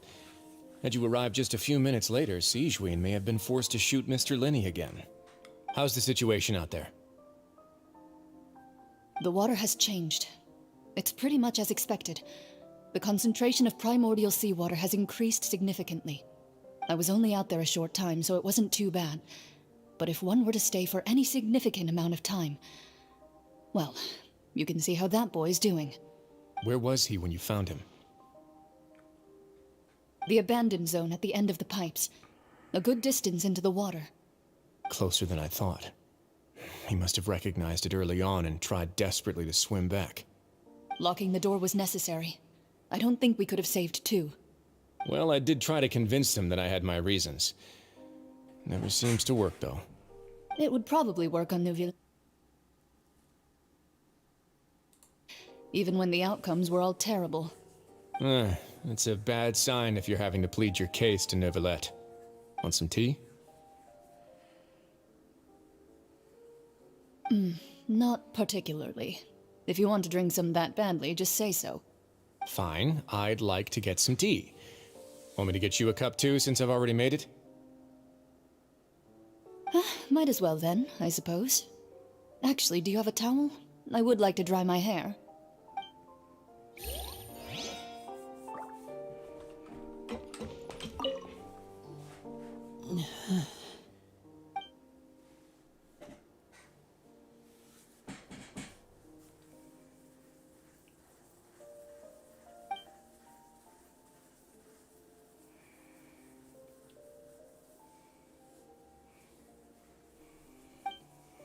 How is he? These symptoms are probably caused by an acute ingestion of a large amount of primordial seawater. Still, his condition is not critical. Of course, it would be best if he stayed for further observation. Let's leave him here for now, and move him to the infirmary once he's recovered a bit more. Sorry. I am aware that the infirmary may not be your favorite place in the world at the moment. We do only have a single clinic in the fortress, however. Why would he ingest a large amount of primordial seawater after leaving the fortress? How could that possibly happen? Please, look after Mr. Fremine for the moment. I'll go fetch some medicine and a respirator. Oh, I'll bring Miss Lynette back with me. Where is she? How is she right now? Oh, she just took a nap in an empty room after I tranquilized her. If my calculations are correct, she should also be waking up right around now. You might not believe me, but His Grace and I actually made some snacks and tea for her.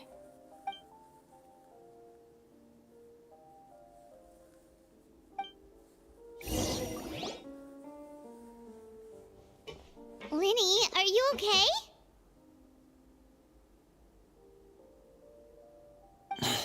I'll be fine.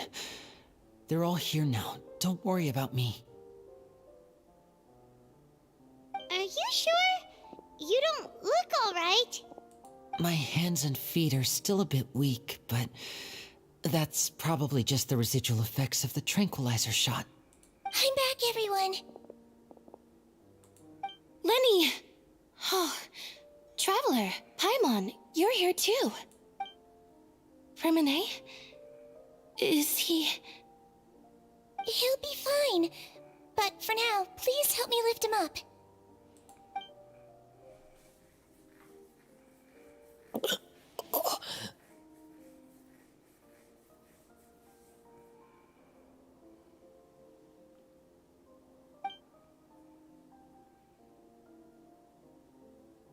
His breathing's beginning to slow down. Give me a hand and help me get him to the infirmary.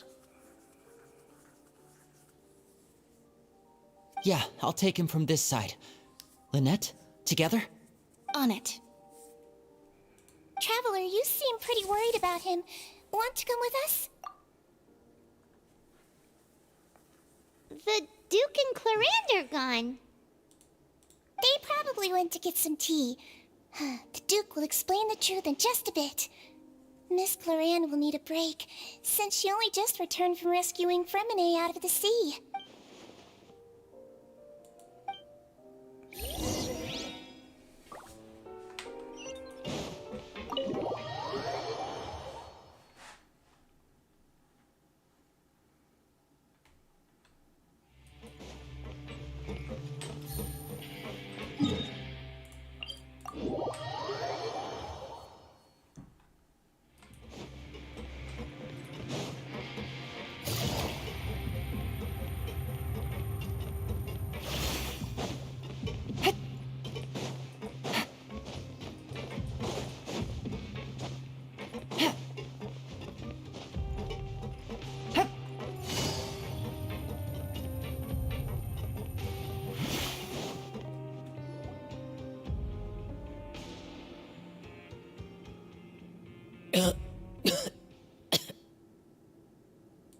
It's awake. Fremine, how do you feel? Lenny. Lynette. We're all here. Where am I? The infirmary at the Fortress of Meripede, Mr. Fremine, and you are no longer in any danger. How do you feel? Don't push yourself if you're not feeling up to it. Traveler. Paimon. It's been so long. The sea. There's something wrong with the seawater. Shh, it's okay. We can talk about it after you've recovered. No, listen to me. This is really serious. There's primordial seawater mixed into the regular seawater. I don't know why it's there, but no one should touch it. Pipes. Right, the pipes. It's all coming back to me now.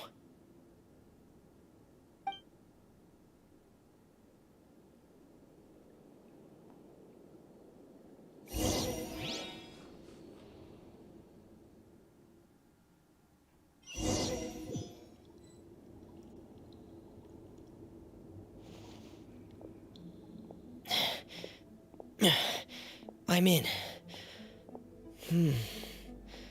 Seems like this pipe hasn't been used in a long time. It looks abandoned.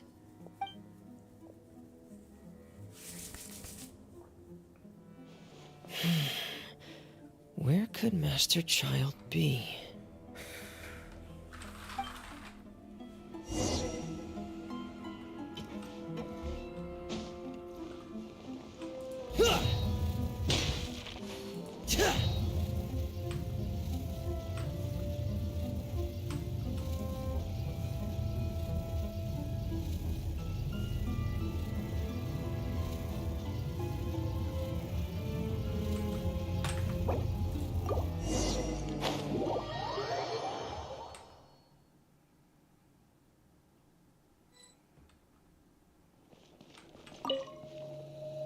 Pipes. Right, the pipes.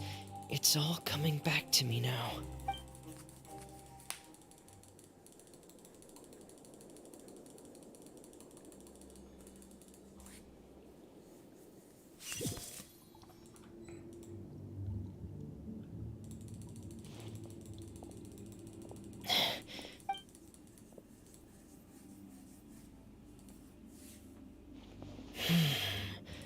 Where could Master Child be?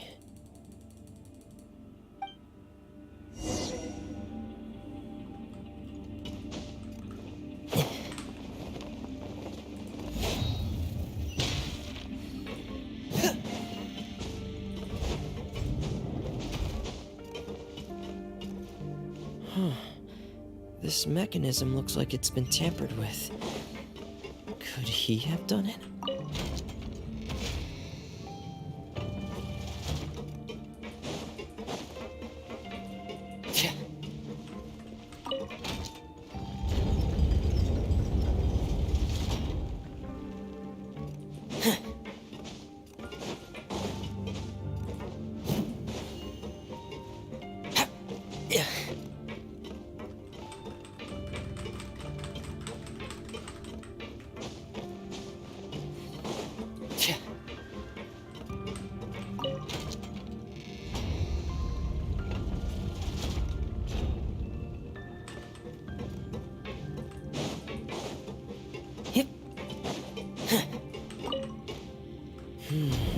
It's getting stuck on something. Seems like I'll have to avoid those obstacles while I turn it.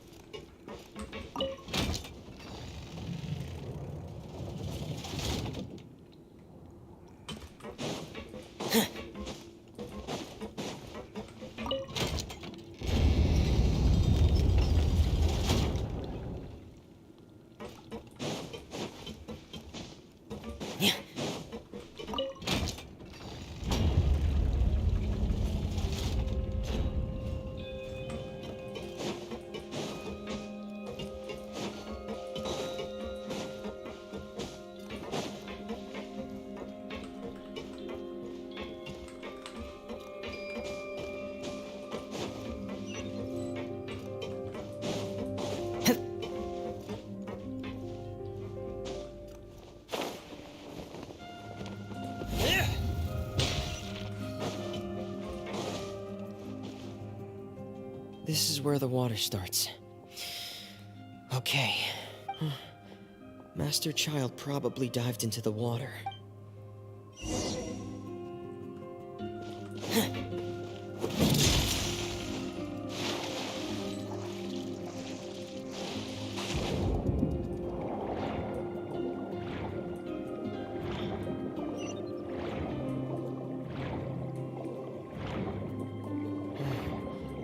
The vegetation here is a bit more sparse.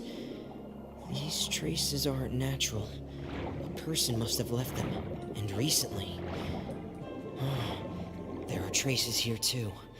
I need to keep going. Huh? The traces are gone. But I don't see where he could have gone from here.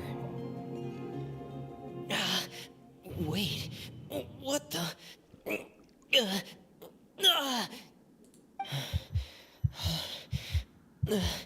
My heart is racing, and it's getting harder and harder to breathe.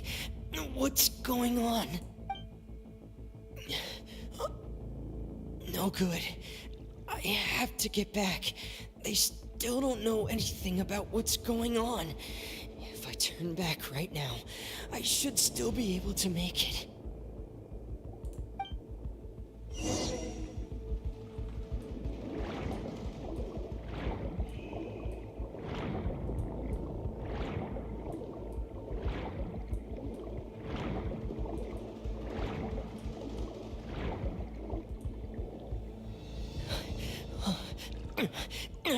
I can't die here.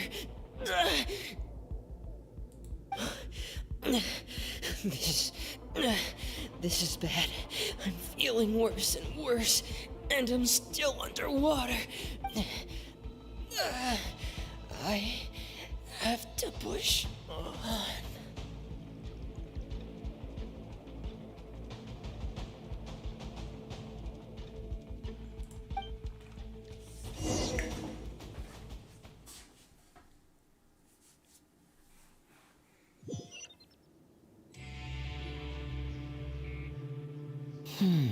So, in other words, the trail you were following vanished, and you had no idea where Master Child could have gone.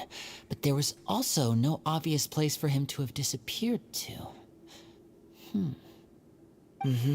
That's right. I tried my best to swim back, but I had already put some distance between myself and the fortress, and I just couldn't find the strength to keep going. I probably passed out some time after that. And you know the rest. Miss Clarande brought you back, but we also don't know why she just suddenly appeared at the fortress, or why she went out to save you. Miss Clarande, you say? I must go thank her in person. You're still too weak for Monet. You can go after you've had some more rest. Miss Lynette is right. I believe Miss Clarande will stay here as a guest for another few days, so there's no need to hurry. A guest? Then I can assume Risley was the one who invited her to come down here? You should ask His Grace about that. He'll be able to explain better than me. Yeah, it's about time he actually told us what's going on. Wanna come with us, Linny? No, please go on without me. I don't want to leave just yet. Linny. The logical part of my brain is aware that we're safe right now, but I still can't bring myself to leave. Both of you are just in danger. Understood. Then let's just sit together for a while. In that case, I'll leave the infirmary to you. The Traveler and I are going to head out for now. As long as you stay in here, I don't think you'll be disturbed. Thank you.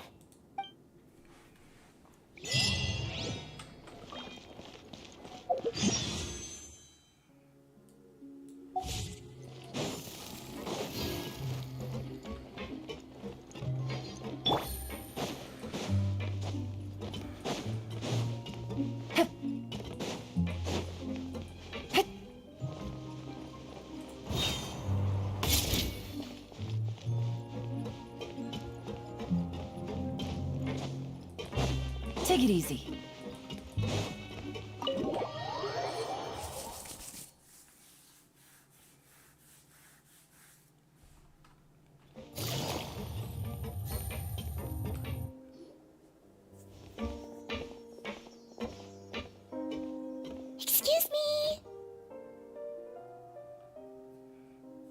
I take it Mr. Fremonet's condition has stabilized? Of course. I wouldn't have left the infirmary otherwise. I've been expecting those two, but might I inquire as to the purpose of your visit, Miss Sidgewayne? I wanted to check up on Miss Cloran. How are you feeling? Mostly fine, I think. If you don't mind, I'd like to perform another quick physical exam. It'll just take a few minutes. All right. Thank you for looking out for me. I'll take my leave for now, then. Well, want to explain yourself, Risley? Of course, but I'm not partial to the word choice of explain. How about enlighten? Where should I begin? How about you start by asking me any questions you have? You can start with whichever one you'd like to get answered the most. Then Paimon will begin. Did you know about Lenny's goals from the very beginning? No. I just knew they were Fatui operatives sent to the fortress by the Knave. As for their specific goals, I only figured those out as you made progress on your investigation. You managed to monitor and stay ahead of them even though you didn't know what they were trying to do? They came here with ulterior motives. I'm quite adept at discerning what that kind of behavior signals. Initially, I thought their goal was just to investigate Child's disappearance. Linny suggested that I had deliberately let him escape, but in truth, I didn't really do anything special to help or hinder him while he was here. Everything he did, from finding helpers to leaving this place, he did on his own. Of course, it's inevitable that the Knave would make a big deal out of her fellow Harbinger's unexplained disappearance. I'm also quite curious about where that Harbinger went, so I figured I might as well let the Fatui do their own investigative work. All I care about is the answer. So you were hoping Lenny's group would just do your work for you! You make it sound like that's a bad thing. Unfortunately, things didn't go as planned. I assume that Fremonet has told you already, the ratio of primordial seawater around the fortress of Meripede is on the rise. The Forbidden Zone has always been Linny's target, and you got roped into that investigation after running into him. I began to intervene out of concern for your safety, and also to prevent the fortress from becoming entangled in more irksome matters. Are the rumors true? That you're also a former criminal? Now, why would you put it like that? Isn't staying here all day and serving as the manager of the fortress a kind of sentence unto itself? Another form of prison? I just happen to have some support from the rest of the inmates. That's all. Oh, right! Paimon wanted to ask, who invited Cloran down here? Me, of course. I paid her good mora to come down to the fortress for some field work. As a champion duelist, Miss Cloran could be considered to be an independent party. I needed to find an exceptionally capable person to help me get through the impending crisis. And saving Fremonet was part of that crisis? You can think of it like that, yes. Credit where credit is due, that boy is quite adept at diving. Had conditions not been as hostile as they were, he probably would have found the missing Harbinger already. That's not something you should be asking after. Neuvillette only asked you to investigate Child's whereabouts. All I need to prove to you is that the Forbidden Zone had nothing to do with the Harbinger's disappearance. That should be clear now that you've spoken to Fremonet. But we've already uncovered that there's something wrong with the infirmary, and we've answered a bunch of questions that you threw at us. Isn't it about time that you answer our last question in return? You make a compelling case. Do you really want to know the answer that badly? Yeah, Paimon really wants to know. Even if the truth may not be pleasant? Follow me.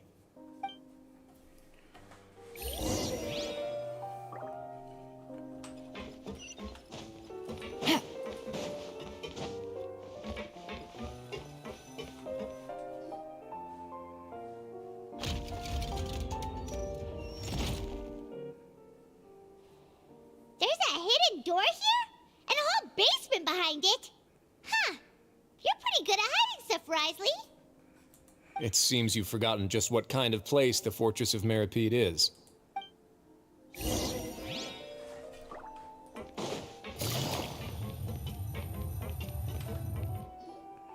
stand on the central plate. Wait, is there a secret mechanism or... Whoa!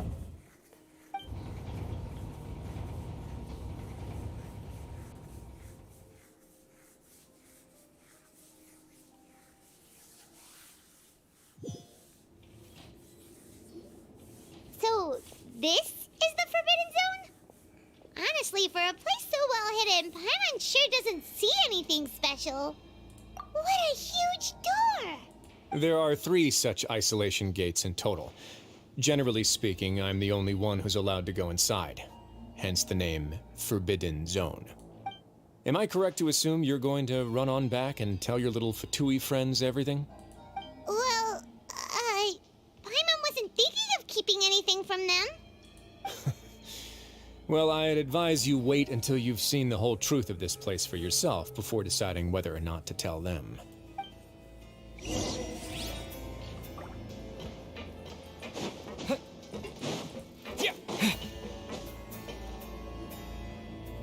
Huh, so there's a switch on the side. Stand back.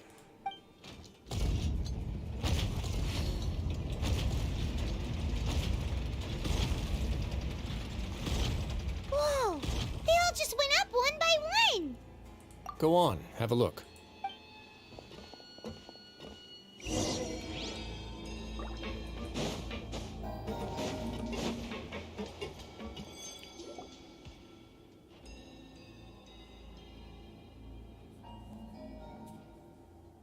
I've been interested in what lies beyond that gate ever since I assumed leadership of the Fortress of Meripede.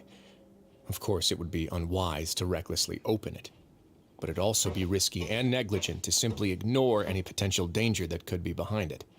The readings on that dashboard have not budged since the day when I first laid eyes on this place. But over the past year, the needle has crept upwards from its original position, likely because some parameter it's been tracking has changed, if only infinitesimally. Normally, I would have ignored it, but I happened to have some free time when I noticed it, so I investigated. Any guesses what the reading could be tracking? Very reasonable guesses. I've considered both of those as well. Unfortunately, our dashboard is tracking something less ordinary. The temperature should vary with weather and climate changes, so for something that rarely shifts, the water pressure is more likely. We ran a few tests to increase the pressure from the outside, but the readings didn't change at all. Later on, a few more possibilities occurred to me, such as a potential connection with the primordial sea. I began to make a few preparations based on that hypothesis. Over the past few days, the needle has moved again. With that, and the symptoms that Fremine displayed after leaving the fortress, I can now confidently conclude that the readings represent the concentration of primordial seawater in the seawater nearby. The concentration of primordial seawater? But we're already under the sea! And that is precisely the problem. We're at the bottom of the sea, and now we're surrounded by toxic seawater. Somehow, primordial seawater got mixed in, and the concentration is steadily rising. Yes, that's very likely. But forget about the two of us. Not even Novelette knows where the primordial sea could be, much less where we could find and plug a leak. Oh. Oh! Seems like you've figured it out. I believe the primordial sea lies directly beneath this sluice gate. For some reason, the primordial seawater levels have risen significantly, and it's now very close to us. The indicators are now red. Although the gate still stands, some primordial seawater has already leaked out and mixed into the sea around us. If this continues, soon it will no longer be able to hold back the primordial sea at all. Yeah, you know what the legends say. If this place falls, then everyone in Fontaine will be turned into puddles in the span of a night. But that's just too weird! Why would the Fortress of Meripede be built right above a sluice gate for the primordial sea? Who built this place anyway? Your expression tells me you think this might be part of a vast, complicated conspiracy. To be honest, you might find the actual answer may be exceedingly boring. It's just that the secret of the Forbidden Zone had been long forgotten by the nation before I rediscovered it with my research. There's no single founder of the Fortress of Meripede in any traditional sense. What we know about its history has been left to us by the people who used to live here. When the previous Hydro Archon, Egeria, ruled the land, All convicted criminals from Fontaine were exiled. The people drove the criminals away like a wolf pack chasing away the banished. The criminals received no sympathy of any kind from the people. They were exiled to the desolate seaside, where they experienced only pain, struggle, and the bone-chilling cold. Some of them began to repent and prayed to the Hydro Archon, asking if there was still anything they could do. The Hydro Archon took pity on them and said, "You may go guard my secret, deep underneath the waves." And so, leaning on the power of the Hydro Archon, they gathered underneath the sea and began to build a fortress. They became a community down there in the deeps, and over the years helped it to grow. As the number of exiles increased, more and more people joined the community. When the first group of exiles died, they left the yet unfinished fortress to their successors. The Hydro Archon continued to lend her support, allowing the fortress and what it stood for to continue growing ever larger. Before long, this dark underwater fortress became the sinner's only home. And with that, the people here stopped referring to the fortress as a prison. They saw themselves as repenting sinners who would regain their freedom once they had sufficiently redeemed themselves. But as time went on, people also realized that the fortress was a lonely place. Once they had gotten used to life here, they could no longer feel comfortable living in the overworld. Once they had finished serving their sentences, some people left and some others chose to stay. They'd find some idle position and let their withered souls fade away with the ancient secrets of the past. After many, many centuries, few people still remember the reason for the fortress's founding. Now they just see it as an integral pillar of Fontainian society, as the place where criminals deserve to be sent. Now and again, researchers manage to break one law or another and live out their days in the fortress. I learned all this from an elderly historian. Everyone else just thought he'd made it all up. But now you know every part of that history is true. Indeed. It's just as the prophecy says. If this gate fails, then everyone will be dissolved into the sea. To be frank, not really. But sadly, that hasn't stopped this prophecy from proving all too accurate. Prophecies are troublesome things. Just hearing one will create the first wave of panic. Seeing signs of it will bring about the second, and actually witnessing it in real time, the third. Let's go somewhere else. I want to show you something.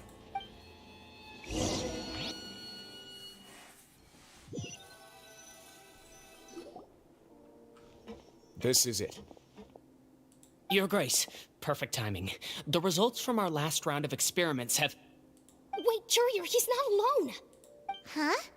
Lorvine and Jurier? No need to panic, you two. I've already told them about our plan. What? After you warned us not to tell a single soul about any of this? I'm skeptical as well. Are you sure they are trustworthy? The results speak for themselves, don't they?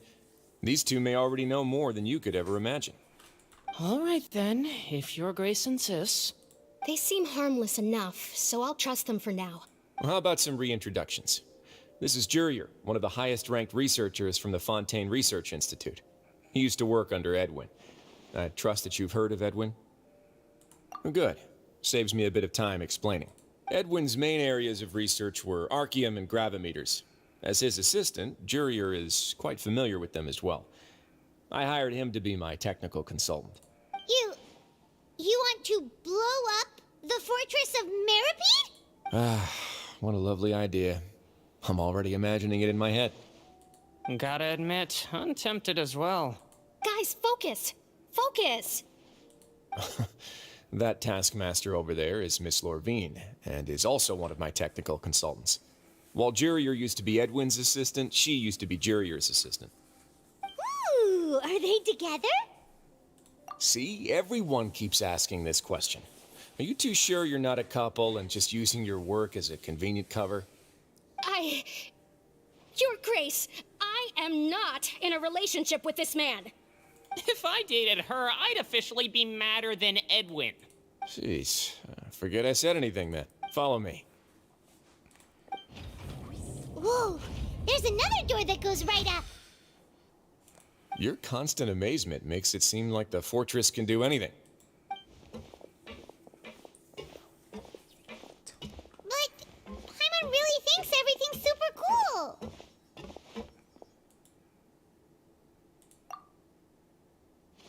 spice it up a bit.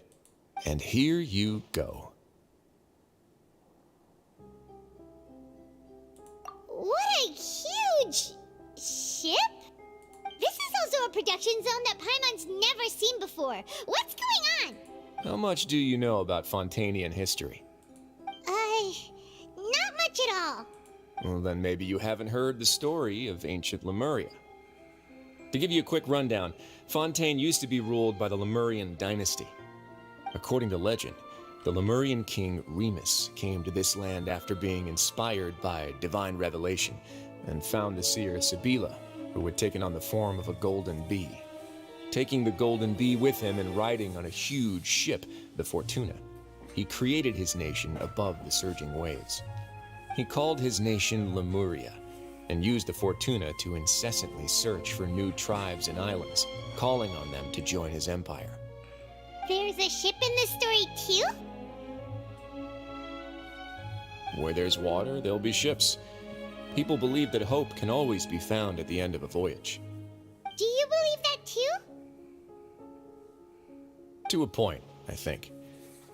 As you've already seen, I have a whole factory's worth of labor, materials, and technology at my disposal. Certainly can't hurt to give it a try. So the moment I began to speculate that the primordial sea might lie underneath the gate, I also began this project. Were you inspired by the legendary Fortuna? Maybe. Fontainians need something to hold on to cope with the impending disaster. Were the workers to find out the truth behind this ship, riots would destroy the fortress faster than any catastrophe. As the fortress's administrator, I'd never make such a reckless call. All right, that's enough talking for now. I'll need another 3 cups of tea to soothe my throat. Do you have any other questions? Seems like you're good. Come on, I'll take you back.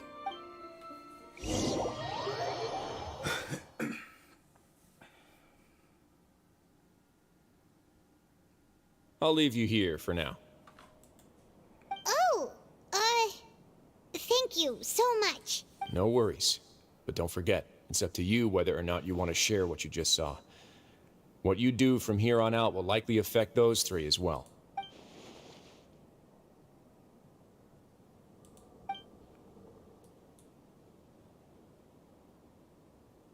Yeah, we'll put a lot of thought into it for sure. Great. I look forward to what happens next.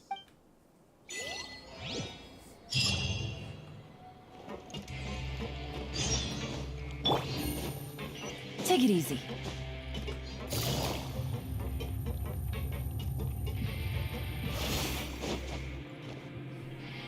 We're back! Welcome back. Do you want a cup of tea? How can you be so much like Risley, always drinking tea? Huh. Actually, now that you mention it, I just remembered something now. While I was sedated, I could still barely hear 2 people talking next to me. They were discussing everything, from the leaves to the water and even the teacups themselves. Must have been Risley and Seishween. Yeah, I heard 1 male voice and 1 female, so it should have been the 2 of them. They really were just talking about brewing tea. I really can't make sense of this place. So, Traveler, Paimon, were you able to learn anything from Risley? Yeah, he explained everything. Very well. Then, would you mind checking your answers against my speculations? Yeah, I took the time to rest, so I'm feeling a lot more relaxed now. Nobody else is around, and Miss Sejuin is also busy with something or other, so let's just talk here. All right, then I'll posit my theories. I asked myself 3 questions. Firstly, why was Fremine affected by the primordial seawater? It was because he dove into the sea. My theory is, the long-lost primordial sea is probably very close to the fortress of Mirapede. Ooh, he's good. He got that right on the first try. That's our Lenny. Secondly, Risley's attitude changed dramatically during the course of our stay here. He ignored us completely at first, then suddenly roadblocked us. Why? I spent quite a long time thinking about this. If he has been monitoring the Fatui since the very beginning, he probably ignored us at first because he was hoping we could find Master Child for him. What's more, the Fortress of Meripede is not part of Fontaine's court system, nor does it report to Udex Nervulet. Wriothesley is basically the king of a no-man's land. As long as the fortress doesn't do anything about Master Child's disappearance, Father can use it to pressure the Fontaine authorities. And while the two factions are pitted against each other, Wriothesley will be free to move between the parties of interest. If I had to guess, he probably has something that he's working on himself. It's likely related to the secret of the infirmary, but I just can't think of what it could be.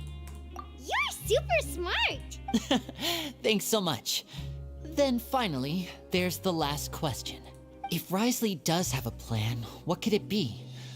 All I know for now is that his plan probably has something to do with the changing nature of the seawater. He's even gotten Cloran to help him out. That can't be the full extent of what he's doing. There's probably a secret passageway behind the block in the infirmary, and there's something big in the fortress that most people here never get to see. He has a bargaining chip, and it could be important enough for Father to deal with him directly. I don't have enough information, so I have no idea what his chip might be. But let me guess. You have the last piece of the puzzle.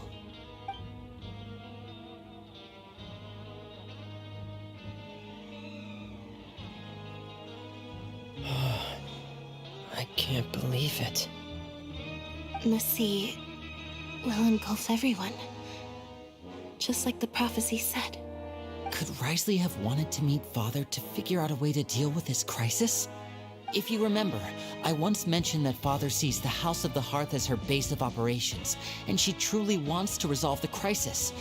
But how could Wriothesley have known that? Or perhaps he didn't know, and just wanted to bring Father over to his side? Which could be why he said he just wanted to negotiate. Yeah, that makes sense to me. I understand your concerns as well, Traveler. I'll figure out a way to pass this on to our father.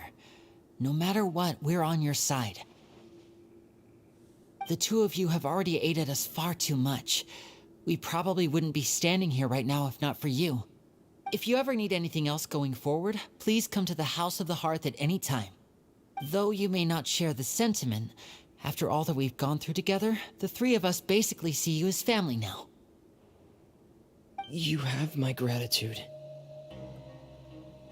Thank you for protecting Linny when it really mattered. And thank you for sharing the secrets of the fortress with us. We didn't think you were going to do it. Why are you being so formal all of a sudden?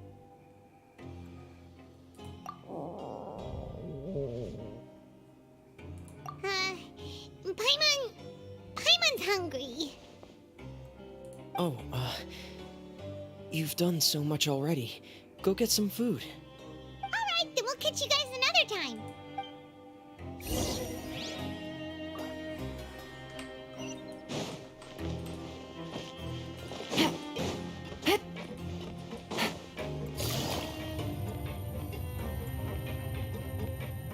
Take it easy.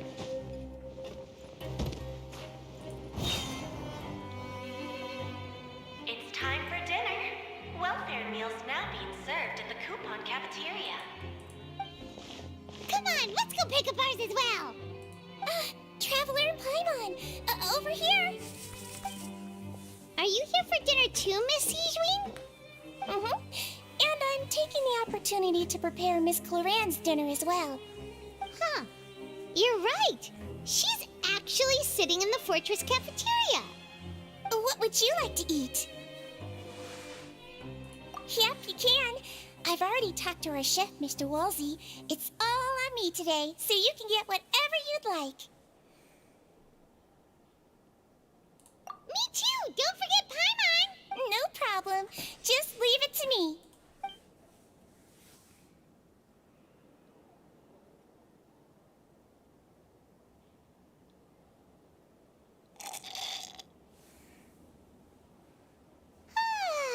So delicious. Paimon's so happy. Paimon wants to feast like this every day. Feeling full yet? How's the food? delicious. I'm so glad to see you all so happy. Oh, see, the expression on your face just now? The muscle here just moved, which suggests that you're feeling quite relaxed at the moment. Sijuin, do you do this to help your patients or to better understand human beings? A bit of both, I suppose. I'm a Melusine, which means I'm very different from human beings. I must know what you're thinking if I want to take good care of you. You're really good at taking care of people. Even though you're so short, you still talk and act like an older sister. Really? You're reminded of an older sister? That's great to hear. Oh, and what did you mean back in Risley's office? When you said that you were protecting Linny and his siblings as well? Oh, that. I just asked His Grace to look out for those children, especially that diver boy. I was getting a bit worried after hearing that something was wrong with the water. Thankfully, Glorand is very strong and managed to save him in the nick of time. His Grace also sealed the pipes after Glorand left, to make sure that Linny wouldn't impulsively chase after his brother. Although the path was blocked, we still stationed some guards there to stop anyone from approaching. They were instructed to only open the door once Miss Glorand had returned. Oh, and I was keeping an eye on Mr. Linny as well. We had to press him, but we couldn't allow him to be in any real danger. You were all super considerate and really thought everything through. It's just what we do down here at the fortress. At least this has been His Grace's style for as long as he's been the leader. Oh, I really wish Monsieur Nervula would come down here more often too. I feel like he'd like it here, with all the darkness and chaos. Get a good night's rest, you two. You both worked very hard.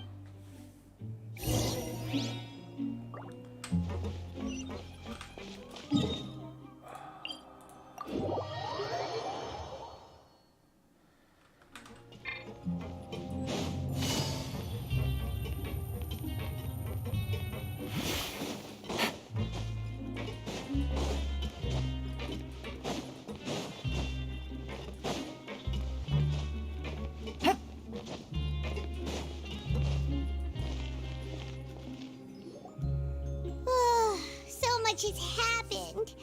Paimon just feels absolutely exhausted now that she's finally relaxed. Paimon's super sleepy. Are you sleepy too?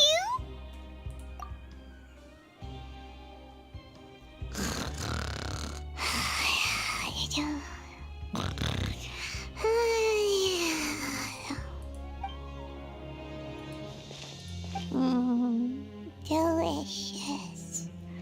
Paimon.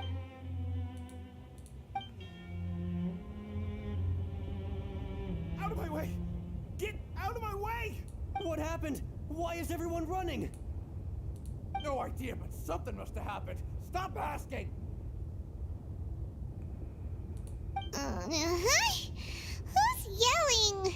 Paimon still wants to sleep.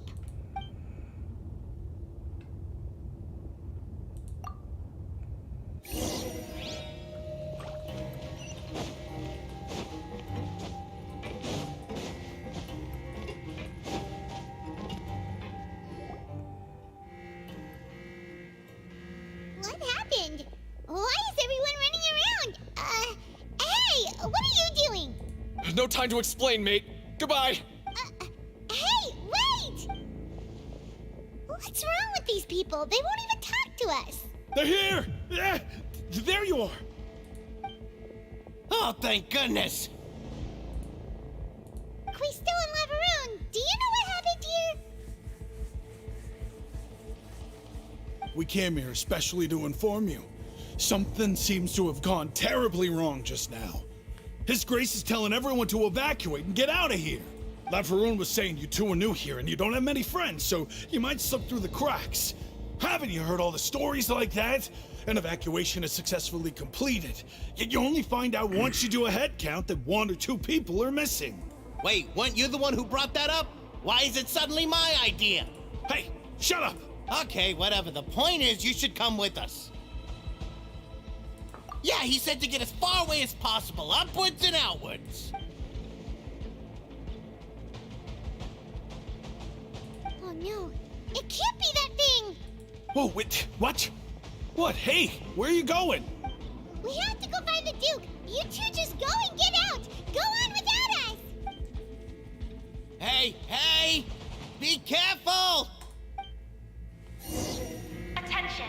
Please evacuate upwards and outwards, upwards and outwards. If you're already at the topmost layer, then try to move as far outwards as possible.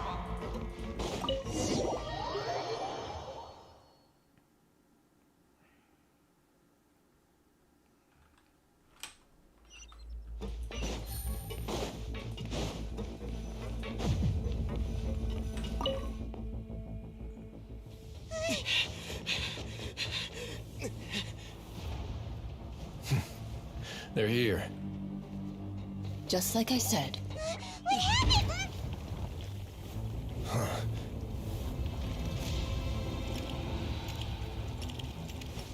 You're just in time. But be ready to run.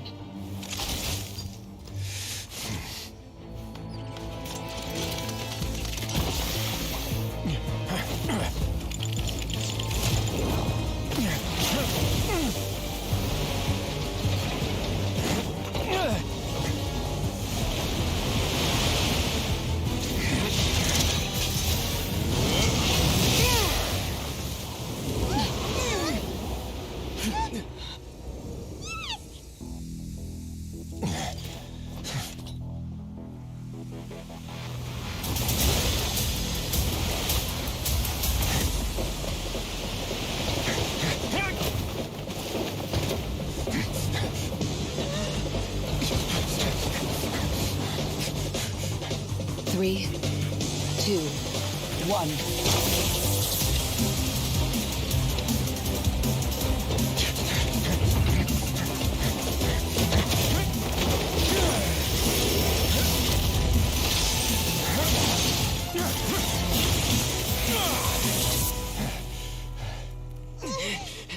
This won't hold it for long. Find Neuvillette. Tell him the defenses are about to collapse. Then what will happen to you? Until he arrives, we're the last line of defense.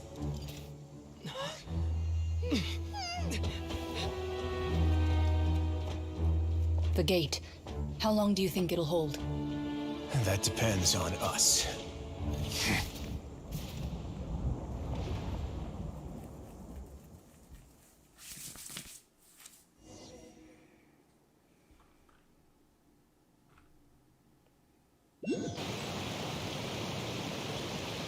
Neuvillette, why are you here? Traveler, I need you to head to the Opera House immediately. Farina will soon be meeting with the knave there. You must protect Farina, and make sure she doesn't spend too much time alone with her. Will do. You have my sincerest gratitude. Take it easy.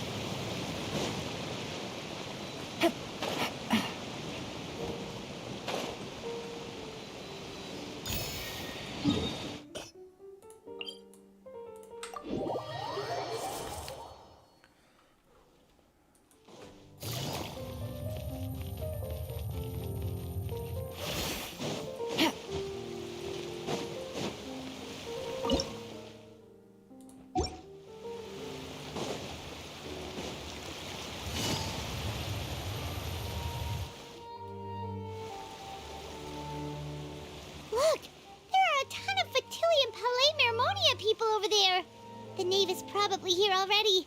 We need to hurry! Are you two the traveler in Paimon? Monsieur Neuvillette has left instructions. Please follow me.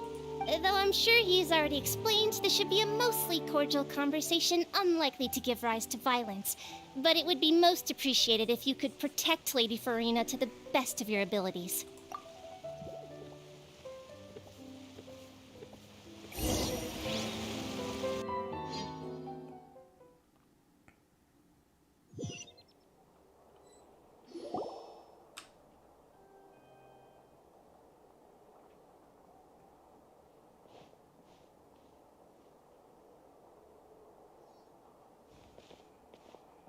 Oh, so you two are the honored guests Miss Farina mentioned.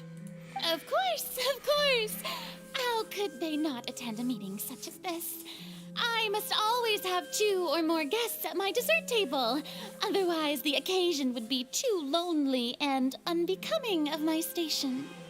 It is my pleasure to make your acquaintance, traveler. I have heard much of your accomplishments. I am the Knave, one of the 11 Fatui Harbingers.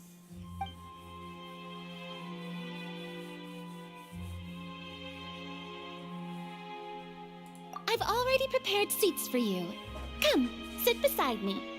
Perhaps you two are unaware of how Miss Farina and I do things.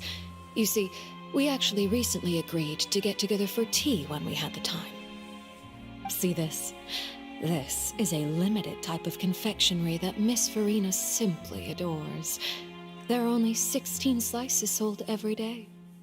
Here, why don't you and Paimon have a taste?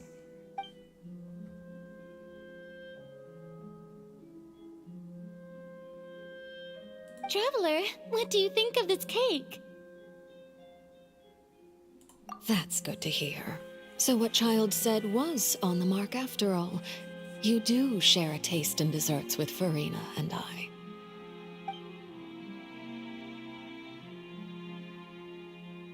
I wonder how he's doing nowadays. You must have heard, right? He's suddenly gone missing. I'm really worried about his safety, you know. Here's to hoping that he's an excellent swimmer. Since we're talking about him, I feel like I should add something. His martial prowess really looked certainly pretty impressive, yeah.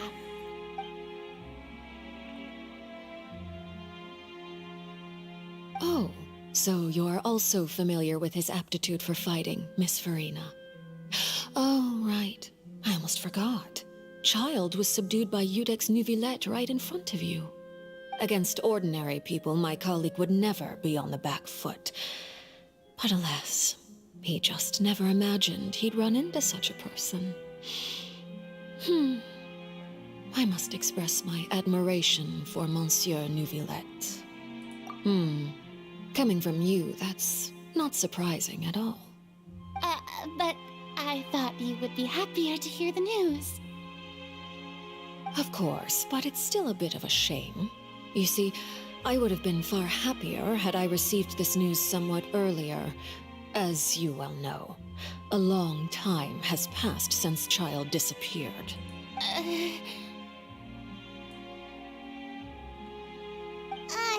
Well, in any case, there's no need to worry. We know for sure that Child is still alive. Oh, and just how do you know that? Because we found evidence that proved he left the Fortress of Meripede. And where did he go after leaving the fortress?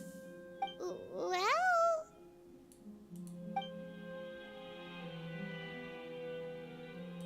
The Fortress of Meripede lies deep beneath the waves. Unless he pranced right out of the main gate, he must have had to swim for it. Do you have any proof that he surfaced safely?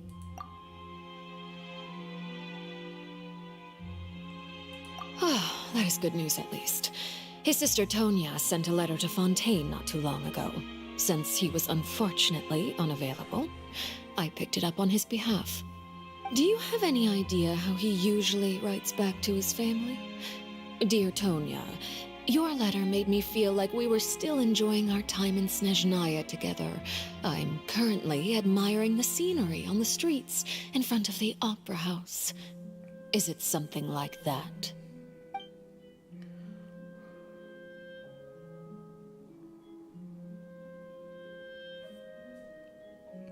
All letters tend to follow the same few formats anyway, right? As long as the contents are accurate, it doesn't matter so much how it's written or how it's worded.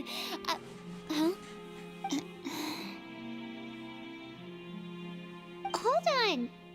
The water in the teacup is shaking. I suppose this is also a sign of things to come, Miss Farina. I don't quite understand what you're trying to say. Have we entered into the next stage of the prophecy?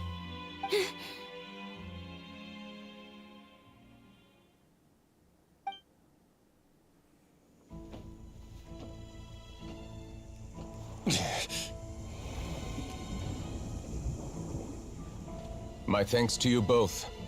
I will take it from here.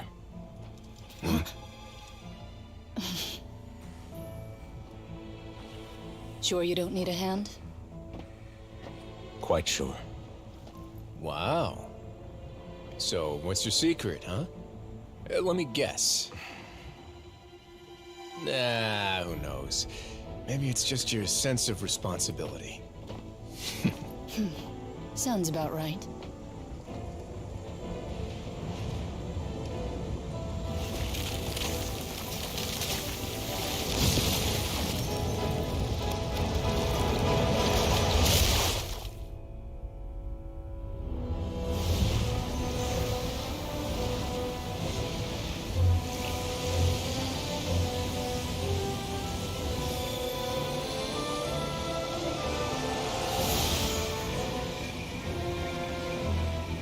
Day may come when the prophecy is fulfilled, and the waters burst forth.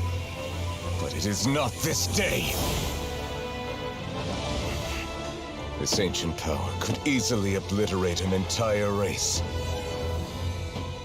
A tsunami of fury would unleash endless catastrophe.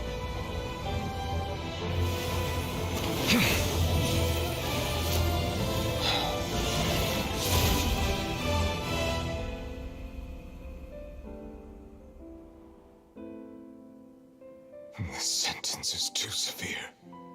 Forgive me for overruling it.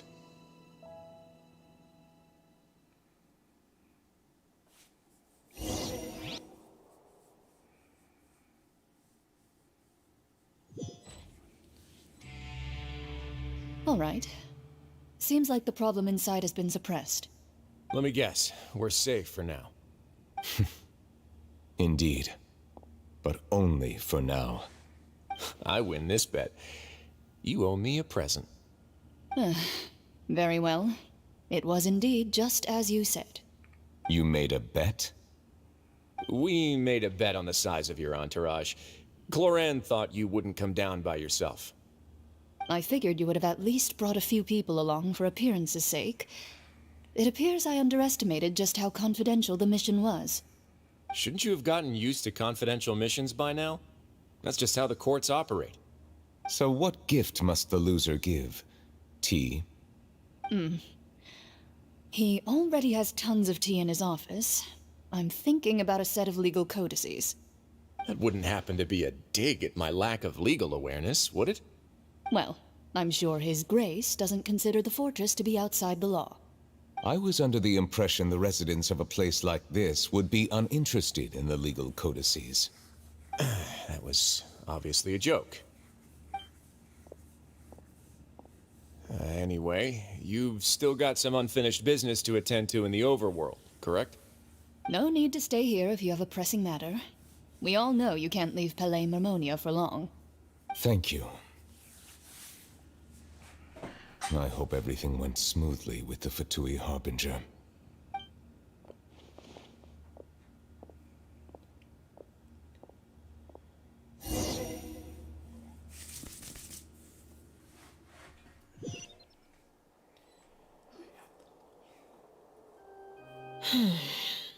I must say, we've spent long enough playing house. Miss Farina, as the Hydro Archon, I am sure you understand the exact meaning of the phenomenon we just witnessed. Or should I say, that's what I originally thought. But looking at your expression, was I wrong? And you haven't a clue? What are you trying to say? At this point, I don't think there's any more need to speak as diplomatic representatives. Allow me to speak to you now as just a Fontainian. You know the prophecy by heart, and also that every part of it is being proven true. Yet, here you are relaxing, drinking tea, and eating desserts as if it's all nothing more than a few stray bugs in your garden. Do you really think that's acceptable?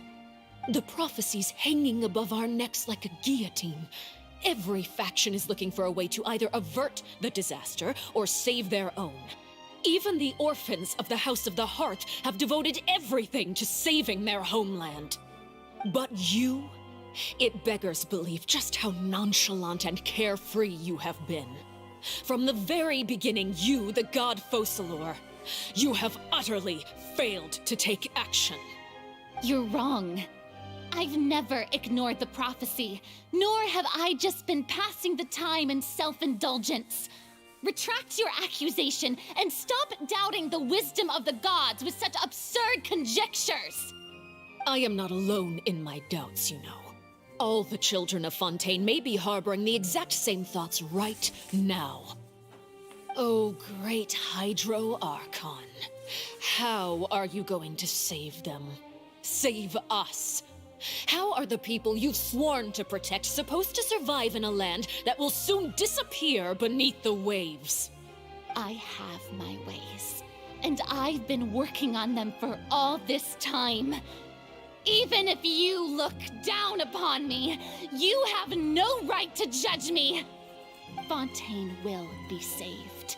Even if I still cannot see the true future right now, as long as I continue on as I am, I will be able to hold my head up high!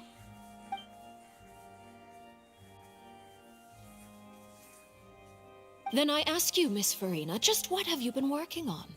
Where can we see it, and what is it doing to help?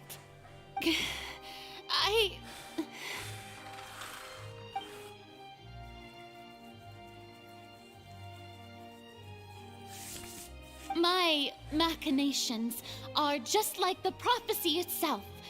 They will only reveal themselves at the fated time. It is just that beings like yourselves are unable to perceive them as of yet. I see. As a god, the proof of your labor always lies beyond prying mortal eyes. Allow me to be so bold as to ask another way. Would it be possible for you to tell us the parts of your plan that are not confidential? Such as your emergency response plan for the impending disaster? An emergency response plan? Oh, that look in your eyes. Have you not even prepared one of those? The emergency response plan is also strictly confidential. Then allow me to jog your memory. Miss Farina, what is the purpose of your Oratrice Mécanique d'Annelise Cardinal? And what do you plan to do with the massive amounts of indemnitium that has accumulated over the years? The Oratrice? It's just like it appears to be. So you also have no idea. If I'm not mistaken, someone's using it to prepare for something. But unfortunately, it would seem that someone is not you, Miss Farina. I first caught wind of this when Linny tried to investigate the Oratrice in the Opera House. You see, even just getting close to the core contaminated him with an extremely large amount of indemnitium. But even if that had nothing to do with you, then what could you possibly be working on, oh great Hydro Archon? Oh, right. I almost forgot. Udex Nouvillette is not at the tea party with us today. Miss Farina, I suppose you must have ordered him away to take care of some troublesome business. Yes, that's exactly right. Please keep it a secret for me. Of course I will. Although, I must say, Miss Farina, you seem quite insecure without the Udex by your side. Oh, very well. Let's stop that conversation here. There are still a few slices of cake left, so please, help yourselves, everyone.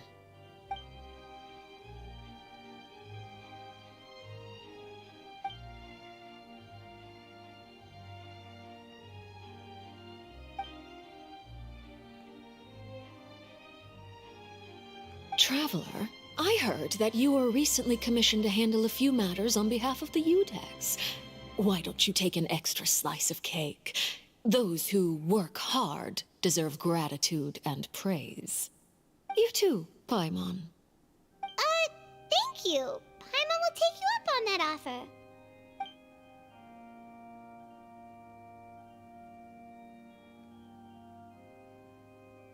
Oh, Paimon's super full. That cake was great.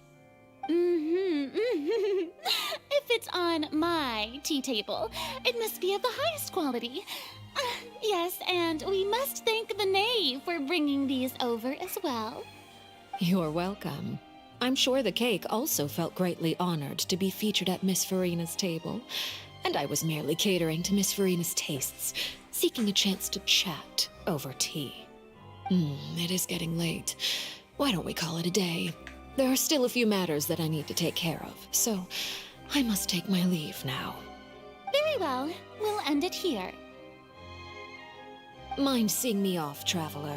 We could use the opportunity to discuss Child before I must be on my way. Paimon's coming too!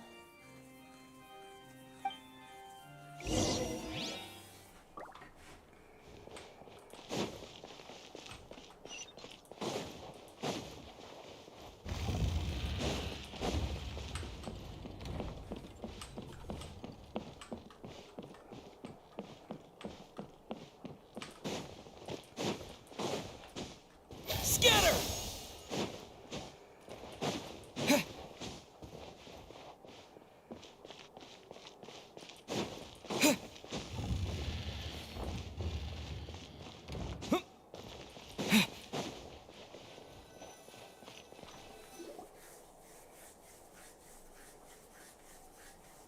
I'm glad that you were willing to come with me.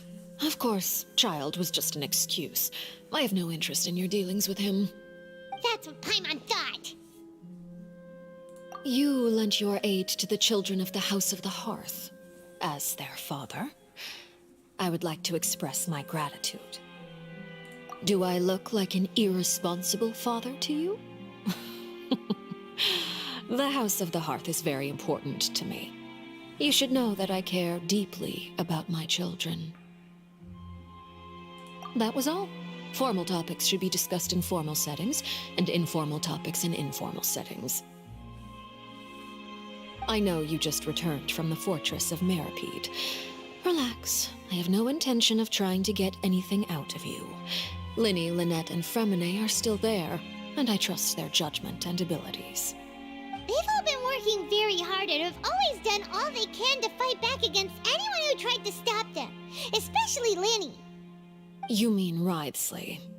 He's a tricky one to deal with. It's unfortunate that Linny's so eager to prove himself that he can't learn to rely on others, including me.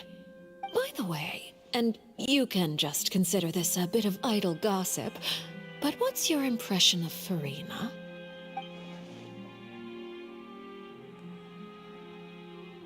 You are outside of our disputes, and the freest person in all of Fontaine, able to move around most easily. Allow me to share my perspective with you. And that's everything that happened during the trial. Master Child was declared guilty and immediately transported to the Fortress of Meripede. Didn't he say he was coming here on vacation? Does he not feel an ounce of shame for all the trouble he has caused?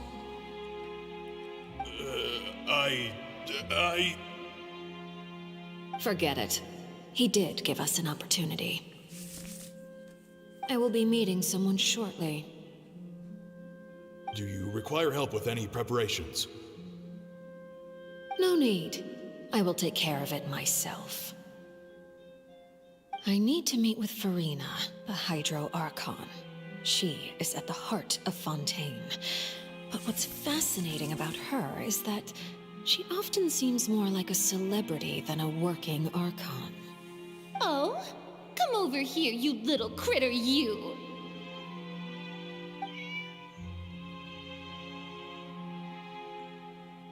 You dare to run from me? Stop right this instant! My goal is just to discover the location of the Gnosis.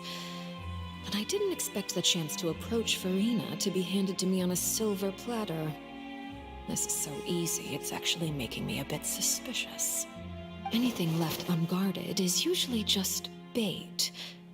But no one will blame someone for taking the bait. After all, from the moment it was attached to the hook, the bait is meant to be sacrificed. It's just as I guessed in the second before I struck. The hydronosis is not currently held by the Archon. In fact, this Archon doesn't seem like a god at all. And I sense that she's under some kind of curse. Who are you?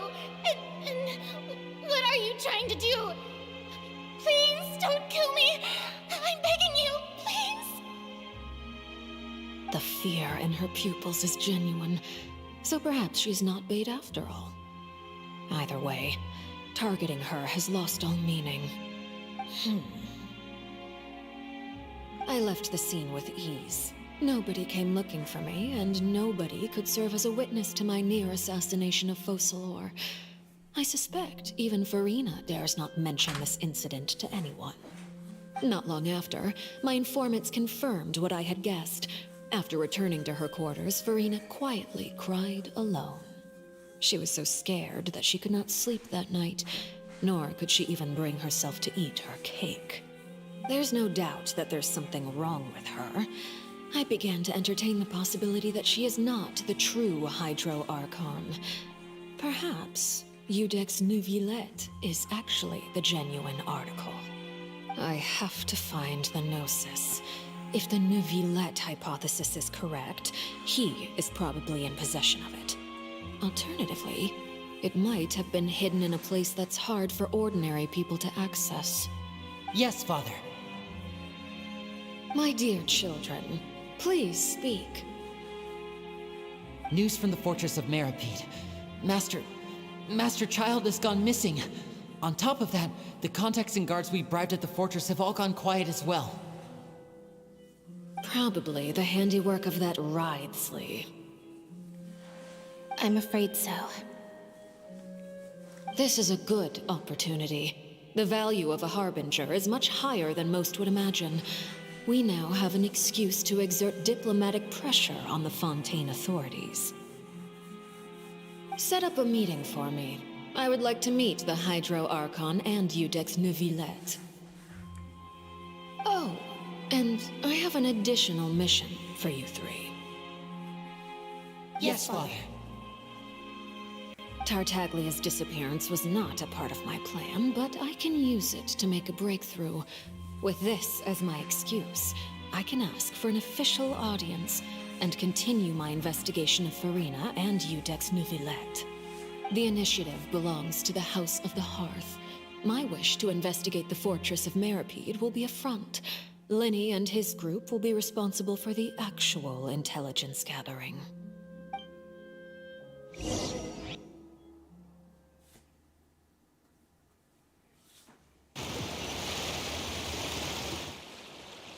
You should know the rest. Linny's group is quite close to you, so they wouldn't have hidden anything from you. You attacked the Hydro Archon?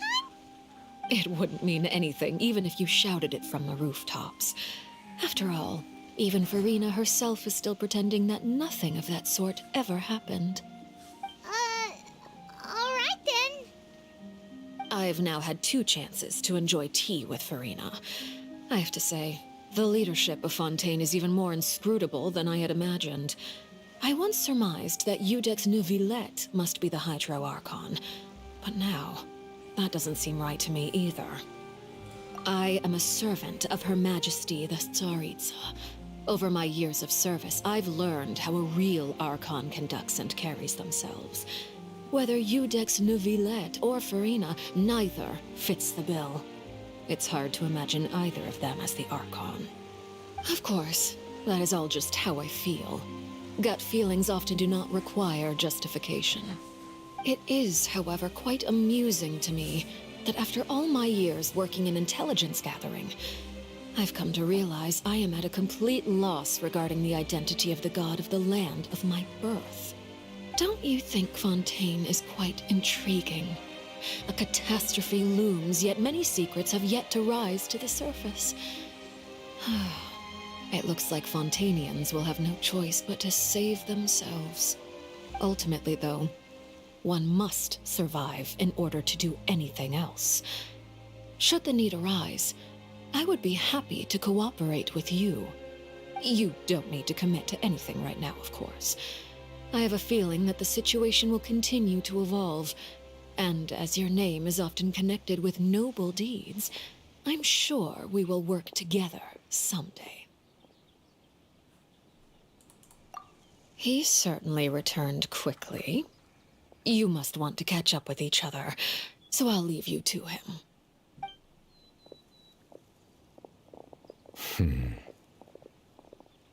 Neuvillette, is it over? For now, yes. But this issue will prove quite thorny in the long term. I'm concerned that sooner or later the prophesized events will occur. Thank you for protecting Farina. To put it simply, I used my power to force back the Primordial Sea and reseal the sluice gate.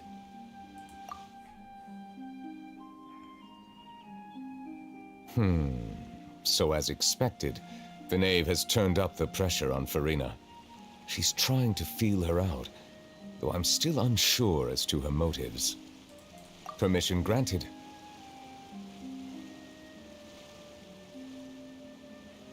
Whoa. It can't be that you're the real Hydro Archon, right? But that's just a speculation on our part, though. You can't tell us? Then that's okay. We can talk about something else. We won't try to force you. You guys in Fontaine are super strange.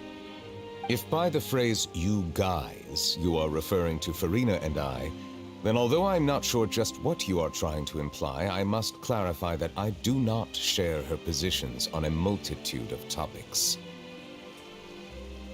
I believe so. The fortress has a long and complex history. It has seen much grief and suffering. And now, another catastrophe will soon be upon us. I mourn this turn of events. Huh? Why is it raining all of a sudden?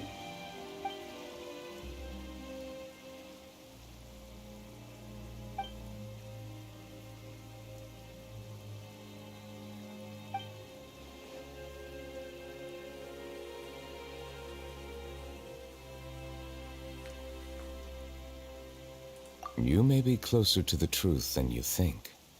Oh? And what are you thinking? The dragon of... what? Huh? Please do not be so surprised. Farina?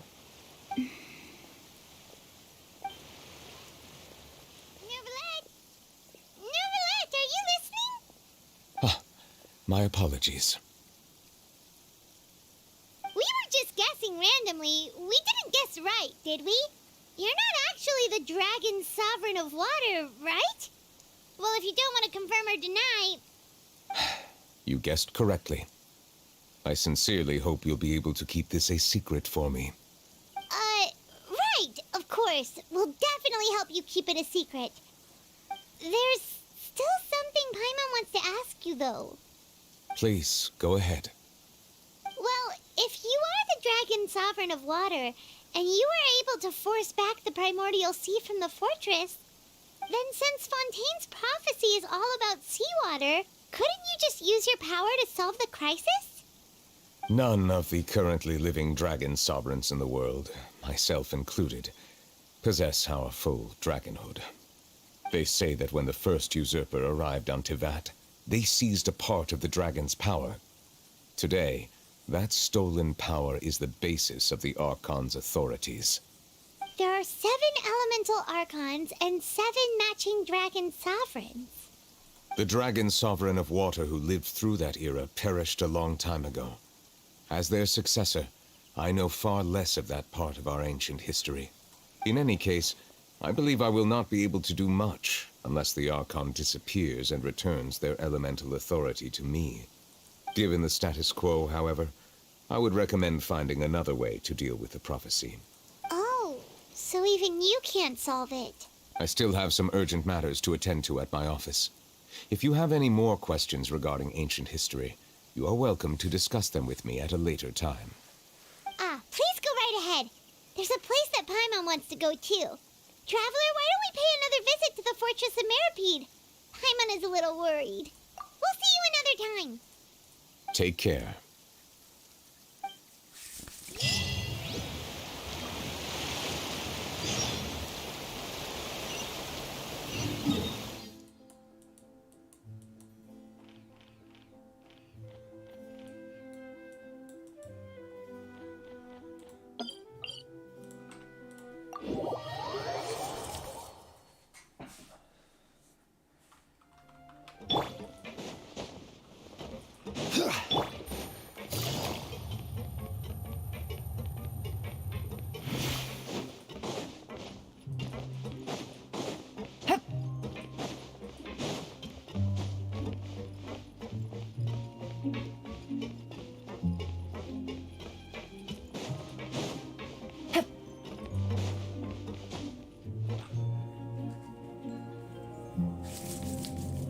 Now guess, what suit will this next card be?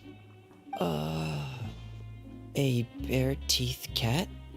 Well, well, look who it is. Traveler, Paimon. Hello, everyone. Looks like you're recovering nicely from it, eh? Mm-hmm. Thanks to everyone's support. Oh, right. I managed to work up the courage to thank Miss Clarant in person. Whoa, how did she react? She told me that it was nothing. It was as if saving a life wasn't a big deal to her at all. She also told me not to worry about it. She didn't want to stress you out, that's all. She's right, and it's best not to dwell on it. Yeah. Okay, but check this out. We went back to the opera house and we met the knave. You met Father? Did she say anything to you? She said a few things that were, a bit hard to understand. And also that she's looking forward to working with us in the future. Her attitude towards you is even better than what we'd imagined. That's fantastic. You should believe her. She has her own way of doing things, and she'll do everything in her power to help those she considers close, which now might also include you. Mm-hmm. Father is very capable, and also trustworthy. Oh, Paimon just remembered that she thought Linny was a bit too proud as well. She said that you should learn how to rely on others sometimes. Got it. Huh. That does sound like something that Father would say. Hey! Are you going to stay here for the next few days? Looks like it, yeah. Excellent. I will host a tea party. For real? Then Paimon wants another serving of cake. Another implies that you were already served some delicious cake while you were up there. How lovely. Well, next time, you're going to have tea and snacks with us.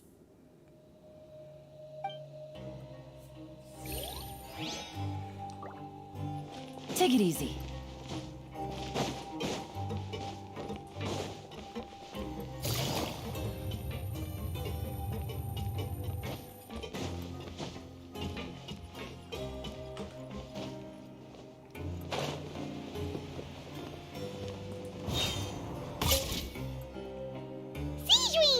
Traveler, are you still doing all right?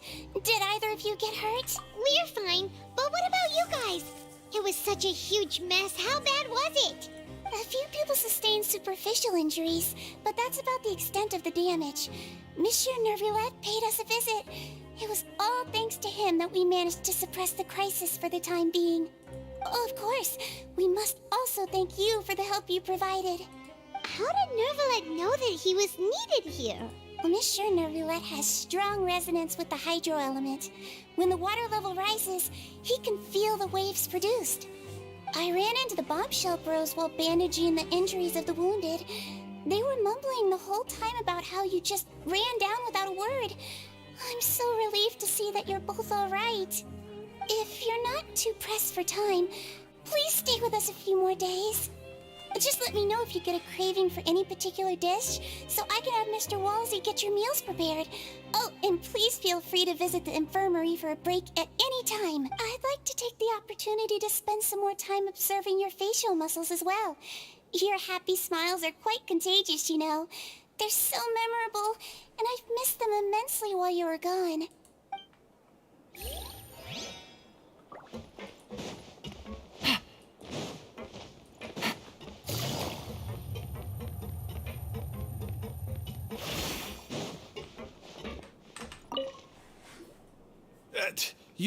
You guys are back?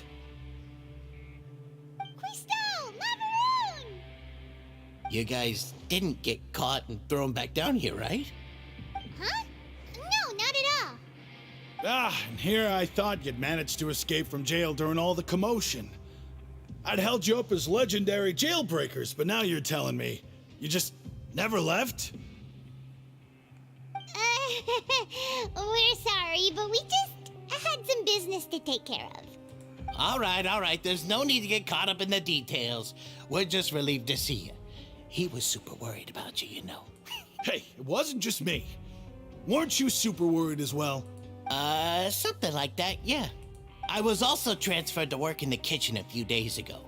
I can still hear Quisto mumbling to the carrots. Are those two all right? Do you think they made it out alive?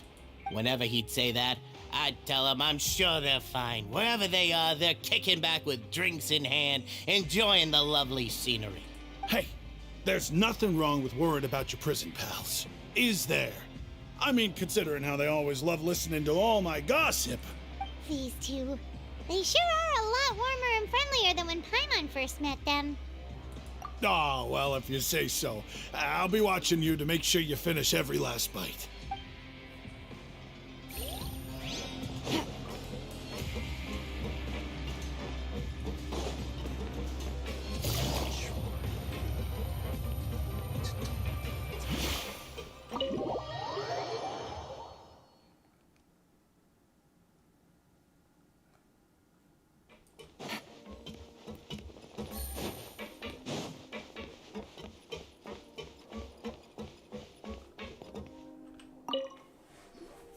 Courier, Miss Sijween told me you still haven't eaten.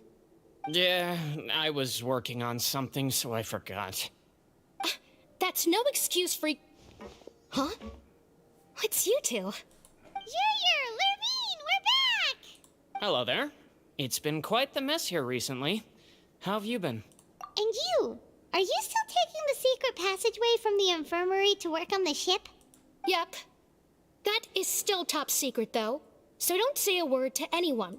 It can be a bit annoying when there are lots of people in the infirmary, but I still prefer taking that route over the one from the Duke's office. I mean, the infirmary does make it easier for you to slack off. Oh, yeah? Then why are you also here so much? You two really are just using your jobs as a cover for your relationship, aren't you? Not at all!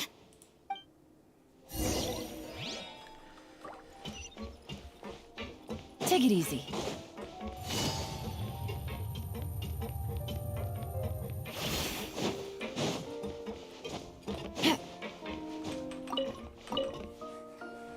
Do my eyes deceive me, or did I just see two inmates come back after making it to the surface?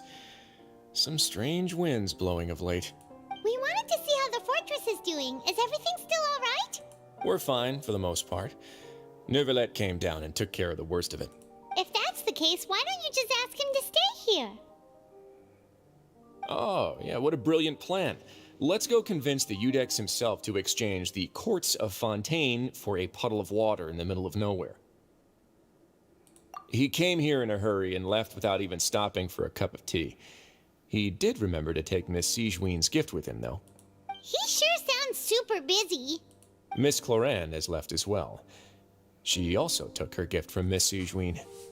Were the gifts milkshakes? Neuvillette got the milkshake. Clorand received lipstick instead. Those aren't even remotely alike. Well, it's Nervilette's own fault for making Sigewinne worried about his health by working so much. But besides that, our head nurse is still pretty fond of picking out beauty products for the ladies. Oh, and I have some gifts here for you as well. Are these from Sigewinne too? Nope, they're from yours truly.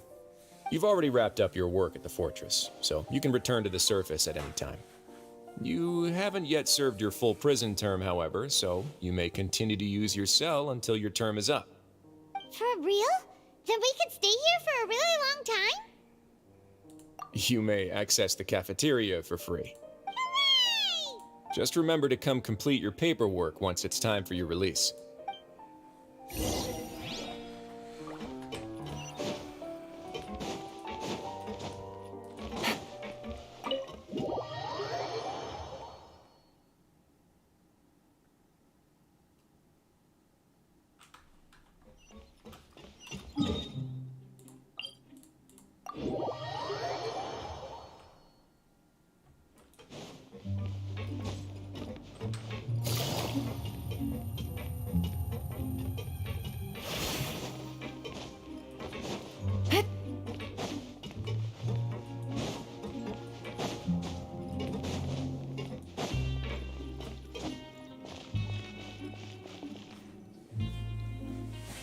We're back in our cell again.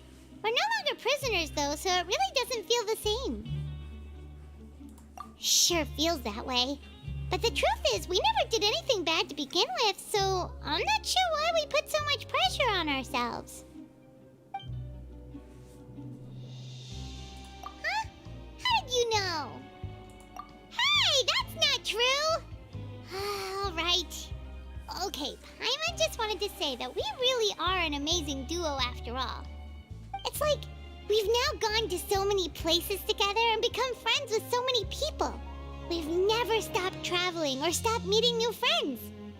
There are so many bad things in the world, and we're just two people, but we've still been solving problems no matter where we go. Isn't that pretty cool? You're counting Paimon today? Aren't you the only adventurer here? Then let's ask Catherine to give Paimon an adventurer handbook as well. Paimon will also be an adventurer from today forward. Just our thoughts making Paimon giddy. Paimon's gonna crash, so you sleep soon too. The last time we fell asleep here, we woke up to a whole mess outside our cell.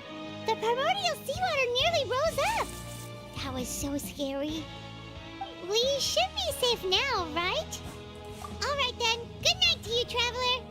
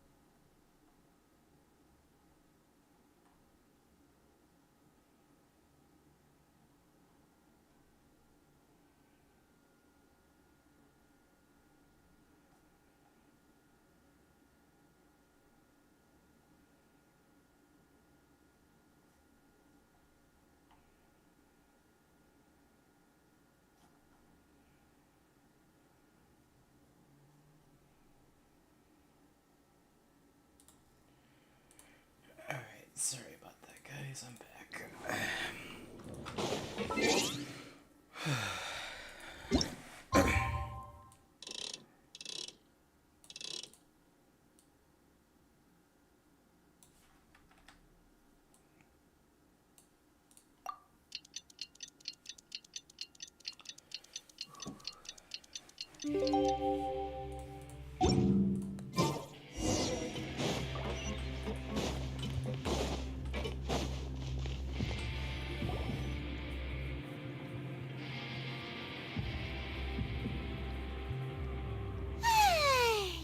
Now for a little rest after breakfast.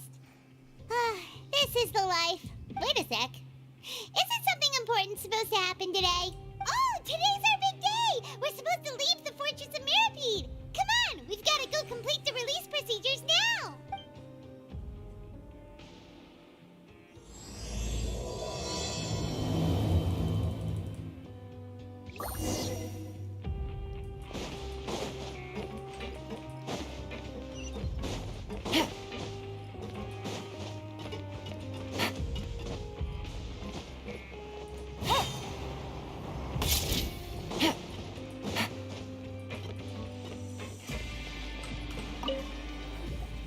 Please, sign here.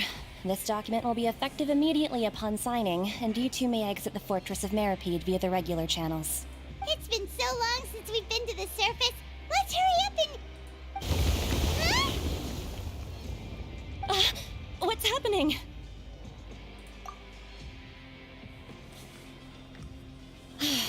I'm fine, thanks. But I wonder what that tremor was just now. Let's go ask the Duke.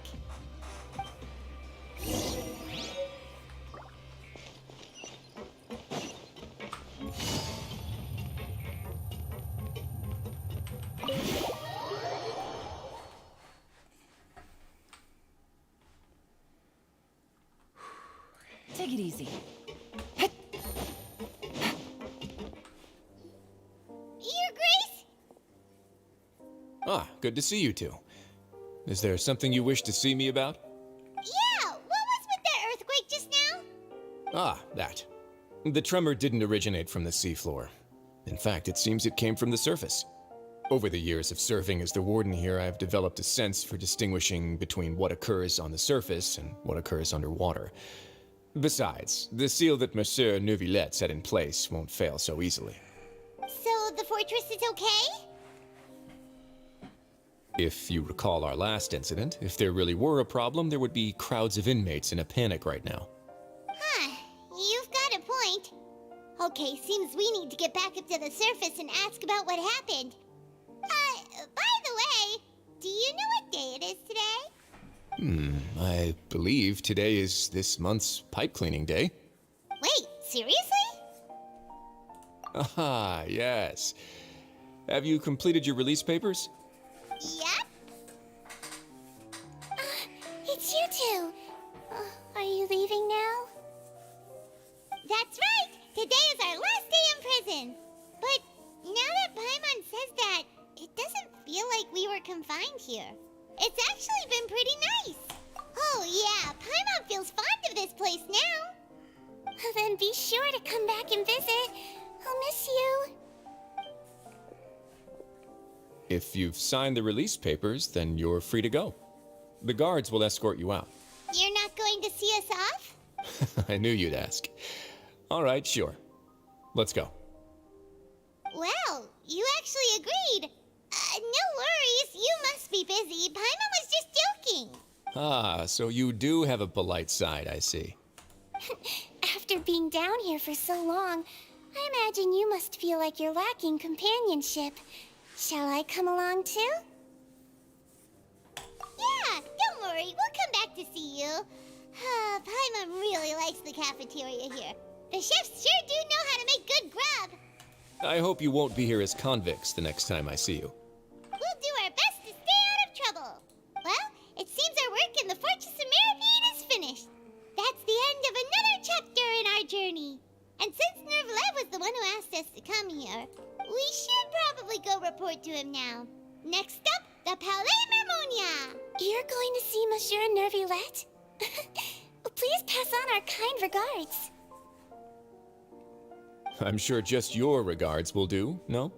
I believe it would be the polite thing to do. You're right. I've heard the Palais has been terribly busy these days. Tell him that I hope he hasn't been overwhelmed by the recent string of troubles.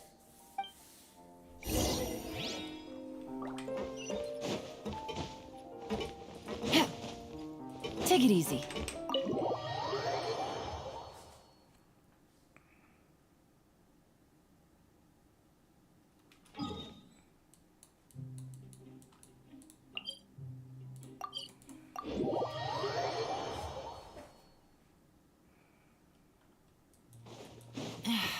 This blinding sunlight is such a pain.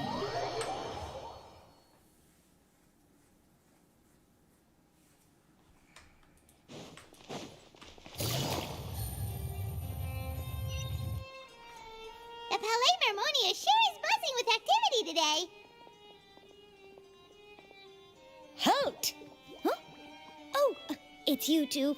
Apologies. Monsieur Neuvillette did say you'd be welcome at any time. Excuse me, would you mind helping me take a look at this report? I'll be right there. Sorry, I've got my hands full here. You can see yourselves in. Everyone's so busy. Seems a lot has been happening.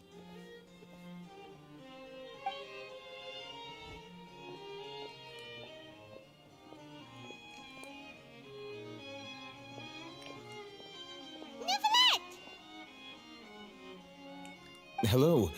You've come at the right time, but you'll have to wait for just a moment, as there are some urgent matters I must tend to first. In the meantime, please, have a seat. If you'd like to have something to drink, let the Melusine outside know. That's all right. We just ate. Very well, then. Let's take a break over there while we wait for him to finish his work.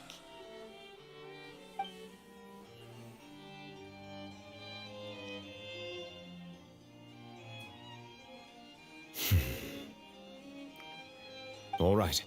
That should wrap things up for now. Are you done with your work? Yes, sorry to keep you waiting. Today should be the day you were released from the Fortress of Meripede, and it appears that you've managed to complete all the release paperwork. That's right, and we came here to see you right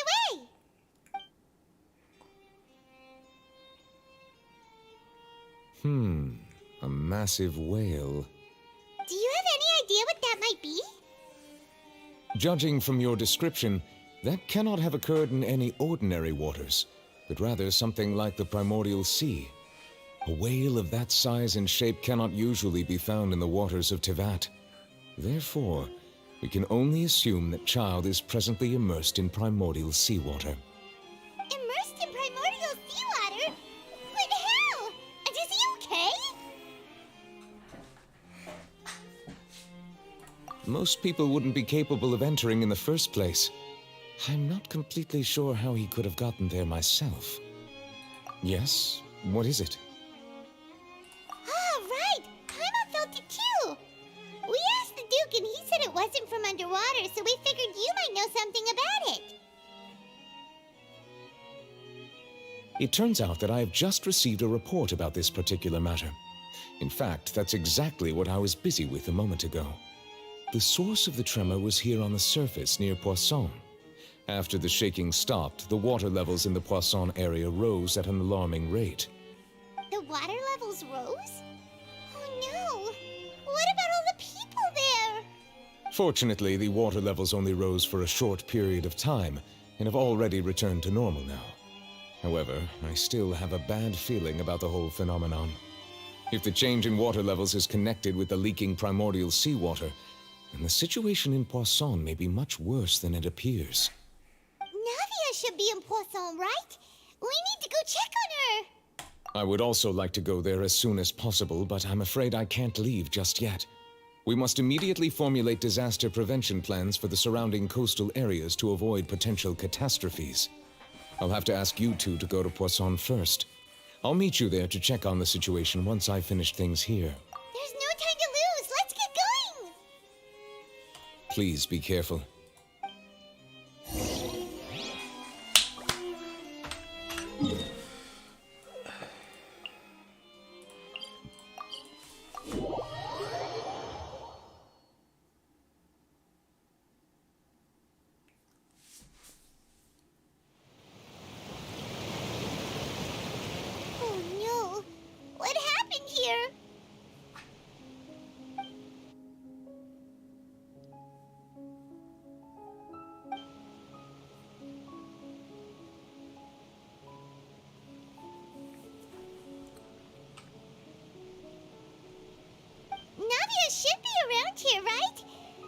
need to make sure she's still...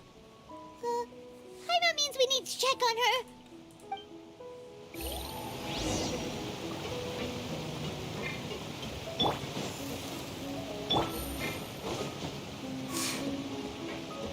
Take it easy.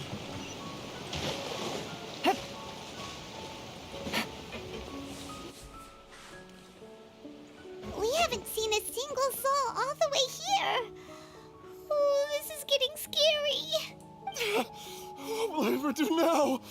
Look, there's someone on the roof over there. Just stay put. We're coming up. Watch your balance. All right, just hurry.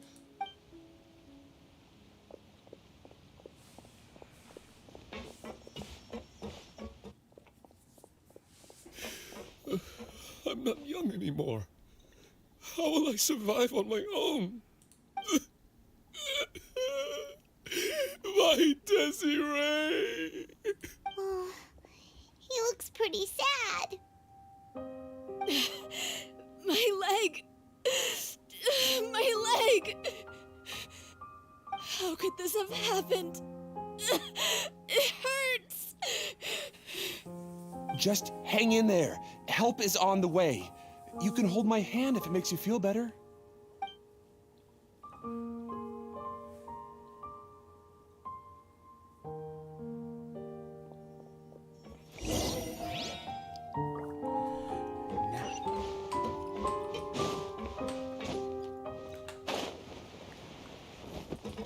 Take it easy.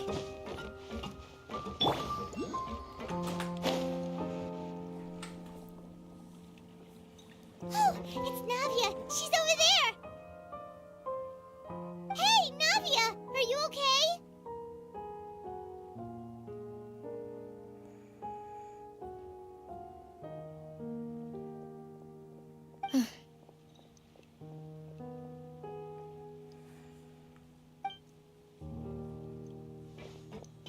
You're here. We heard there was a situation in Poisson, so we came as quickly as we could. Yes.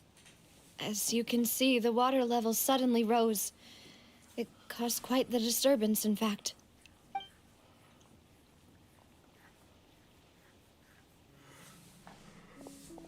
Demoiselle! There was a wounded resident next to a building southeast of here. We've already transported him to safety, but we've run out of medical supplies. He's wounded? How badly? He fell, so it's probably a broken leg. He's pretty shaken up.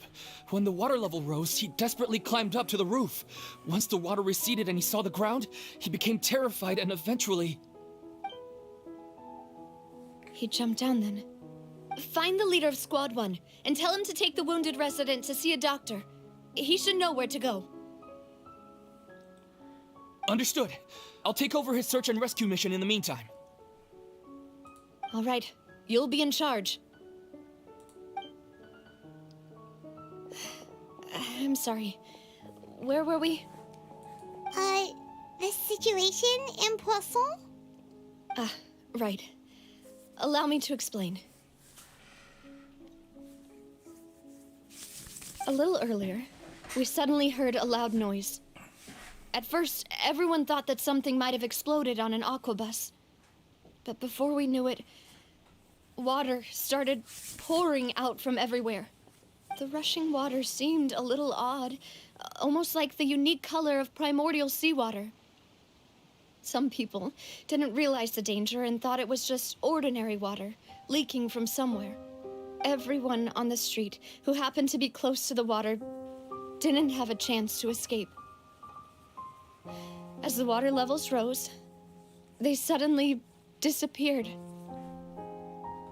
They were all dissolved. Those who realized what was happening started to flee in a panic, desperately trying to get to higher ground. Many were injured in the stampede, and some people fell from significant heights.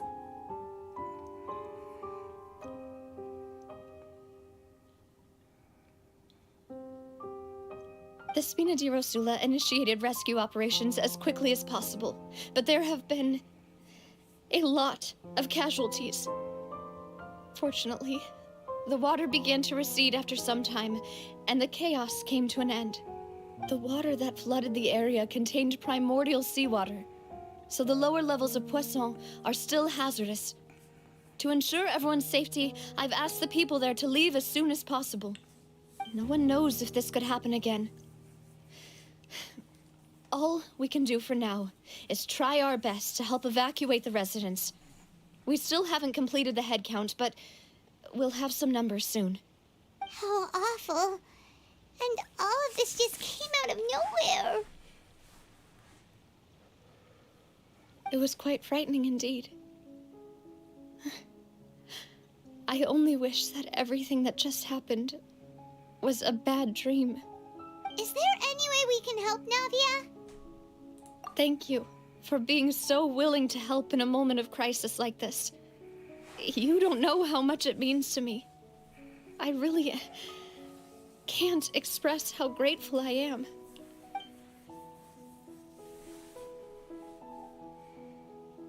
Don't say that, Navia. That's what friends are for.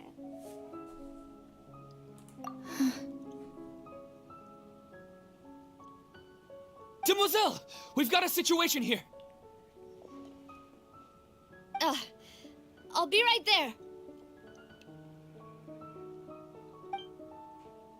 Sorry, I need to go for now.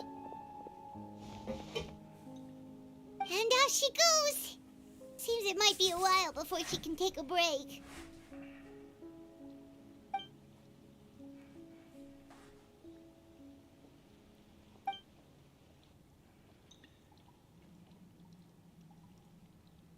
Okay, the wounded are being tended to, and we finished a preliminary head count.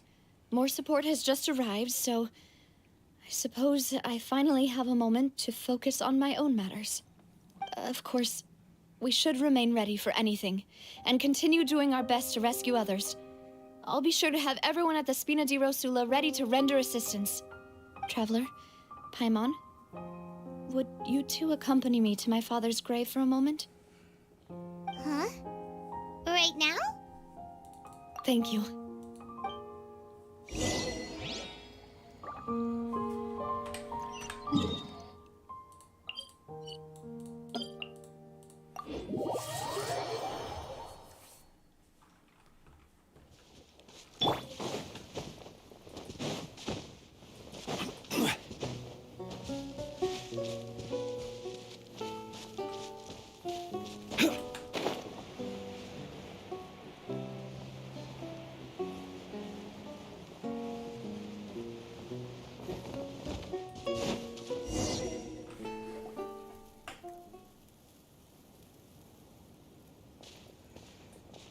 Not a lot of people here, huh? Well, given the time of day and the whole situation in Poisson, Paimon doesn't think there'd be a ton of people here visiting graves. Right. That's how things are now. The living are so exhausted that they've no strength to spare any words for the dead. Navia?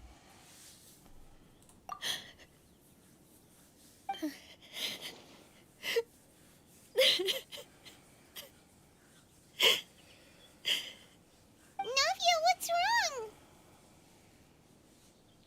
Sorry. I just... Malus and Silver, they won't ever come back here again. What should I do, Papa? Huh? What happened to them? No. Aw, I really respected those two.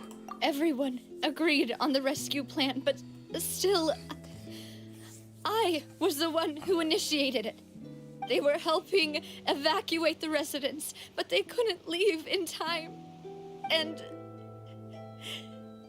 they were caught in the seawater.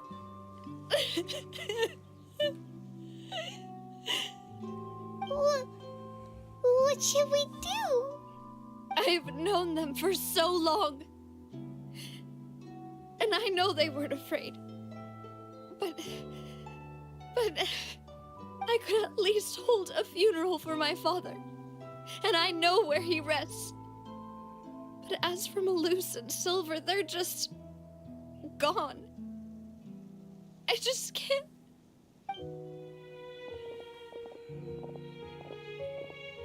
Everything looks so clean after it rains. Even the gravestones. I didn't expect that you'd enjoy a glass of red wine in front of Master Callus's grave. I can understand. Besides, the scenery here isn't half bad. See, it's not just me. I always want to bring something when I visit Papa. Perhaps we might even have a picnic. He wouldn't be angry, would he? How could Master ever be upset with you, Demoiselle? Yet the cemetery is the home of those who have passed, is it not? Everyone ends up here sooner or later, no matter who you are. Buying yourself a plot in advance, are you? No need yet. But when I do, I hope you'll let me be buried beside Master Callus, Demoiselle. Hey, stop joking around. I'm quite serious. That way, it'll save us both the trip to see each other whenever you visit your father's grave. That makes sense. In that case, could I be buried on his other side? After all, besides you, Demoiselle, the two of us could certainly be considered Master's closest companions, no? Personally, I believe we fill those shoes just fine. Why are you bringing this up all of a sudden? Seriously. All right. I'll remember your requests. But I'd really prefer not to talk about this stuff. And what do you mean by saving me a trip? I'd make the journey even if I had to visit you two somewhere else. I'd promised to let them rest in peace here. But here I am breaking that promise. I'm sorry for letting you see me in a mess like this. I don't usually cry, really. Paimon doesn't know how to help you feel better. But, well, she understands how you feel. I had always thought I could make my wishes come true. But now that I think about it, that never solely relied on me. Many things can only be accomplished with someone else's help. Malus and Silver have helped me so much. But by contrast, I could do nothing for them. I'm so sorry. You can spend as much time as you need here, Navia. We'll stay with you. Thank you. Right now, you don't know how much that means. By the way, you can have a look at this. It's a list of victims from the incident that took place here. Obena, Khan, Burnett, Giverny, Francine, Karina, Daisy Ray, Joinville, Julianne, Esson, as well as Malus and Silver. So, everyone else is safe. But still... It's okay. I know what you're thinking. And you're right. We lost Malus and Silver. But we were able to save more than we anticipated. The overall outcome indicates that the cost was worth it. Right! Don't think that way, Navia. One person might be saved at the expense of another, sure, but that isn't something we should ever consider a trade. Malus and Silver were not the price for saving anyone. They're heroes. You're right. Thank you, Paimon. What you said just now was pretty amazing, actually. I'll remember your words. Oh, really? Seems you've become more eloquent in the time since we last met. The knave? What are you doing here? Is everything going well on your side? Yes, My people are carrying out the mission according to your request. All the residents of Poisson have been evacuated, and we're preparing to relocate them to higher ground.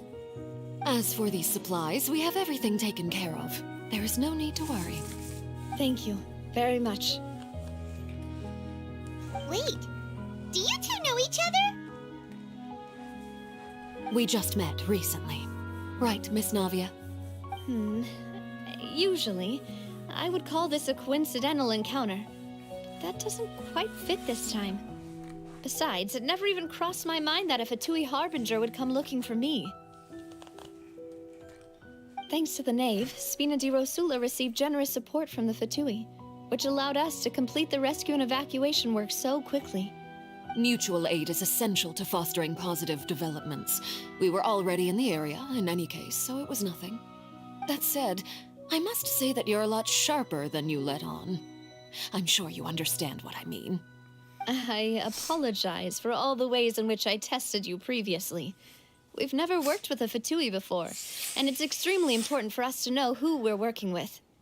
My subordinates have reported that Fatui soldiers have been observing water levels and taking head counts in various locations. I hear that they've also prepared a large amount of emergency supplies. I'm quite surprised. This is nothing to brag about, nor do I intend to. It is simply the way of powerful organizations to act forcefully, whether they are doing good or ill. You've witnessed that firsthand, in any case. As I've told this traveler before, I know of the prophecy, and I intend to prevent the impending disaster. Lending your organization a hand was a natural first step in accomplishing that. As such, do not be troubled by this token of our sincerity. Perhaps one day, you'll also be able to help me in the same way. Without your help, there would have been many more casualties. I won't forget your kindness. Furthermore, I sincerely regret what happened to Malus and Silver. I only wish that my people could have arrived a little earlier to prevent this from happening. Don't say that. You and your subordinates did everything you could. As Paimon said, Malus and Silver didn't choose to sacrifice themselves for any specific person. And they weren't the price paid for other salvation. They chose to become heroes themselves. I've never liked hearing people put it that way. It's like trying to relieve pain by saying some noble-sounding words. But right now, there's nothing more suitable. They really did become heroes. You're right. I'm sorry for your loss, Miss Navia.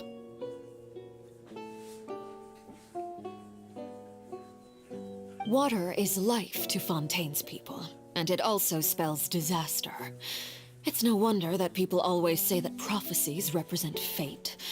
Fortunately, I've never been one for such opinions. So, you're one who will try to change fate, then? Of course. That is why I'm going to Hotel Bouffe de Thé. I still have some things to take care of, and the children need my attention. By the way, Traveler, Paimon, one more thing. Alright, then we'll just...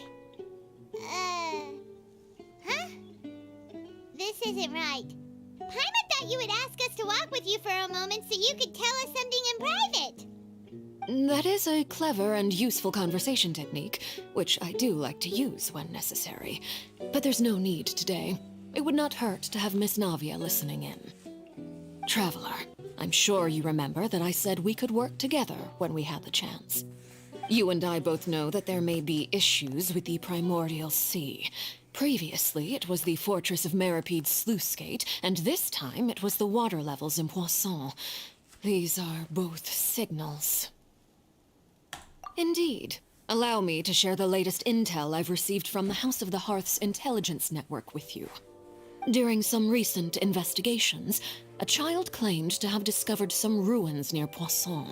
The ruins date back to ancient times, and seem to be worth investigating in many ways. Judging by the dating of the ruins, they may be related to the prophecy and the coming crisis. The situation is becoming more urgent, so any pertinent information will prove extremely precious. My people initially came to prepare for ruin exploration, Unexpectedly, this disaster struck, and at present, we're all busy prioritizing the rescue effort. So that's why the Fatui were already in Poisson. I wanted to take the children along, but unfortunately, Linny, Lynette, and Fremine have all been dispatched to higher ground to assist affected residents. Linny told me that outside of the house, the person they trust most is you.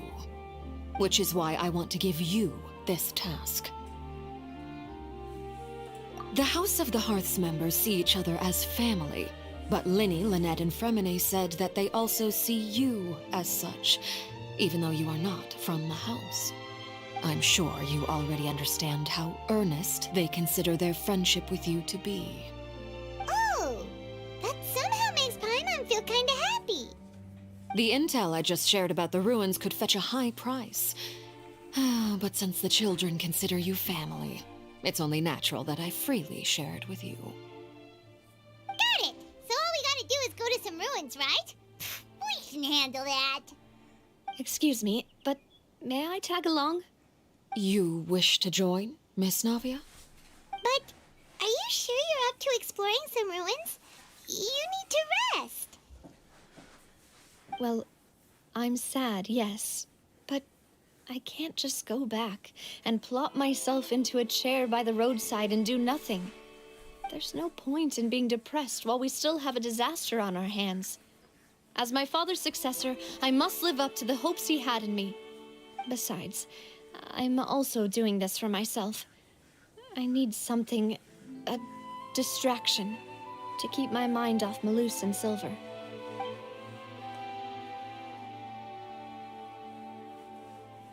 Since you put it that way, I have no objections. What do you say, traveler?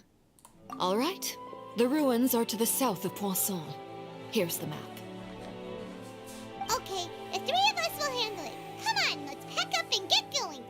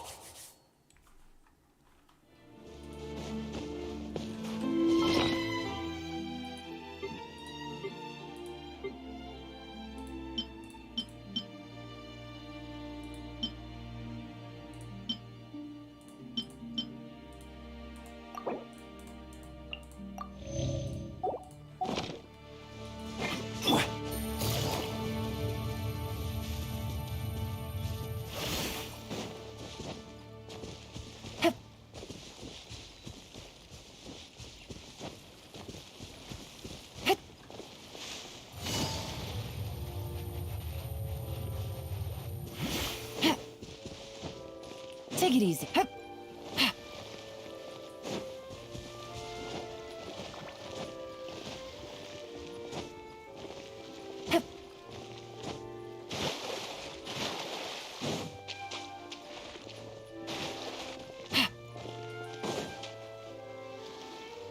So, are these the ruins the knave was talking about?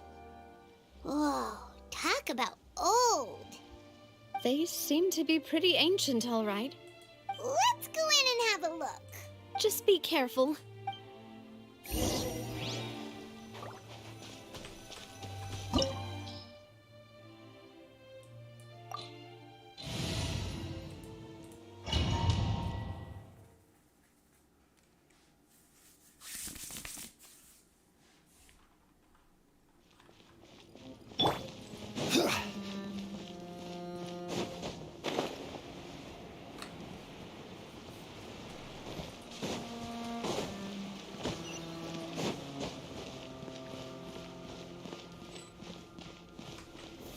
Stabilize! Ring cutter!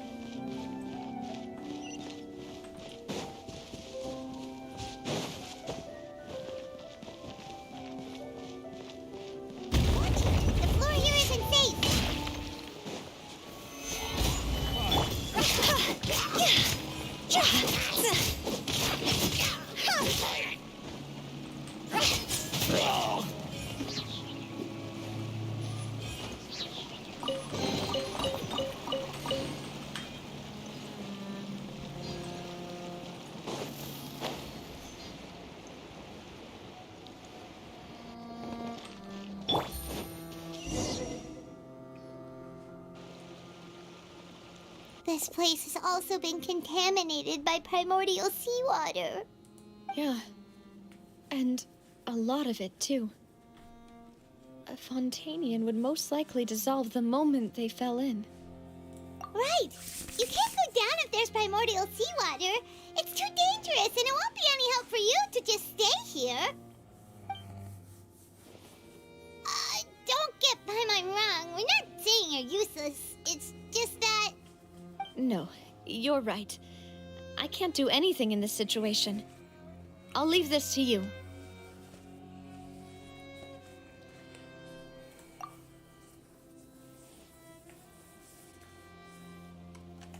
That complicates things. Maybe the only way left is forward. In that case, do you want to wait for us here? The water levels here are unstable, and there's a chance the water will rise. So staying here wouldn't be safe either. I'll go together with you. Perhaps we'll find the exit just up ahead. All right. Come with us for now then, but please be careful.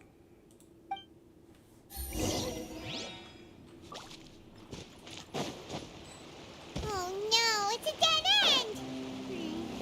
Let's try climbing over from the side. Oh, fuck. Damn. Oh, sorry for swearing. Ah, frick. That's what I meant. Oh, I'm an idiot. Alright.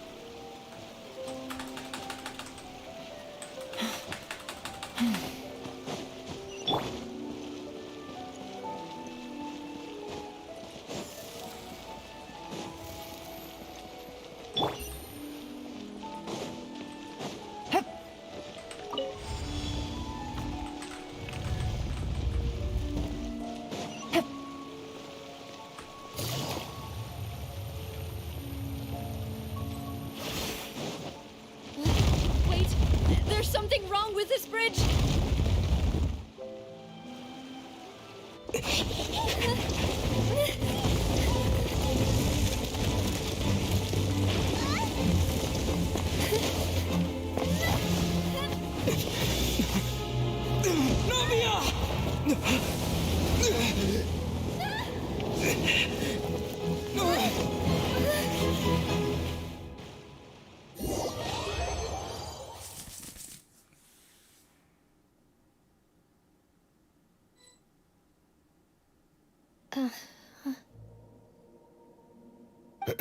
Demoiselle? Huh? Demoiselle, what are you doing here by yourself? Would you be standing here till dark if I hadn't come to get you?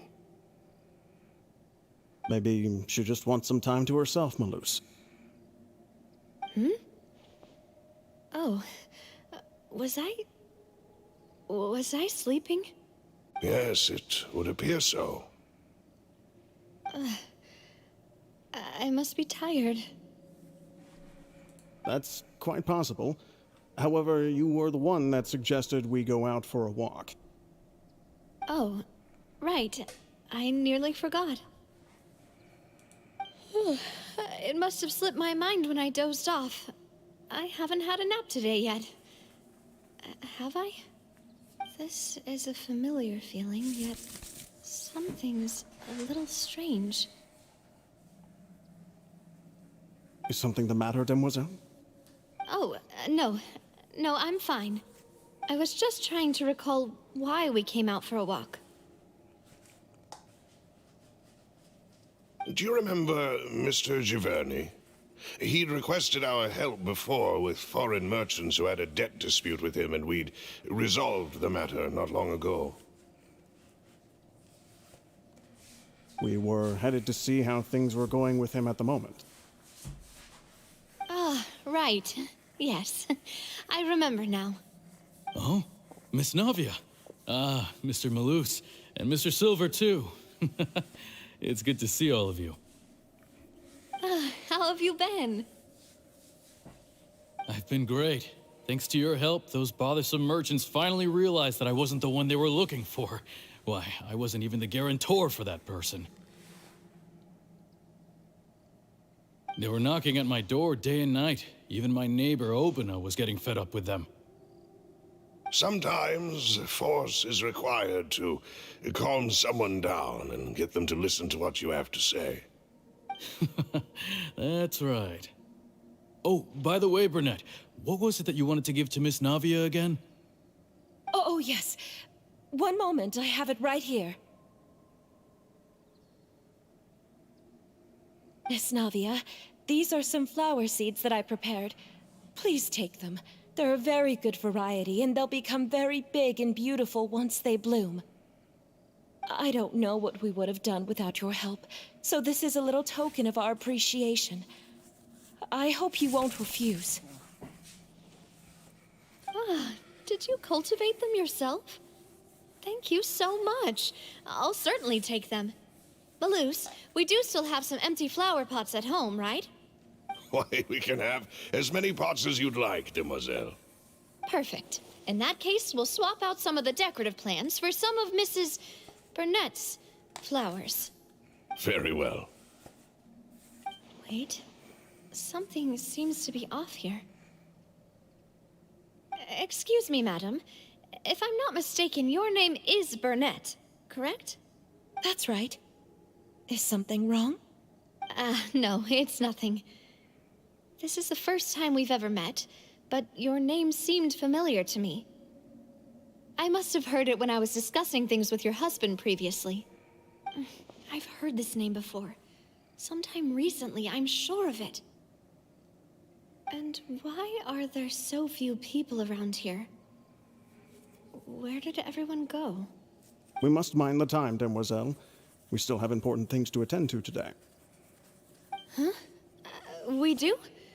Like what? Well, now, did you forget? Miss Navia, here you are. I've been looking for you. Please, come to the Opera House. Your trial is about to begin. My trial? Wait, why would I need to go to the Opera House? Yes, she's right, demoiselle. It's just about time now, so we should get going. Oh? All right then.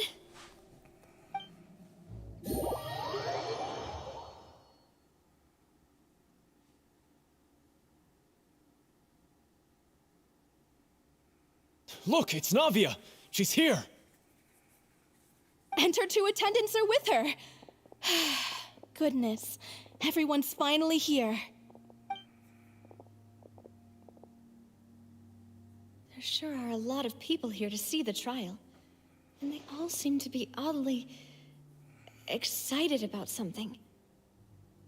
I even know some of these people. Karina, Desiree, Joyville, Jolien, Essen. Why are so many people here? And why do I have no recollection of this case? And as for the judge...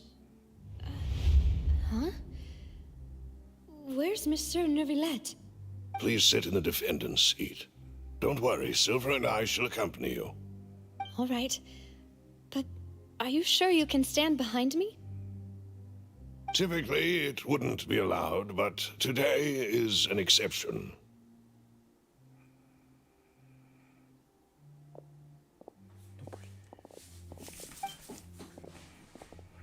Hey, what kind of place do they think this is? Come on, do they have any idea what they're doing? Seriously. Enough with the whispering!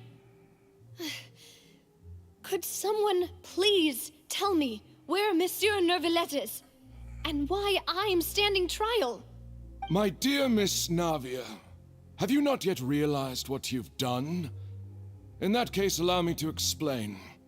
As all here know, you are Master Callus's successor, the head of the Spina di Rosula, someone held in high regard by every soul in Poisson. After you took over the Spina, you treated all of us just like the late Master Callus had. If anyone in need reached out to you for help, you responded. Not only you, but your butler, your subordinates, nearly everyone in the Spina di Rosula fought for the well-being of those in Poisson. Wait a moment. Aren't you just proving that I'm a good person? Yes, correct. Absolutely right. And that is why you stand accused. You have helped so many people get through so many difficulties. You are one with us. We are inseparable. We are one big family, all of us who are from Poisson, inextricably linked. And with you being so important, we couldn't possibly do without you. Therefore, this fair and honorable court shall declare you guilty, and you shall stay here. You will be together with us forever. Huh? What are you saying? Everything you have said is correct. I have indeed done a lot for my hometown, and I would be willing to be with you all, but what is the purpose of having me stand here like this? What is there to discuss? Ah, well, if that's what you think, then I have no further comments. How wonderful, Miss Navia!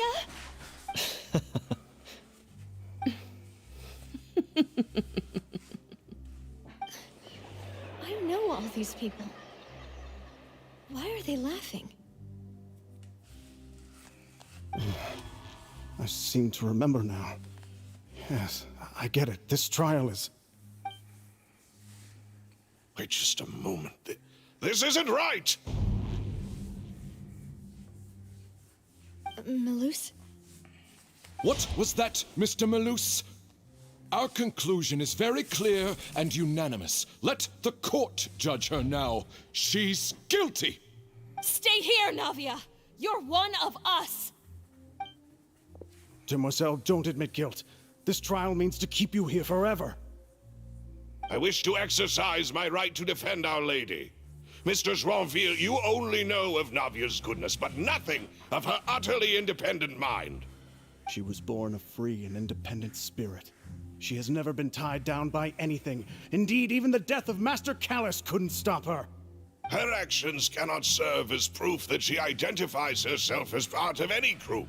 She merely acted as an individual, extending her hand to help others. Please do not mistake her actions as being otherwise. Really? As an individual, you say?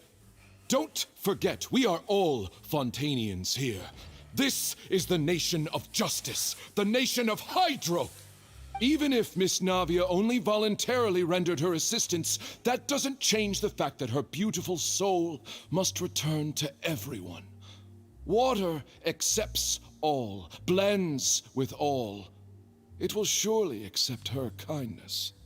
Everything is measured here in the nation of Hydro, and in the end, everyone shall meld together. Thus, when a unanimous opinion emerges, that opinion represents justice. Now I speak for everyone. Our opinion is consistent. Navia should stay. We and Navia are one. And you would call this justice? Preposterous. You are merely jealous that Demoiselle still has a chance to exist as an individual. Have you forgotten how much you all once longed to become individuals, to become independent? Do you mean to defy our justice? If your justice is flawed, then why should we acknowledge it? As you said, we can also have our own justice. Silver and I shall defend Demoiselle. And that is how we will enforce justice. Ugh, my head... it hurts. Demoiselle. Silver, it hurts. My head is spinning. All I can see is stars swirling in front of me. I remember now. Everything that seemed odd from the very beginning. Karina, Desiree, Joyville, Jolien, Essen, and Mr. Giverny and Mrs. Burnett, who we met earlier. Even Malus and Silver. I don't want to admit it, but they're all dead. Don't be afraid, and don't admit guilt. We will protect you to the very end. Absurd! Who are you to say that she cannot be judged? We are the majority, and in the nation of trials, the majority is absolute justice. We are the will of all. Don't let them escape! We shall keep Navia here with us! Mr. Malus and Mr. Silver, must you be so stubborn? How could the two of you possibly hope to stand against the collective? Do not resist. This judgment is fair and just. Navia belongs to us. After all that happened, she should not be left alone in Poisson. What are you saying? No more excuses! She says we're jealous. Jealous? How could she possibly be an independent individual?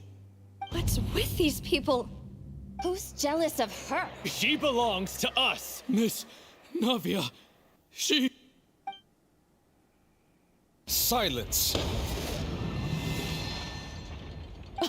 That's...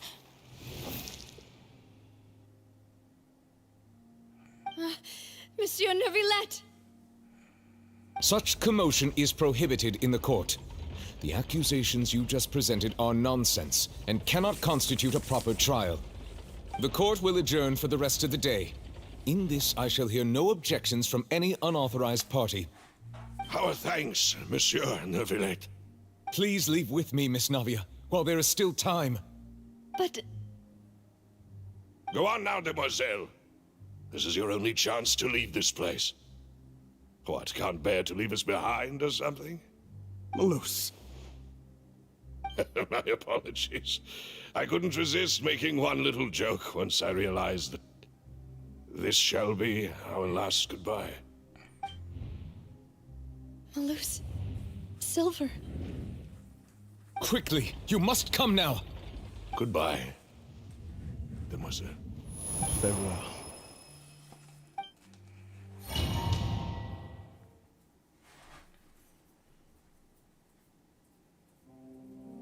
No, wait! Just a second! Navia? You're awake. Good. I must have been dreaming. Malus and Silver were still alive, and they were defending me at some insane trial. It looks like you're all right. Did all the sad feelings cause you to have a nightmare? Paimon could give you a hug. The ruins you were exploring suffered a cave-in. When I arrived, I found you falling toward the water. You were just about to be dissolved within, but I...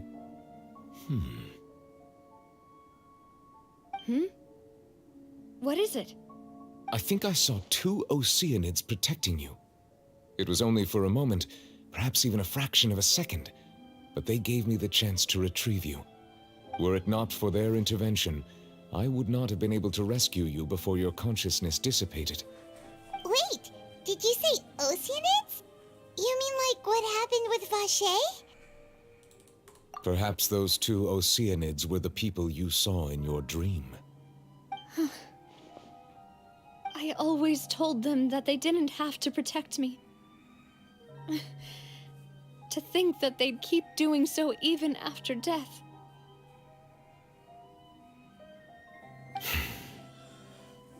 Please come with me.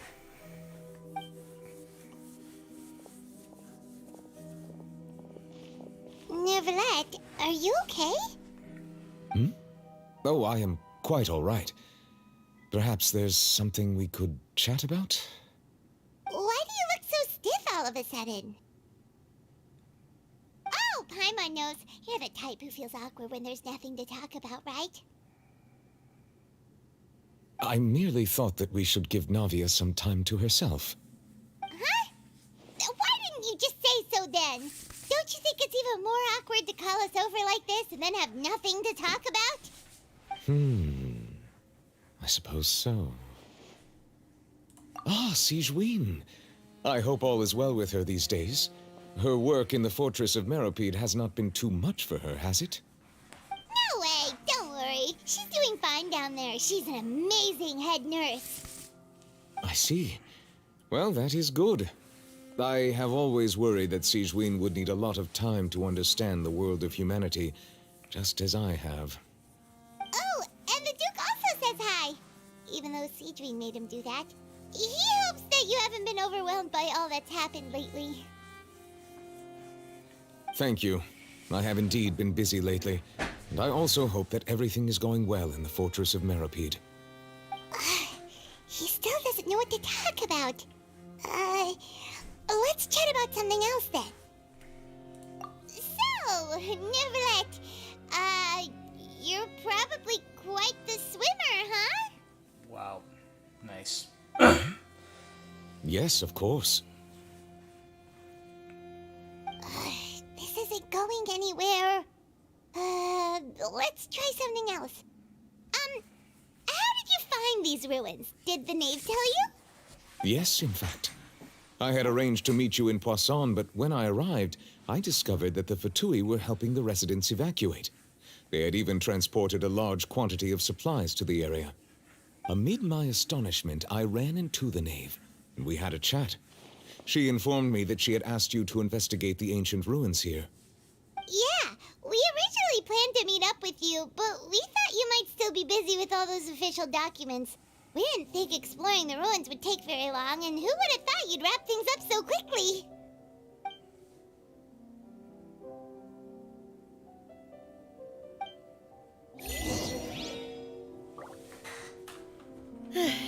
I'm sorry to have kept you all waiting like that.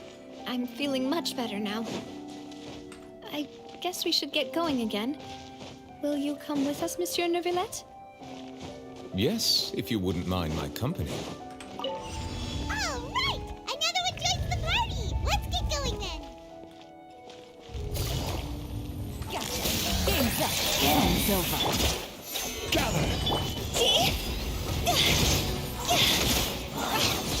Dada Kundara.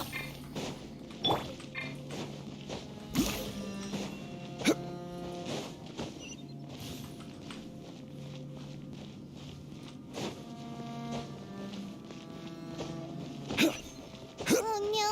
Another unstable path! Watch your step!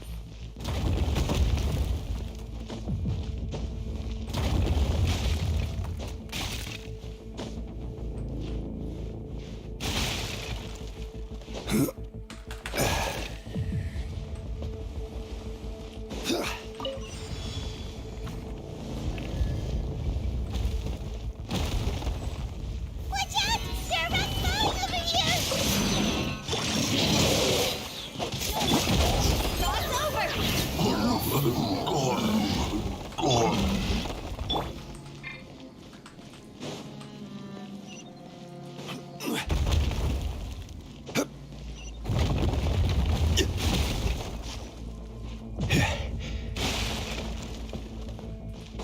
Seems we're almost at the top. Keep it up!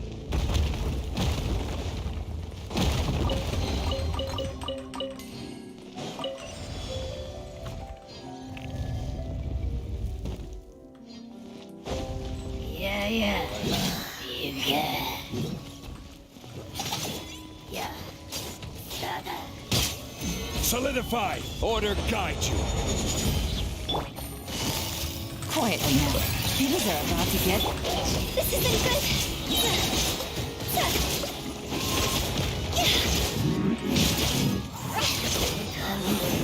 Dada Kundala.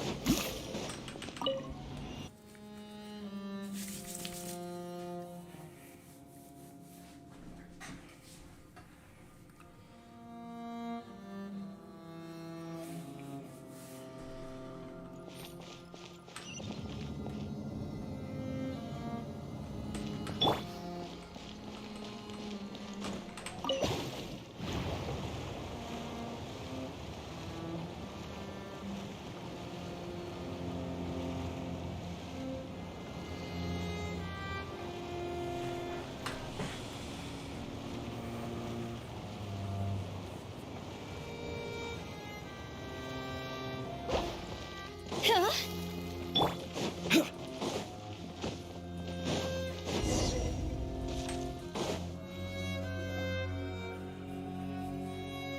Looks like we've reached the end. This is the place.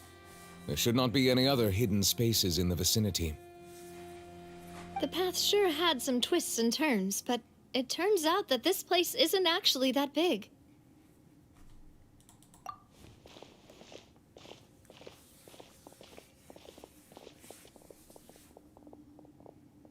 Stone slates?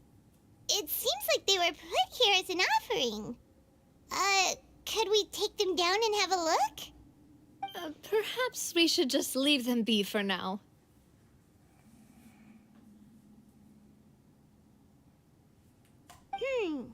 There are 4 locations in total, but only 3 stone slates. The slate that should be in the first empty spot is missing. The surrounding walls also show signs of damage. There's something written below. Let Paimon see. Reason dictates that this nation be destroyed. I shall record the history of its future here in its past. Say what? It feels like someone left these slates and these words here for a purpose. But does he mean that Fontaine should be destroyed? That would fit the circumstances dictated by the prophecy, yes. Indeed, the slate's contents correspond to it. Take the second slate, for example. There's a person kneeling here. She seems so dedicated. And there's a whole bunch of other people behind her doing the same. She's facing this... what is this? Some kind of island in the sky? And is that Lady Farina in the third image? Did the Hydro Archon fall into the water? And is that a ring of people around her? Paimon doesn't quite get it. Are they all in the water? The fourth image. I know this one. This exactly matches the content of the prophecy.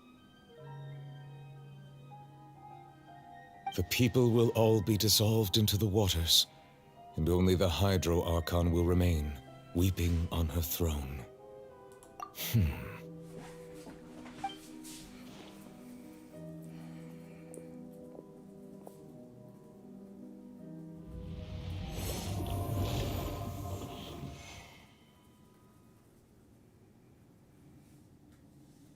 More information should be hidden in these slates, but I fear I cannot easily uncover it, most likely due to us missing the first slate. I am very sorry. Don't blame yourself, Monsieur Neuvillette. Deciphering ancient stone slates isn't one of your duties. Ooh, Paimon's getting the chills just looking at these slates. This says that it's the history of the future, right? That means the prophecy's sure to come true. I really hope it doesn't mean that.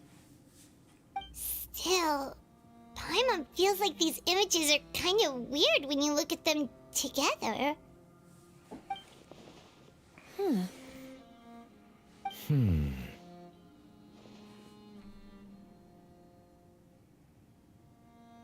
That's right! If the images are in chronological order, shouldn't the fourth, the waters drowning Fontaine, come before the third, where the Hydro Archon herself falls into the water? And yet the order is reversed here.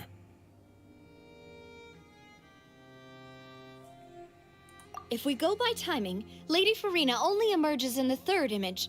That means that the person in the second image might be the previous Hydro Archon. Egeria, then. I had never met her, but her appearance here does match the records. The previous Archon kneeling before the floating island in the skies, as if confessing a sin. Did she herself commit that sin? And if not, why would she be in such a posture? Also, I'm still wondering why these ancient stone slates are here at all. Judging from their contents, could this place be the origin of the prophecy? Does that mean that someone, or some people, once saw these slates? But who would have created these slates and left these words here?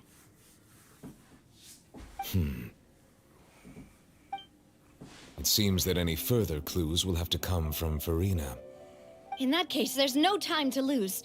There's nothing else to be gained here, so let's head back first. Yeah, we'd better get somewhere safe for now.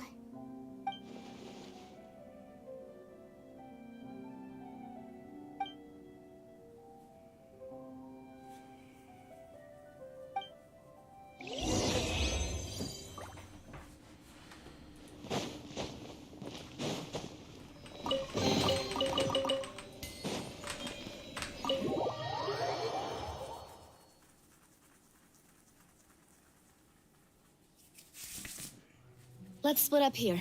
I'm going to check on what's happening with the Spina. You know how it is. There's some things you just need to be there for yourself. You still have energy for that, Navia? Paimon's already beat. Just head back to the Fleuve Cendre and have a rest then. Thanks for keeping me company all this time. I'll depart as well. Thanks for your hard work today. Rest well, everyone. Traveler, I will go talk to Farina tomorrow morning to ask about the stone slates. I'm sure that you're concerned about this matter as well. If you have time, drop by my office. I will share the results of our discussion with you. Are you really gonna talk to her about this directly? Will that be a problem? Paimon's getting a little scared now that it's come to this. She has long been harboring secrets and will not give them up easily, which makes it all the more my duty to ensure that she understands the present situation. All right, we'll leave it in your hands then. You're probably the best person to talk to her anyway. I will be carefully considering my words tonight. Traveler, Paimon, our safe house at the Fleuve Cendre is always open to you, as ever. So please don't think you're an imposition. All right. I'll be on my way then.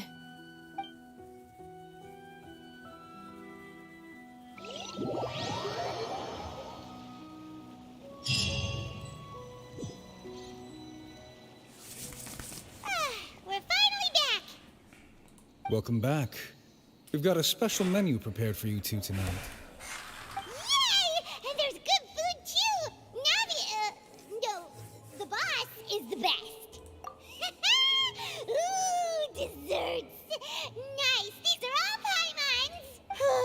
Paimon's already starting to forget what happened today. Oh, that voice. Is that who I think it is? Huh? It's you two. What are you doing in Fontaine?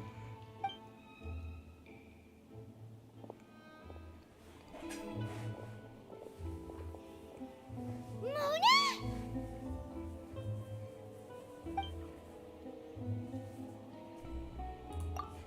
Seriously, nobody just uses a scry glass whenever they've got time to just see who they'll meet on the road. Still, we didn't expect to see you here. Wait, you're not a Fontainian, are you, Mona? Well, I have some business to attend to here, so I booked a hotel in the city. I was just out for a stroll when I bumped into you. Quite unexpectedly, if I might add. Why did you think I was from Fontaine, though? Is that because Magistus doesn't sound much like a Mondstatter surname? Yeah, let's go with that. Well, I used to have my own surname, which was, well, some other thing. Either way, the old hag told me when she took me as her disciple that the first step to being a great astrologist's pupil was to change that name. There was nothing for it, really. She really is amazing at astrology, so I changed my name to what it is now according to her wishes. To my surprise, however, Magistus is not the name of some ancient house or clan. It isn't? Nope. Although it is used by us in place of surnames, it generally just means great. Wow! Imagine including a boast in your name. Wait, are you gonna have to put that into your genealogy as well? I reckon so.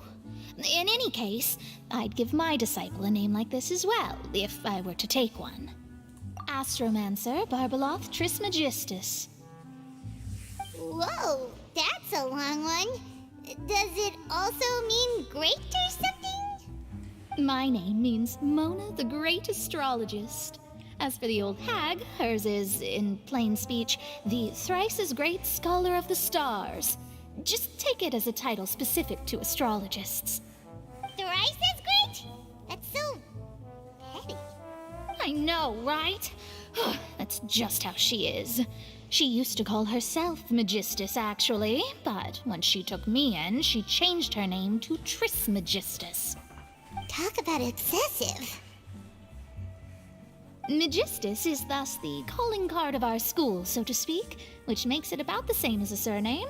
It's all right if you don't get it. You can look into it further should you need to study astrology more deeply. Terrible! But anyway, you're not Fontainian, are you, Mona? You're from Mondstadt, right? Well, I was born in Mondstadt, yes. My parents migrated to Dorman Port, and I traveled with the old hag for a while, after which I settled down in Mondstadt City. Oh, that's a good thing then. At least we know you won't be dissolved by Fontaine's waters. Speaking of that, I'm sure you're aware that a bunch of things have happened here in Fontaine, right? I know you're not a local, but I'd avoid getting too close to any water that looks strange all the same. There's something ominous about it. Well, the water, I mean. That was the main reason, yes. Just a while back, the Steambird invited me to take part in a panel and speak about the circulation of the prophecy as an astrologist. The invitation was sent quite early on. I don't think anyone expected Fontaine to be in this much trouble. What do you make of that prophecy, Mona? Just tell us what you think as an astrologer. Way to make things more certain and less scary. What I can tell you is that I'm an astrologist, and that this prophecy concerns the fate of Fontaine, even that of all Tevat. Ascertaining this is akin to reading the fortune of the whole world.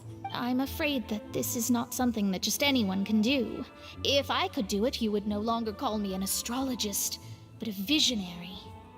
But on the flip side, the prophecy is so huge and powerful that it must surely come from a powerful visionary. Its contents involve the fate of the world.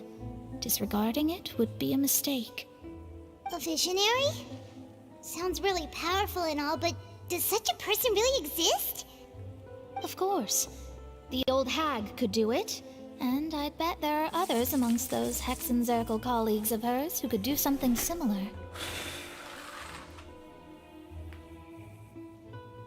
Huh? Are you sure? All right, I'll help you. It isn't often that I see you with such a serious look on your face. I'll tell you once I hear back from her. Thanks, Mona. You're amazing as always. Oh, well, this is something only I can do after all. So yes, your praises are quite welcome. That's the greatest of astrologists for you! Of all the people we know, you know the star's the best! Indeed. That's the spirit. Oh, sorry. I came to see what all the commotion was about. If there's anything you need, do not hesitate to inform the Spina di Rosula. Oh, whoops. Guess we were getting a little too carried away there. Well, I'll go tend to my own business now. If I receive any news, I'll be sure to come find you two again. And there she goes, quick as rushing water. And here we are with the Spina guy giving us suspicious looks. Right, but we were able to recruit Mona's help, didn't we? Our Fontainian friends will thank us someday.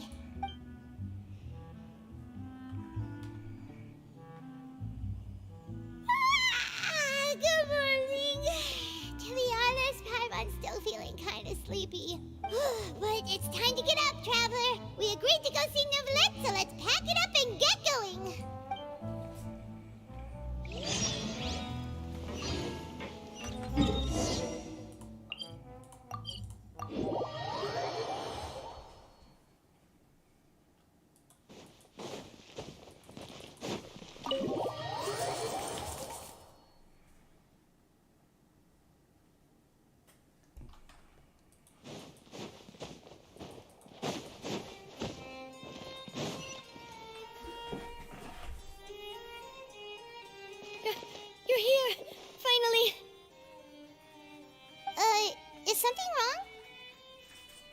Monsieur Neuvillette and Lady Farina, they seem to have gotten into a dispute.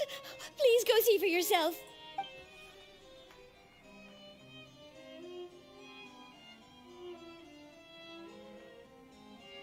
Like I said, I've already explained everything. And yet the problem has not been properly solved. There is little space for excuses between us. It is not my intention to offend you, but please, tell me where you stand. You are the Hydro Archon Focalor, are you not? Look at this. This is a list of the victims from the recent Poisson incident.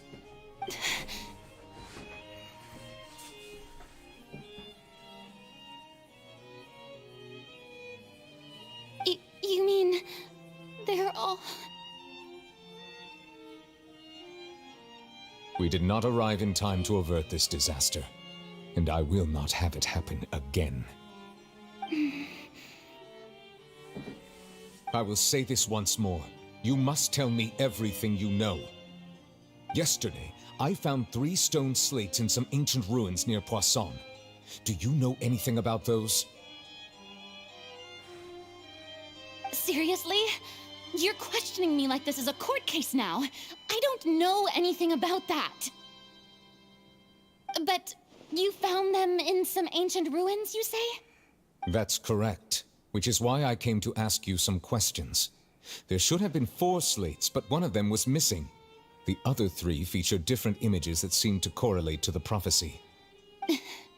The prophecy? The second of these slates depicts the previous Hydro Archon Egeria kneeling before a floating island in the sky, as if confessing something. Do you know nothing of this either? I don't. I've never seen such slates. I'll ask you again. Do you really have no information regarding the previous Archon? My deciphering of the slates indicates that the Hydro Archon Egeria once had to confess to, or apologize for, a certain sin. If anyone would know about it, it should be you. All gods don't have the same secrets, you know. She was herself and I'm me. Is it really so strange that I know nothing? I understand your concerns, but I'm sorry. I just don't have anything to tell you. Forgive me for saying this now, Lady Farina, but I have long known of your various secret investigations into certain matters. There are several indications that you have been investigating the prophecy on the sly. This is not strange in itself, considering that you are the Hydro Archon.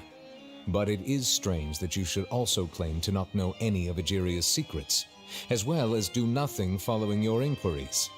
You have never been as superficial as you have presented yourself to be, nor are you a fool. And yet, your behavior is very inconsistent.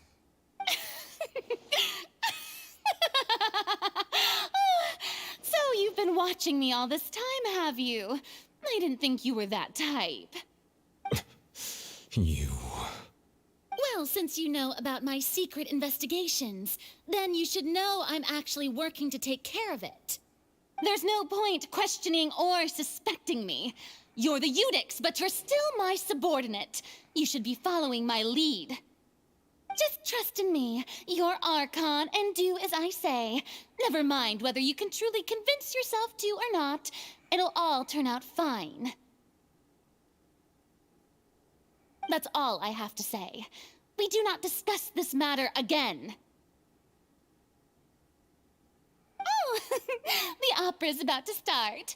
Toodles!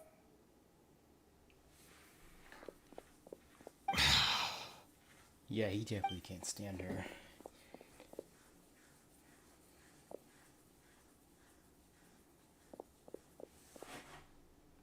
Did Farina not notice us standing by the door?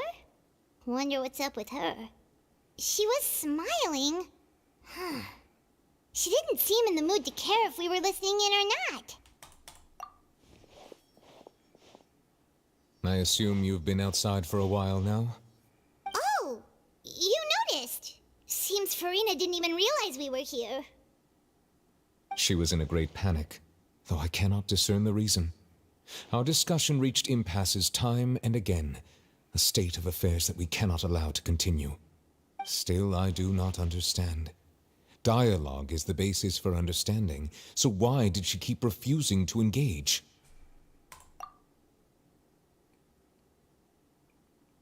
Everyone in her inner circle has noticed that she is hiding some secret. The issue is her attitude. I fear that she will not reveal anything unless absolutely forced to.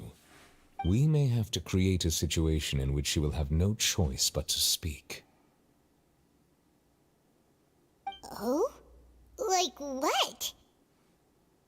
Normally, people will only reveal the truth when standing trial. Perhaps we must have the Hydro Archon experience just such a scenario. But Farina's seen so many trials, and she's really good at dodging questions. How do we make sure that she won't just slip away at the first chance she gets?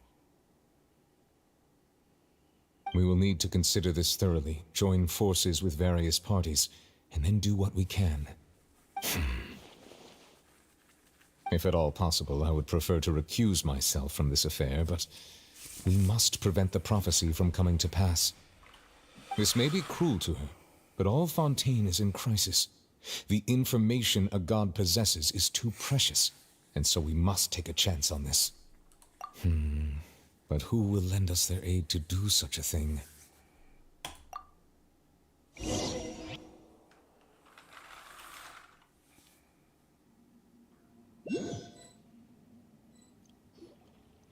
Well, that's everyone, huh? Speaking of which, it was pretty smart of you to think of hiding here. Poisson was just involved in a disaster, so it's presently devoid of people. That naturally makes it the best choice.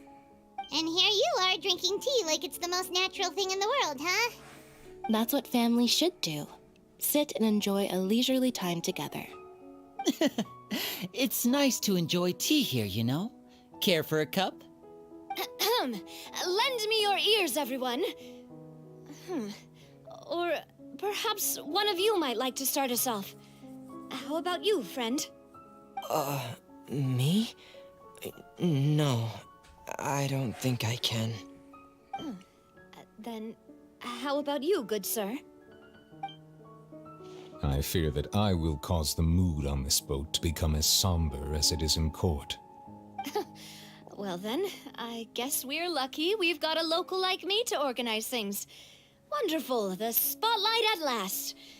I guess I'll be facilitating things from here. That was a little long-winded, don't you think? Oh, you might be right. Anyway, to cut to the chase, our friend here, the Traveler, has brought us together to discuss something. As for what that is, well, let's start by saying that we'll be pooling our efforts together to create a series of traps. Oh, how intriguing. Well, it's just an expression, really.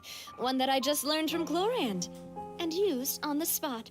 So, let's invite her to explain in detail. A round of applause, please.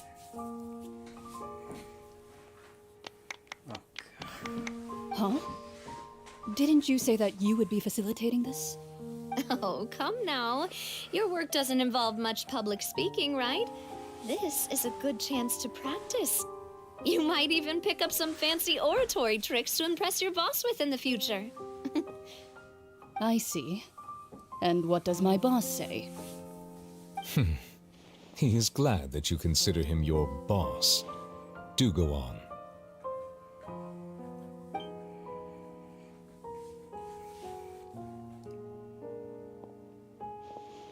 In that case, do any of you have experience hunting? Not that I recall. Fremine and I once used a wooden stick in a basket to catch wild rabbits when we were younger. As for Lynette, oh, right. You were sick that day, weren't you? I've also gone diving to catch some fish before. Does that count?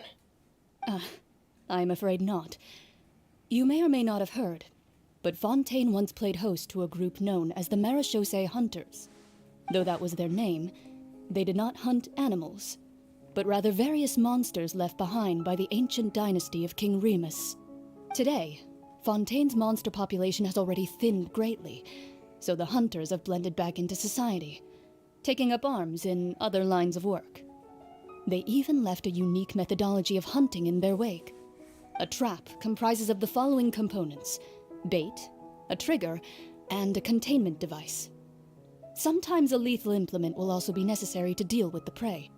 So, if we were to build a trap together, right now, what would you choose to build it with? For me, I would prefer something basket-shaped.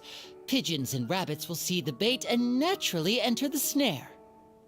Our line of work requires a deft hand, and we're some of the best in the industry, so you can count on our techniques.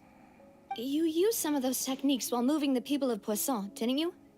My subordinates mentioned that you even performed some magic for the bawling children. Yes, and I even managed to gather some intelligence in the meantime. I'm quite the multitasker if I do say so myself. I'm afraid I can't claim that as my strong suit. I prefer more stable methods, like placing bait in the water and waiting for the fish to come within reach. That's the kind of method I would count on. Calm and steady. Exactly the kind of person who would catch loads of fish. And I can be their assistant. With discretion, I'm sure. I'd probably use some sort of mechanical animal. Papa once bought me some small clockwork squirrels, mice, and such. When placed in the forest, they can attract others of their kind. I remember that you liked those too, didn't you? I did. And that would be a good way to go about it. If they're realistic enough, animals of the same kind will follow them all the way to the trap. What about you, Monsieur Neuvillette? I fear I do not have any related experience. That makes sense. You usually solve problems directly, without the use of any such tricks. But I do have one more question for you, Monsieur. If we were to create a trap now, how would you design it? I would like for it to be effective, but bring no harm to the prey. A more gentle trap would be ideal. Kind, as always. However, our intention doesn't necessarily change the containment device and the type of implement we need. If we wanted to kill the prey in one strike, we would need a powerful implement. However, that also goes for prey that must be captured and safely contained. Wait, why's that? Only a hunter who's a true expert at subduing their prey can snare it without harming it. The line that divides life and death is often exceedingly thin. So are we going hunting together? We hadn't thought of seeing ourselves as hunters. It kinda works, but maybe it's still not the best metaphor. If our means of capturing and dealing with our prey is to put them on trial, then the hunting metaphor is actually quite accurate. But we shall require much more courage than any hunter to judge a god, a being whose seat is an exalted throne. Oh, so that's what's going on. Sounds very interesting.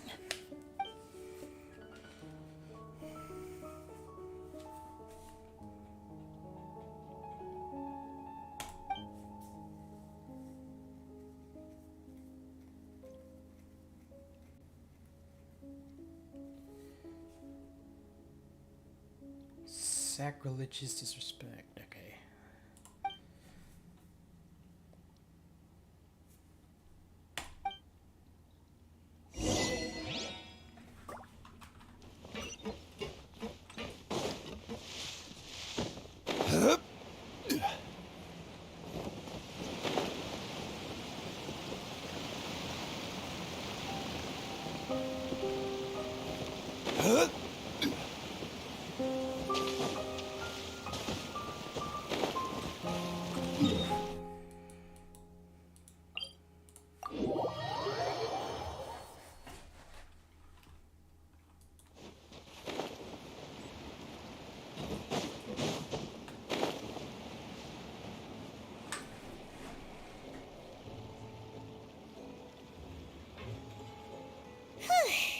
It's been a tough few days, hasn't it?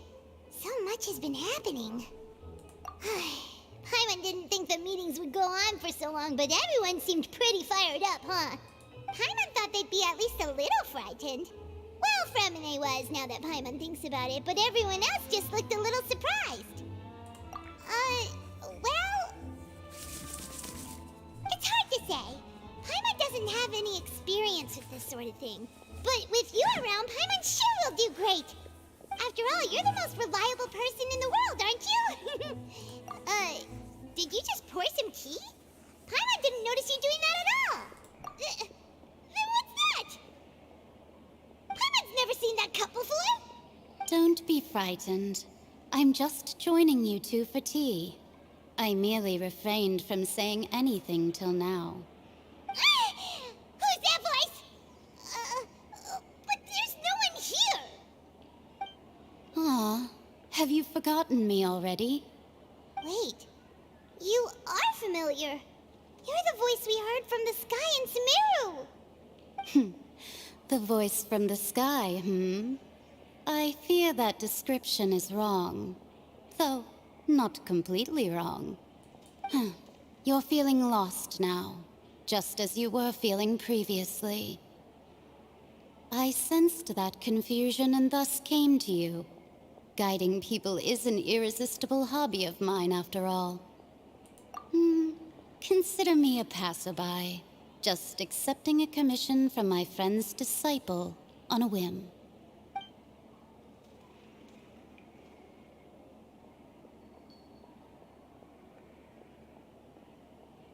The prophecy.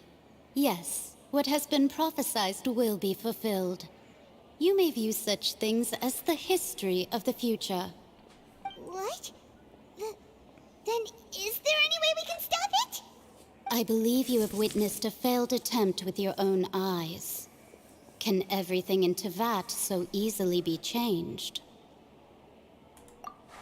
Ah, so you've caught on. Just as prophecies are usually only the future as seen from the perspectives of the gods, could things be happening in hidden corners where the gods' gaze does not fall? Are the things that you shall see different from the fate that the gods perceive?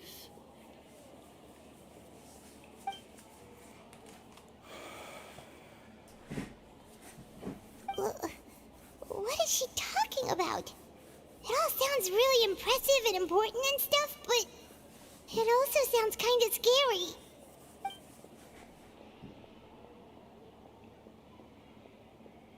I believe that you understand, right?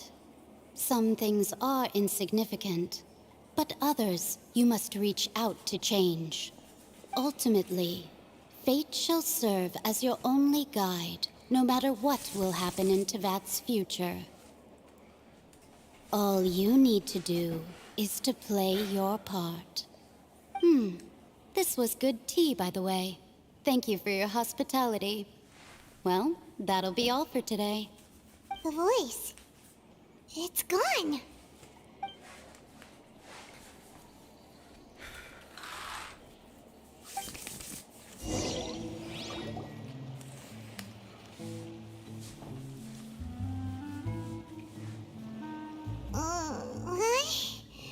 I want to hear someone talking. All right, coming. Hey, it's you who's getting lazy, okay? Well, I see I've walked in on some lively banter. Fine, just fine. I went to take part in that Steambird panel. It turned out to be more interesting than I expected. Not all Fontainians are pessimistic about this. One journalist mentioned that sitting around and waiting for the end to come would be wrong, and that they should make their own rescue preparations. I agreed, so we had a brief chat with her. Did she have pink hair by any chance? Why, yes! It was Charlotte. You remember her, right? That daredevil journalist? I'm in full support of her view.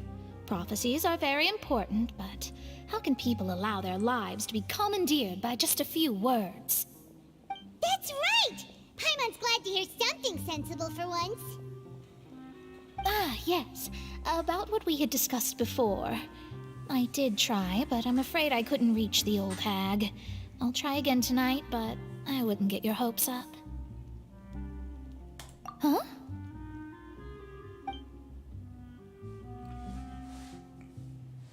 Goodness gracious.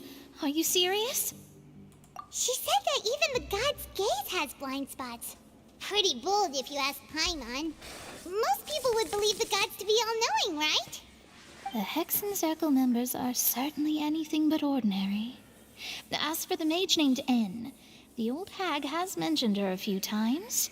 She said that N's sense of direction is incredible, and that she loves guiding those who are lost. But I've never met her, and if she were still alive, she'd be... Well, suffice it to say that the hag's at least a few hundred now, and N's been around for longer than that. Whoa. The Hexen Circle sounds like a scary group. But they must really stay in shape to live so long. Their abilities alone are pretty terrifying. If she came to see you personally, then the problem you're facing must truly be of great importance. Well, it's not like Paimon could understand anything she said. Yes, she was quite cryptic, but I suspect she means that there is still a way to turn things around. She didn't say when or what that would be, though, so... Perhaps it is something that you cannot know right now.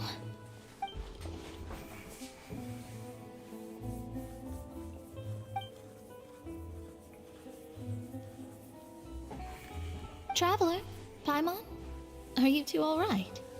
Oh, we're fine. We're just a little down right now. It kind of feels like the end is coming, you know? I see. I feel that same sense of desperation, too. I guess you could consider me someone who has often witnessed fate. So far as I have seen, it cannot be swayed. But even so, I still hope for, and believe in, miracles. Astrology is eternal and rational, but fate may not be. It is cruel, but it can also be beautiful. Perhaps that's what En was trying to tell you. Not to lose heart, and to believe that what you are seeing playing out before you is not yet set in stone. I did originally think of steering clear of all this, but I couldn't. Even if this is all futile, I still wish to help everyone. If we don't struggle to the last, then how can we face the end when it comes? Huh. You do have a point. There I go, talking about astrological principles again. Sorry about that. The moment I start talking about work-related stuff. I need to get going. It was worth trying to comfort you, even if only a little. I believe that you'll help those who are struggling in the same way I did. I suppose that might be why we always seem to meet by coincidence. Paimon feels kind of moved by what Mona said. But also kind of sad, too. Hey, Traveler. Paimon suddenly feels like going outside for a walk. Let's go. Let's walk around the city, shall we? There's a few spots we always like to walk.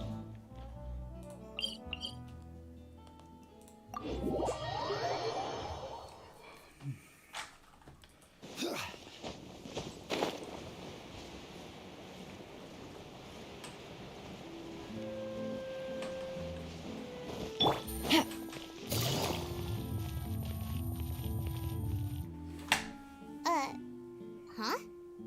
Our names are written in this newspaper. What's going on? Let Paimon see! The underwater stronghold, the Fortress of Meripede, has continued in its noble autonomy, but that does not mean that others cannot interact with it. My recent attempts to enter the fortress bore little fruit. Huh. Guess Charlotte still hasn't given up on that. Thus, did an Outlander friend become the focus of this report, a blonde adventurer with their white fairy legends trailing in their wake. It is said that this mysterious traveler once visited the underwater fortress. So while the fortress's interior remains a mystery behind closed doors, do not fear, for the tales of the traveler contain surprises in spades. Journalist Charlotte's biggest scoop yet, the Traveler's Trail, World Walker. Huh. Charlotte took so many awesome photos of us and we never even noticed her. She hasn't been able to get a hold of anything at the fortress, so since we're easier to find, she's using us as the subject matter instead? Ugh, seriously? Well, fine. Those headlines and photos do look cool, so Paimon will forgive her this time. Take it easy.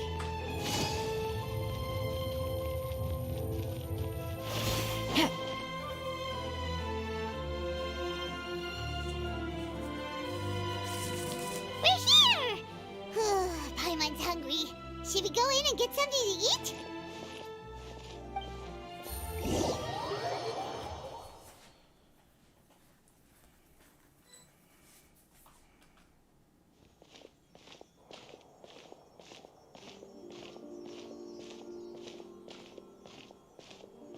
Hey, quick! Look! That's the limited edition, only 16 slices a day cake! It was so delicious the last time we tried it, despite the tense situation we were in. Let's give it another go. Paimon's sure it'll be great.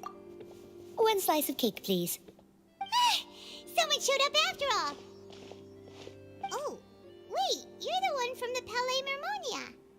Oh, are you here to buy cake too? It seems Monsieur Nervalette was right. You really can eat. Wait, did he really say something like that? That's right. Even he has his own preferences when it comes to food. As for me, I love the cake and coffee here. Do you come here often? Usually every day. Every day? It's part of my daily schedule, apart from work. I shall have my cake and coffee. Then what if someone told you one day that this place would be closing soon, and you wouldn't get to eat cake here anymore?